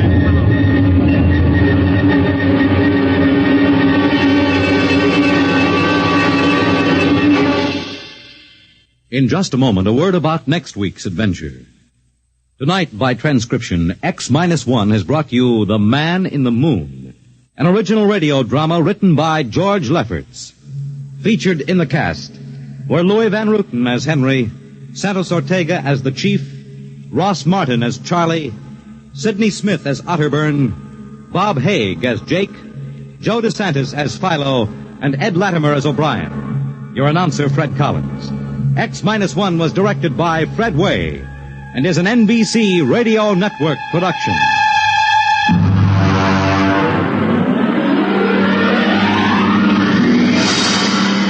And now, next week, the sign on the window said Perigi's Wonderful Dolls. A woman and a child waited outside.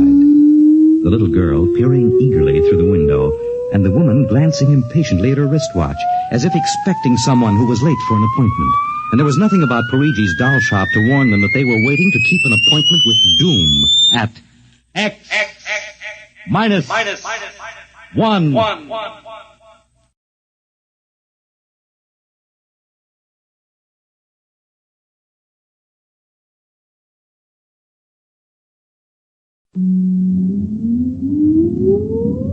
Countdown for blast off.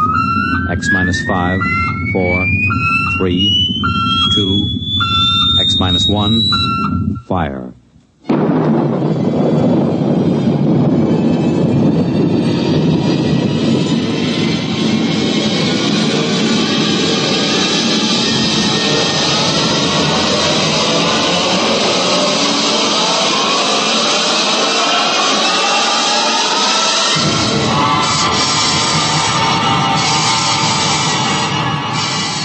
From the far horizons of the unknown come tales of new dimensions in time and space. These are stories of the future, adventures in which you'll live in a million, could be years, on 1,000 maybe worlds. The National Broadcasting Company, in cooperation with Galaxy Science Fiction Magazine, presents X minus 1.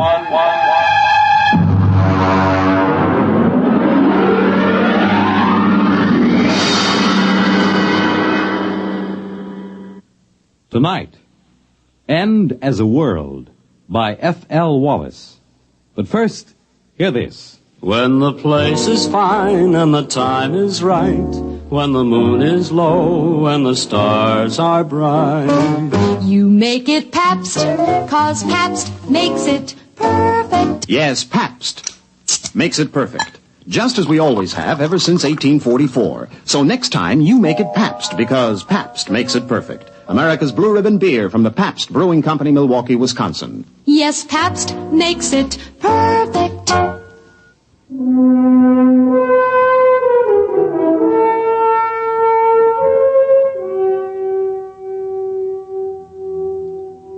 Now, X minus 1 and End as a World. I saw it on the doormat in the front porch. The boy had made a lucky throw and the paper was spread out neatly on the doormat facing me as I came out of the screen door. The headline was black across the top. They used the big type, the kind they use for presidential elections or when the town all-star Little League team won the national championship. I stood and looked at it through the screen door. I hadn't quite rubbed the sleep out of my eyes, so first all I saw was the little boxes of the screen. And then suddenly my eyes snapped into focus and I read it. This is the day the world ends.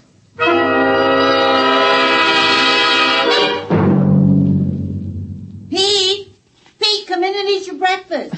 Just a minute, Ma. Now, you leave the newspaper alone. You can read it later. Come on now, the eggs are getting cold. Yeah, but Ma, it's today. Well, what's today? Well, look at the headline. It's the only thing on the front page. Well, look. This is the day the world ends. Oh, that. Well, world's end or no, I won't have you eating cold scrambled eggs. Now, you sit right down and eat your breakfast.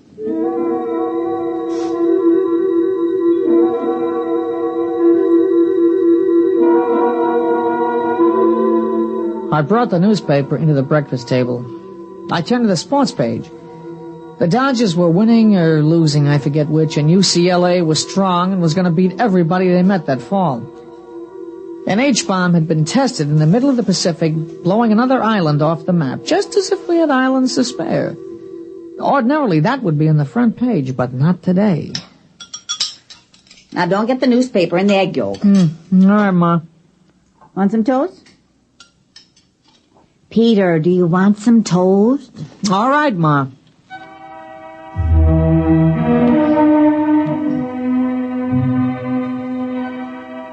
It was Saturday. Big things always seem to happen on Saturdays. I ate breakfast and got up. I had the usual things to do, like mowing the lawn, for instance, but I skipped it that day. There wasn't any use mowing a lawn on a day like that. I went out remembering not to slam the door. It wasn't much, but it showed thoughtfulness. I went past the church and looked at the sign that was set diagonally in the corner so it could read from both streets. There it was in big letters, quoting from the papers. This is the day the world ends. Dr. Davidson scheduled a prayer meeting for the calculated time. It was a bright day. People were out walking or just standing looking at the sky. It was too early to look up. Hey, Pete! Pete, here you are! Catch! Here! Hey! Who showed you how to throw a football? Here! Catch this! Hey, nice pass! Here you are, lateral. I got it. Here, throw me a long one, huh? I'll run out on that button hook. No, look, I don't feel like it, not today. What'll we do? Oh, listen, the new issue of Popular Rocketry came in down at Grover's. Yeah, I saw it. Or we could go down and see Howie. All right. Pete! Peter! Hey, your mother wants you. Yeah, what is it, Ma? Now, don't go too far. I've got some things I want you to do. What? I want you to help me move some trash out of the basement and help me move some of the potted plants around in front. Ma, what's the use of doing things like that on a day like today? Never mind.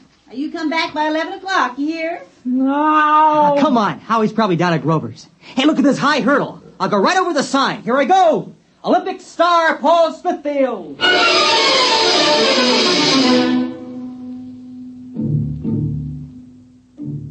He went up over the sign easily. Paul's on the track team in high school. I looked at the sign again as he went over the top.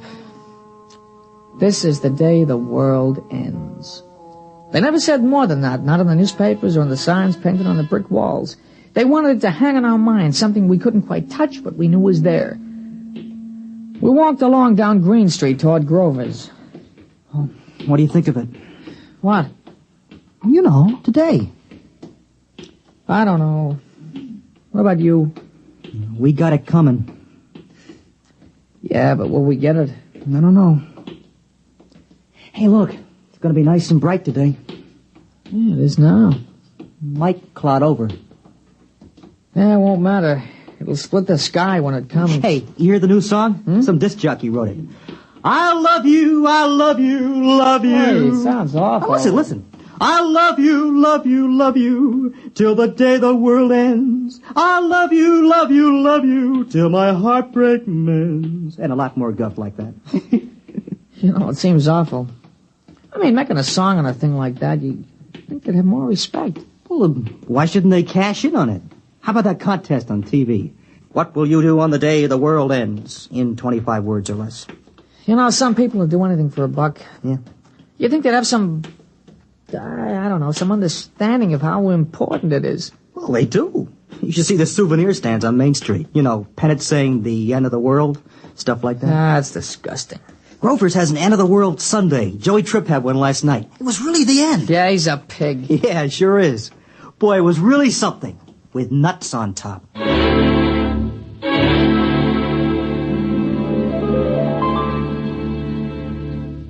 You're listening to End as a World, tonight's attraction on X-1. Careful planning and sensible driving add up to an enjoyable vacation trip. There are a few tips from the National Safety Council that should help make your trip a pleasure instead of a tense, nerve-wracking time. Before you leave, have the car given a thorough checkup to be sure it will always respond properly to your careful control. Check the emergency equipment you'll need, such as a first aid kit, keys, permits, identification, flashlight, tire-changing equipment, and your unexpired driver's license. Plan your trip for frequent rest stops, with a good night's sleep each night. And then on your trip, pay attention to the job at hand and don't daydream. Stop off the road to see the sights or read the map. Be prepared for winding and straight roads, level and hilly roads, and changing traffic patterns between urban and rural areas. Obey all speed limits, traffic signs, and signals, and keep your distance behind the driver ahead. This vacation is what you've been waiting for all year. Enjoy it with sensible driving.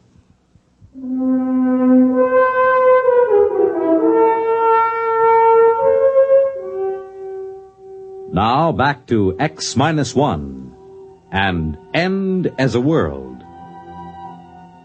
We went on to find Howie. He's a little guy, but he can throw a football further and faster than anybody else on the team. Howie was carrying a model of a rocket ship, carbon dioxide powered. Hey, let's see the model, Howie. Doesn't work. Well, what do we do? I don't know. We could play Salugi. No, we left the football over at Pete's. I might as well just sit down on the grass. Okay. Hey, yeah, I wonder if it'll really come. Yeah, where will the president watch it from? He should have a good view from the White House. No better than us right here. What about Australia? Will they see it over there? They'll see it all over. Africa, too? And what about the Eskimos? Doesn't matter whether they actually see it or not. It'll come to everyone at the same time. Yeah, how about that? Everybody. Not just in this town, but all over. Wherever there are people and even where they're not. You know what I keep thinking about? What? I keep thinking about the man who made the H-bomb. I bet he felt silly and spiteful blowing up an island. I mean, somebody might have wanted to live on it if he just left it there, you know? Yeah, bet he'd feel pretty small with his old H-bomb after today. Pow. My mother's over at the church praying. And what for? She just said that's what she wanted to spend today doing, right up to the last minute. Yeah, all the churches are holding prayer meetings. Town board wanted to close up that carnival on Pearl Street. You know, the one with the cooch tent? They said I wasn't dignified for today. They close it up? Mm-mm. The manager said he had his license, and he didn't care if today was the day the world ended or not. He was putting on 5 shows right up till it happened. Funny idea, those girls dancing and then, whoom, it happens. And nobody to look at them anymore. I can't understand people. Shows and lawns and cleaning the trash out of the cellar on a day like this, it just doesn't make any sense. Well, people get used to doing certain things. Yeah, but today? Even today. Well, that's how people are, I guess. Just gotta keep on with what they're doing, even if it doesn't make any sense.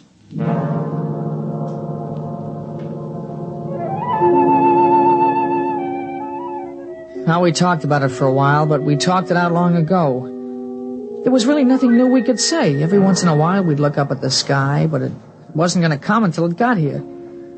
Finally, I went home for lunch.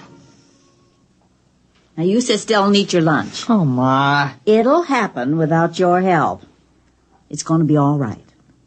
You think so? I think so. I'll give you your allowance now.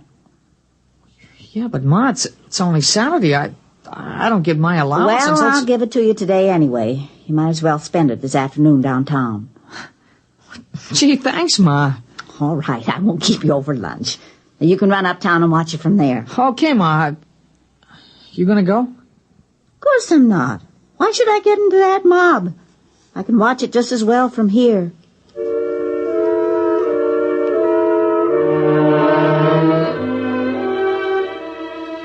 Ma, sure she could. It wasn't the same. Everybody I knew was going to be there.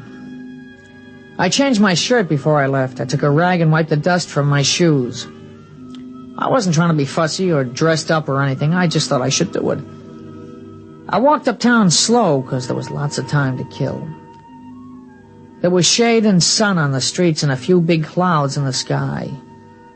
I never knew how slow a day could pass. I suppose I should have slept late in the morning and kept busy doing something. Well, this was worse than putting on a uniform and waiting till game time. At least there was a coach on the field to let you know what to do as you ran through the drill. I ran into Paul at the corner of Cross and Chestnut. Hey, you nervous? No. Why should I be? You're not in suspense? If only we had some way of knowing for sure. Radio, maybe. Oh, there's no radio. The calculations have been checked. Yeah, but maybe there's something we forgot or don't know. A lot of things can go wrong. Hi, fellas. Oh, hi, Howie. You want to go down to Grover's and get them malted? I don't know. Oh, we've still got lots of time. We won't miss anything.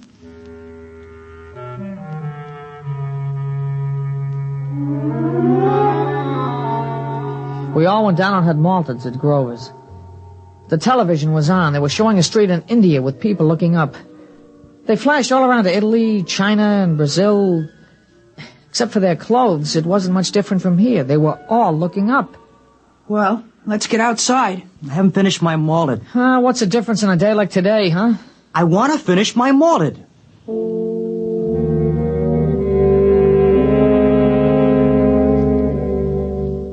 Outside, I noticed there was a slight overcast. The big billowing clouds had passed, but this was worse. I hoped that it would clear away in time, not that it really mattered. Hey, it's a pretty big crowd for a Saturday, huh? Well, this isn't a usual Saturday. What time is it? I don't know. You got to watch, Paul? No. We can see the clock on the merchant's block from the corner. Come on. Hey, it's Ginny Wexelberg. You see her over there? Hey, how'd you like to spend a day with her? That'll really make it a big day, huh? Oh, you don't need that old Ginny Wexelberg to make this a big day. After today, a blind 15-year-old kid isn't going to seem so important. After today, nothing's going to seem important, huh? Well, there's the clock. We still got plenty of time.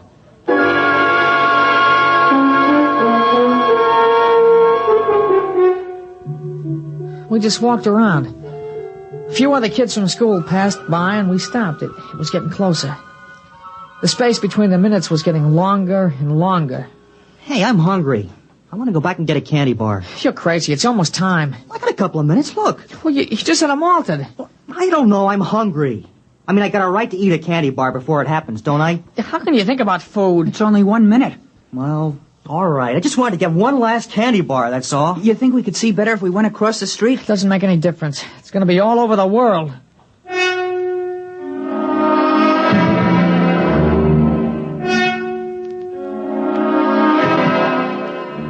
There was still a minute to go, and I kept wondering if there'd been a miscalculation. Now we were all looking up. All over the world people were looking up. It was quiet. You could hear them breathing. I sneaked a look across the street. Ginny Wexelberg was staring up, and she was crying. I kept wondering why a pretty girl like that should be crying. And then, just as I looked back at the sky, it happened.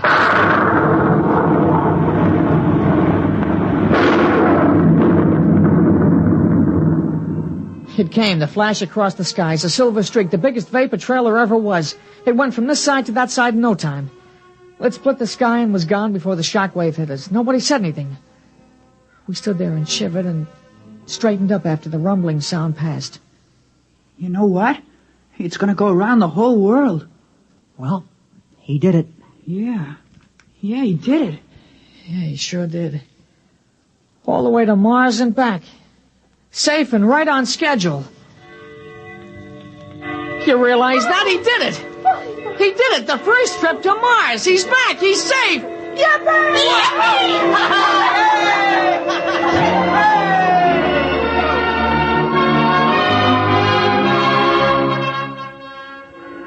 The factory whistles down by the river started blowing. The bells of the Baptist, the Congregationalist, and the Roman Catholic Church were ringing. We were all jumping up and down, shouting, screaming, laughing as the vapor trail slowly faded into the overcast. I grabbed a hold of somebody next to me, and all of a sudden I realized it was Ginny Wexelberg, and she kissed me, and I kissed her back. And we yelled louder than all the factory whistles. We had a right. It was just like the paper said. This was the day the world ended and the universe began.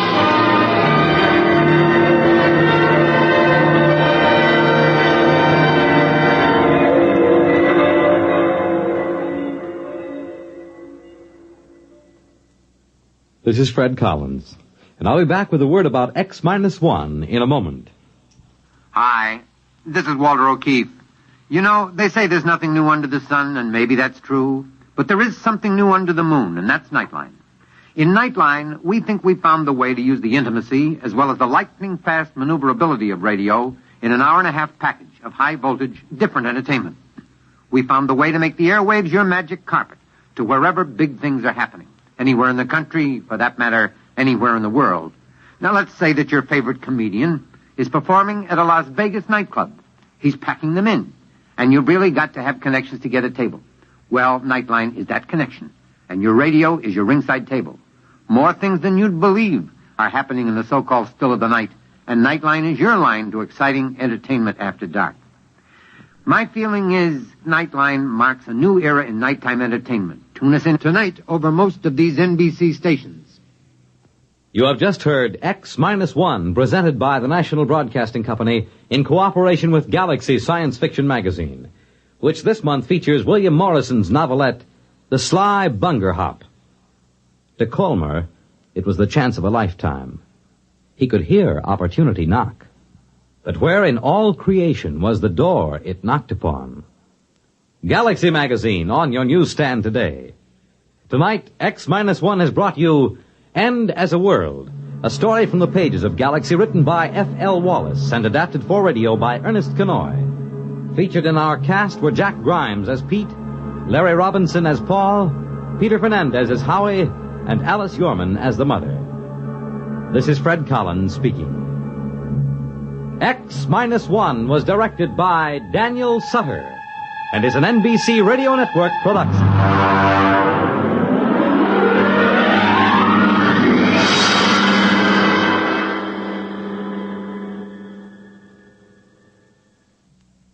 Next week on X-1, another exciting story from the pages of Galaxy. The Scapegoat by Richard Maples. If you saw a big teenage young bully beating up a helpless old man on the street, what would you do? Try to stop it? Or save your own neck by just walking away? Well, this is the story of a man who did stop it. Of a newspaper reporter who not only rescued the old man, but took him home, hoping to develop a good angle for the newspaper series he was writing on juvenile delinquency. The Scapegoat tells of what happened then, of the terrible threat posed by this seemingly harmless old man to the unsuspecting reporter and his family. Be sure to hear it next week on X-1. Wondering what the weather will be like tomorrow night? Will it be cool? Will it be hot? Will it rain or not? Well, don't give it another thought, because NBC's Monitor has a weatherproof evening plan for you with excursions to 3 world-famous underground scenic spots. You'll go roving with Monitor on a 2.5-mile trip through Marble Cave in Missouri. You'll listen to the music of a stalactite organ in Luray Caverns, Virginia. And you'll visit the historic catacombs of Rome. Between trips underground, you'll hear another merry report on his vacation tour of Europe by comedian Jonathan Winters. And you'll rub elbows with international celebrities at a unique party in Toots Shor's famous restaurant in New York. There'll be music and news, too. In fact, there'll be something for everybody on Monitor. So start your weekend right with Monitor Friday night. And stay with Monitor all weekend long. Nightline takes you to wherever exciting, interesting, and entertaining things are happening. Tonight, over most of these same NBC stations.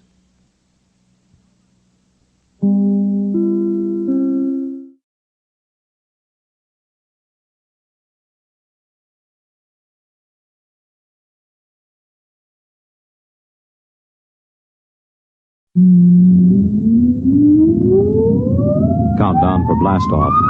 X minus 5, 4, 3, 2, X minus 1, fire.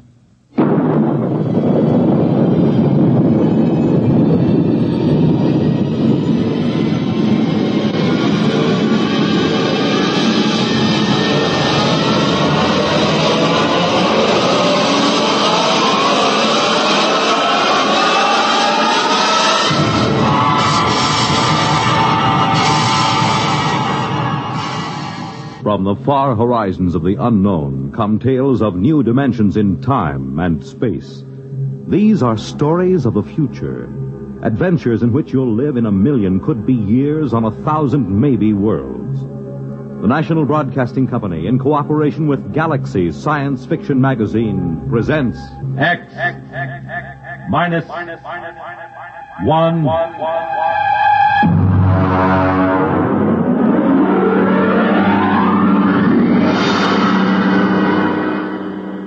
Tonight, At the Post by H.L. Gold.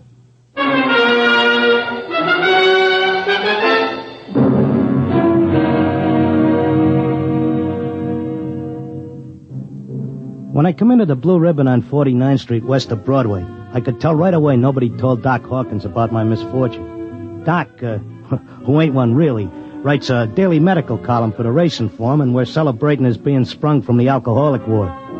He got one look at me and he choked on a piece of gefilte fish. What happened? What happened? Look at that. Clocker's become a character. Now, lay off, Doc. Look at that, a gray flannel suit, a black tie. Clocker, where is your purple and green check sports jacket? Where are your two-tone suede shoes? Why, you've become a character. That was Zelda's idea. She wanted to make a gentleman out of him. Wanted to? Why, you two kids got married just before they took, my snakes away. Don't tell me you've, flipped already? You don't know, Doc? No. What happened?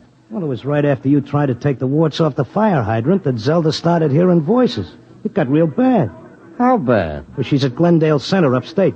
I just came back from visiting her. Well, did the psychiatrist give you a diagnosis? Yeah, I got it memorized. Catatonia dementia precox. Oh, rough. Very rough. The outlook is never good in such cases. Maybe they can't help her, but I will. Now, Clocker, you're a race handicapper. You run the best tip sheet on Broadway. But people are not horses. You've got to think of your public. For instance, what's good at Hialeah, huh?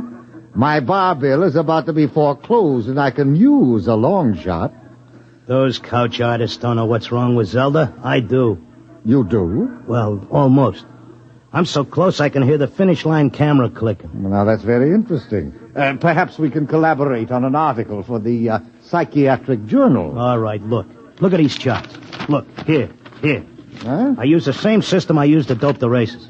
Look, Zelda's got catatonia. She used to be a hoofer before we got married, and now she does time steps all day. Stereotype movements are typical of catatonia. You don't get it. She does time steps. The first thing you learn in hoofing, over and over. 10 or 15 hours a day. And she keeps talking like she's giving lessons to some jerk kid who can't get it straight. And I hear when these catatonics pull out, they don't remember much or maybe nothing. Protective amnesia. They work harder and longer at what they're doing than they ever did when they were regular citizens. And they don't get a red cent for it. I beg your pardon? I said they were getting stiffed. Anybody who works that hard ought to get paid. I don't understand what you're getting at.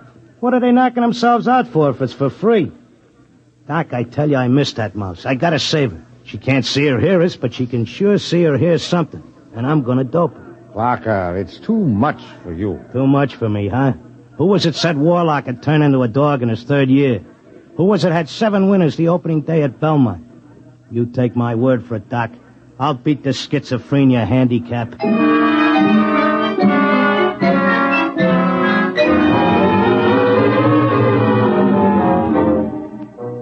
I hadn't been paying much attention to my tip sheet while I was doping a catatonia dodge. I tell you, I missed Zelda. I missed the bobby pins on the floor and the nylon stuck on a shower rack, the toothpaste tube squeezed from the top.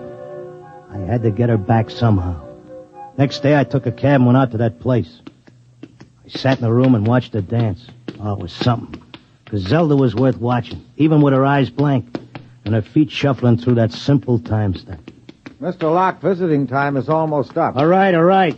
Zelda. Listen, Zelda. How long can they take to learn a time step? She can't hear you. Look, kid, I don't know who these squares are that you're working for, but tell them if they take you, they gotta take me too, you hear?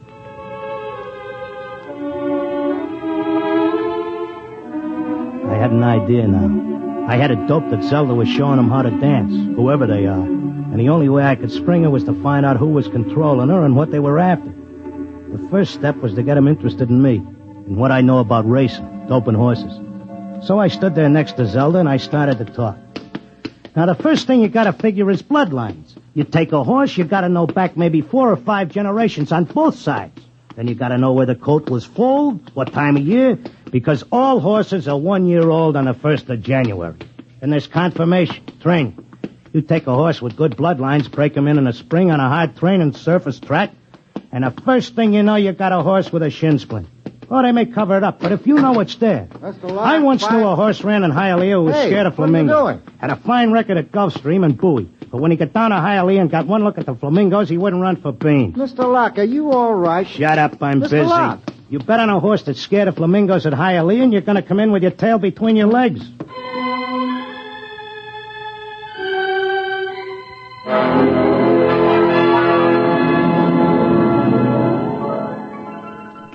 I kept coming back every day.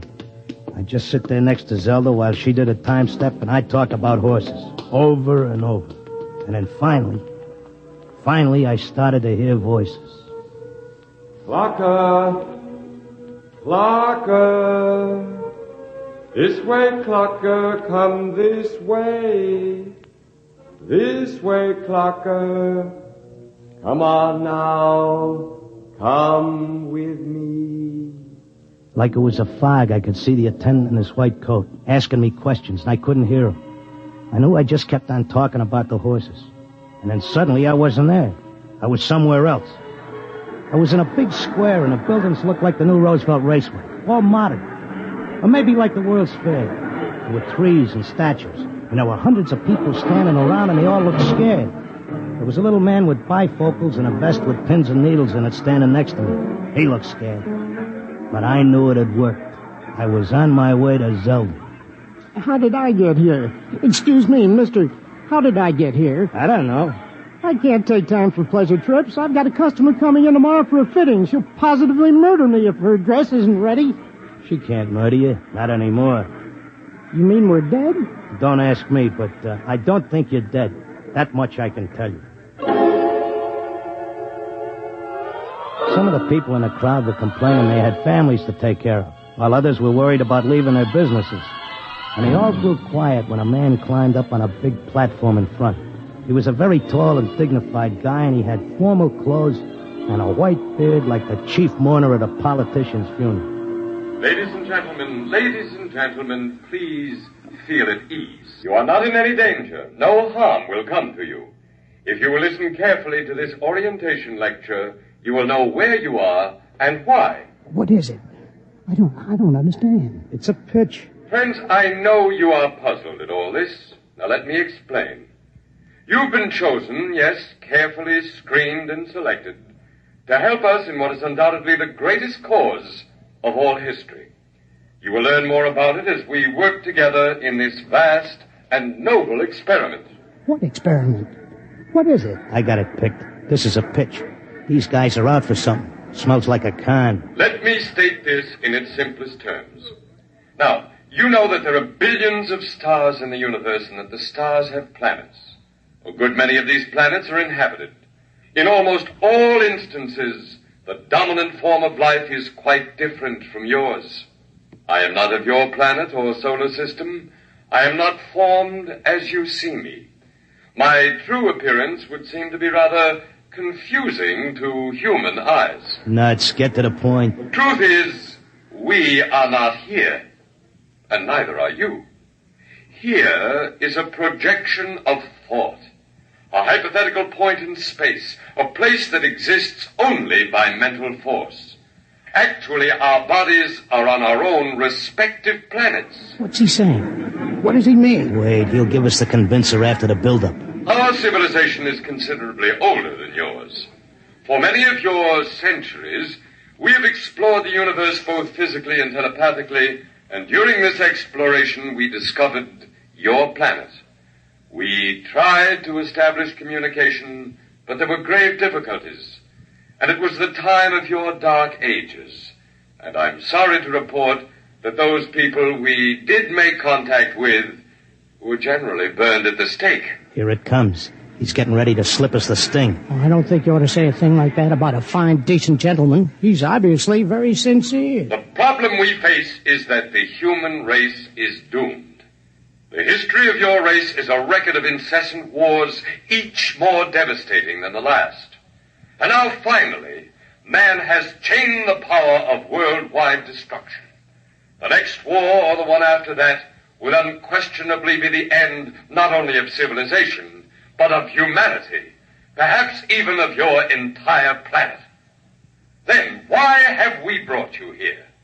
Because man, in spite of his suicidal blunders, is a magnificent race. He must not vanish without leaving a complete record of his achievements. Now, this is the task we must work together on. Each of you has a skill, a talent, a special knowledge we need for the immense record we're compiling. Every area of human society must be covered. And so we need you urgently. Your data will become part of an imperishable social document that shall exist untold eons after mankind has vanished.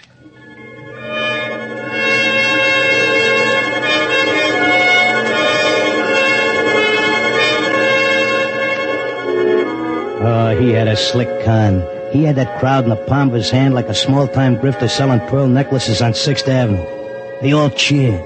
They were all flattered to think that they were joining in this vast project to make a record of the human race.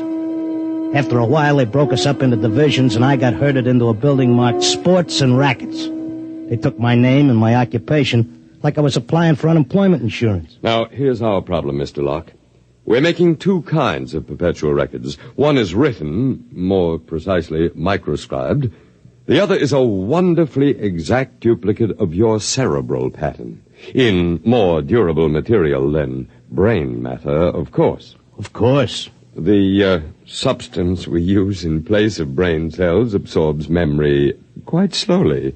But you'll be happy to know that the impression once made can never be lost or erased. Delighted, tickled to pieces. I knew you would be. Well, let's proceed, shall we? First, a basic description of horse racing. I started telling them about horse racing, but they held me down to one sentence. They said I had to repeat it over and over so that recording thing could get it. They had a picture of my body back on Earth lying in a bed in a hospital just saying that one sentence over and over again. Well, that's enough for today. Isn't it amazing?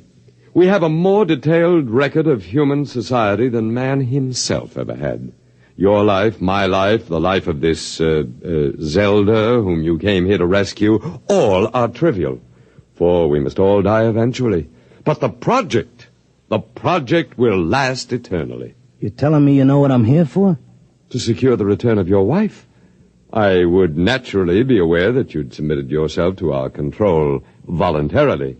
It was in your file that was sent to me by admissions. Then why did you let me in? Because, my dear friend, we also... Well, leave out the friend pitch. I'm here on business. As you wish. We let you in, as you express it, because you have knowledge that we should include in our archives. We hoped you'd recognize the merit and scope of our undertaking. Most people do once they're told. Zelda, too? Oh, yes. Yes, Zelda's extremely cooperative, quite convinced. Would you like to see her? Yeah, sure I would. Well, that can be arranged. I'll call the Arts and Entertainment section and arrange a meeting.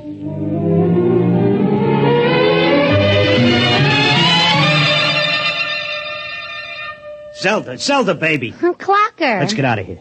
Oh, hello, Clocker. Aren't you glad to see me? I spent months and shot every dime I've got just to find you. For sure I'm glad to see you, hon, but I can't waste any time. This work is so important. I want to talk to you. That con artist with a white beard said... isn't he wonderful, Clocker? Aren't they all wonderful? Regular scientists devoting their whole lives to this terrific cause. What's so wonderful about that? They could let the Earth go boom. It wouldn't mean a thing to them.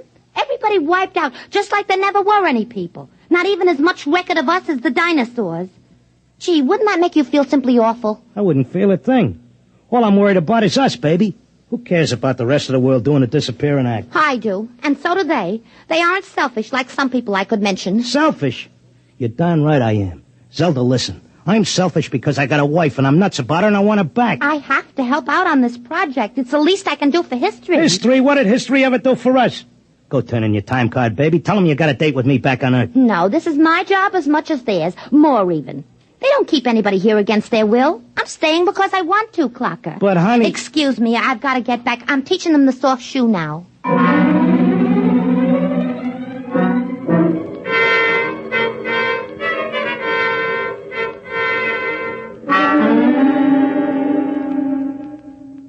Are you satisfied now, Mr. Locke? Listen, take away the doom push and this racket folds. Listen, suppose you're all square. Suppose you're leveling. You're knocking yourself out because your guess is we're going to commit suicide. But is there any doubt of it? Do you honestly believe the Holocaust can be averted? I think it can be stopped, yeah. Listen, between these catatonics and me, we could tell them what it's all about. I notice you got people from all over the world here.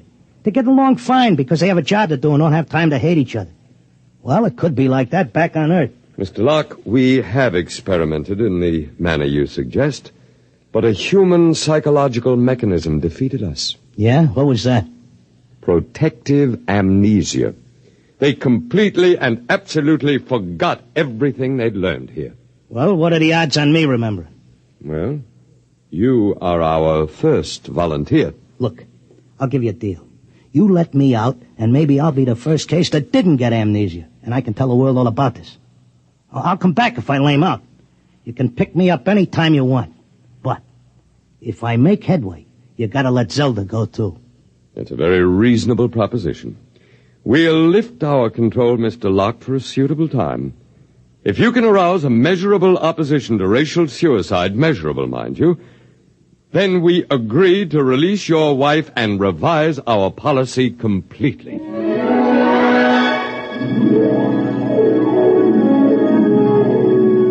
I came to at Glendale. It took me about 2 weeks to convince them that I was all right again. But I had to convince the world that they were throwing a race and that they needed a saliva test. So I started to write it all out in my tip sheet, in and around the horses. Around that time, I ran into Doc.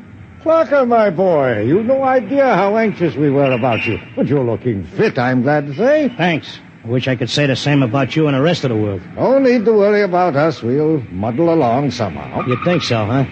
I'm glad to see you've got your tip sheet going again. As long as the bobtails run, who cares what happens to anything else?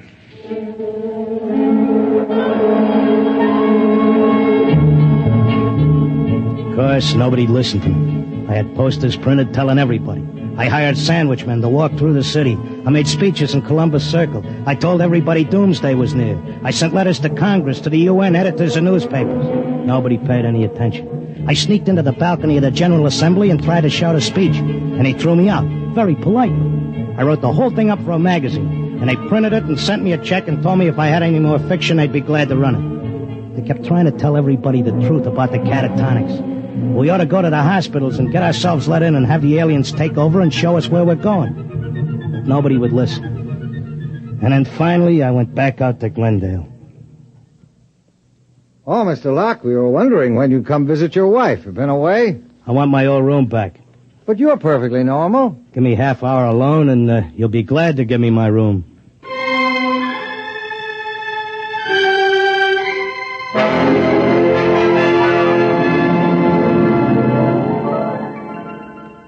Well, here I am back again. Oh, Mr. Locke. Okay, I'll give you all the rest of the dope on racing. You won't have any trouble with me. Then you're convinced you failed. I'm no dummy.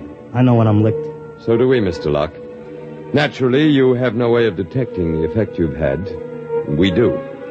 The result is that because of your experiment, we're gladly revising our policy. Huh?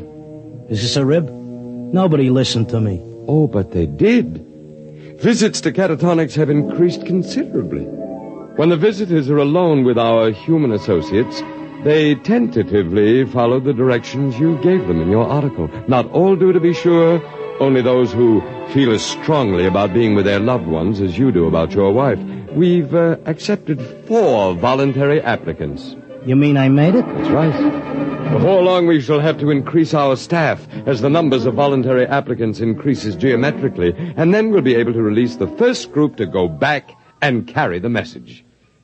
Whenever you care to, Mr. Locke, you and your wife are free to leave. Okay, but I'll tell you what. I owe you plenty. I'll help make that record before I go. I'll teach you how to dope the horses. Is that what you want? Why, yes. All right, then let's go. The quicker we get started, the quicker we can get back.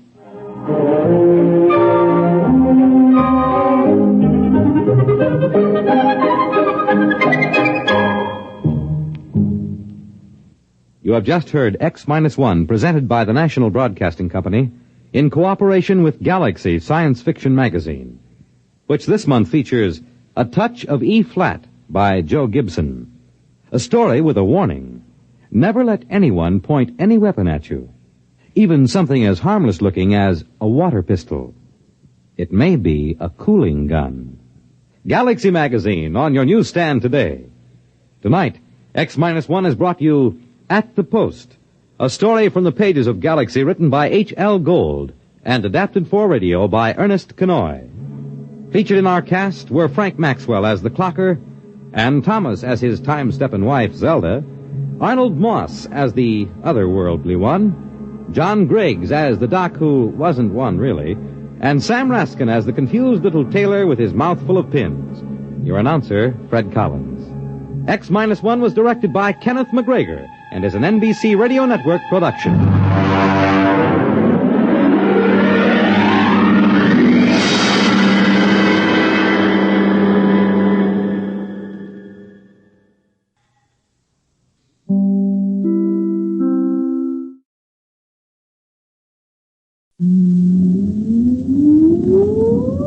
Countdown for blast off. X-5, 4, 3, 2, X-1, fire.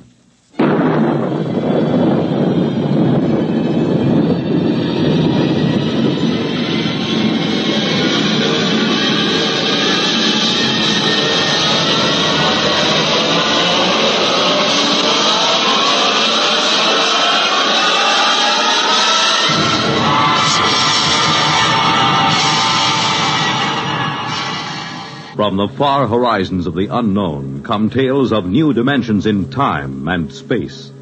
These are stories of the future, adventures in which you'll live in a million, could be years, on 1,000 maybe worlds. The National Broadcasting Company, in cooperation with Galaxy Science Fiction Magazine, presents X minus 1.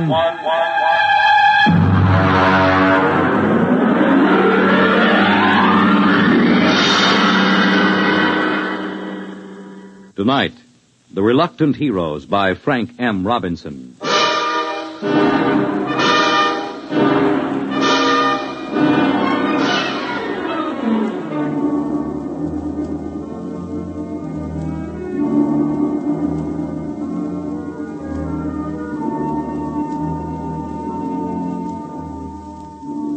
Only Chapman was awake. The others sprawled on bunks 20 inches wide with clearance of 24 inches between layers. They breathed heavily, taking in air that had been breathed for 18 months, subject to certain modifications to remove carbon dioxide and replenish oxygen by the catalytic action of the Harcourt King unit on silicon dioxide. Outside the single quartzite port, the lunar dawn was breaking. The dead black shadows moved across the crater as the green haze of Earthlight gave way to the blinding white of the sun. The telegraph key, which linked the research bunker to the space station in orbit around Earth, chattered as Chapman copied the message into the log pad. Yeah. Mm-hmm. Yeah. In a pig's eye. Miserable, no good. What do they want? They want me to stay until the next relief ship lands. Go back to sleep. It's my turn for breakfast. You gonna stay? Sure, 3 years on the moon, they figure I'll be glad to stay for more. Just raise my salary or give me a bonus. Every man has his price. Mm-hmm. They probably figure I like it here. Chapman, you found a home here on the moon. Sure. Canned coffee, canned beans, canned pills, and canned air till your insides feel like they're plated with tin. The little scientific home of tomorrow. 10 steps in any direction. A charming place where you can't take a shower, you can't brush your teeth, and your insides don't even work right. Why did you tell him? No. You kept it short. Check the oxy cycle before you turn on the stove. What's the matter? You sore or something, Chapman? Why shouldn't I be? All I'm trying to do is get a good man to stay on the job a while longer. Well, they got a fat chance. They figure you found a home here, right, Dole? Why don't you guys shut up till morning? Some of us have to stay here, you know. Some of us aren't going back today. All right. You might as well get up and get a day's work today before the relief rockets do. I got the coffee ready. Coffee? Been in a can so long I can taste the glue on the label.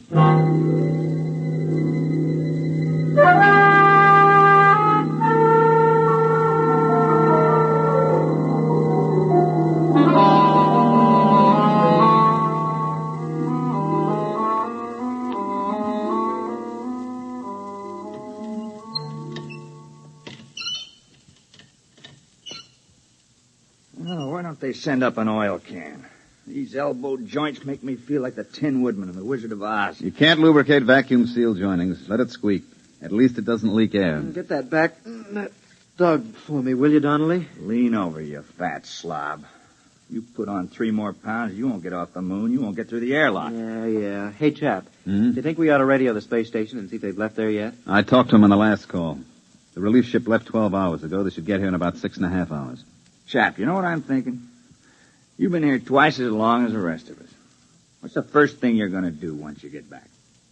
I don't know. I guess I was trying not to think about that. I haven't been here 3 years like you have, but I've got plans. What are you going to do? Well, I'm going to rent a room in a Hotel Astor over Times Square and just sit at the window and watch the people on the street. And I think I'll see somebody. What somebody? Oh, just somebody. What are you going to do, Donnelly? Well, I'm going to do something practical. First of all, I'm going to turn over my geological samples to the government. Then I'm going to sell my life story to the movies. And I think I'll get drunk. How about you, Julius? Well, first I'll get rid of my allocations to the expedition. And then I think I'll go home and see my wife. Then I'll take off my spacesuit. I thought all members of the groups were supposed to be single. They are, and I can see the reasons for it, but who could pass up the money the commission was paying? If I had to do it all over again, me. Hand me a fishbowl. You know, chap, it won't seem like the same old moon without you on it. Like they say in the Army, you never had it so good. You found a home here. All right, button up. And remember to check your suits for leaks and check the valves of your oxygen tanks. I've gone out at least 500 times. You've checked me every time. And I'd check you 500 more. It only takes one mistake. And watch out for blisters under the pumice crust. You go through one of those and that's it, brother. Okay, I'll check. Klein, I never knew you were married. There wasn't much sense in talking about it. You just get to thinking, and there's nothing you can do about it. If you talk about it, it just makes it worse. She let you go without any fuss, hmm? No, she didn't make any fuss. I don't think she'd like to see me go either. At least I hope she didn't. You got a girl back home? Yes. No, you never mentioned that either. For the same reason you didn't mention your wife. You get to thinking about it. You gotta get married when you get back? Yeah. Hurry up, will you, Klein? I'm sweating. Somebody ought to build in underarm sprays and spacesuits. Chap, why does somebody have to stay here for stopover? Lots of reasons. You can't get a whole relief crew and let them take over cold. They have to know where things are, how things work, what to watch out for. Then, because you've been here for a year and a half and you know the ropes, you have to watch them to see that they stay alive in spite of themselves. Why was it you on the first trip? You're not a scientist. No, I was the pilot on the first ship. When it occurred to us that someone was going to have to stay over, I volunteered. I thought the others were so important that it was better they take their samples and data back to Earth when the first relief ship came. You wouldn't do it again, though, would you? No. You think Dole will do as good a job as you did? He volunteered. Yeah, he volunteered because he thought it would make him look like a hero. I've lost 3 years up here, and I don't intend to lose any more. Okay. Check your valve. All right, check.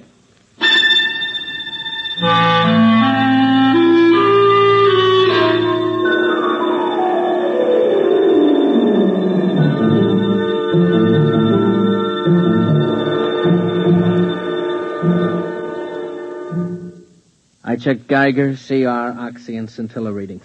Everything okay. You packing, chap? Yeah.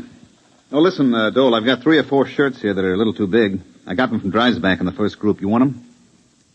Chap, do you think they'll ever have relief ships up here more often than 18 months? I mean, considering the advance of... No, I don't. Not for 10 years. Fuel's too expensive and the trip's too hazardous. Why, on freight charges alone, you're worth your weight in platinum when they send you up here. Won't be so bad. There'll be new men up here. You'll pass a lot of time just getting to know them. Yeah. Listen, chap, I'm engaged back home, you know. Nice girl. You'd like her if you knew her. Here, let me show you. This is a picture of Alice taken at a picnic when we were together. Mm-hmm. See, it's a kind of bad angle because she's really got a better figure than that. But, well, we expected to get married when I got back. I never told her about stopover. She thinks I'll be home tomorrow. I kept thinking that somehow You want to trade places with me, don't you? You thought I might stay for stopover again in your place. Well, chap, I know you want to go home, but I couldn't ask any of the others. You're the only one who was qualified. Look, you know my father's pretty well fixed. Chap, we could make it worth your while. It would mean 18 more months, but they'd be well-paid months. Forget it, Dole. You're staying and I'm going home.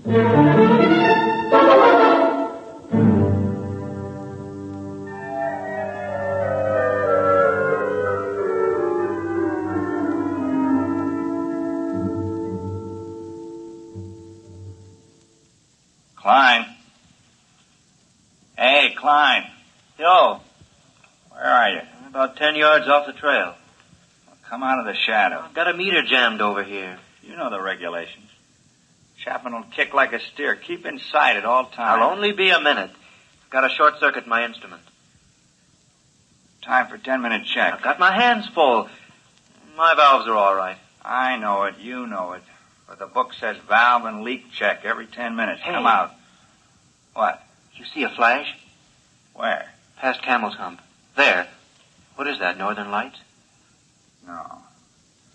No, come over here, you fat geologist. Oh, what's the matter with you? That's the relief rocket. Come on. Hey, where you going? I'm going over to the ship. Breathe some air that's a little less used. You think we ought to? Chapman said to stay. Forget Chapman. We're going home. I want to see that beautiful ship. Come on. Well, how about the 10-minute check? Just a formality. Forget it. This is Christmas and 4th of July roll into one. Okay, let's go. I can just taste some clean, fresh air. We gotta see it when we top the hump. Well, maybe we better check. Wait a minute. I'll swing my gauge up.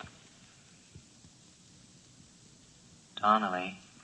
Yeah? How long have we been out? Oh, about a half hour. Yeah? Well, look at your gauge. Well, what are you... Oh. If we'd started for the rocket, we never would have made it. We'd have strangled halfway down the hump. Come on, we better get back to the bunker.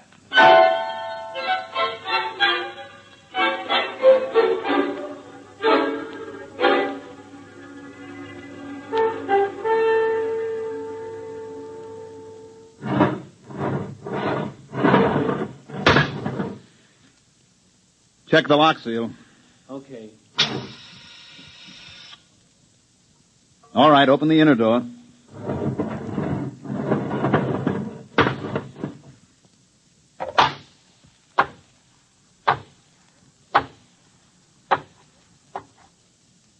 Close the lock.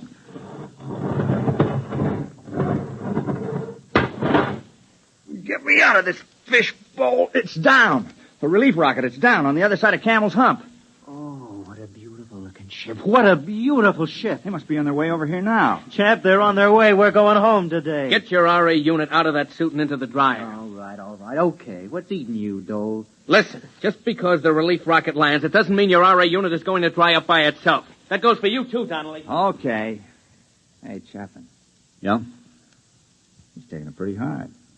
He volunteered. Yeah, he volunteered. What a beautiful, beautiful ship.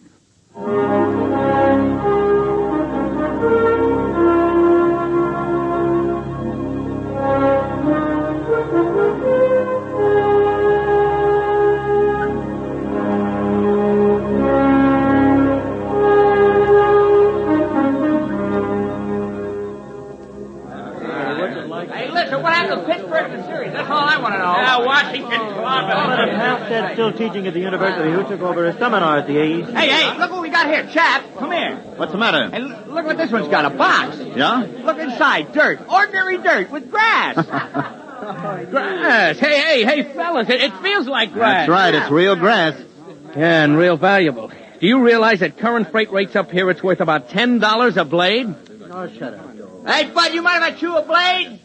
Mr. Chapman. Yes? Oh, Mr. Chapman. My name's Eberline, captain of the relief ship. I understand you're in charge here. Yeah, you might say so. They didn't have a captain on the first ship, just a pilot and crew. Dole, turn up the oxycycle in the Harcourt unit.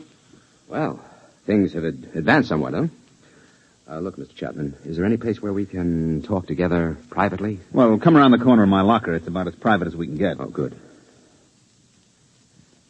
What's on your mind? I've always wanted to meet the man who spent more time here than anybody else. You mind if I smoke? You better ask Dole. He's in charge now. Oh. You know, we have big plans for the research station here. Oh? I haven't heard of any. Oh, yes, big plans. They're working on unmanned open-side rockets now that can carry cargo. Sheet steel for more bunkers like this. Mm-hmm. Enable us to enlarge the unit. Have a series of bunkers all linked together. Make good laboratories and good living quarters for you people. Have a little privacy for a change. Well, they could use a little privacy up here. Oh, they could. Well, that's one of the reasons I wanted to talk to you, Chapman. The commission talked it over, and they'd like to see you stay. They feel if they're going to enlarge it, add more bunkers, and have more men up here, that a man of practical experience should be running things. They figure you're the only man who's capable and has had that experience. Is that all? Well, naturally, you'd be paid well. I don't imagine any man would like being here all the time. They're prepared to double your salary, maybe even a bonus in addition. They want you to have full charge. You'd be director of lunar laboratories. Oh, a title, too. Well, the commission said they'd be willing to consider anything else you had in mind. If it's more money... The answer is no. I'm not interested in more money for staying because I'm not interested in staying. Money can't buy it, Captain. Look, I'm sorry. I'm afraid you'd have to stay up here to appreciate that. I'm afraid you don't understand the importance Captain, of this. Come over here to the port. Yes? Now look out there about 100 yards. You mean where that mound of stones? That's right. We made that cross out of condensed milk cans slid over iron bars. When you get out there, you can still see the footprints in the pumice where we gathered around. It's more than 18 months ago, but there's been no wind to wear those tracks away. They'll be there forever. Oh, I see. Well, who was it? Dreisbach? Or Dixon? Dixon. We never got Dreisbach out of the crevasse in Tycho. What happened? You want to know? I can give it to you in detail. Sit down and listen. Well, what do you mean? Just wait a minute and I'll show you. Why? What is it? Regulations. When someone goes out alone, we have to monitor his radio, tape recorded. We had the recorder open when Dixon went out. I want you to hear it. Well, All right. Got the tape right here. It's taken me a minute to thread it up. Look, Chapman, you don't have to... I want you to listen.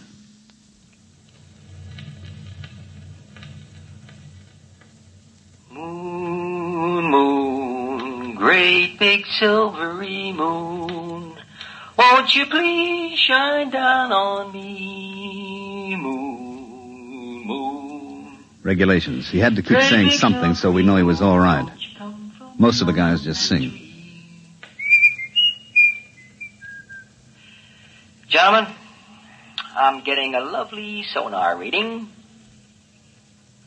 Hey, if anybody wants to set up a tombstone concession on the moon, this is the spot.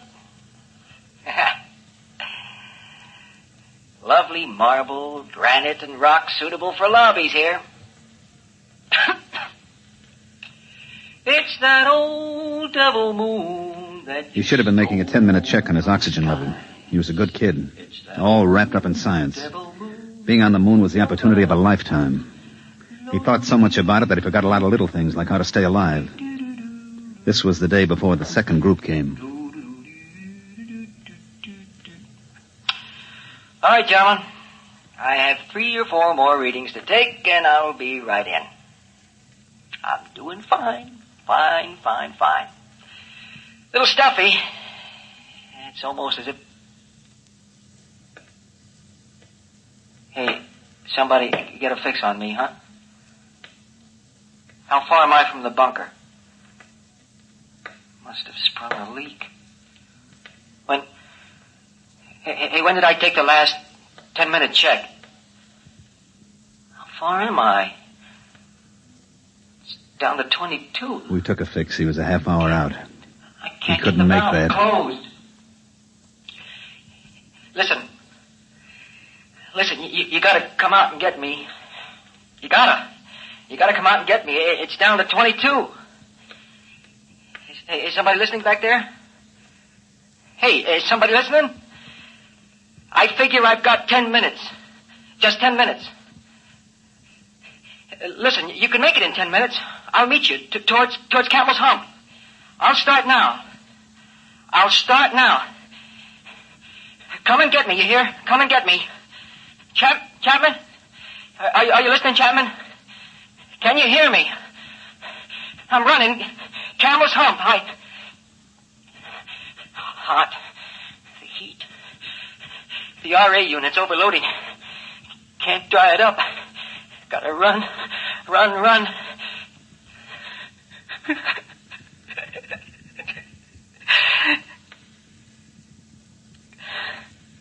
No use. I can't run. The unit heats up. Gauge is down to 15. I can't make it. I'm gonna sit down now. You'll find me at number 7 radiation meter, about 10 yards off the trail. I'm gonna sit down. Sit down next to a rock.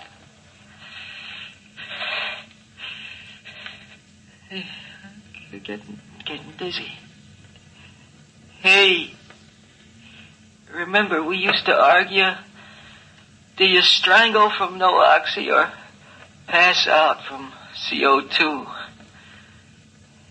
Keep tuned to this channel, boys. You'll find out. It's that old devil moon that you... Oh, boy, the Earth's going around and around and around. And... Chap, you can't get me, can you? We didn't have a chance by even 15 minutes. We didn't even go out. There wasn't any sense to it. Well, did you record after that? Yeah, it's on the tape, but you don't want to hear it. We've never played it back. That's why we want you to stay, Chapman. We don't want any more like Dixon. You don't get the point, Captain. I don't want to be the next Dixon. I'm going home now. But you... Bob Dole is staying for stopover. If there's something important about the project or any changes, you better tell him before you go.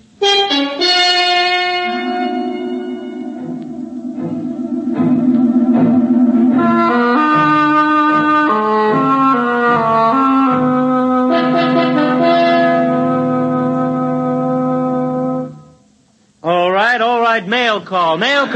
Chap, here's one for you. Donnelly? No. Dole?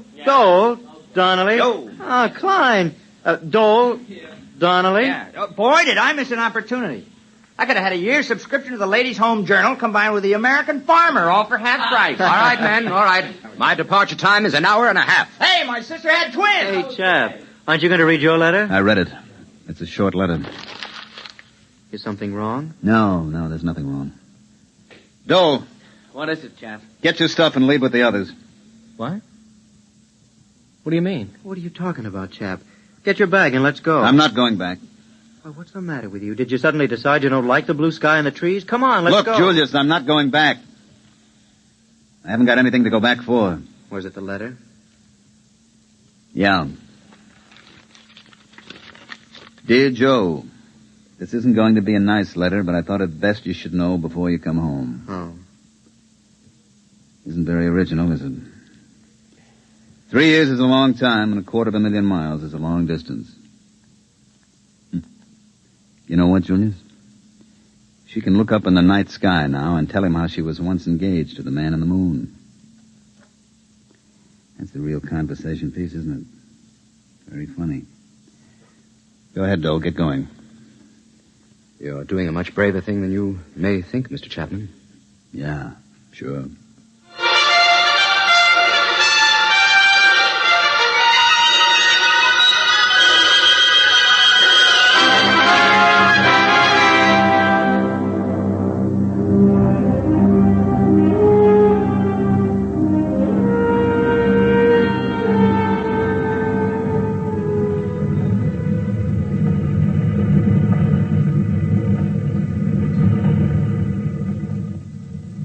You like the looks of the moon going away from it, Mr. Dole? It looks a lot better this way. I suppose you'll be glad to get home. I'd rather not talk about it. They were kidding Chapman this morning. They said he found a home on the moon. If we'd stayed an hour or so more, he might have changed his mind and left after all. I'd offered him money. I didn't want to stay for stopover. I was a coward, and I offered him money to stay in my place. Well, we're all cowards once in a while. But your offer of money had nothing to do with his staying. He stayed because he had to stay. Because we made him stay. I don't understand. Chapman had a lot to go home for. He was engaged to be married. I know. We got her to write him a letter breaking it off. We knew that it meant that he'd lost one of his main reasons for wanting to go back. I think perhaps he still would have left if we'd stayed and argued him into going. But we left before he could change his mind. That was a lousy thing to do. We had no choice. We didn't use it except as a last resort. I don't know of any girl who would have written such a letter if she was really in love with a guy like Chapman. No matter what your reasons. There was only one girl who would have. Ginny Dixon. You see, Chapman's girl was Dixon's sister. She understood what we were trying to tell her. That the new shift had to be safe. That there had to be someone who had to take over and keep those boys alive. She understood that. Because her brother died up there. You mean he's the only one? I couldn't have done the job? Oh, look, Dole. Chapman knows how to live on the moon. He's like a trapper who spent all his time in the forest. He knows it like the palm of his hand. He never makes mistakes. He never fails to check things. And he isn't a scientist. He would never become so preoccupied with research that he'd fail to make checks, and he can watch out for those who do make mistakes. He understood that, too, all too well. It costs a lot of money to send ships up there and establish a colony. You have to have the best man for the job. You get them even if they don't want to do it. Personal lives and viewpoints are expendable. It's got to be that way. There's too much at stake. It's a cold place, the moon. You're an odd bunch of guys. You and the others in the groups. Few of you, Dole, come up for the glamour. I know. None of you really like it. And none of you are enthusiastic about it. You're all reluctant to come in the first place, for the most part. You're a bunch of pretty reluctant heroes. 18 months. He'll be up there 18 more months. Personally, I don't feel happy about that. I don't like having to mess up other people's lives. I hope I won't have to again. Maybe somehow, some way, this one can be patched up. We'll try to. 18 months. In the meantime, on behalf of the Commission and myself, I feel like a cheap, rotten heel.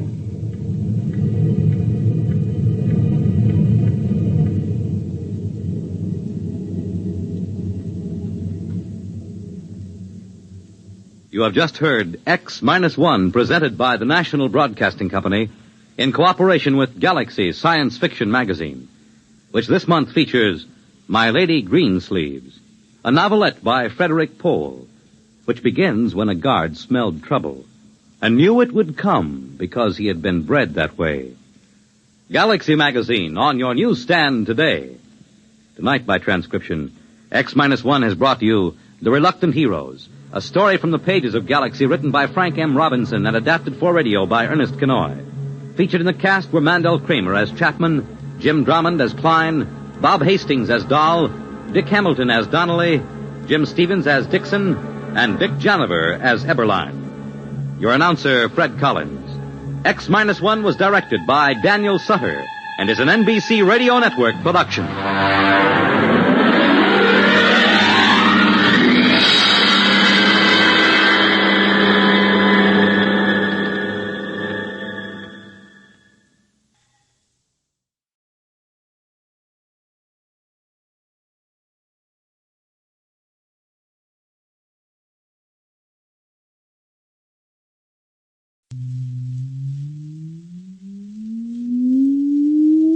Countdown for blastoff. X -5, -4, -3, -2, X -1. Fire!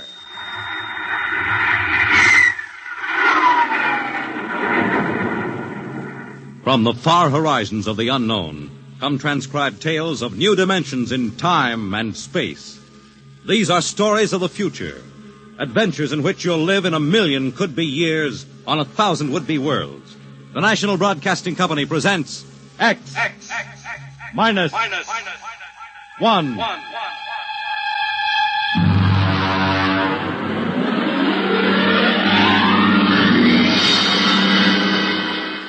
Tonight, Universe.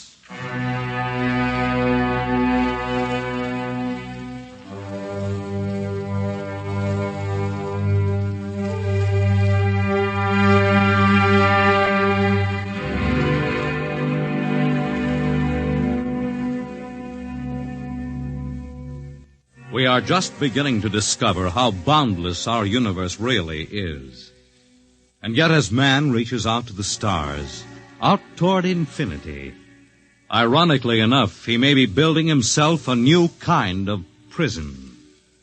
What would it be like to live all your life in a world no larger, say, than a single gigantic rocket ship bound on an endless mercy?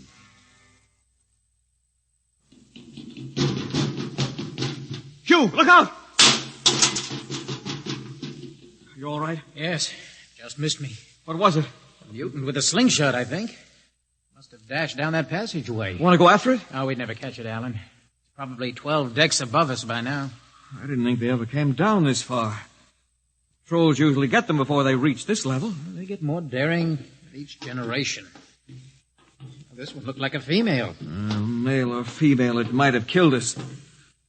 I told you this trip was pure foolishness, climbing 24 deck levels to hear a crazy old man rave. All right, Alan, we're almost there now. Let me see, compartment X, 15, level 24. This is the place. This area smelled as if it hadn't been visited by a sanitation crew for generations. This part of the ship is almost deserted. Yes? Is this the compartment of John the Witness? Who are you? My name is Hugh Hoyland, cadet from Scientist Barracks. This is my friend Alan Mahoney. What do you want of John the witness? Well, only to talk. Are you a believer in Jordan? Naturally. I have heard that there are those among the younger scientists who doubt the word of Jordan. To doubt is death. We're not heretics. Ah, enter.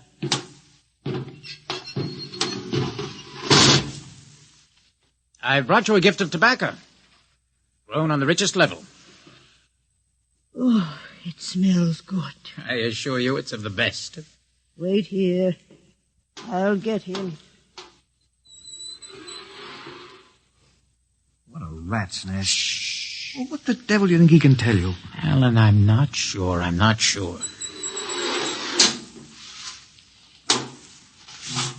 Well? Are you John the witness? I am. Good evening to you. I'm Hugh Hoyland.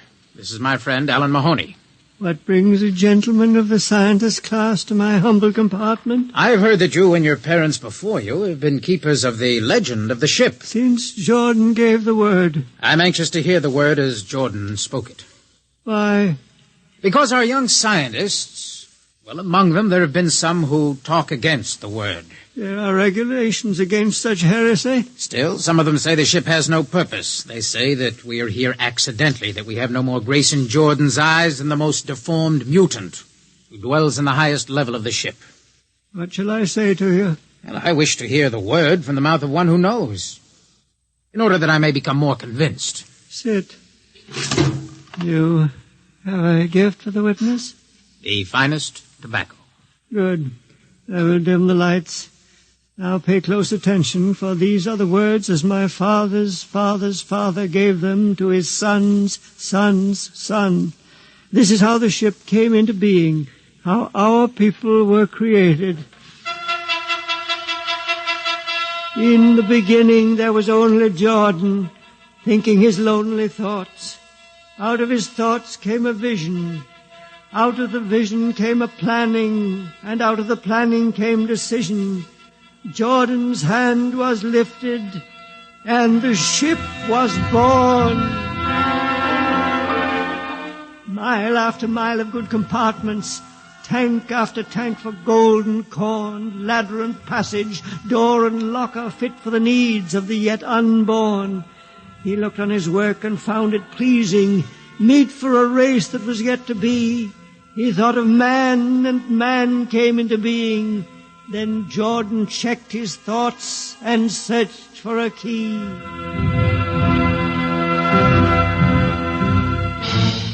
Man untamed would shame his maker. Man unruled would spoil the plan. So Jordan made the regulations, and order came to the works of man. A crew he created to work at their stations, scientists to guide the plan. Over them all he created captain, made him judge of the race of man. Thus it was in the golden age. These are the true words? As my father's father taught them. But what of the strange beast-like people on the upper levels of the ship? Surely Jordan did not create them. Jordan is perfect. All below him lack perfection. You have heard of the legend of Huff? I have heard that he mutinied against Jordan. Darkness swallowed the ways of virtue. Sin prevailed upon the ship. And before wisdom prevailed in the bodies of Huff and his followers were fed into the converter, some of the rebels escaped and lived to father the mutants. They are tainted with the sins of their fathers. Witness, one more question. Speak. What is the ship? The ship is a great sphere, 25 kilometers wide and 100 levels deep. I know that, but the upper levels. Regulations forbid us to venture into the upper levels, but it is said that beyond the levels of the mutants lies the forbidden place where Jordan's spirit prevails. So I've heard, yet something troubles me. Something which prompted my coming here. Yes, my son. What lies beyond the ship? What? What lies beyond the ship? This is heresy. Answer me. I will not permit such talk. The ship is complete. The ship is universal. The ship is everywhere. The ship is endless. Your mutterings are those of a frightened old man. They answer nothing. You question the word. I think you lie. Hear me. Mr. Hoyland, for what you have already said, I can have your body fed into the converter. Your soul launched on the endless trip. You threaten me. Hugh, for Jordan's sake. Do you think I fear this dried fig of a man? Hugh! Sir, my friend is impetuous. He does not understand. I might be persuaded to forget a substantial gift. Why, you pig! Hugh! Alan, come on. The sight of this so-called holy man offends me. No, you shall not leave. Don't try to frighten me with that gun, old man. Remain where you are, heretic. I warn you, put down that gun. No, closer. Drop it. Very well, then. Death to the heretic. Alan, get him. Alan. He's not breathing. Is he dead? I don't know. Come on, Hugh. We've got to get out of here. Right. Nowhere. We can't go back. They'd feed us into the converter before we could even... What's that? An alarm. That old woman must have turned it in. Come on, Alan. The patrol will be here in no time. Where can we go? Yes, where? The upper levels. No, the mutants. We'll have to take our chances. Come on, Alan. Let's go. Listen, that's the patrol. Come on, we've got to climb. There's a hatchway down the corridor. Right, quickly. Oh, there we fire! Alan, up the ladder. Up. Come on, Alan. Come on.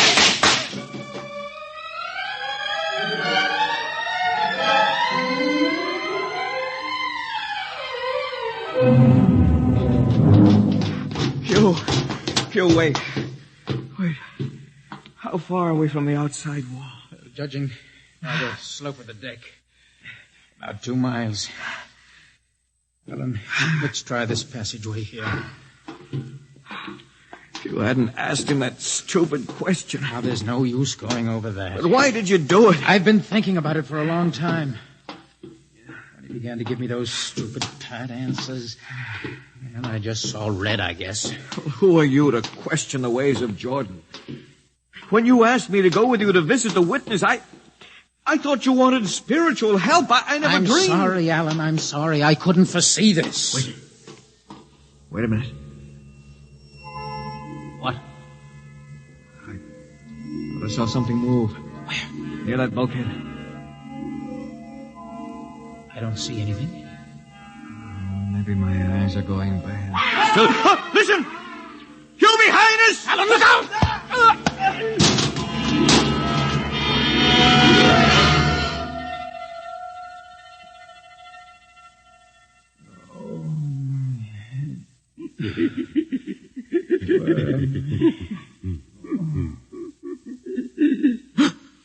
No.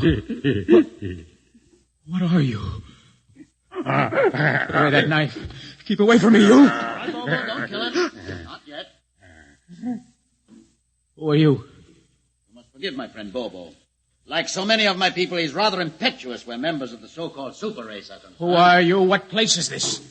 As you can guess, from my leg. I'm a mutant. Mutant? Where is Alan? Your friend is dead. Dead?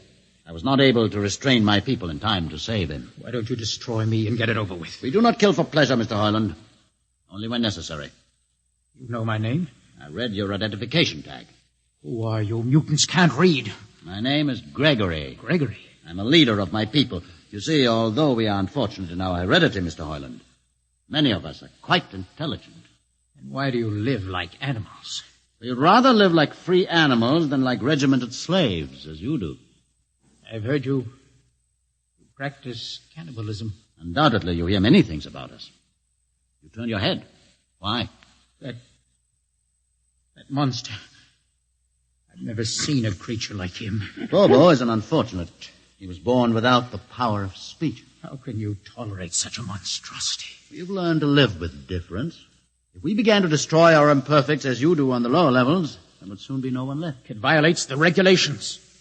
The word of Jordan You know, states Mr. Hoyland, that your people are really quite primitive and barbaric. You dare say that to me? I dare say a good deal more. Let us go to my compartment and speak further. I'm always interested in information of the lower levels. I'll give you no information. Bobo.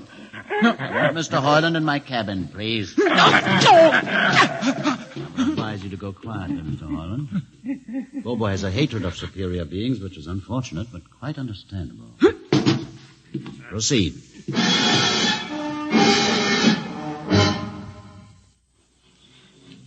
Enter, Mr. Heinlein. This is where you live? Yes. But you have books. Stolen from your libraries, Mr. Heinlein. Compton's Astrophysics, Philosophy of Interstellar Navigation, Celestial Mechanics. You've read these? Most of them. I had no idea that you... Why did you bring me here? What do you intend to do? Do you believe in Jordan, Mr. Heinlein? There is no other belief. And the trip? I suppose you believe in the trip, too. What else is there to believe? When you die, your remains are fed to the converter, and your soul makes the trip. And where does the trip take you? By to Centaurus, of course. Ah. And where or what is Centaurus? Centaurus is... Mind you, I'm just telling you the orthodox answer. Centaurus is where you arrive when you've made the trip. A place where everybody is happy and where there's always good eating. And you believe this? Well, the peasants believe it literally, but many of the younger scientists, like myself, know it is figurative and symbolic. Why do you ask? Did it ever occur to you, Mr. Heinlein, that the trip is exactly what your peasants believe it is? What? And that the ship and all the crew were actually going somewhere, moving? The ship can't go anywhere. It already is everywhere. Imagine a place bigger than the ship, much bigger, with the ship inside it, moving inside it. There can't be any place bigger than the ship. There just wouldn't be any place for it to be. Oh, for half's sake, listen. You know the lowest level? Of course. If you started digging a hole in the lowest level, where would that hole go? It's forbidden to think such thoughts. Where would it go? I can't think about it. Bobo, we're going to take Mr. Heinlein to the place. No. Where are we going? To the top level. But that's certain death. Nonsense. I've been there 1,000 times. No. Come along. No, I won't. I won't. You can't make me. I think we can. No, please. Now, shall we proceed peacefully, or shall I have Bobo persuade you?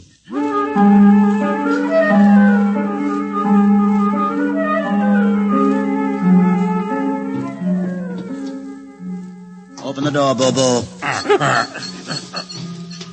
Inside. No.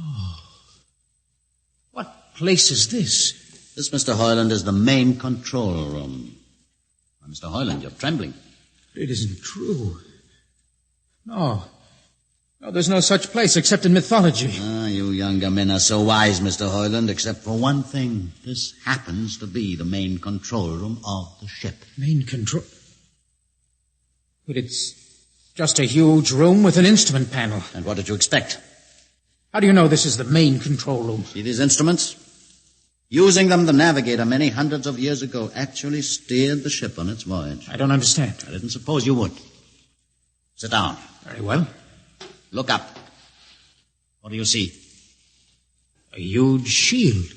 Watch it for one moment, Mr. Heinlein. You're going to see something that few of us have ever been privileged to witness. What are you doing? I'm dimming the lights. Don't be frightened. Keep your eyes focused on the shield above us. Ready? Watch. It's sliding back. Ghost of Jordan. Well? What am I seeing? The universe, Mr. Heinlein. The universe in all its beauty. The stars, the planets, the suns and moons and constellations. No, it can't be. The ship is the universe. There is nothing but the ship. Ah, but there it is. You see it before your eyes, spread out like a canopy of glory. Do you still deny it? Answer me, Mr. Heinlein. Do you deny it? No, I can't deny it. They've lied. They lied to all of us. Good. I have showed this to others of your people whom we captured, and though they saw it before their very eyes, they would not believe it. Please tell me all about it. Tell me the truth about the ship and about the universe. What are these things? How did this come about? Many thousands of years ago, on a planet like those you have just seen, a planet called Earth, a scientist named Jordan decided to build a ship that would carry men from one planet to another. For many years, Jordan and thousands of others studied and planned. And when they were finished, they built the ship. A ship so large that it had to be assembled in its own orbit beyond a place called the Moon. 60 years it took them to construct. And when it was finished, a whole new science had been conceived. Then the trip was begun. The trip that was to land a colony of Earthmen on a far-off planet called Centaurus. Millions of light years beyond the furthest planet ever reached before. How do you know these things? Among my books are the log, which Jordan himself kept, and the records of the journey for the first 40 years. What happened? There was a mutiny. A man named Huth led a rebellion of those who wanted to turn back. In the struggle, the navigators were killed. The crew fell into a state of anarchy. In the years to follow, small groups of men tried to organize the ship for navigation, and each time they failed. Finally, the whole idea was abandoned. And so, for centuries, we have swung in space, unmanned, undirected, living in a lost world of our own making, without purpose, without direction. Why have you told me this? Can't you guess? You want to finish the trip. Yes, but I can't. You can't? Look at me, Mr. Hoyland. You see, a mutant. A man with a twisted leg. My people are outcasts, condemned to death if we so much as set foot in the lower levels of the ship. The main drive is in the lower levels where my people are forbidden to go. No. It would mean that both our people would have to work together. Our differences encouraged rather than denied. All right. I'll see the captain himself. I have an uncle on the central board. I'll tell him what I've seen here. And do you think he'll believe you? Send one of your people with me. That's asking a good deal. I'm risking a good deal by going back. Very well. Bobo will go with you. Bobo? He can't talk. There will be no need for talk. I will write a message guaranteeing safe conduct for a group of unarmed scientists to visit the main control room. Bobo will take you safely through our territory. What happens when you reach your own level is up to you.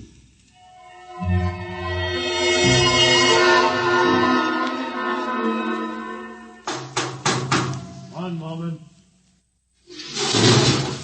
Yes, what? You? Quick, Uncle. Let us in. Hey, but this mutant... He's harmless. Please, Uncle, please. Now, what is this? You're wanted for... I know all about that. Uncle, listen. I must see the captain. The captain? Are you mad? Uncle, you're a council member. You can get me to see him. He'll kill you. You're wanted for heresy. I don't care. I must speak with the captain. Now, Uncle, you're close to him. You can arrange it. I don't understand. Listen to me. The ship is moving. I can prove it. Do you understand? There is a purpose in the ship. I don't understand what you're babbling about. Now, never mind. Just talk to the captain. Tell him I have information of tremendous importance. Tell him I've arranged a truce with the mutants. Truce? Here. Show him this paper. Signed by their leader. Do it, Uncle, for my sake. I don't know what... Uncle, please, if I'm to die, let this be my last request to you. Very well. I'll speak to the captain.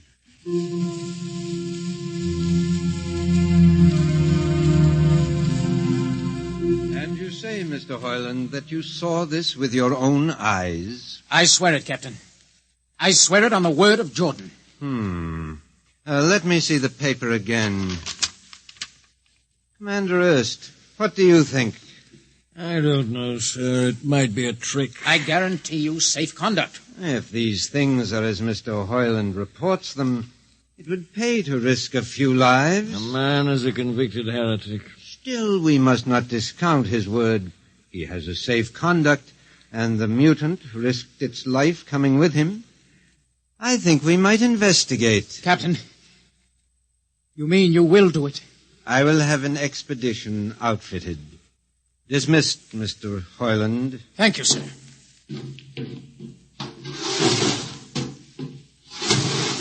Captain, Commander Erst. Sir. You will make the necessary arrangements for an expedition. And I trust you understand. Perfectly, sir. Perfectly.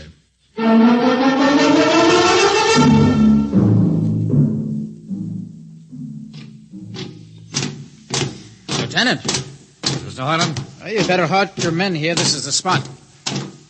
Patrol! Halt! Well, I see no welcoming party of mutants. There'll be none. Their leader will meet you inside the main control room. You don't say. And just where is this main control room? Beyond that door.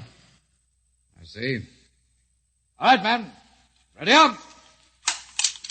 Lieutenant, why do you ready arms? In case of ambush. Ambush? Now, wait a minute, Lieutenant.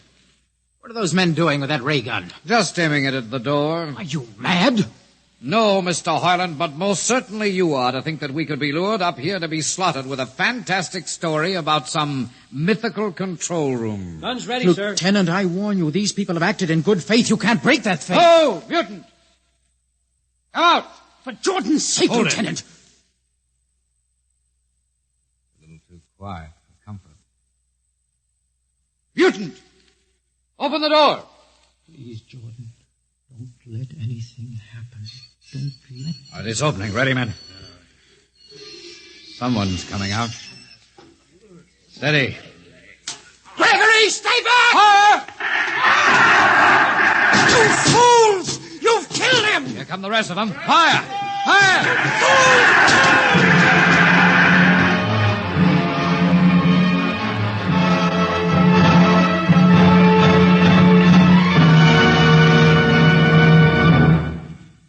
That should teach them a lesson they won't forget. All right, men, inside the room. Come on, Heinlein. You're under arrest as a conspirator in this ambush. Ambush, you fool. You blind, stupid fool. All right, that'll be enough. You've been inside this place before? Yes. What's this machinery?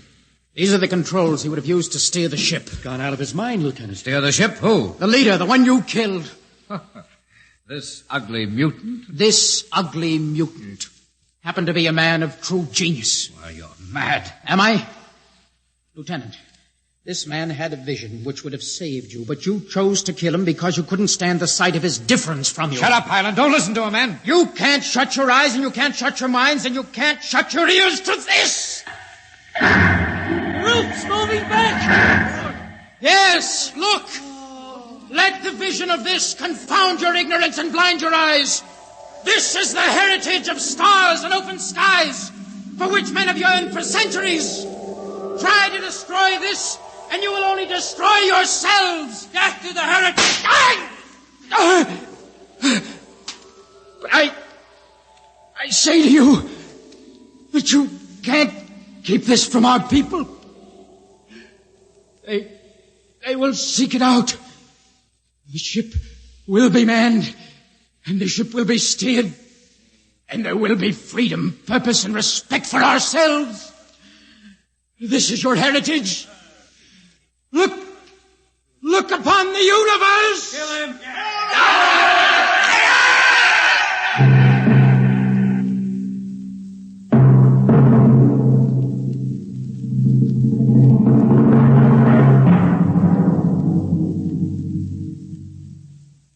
X-1 has just brought you Universe, a story written by Robert Heinlein and adapted for radio by George Lefferts.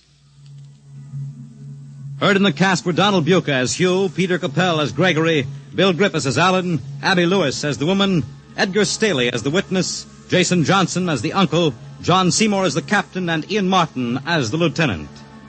Your announcer is Fred Collins. X-1 is directed by Fred Way and is a transcribed NBC Radio Network production.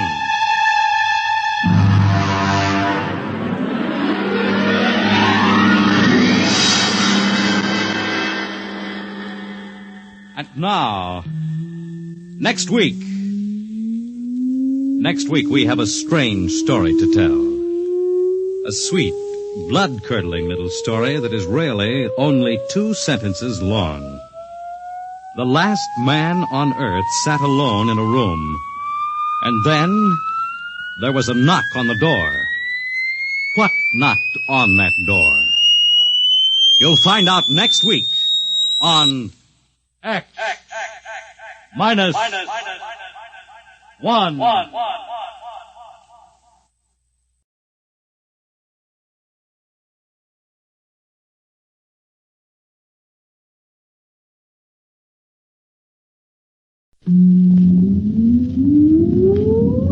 Countdown for blast off. X minus 5, 4, 3, 2, X minus 1, fire.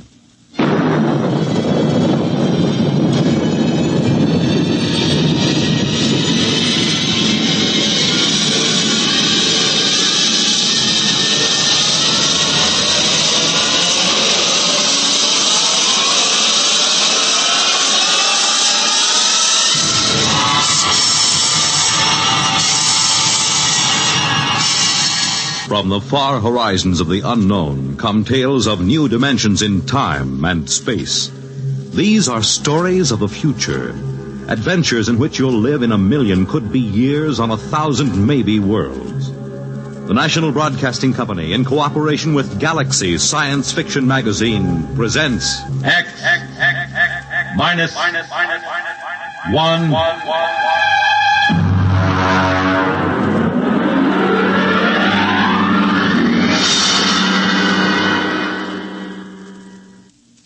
Tonight, the time after the next atomic war. The place, somewhere in the United States. The story, The Moon is Green by Fritz Leiber.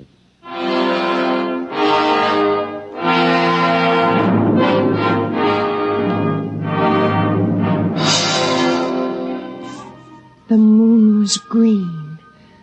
Green as emeralds, green as leaves, green as grass. I reached my arms toward it and let it bathe me. I closed my eyes and let it kiss me. Effie? Effie, where are you? Oh, dear Lord, he mustn't see it. It's so beautiful, and he always kills beauty. Effie! In the bedroom, Hank? I've got to close the shutters before he comes. Mustn't. Effie! What the devil are you doing? Close those shutters, you fool! Come away from there. You're trying to destroy yourself and me, too. You know those shutters are not safe to open for another 5 years. I only wanted to look at the moon. The moon? Here, count yourself for radiation. You know what the Central Committee would do to you for breaking the lead shield? Kill me. I wouldn't mind. Don't talk like that. Would it be so different from being shut up in a lead coffin the way we are now? Would it be worse than the eternal thud of the air conditioners and the radiation filters? Be still and count yourself. Good Lord. We're past the danger zone. Oh, wait a minute. Did you take off your watch? No. Well, give it to me. You fool. You little fool. What am I going to do with you? Can't you understand what kind of a world you're living in? Can't you?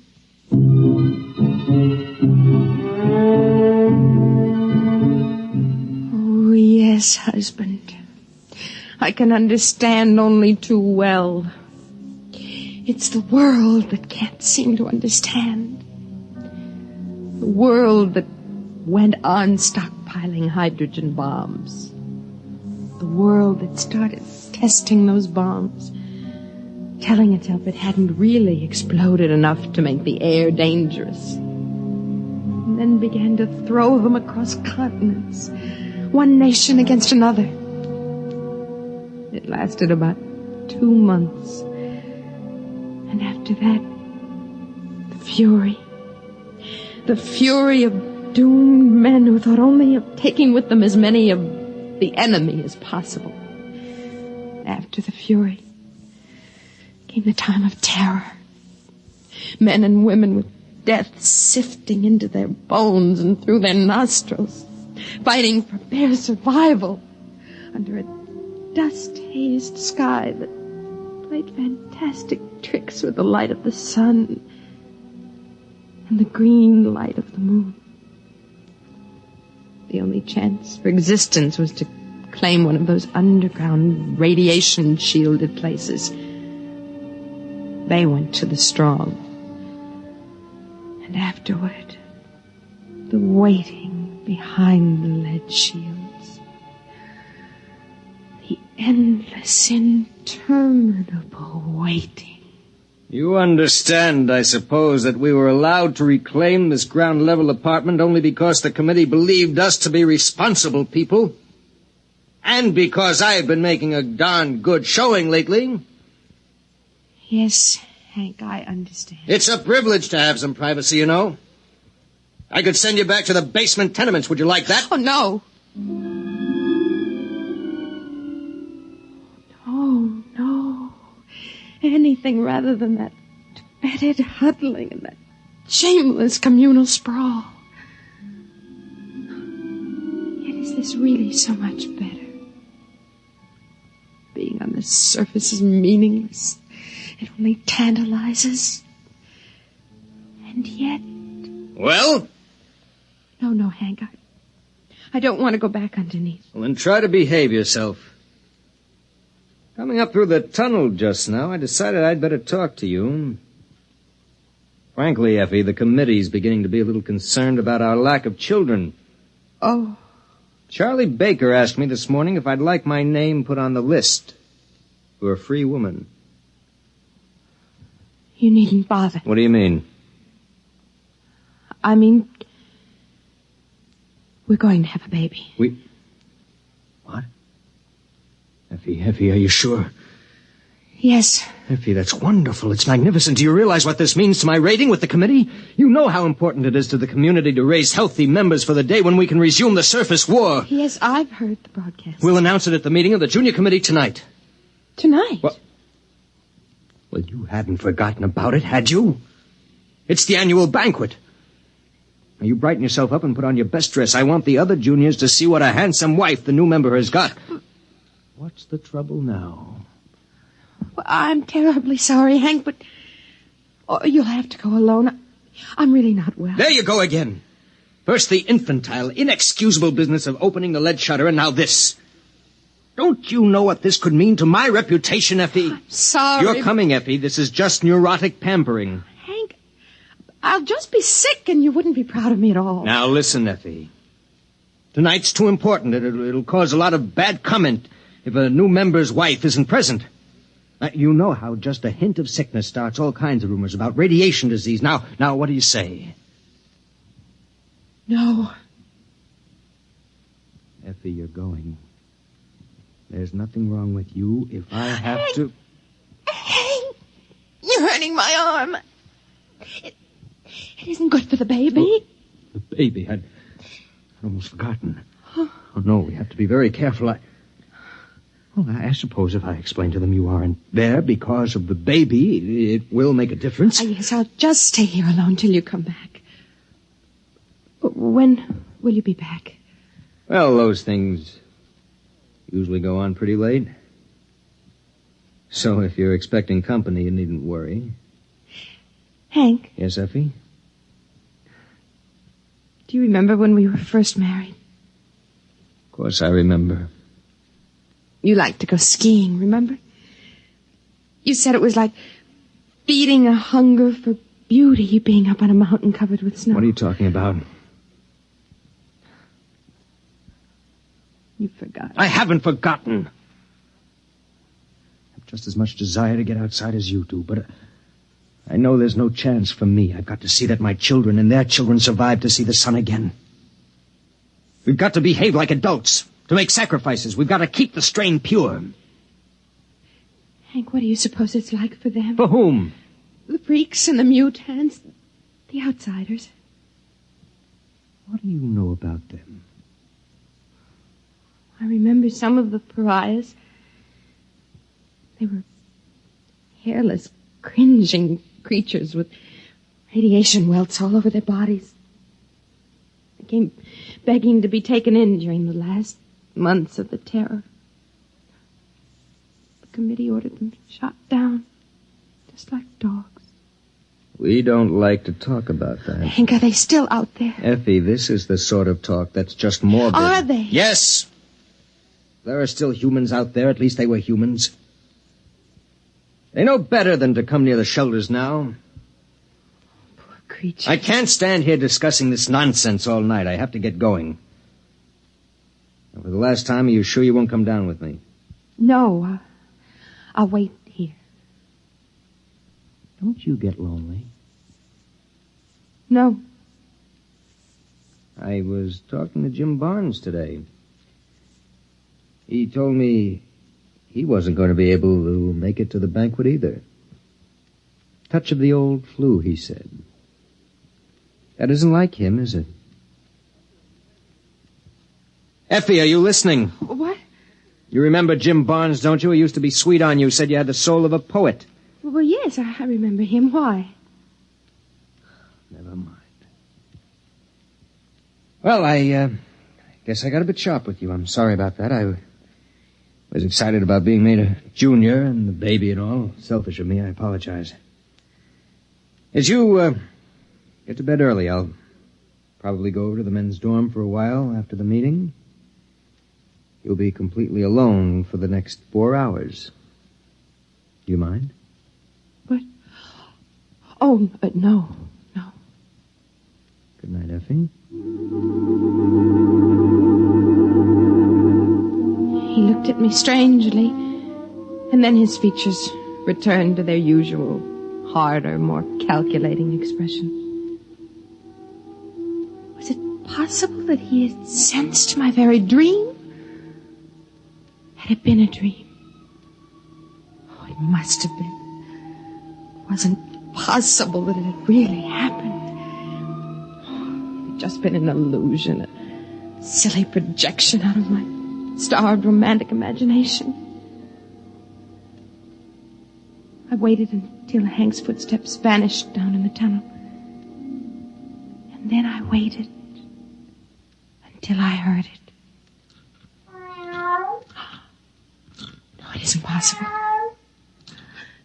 There's nothing out there. Nothing but deformed monsters. I mustn't open the shutters. I mustn't. Oh, dear Lord, I've got to know. I've got to know. I've got to. Well, now, so you haven't forgotten our meeting after all. You. And were you expecting someone else? It wasn't a dream. You really were out there last night. Oh, yes, and the night before. I was afraid I dreamed it. I still think it's a dream. Lean out into the moonlight a moment. Is this a dream? Oh. Or was it a flesh and blood kiss? And your name is Patrick. Aye? Patrick. Well, now, did you open the window to find God's own breath, the fresh evening air, or did you open it to invite me in? Oh, of course. Come in. Come in. Come, Joe Lewis. Ah, here, now, let me help you. Being a cat with 12 toes on each foot and ears like boxing gloves is a bit cumbersome. I have to help him a bit, you see. Come on now, laddie. There, now. Is your husband about? No, he won't be home for a while. Well, still, I'd better close the shop. Oh, no. Leave them open. The radiation? I don't care. I want to see the moonlight. Aye. Would you have a bit of food? Joe Lewis and I are starved for a bite to eat. Oh, yes, I'll get it. Oh, Effie? Yes? Oh, but you're a fair creature. Thank you.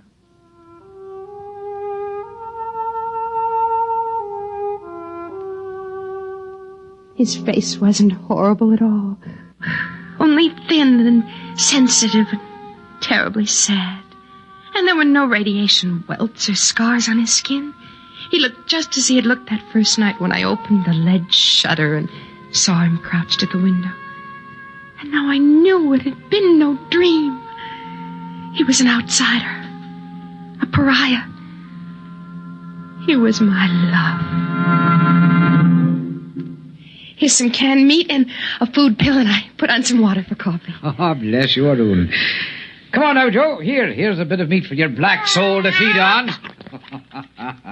He's hungry, poor creature. Well, then, sit down, girl, where I can look at you. All right. Have you missed me? Oh, yes. Oh, I've had some thoughts of you, I dare say. Talk to me. Of what? Tell me again about outside, what it's like. Again? Again and again.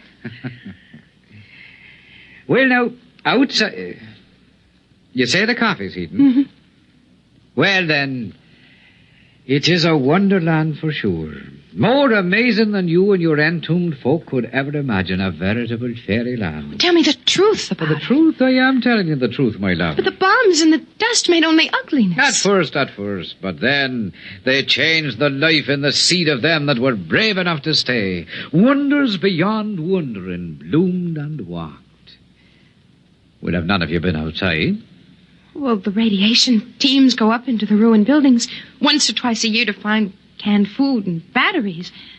But they can only work for a few minutes at a time. Ah, sure, those blind-souled slugs could never see anything but food and batteries anyway. Well, tell me what you see, beyond the city, I mean. Ah, there are gardens there. Gardens where a dozen buds blossom for every one before. And the flowers have petals a yard across. Oh. And there are stingless bees as big as sparrows supping their nectar. But did the radiation make all the cats like this one? Like this runt? Why, no, girl. They are grown, spotted, and huge as leopards. But they're gentle beasts, for the dust has burned all the murder out of every living thing.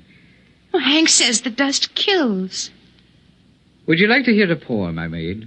Yes. I'd say it. Fire can hurt me, or water, or the weight of earth. But by some curious coincidence, the dust is my friend.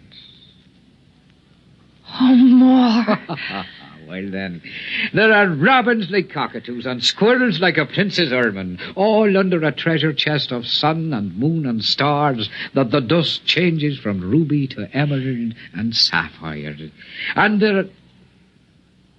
Why, what is it, love? What's that look for? There's one thing you've never told me about. And what is that? The children. The new children. Ah, now the children. The truth. The truth? Promise. I swear on the skin of my cat here. The children, is it, huh? Well, now, if you'd ever catch a glimpse of one of them, you'd never doubt me again. They have long limbs and smiling, delicate faces and white teeth and the finest hair. They're so nimble that... Well, that even I, a sprightly man and somewhat enlivened by the dust, feel crippled beside them, and their thoughts dance like flames. But what's wrong with them, Patrick? Wrong? Nay, love, there's nothing wrong. Different, perhaps, and new, but not wrong. Oh, tell me.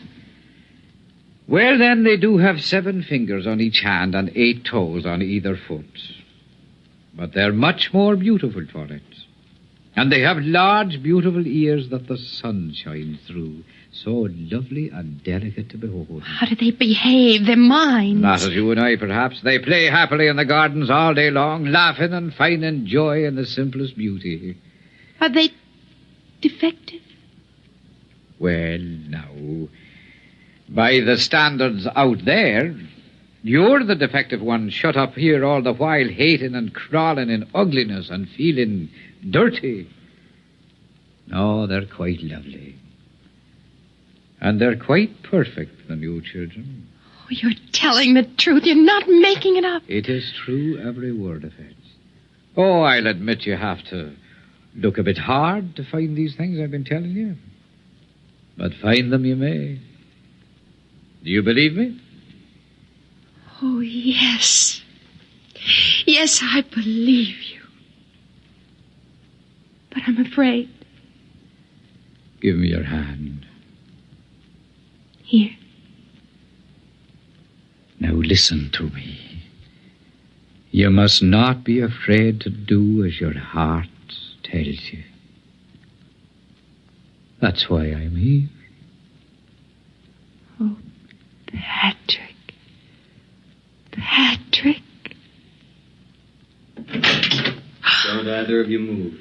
Oh, Hank, Stay there or I'll blast both of you. Hank, but... Carrying on like this and not even with a man of the community, with an outcast, a pariah. No, man, I know what you're thinking, but you're wrong.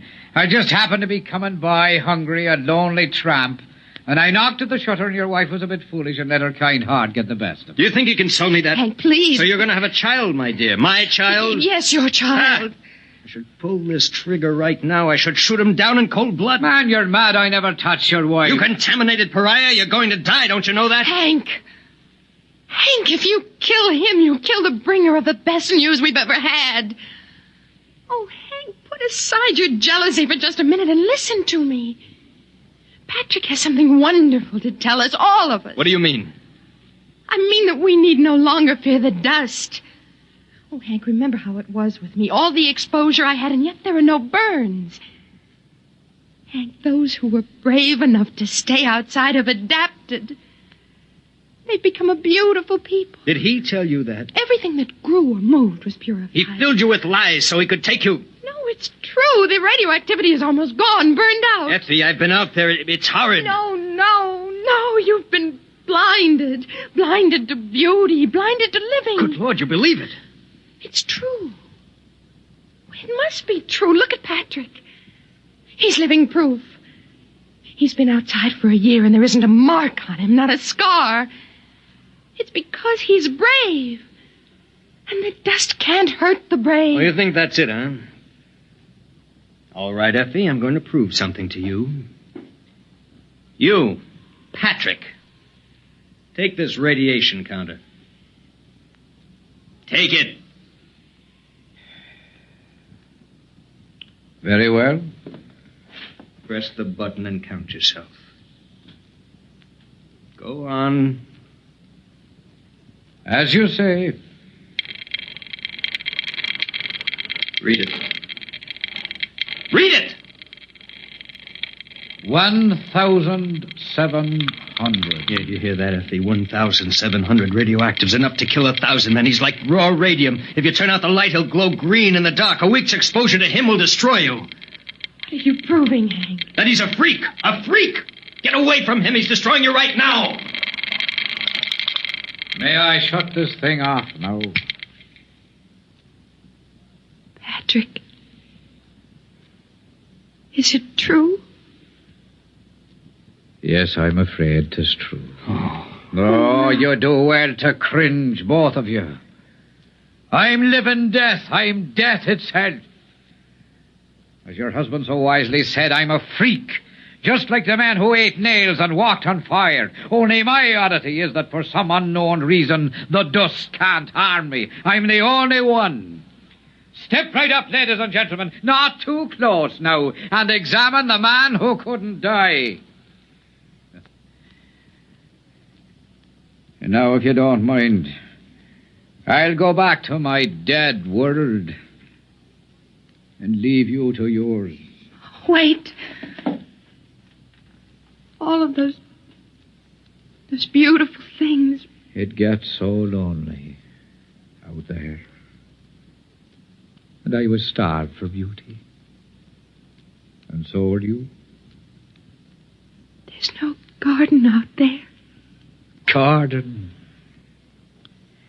Listen to me, the both of you.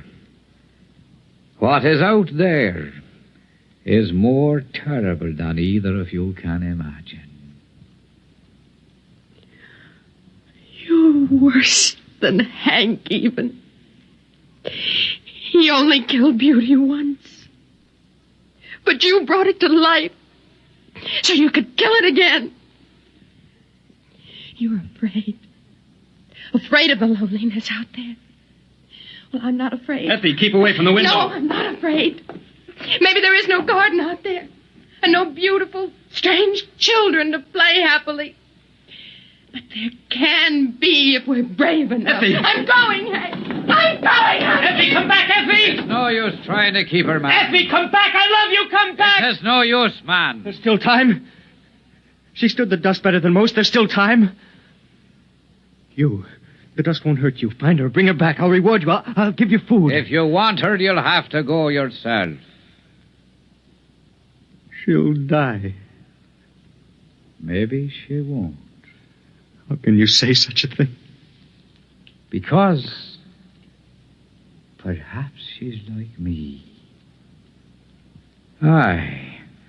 Perhaps the two of us together could be the first of a race that'll live in sunlight again. Get against the wall where I can kill you easier. Why would you kill me? Is killing all the answer you have to life's riddles? Is the smell of blood better than compassion? Is it more joy to own her than to be loved by her? Move! Man, you'll not kill me. Shall I tell you why? Because my flesh will not die. I live 1,000 years. Not your brain, Patrick. And that's where this gun is aimed. Well, then you leave me no choice. You get it! Hey! Call him up! Cut my arm! Go! Stop! Well, then I have your weapon now. Out there, you see, we freaks have learned to live together and to cooperate. It's the only way we can stay alive. Oh, I'll give Effie your love. Come on, Joe. Oh, you'd better close the shutters as soon as we're gone. The moon is beautiful. But it's deadly.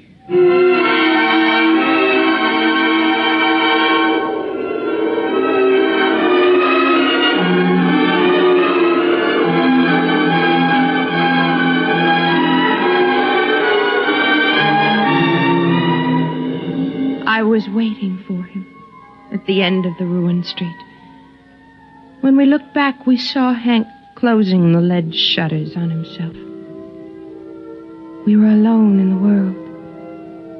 Above us, the moon was green. I bent and picked up a handful of the dust and let it trickle through my fingers. And I remembered the words of Patrick's poem. Fire can hurt me, or water, or the weight of the earth.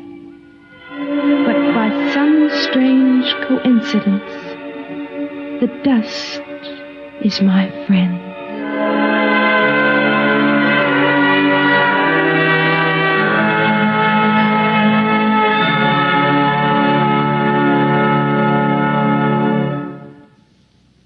You have just heard X-1, presented by the National Broadcasting Company in cooperation with Galaxy Science Fiction Magazine, which this month features Advance Agent by Christopher Anvil, the story of a spy who had the worst possible break.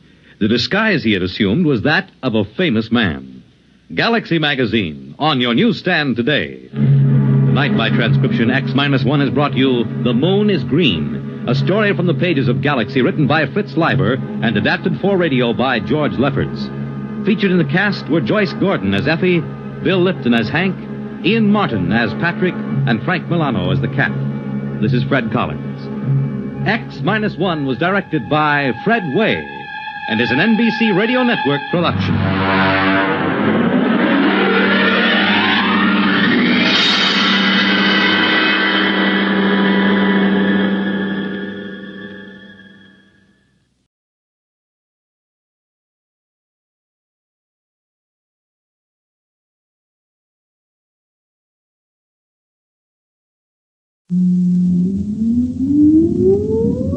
Countdown for blast off.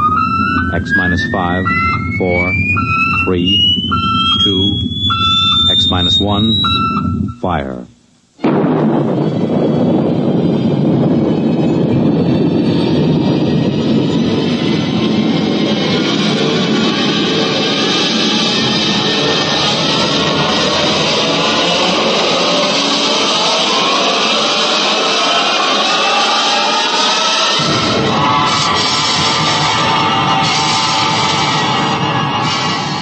From the far horizons of the unknown come tales of new dimensions in time and space. These are stories of the future, adventures in which you'll live in 1,000,000, could be years, on 1,000 maybe worlds. The National Broadcasting Company, in cooperation with Galaxy Science Fiction Magazine, presents X-1.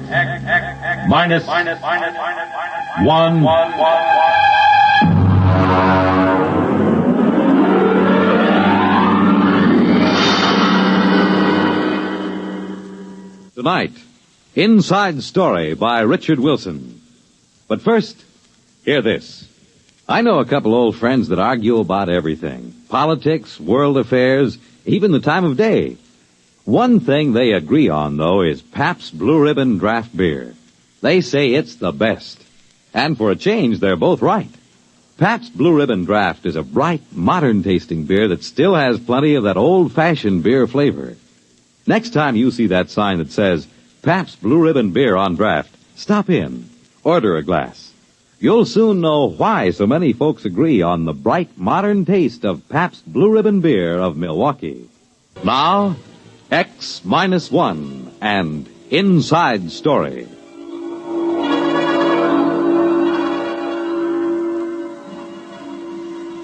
Every wire service man knows that when the legislature shuts down for the hot weather, when it gets too warm for crimes of passion, that's the start of the silly season. It's the time when the teletype chatters about the largest pumpkin grown in Sauk County and the dog that found its way home from Luna Base to the Cocoa Island rocket port. Well, it was the silly season when I reported to headquarters Martian sector of the Galactic News Service at IOPA. I found the bureau chief, Scott Warren, looking sourly at a strip of copy. GNS Sonala add lizards. Lizards? Lizards. Ew. New light on the longevity span of the Martian sand lizard was shed today by the Sonala Zoological Society. Now, that is what I call hot news. Flash copy. Dull day? Following a dull night. Was it like this in New York when you left? They had me covering a kitten in a tree in Gramercy Park. I would sell my soul for a nice, juicy cabinet crises. Or else a little honest graft on a spaceport contract. Well, have you got any leads? No. The Garrison Administration of Martian Colonial Affairs is depressingly honest. When nothing's doing, you can stir it up a little. You know, rattle the local skeleton in the closet. Fan the fires a little. Have you read the Publications Responsibility Act of 1997? You can get 20 years for what you were thinking. Look, what's the local canker sore? What would you like most to get an inside story on? Something everybody covers up. Well, there's Druro. Oh, but that's Simon Pure. What's Druro? Nully Sanctuary. Oh, religious institution? No. It's a quarantine set up for null-gravity neurocatinosis. Nully fever. It's completely segregated. Nobody's ever gotten a report out of there. Well, it sounds like a natural. Look, George, you're new. You don't fool around with Nully fever here on Mars. Be like lighting a cigarette in a powder magazine. Chief, how would you like an inside story out of Druro? You can't get in. I will give 8 to 5. Now, look, who's in charge? The Ministry of Health, but you can't... Okay. Don't let the sand lizard take up all the space. I will get in.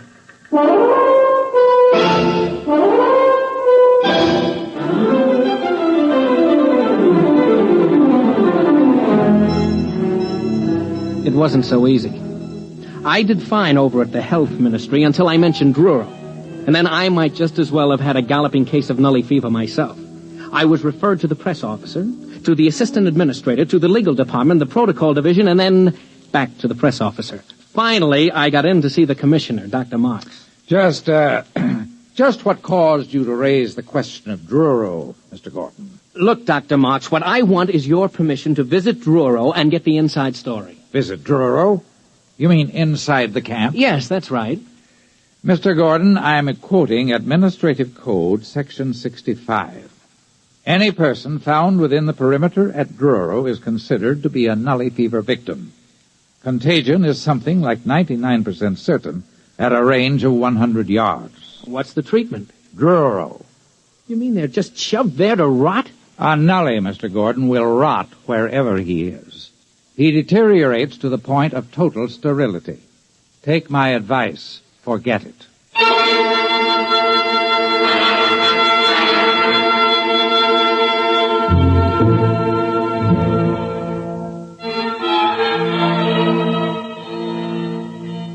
Naturally, I didn't forget it. I did more research.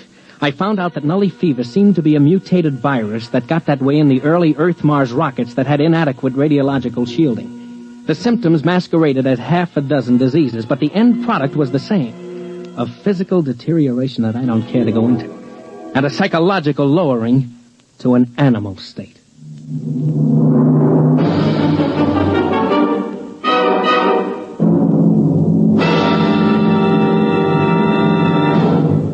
You're listening to Inside Story. Tonight's attraction on X-1. Now, back to X-1 and Inside Story.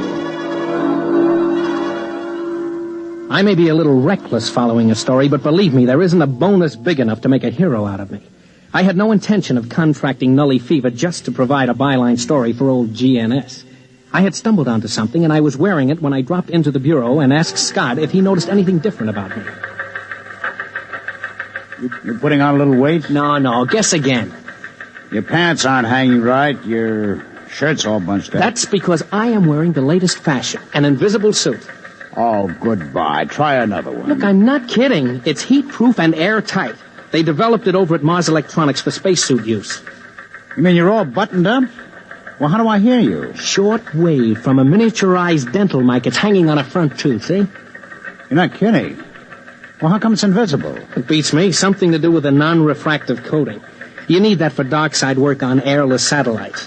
I got an experimental model from a PRO at ME. What's it good for? Outside of spaceship work, not much, except it is my ticket to Druro. Now, wait a minute. Don't you get it, Chief? I can't be infected, not with this suit on. It's absolutely airtight. Don't worry, I'll be safe. Wrapped in plastifilm like chewing gum. Yeah, but that won't get you past the perimeter into the Nully camp. Just leave that to me. I've got that figured out, too.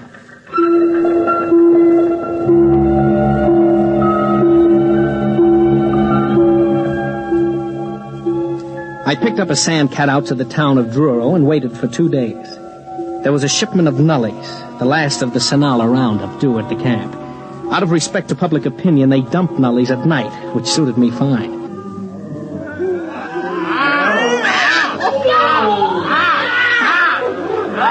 About 100 nullies were going over the newcomers like kangaroo caught in a frontier jail. I don't think anybody actually got killed, but they almost tore the new bunch to pieces, grabbing cigarettes, jackknives, buttons, shoes, anything. And then, like as not, the old-timers would fight each other for it. The whole thing was over at dawn, and I could get a look around the camp. There were prefab huts and some trees. I started over to one of the huts. My hut. Take it easy, friend. I'm not going to hurt you. Look, I'm your friend. Sure. You think you're going to steal my ration, huh? I'll kill you first. How long have you been here? 2 years. Got a cigarette? Here. No, don't grab. I'll toss you one. Don't you make a move towards me. Sure. What were you before you got in here? Huh? A teacher. An IOPA technical. I fixed them before they got me. I cut down 10 medics with a power drill.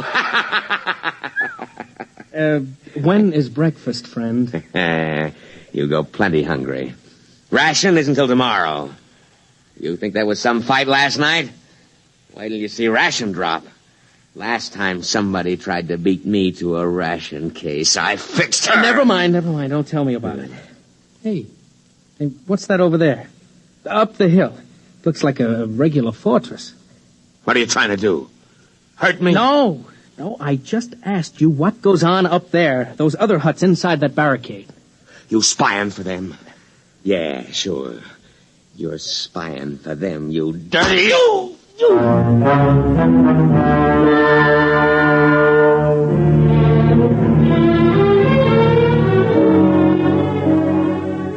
It isn't easy to get used to dodging nasty backhand punches that came out of the blue and were meant to kill, if possible. I got my arm up in time to catch about half the force, and the man ran off with my pack of cigarettes. But there was something up that hill worth looking into. A barricaded section set apart from the rest. So I started up. When I hit the woods, I stopped just 3 feet short of a 10-foot spear. All right, you. Get back down the hill. Now, take it easy, will you? What's going on up here? Go on, get moving. I got orders to kill if I have to. You don't understand. I just want to find out... Yeah, sure you do. They always do. Every time there's a new batch, there's a few still smart enough to plan together, and they come up here spying. Spying on what? Look, I'm a newspaper... Count 3, and then you get it in the belly.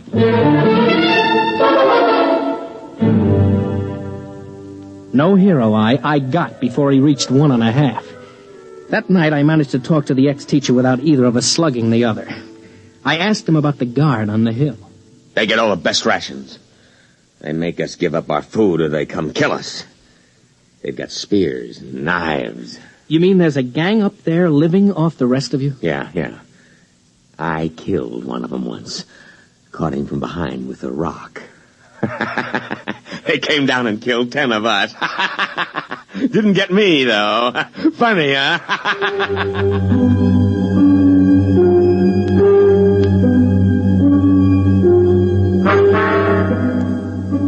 I got the picture.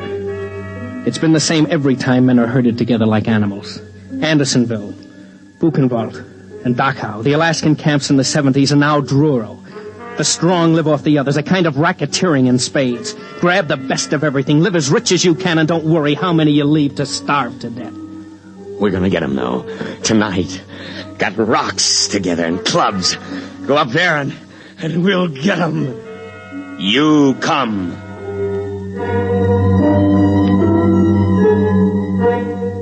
I didn't have much choice. They would have torn me apart. About 10 o'clock at night, the mob gathered at the foot of the hill. Every once in a while, they'd swipe at each other with a club or a rock, but mostly they shouted up at the hill. And then suddenly, without any signal, they charged. It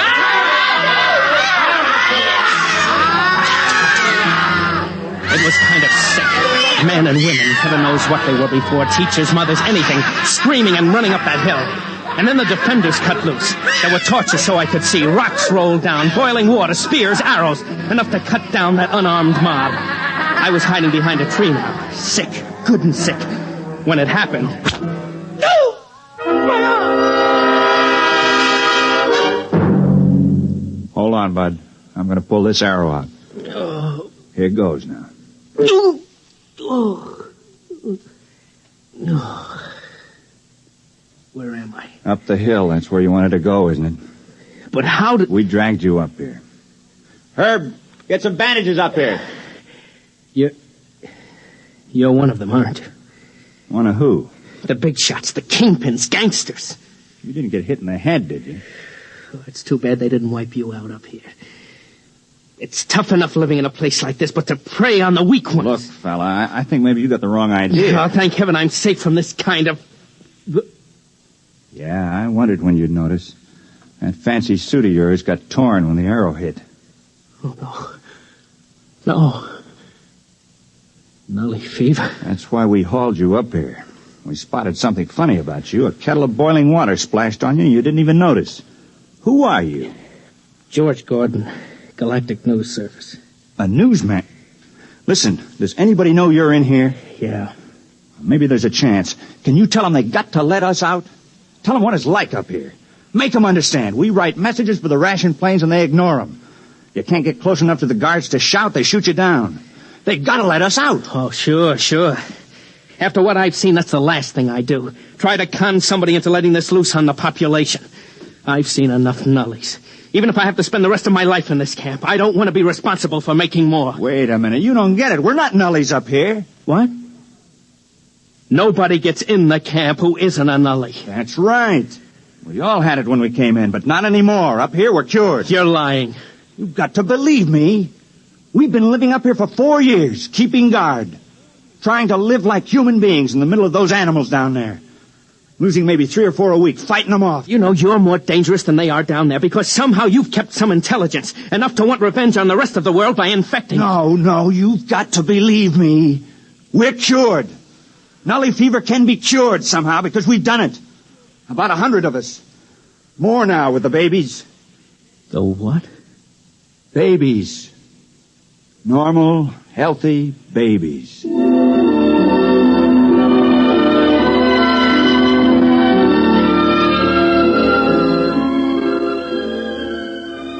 He pointed across the clearing to another hut, and I saw it. A woman about 30, sitting on the doorsteps, nursing a baby, an infant.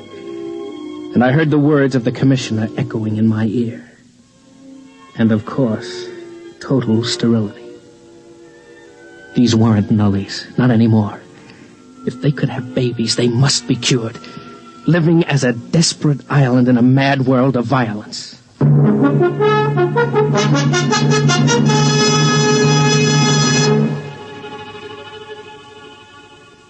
Well, you know the rest of it. You ought to. It was carried under my byline in every fact sheet on 3 planets.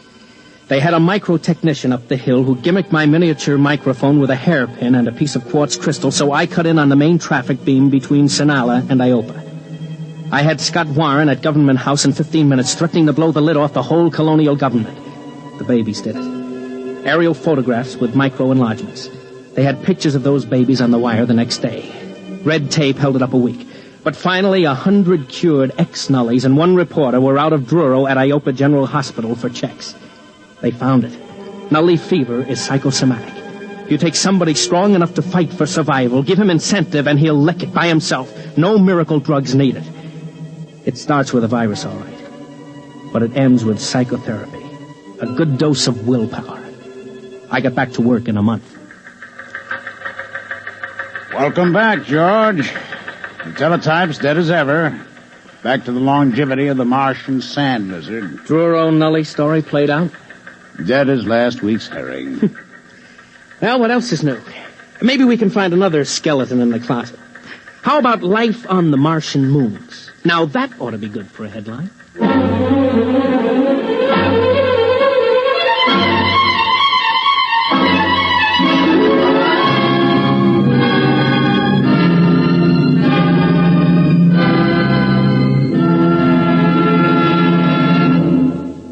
Fred Collins again, and I'll have a word for you about next week's X-1 in a moment.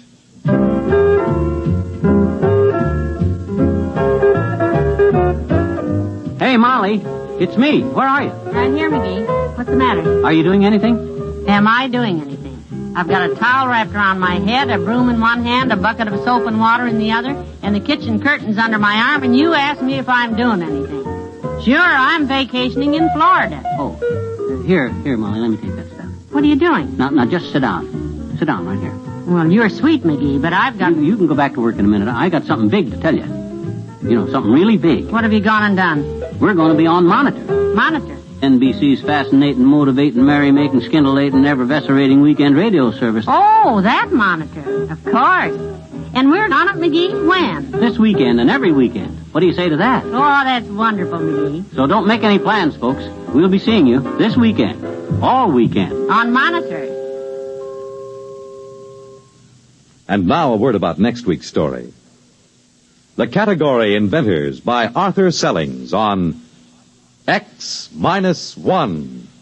You have just heard X-1, presented by the National Broadcasting Company in cooperation with Galaxy Science Fiction Magazine, which this month features Time Waits for Winthrop by William Tenn. Winthrop was literally the most stubborn and selfish man in 500 years. How could they convince him not to strand them in this society of shriek fields and panic stadiums? Galaxy Magazine, on your newsstand today. Tonight, X-1 has brought you Inside Story, a story from the pages of Galaxy written by Richard Wilson and adapted for radio by Ernest Kenoy. Featured in our cast were Bob Hastings, Leon Janney, Ralph Bell, Richard Hamilton, Edwin Cooper, and Pat Hosley. This is Fred Collins. X-1 was directed by Daniel Sutter and is an NBC Radio Network production.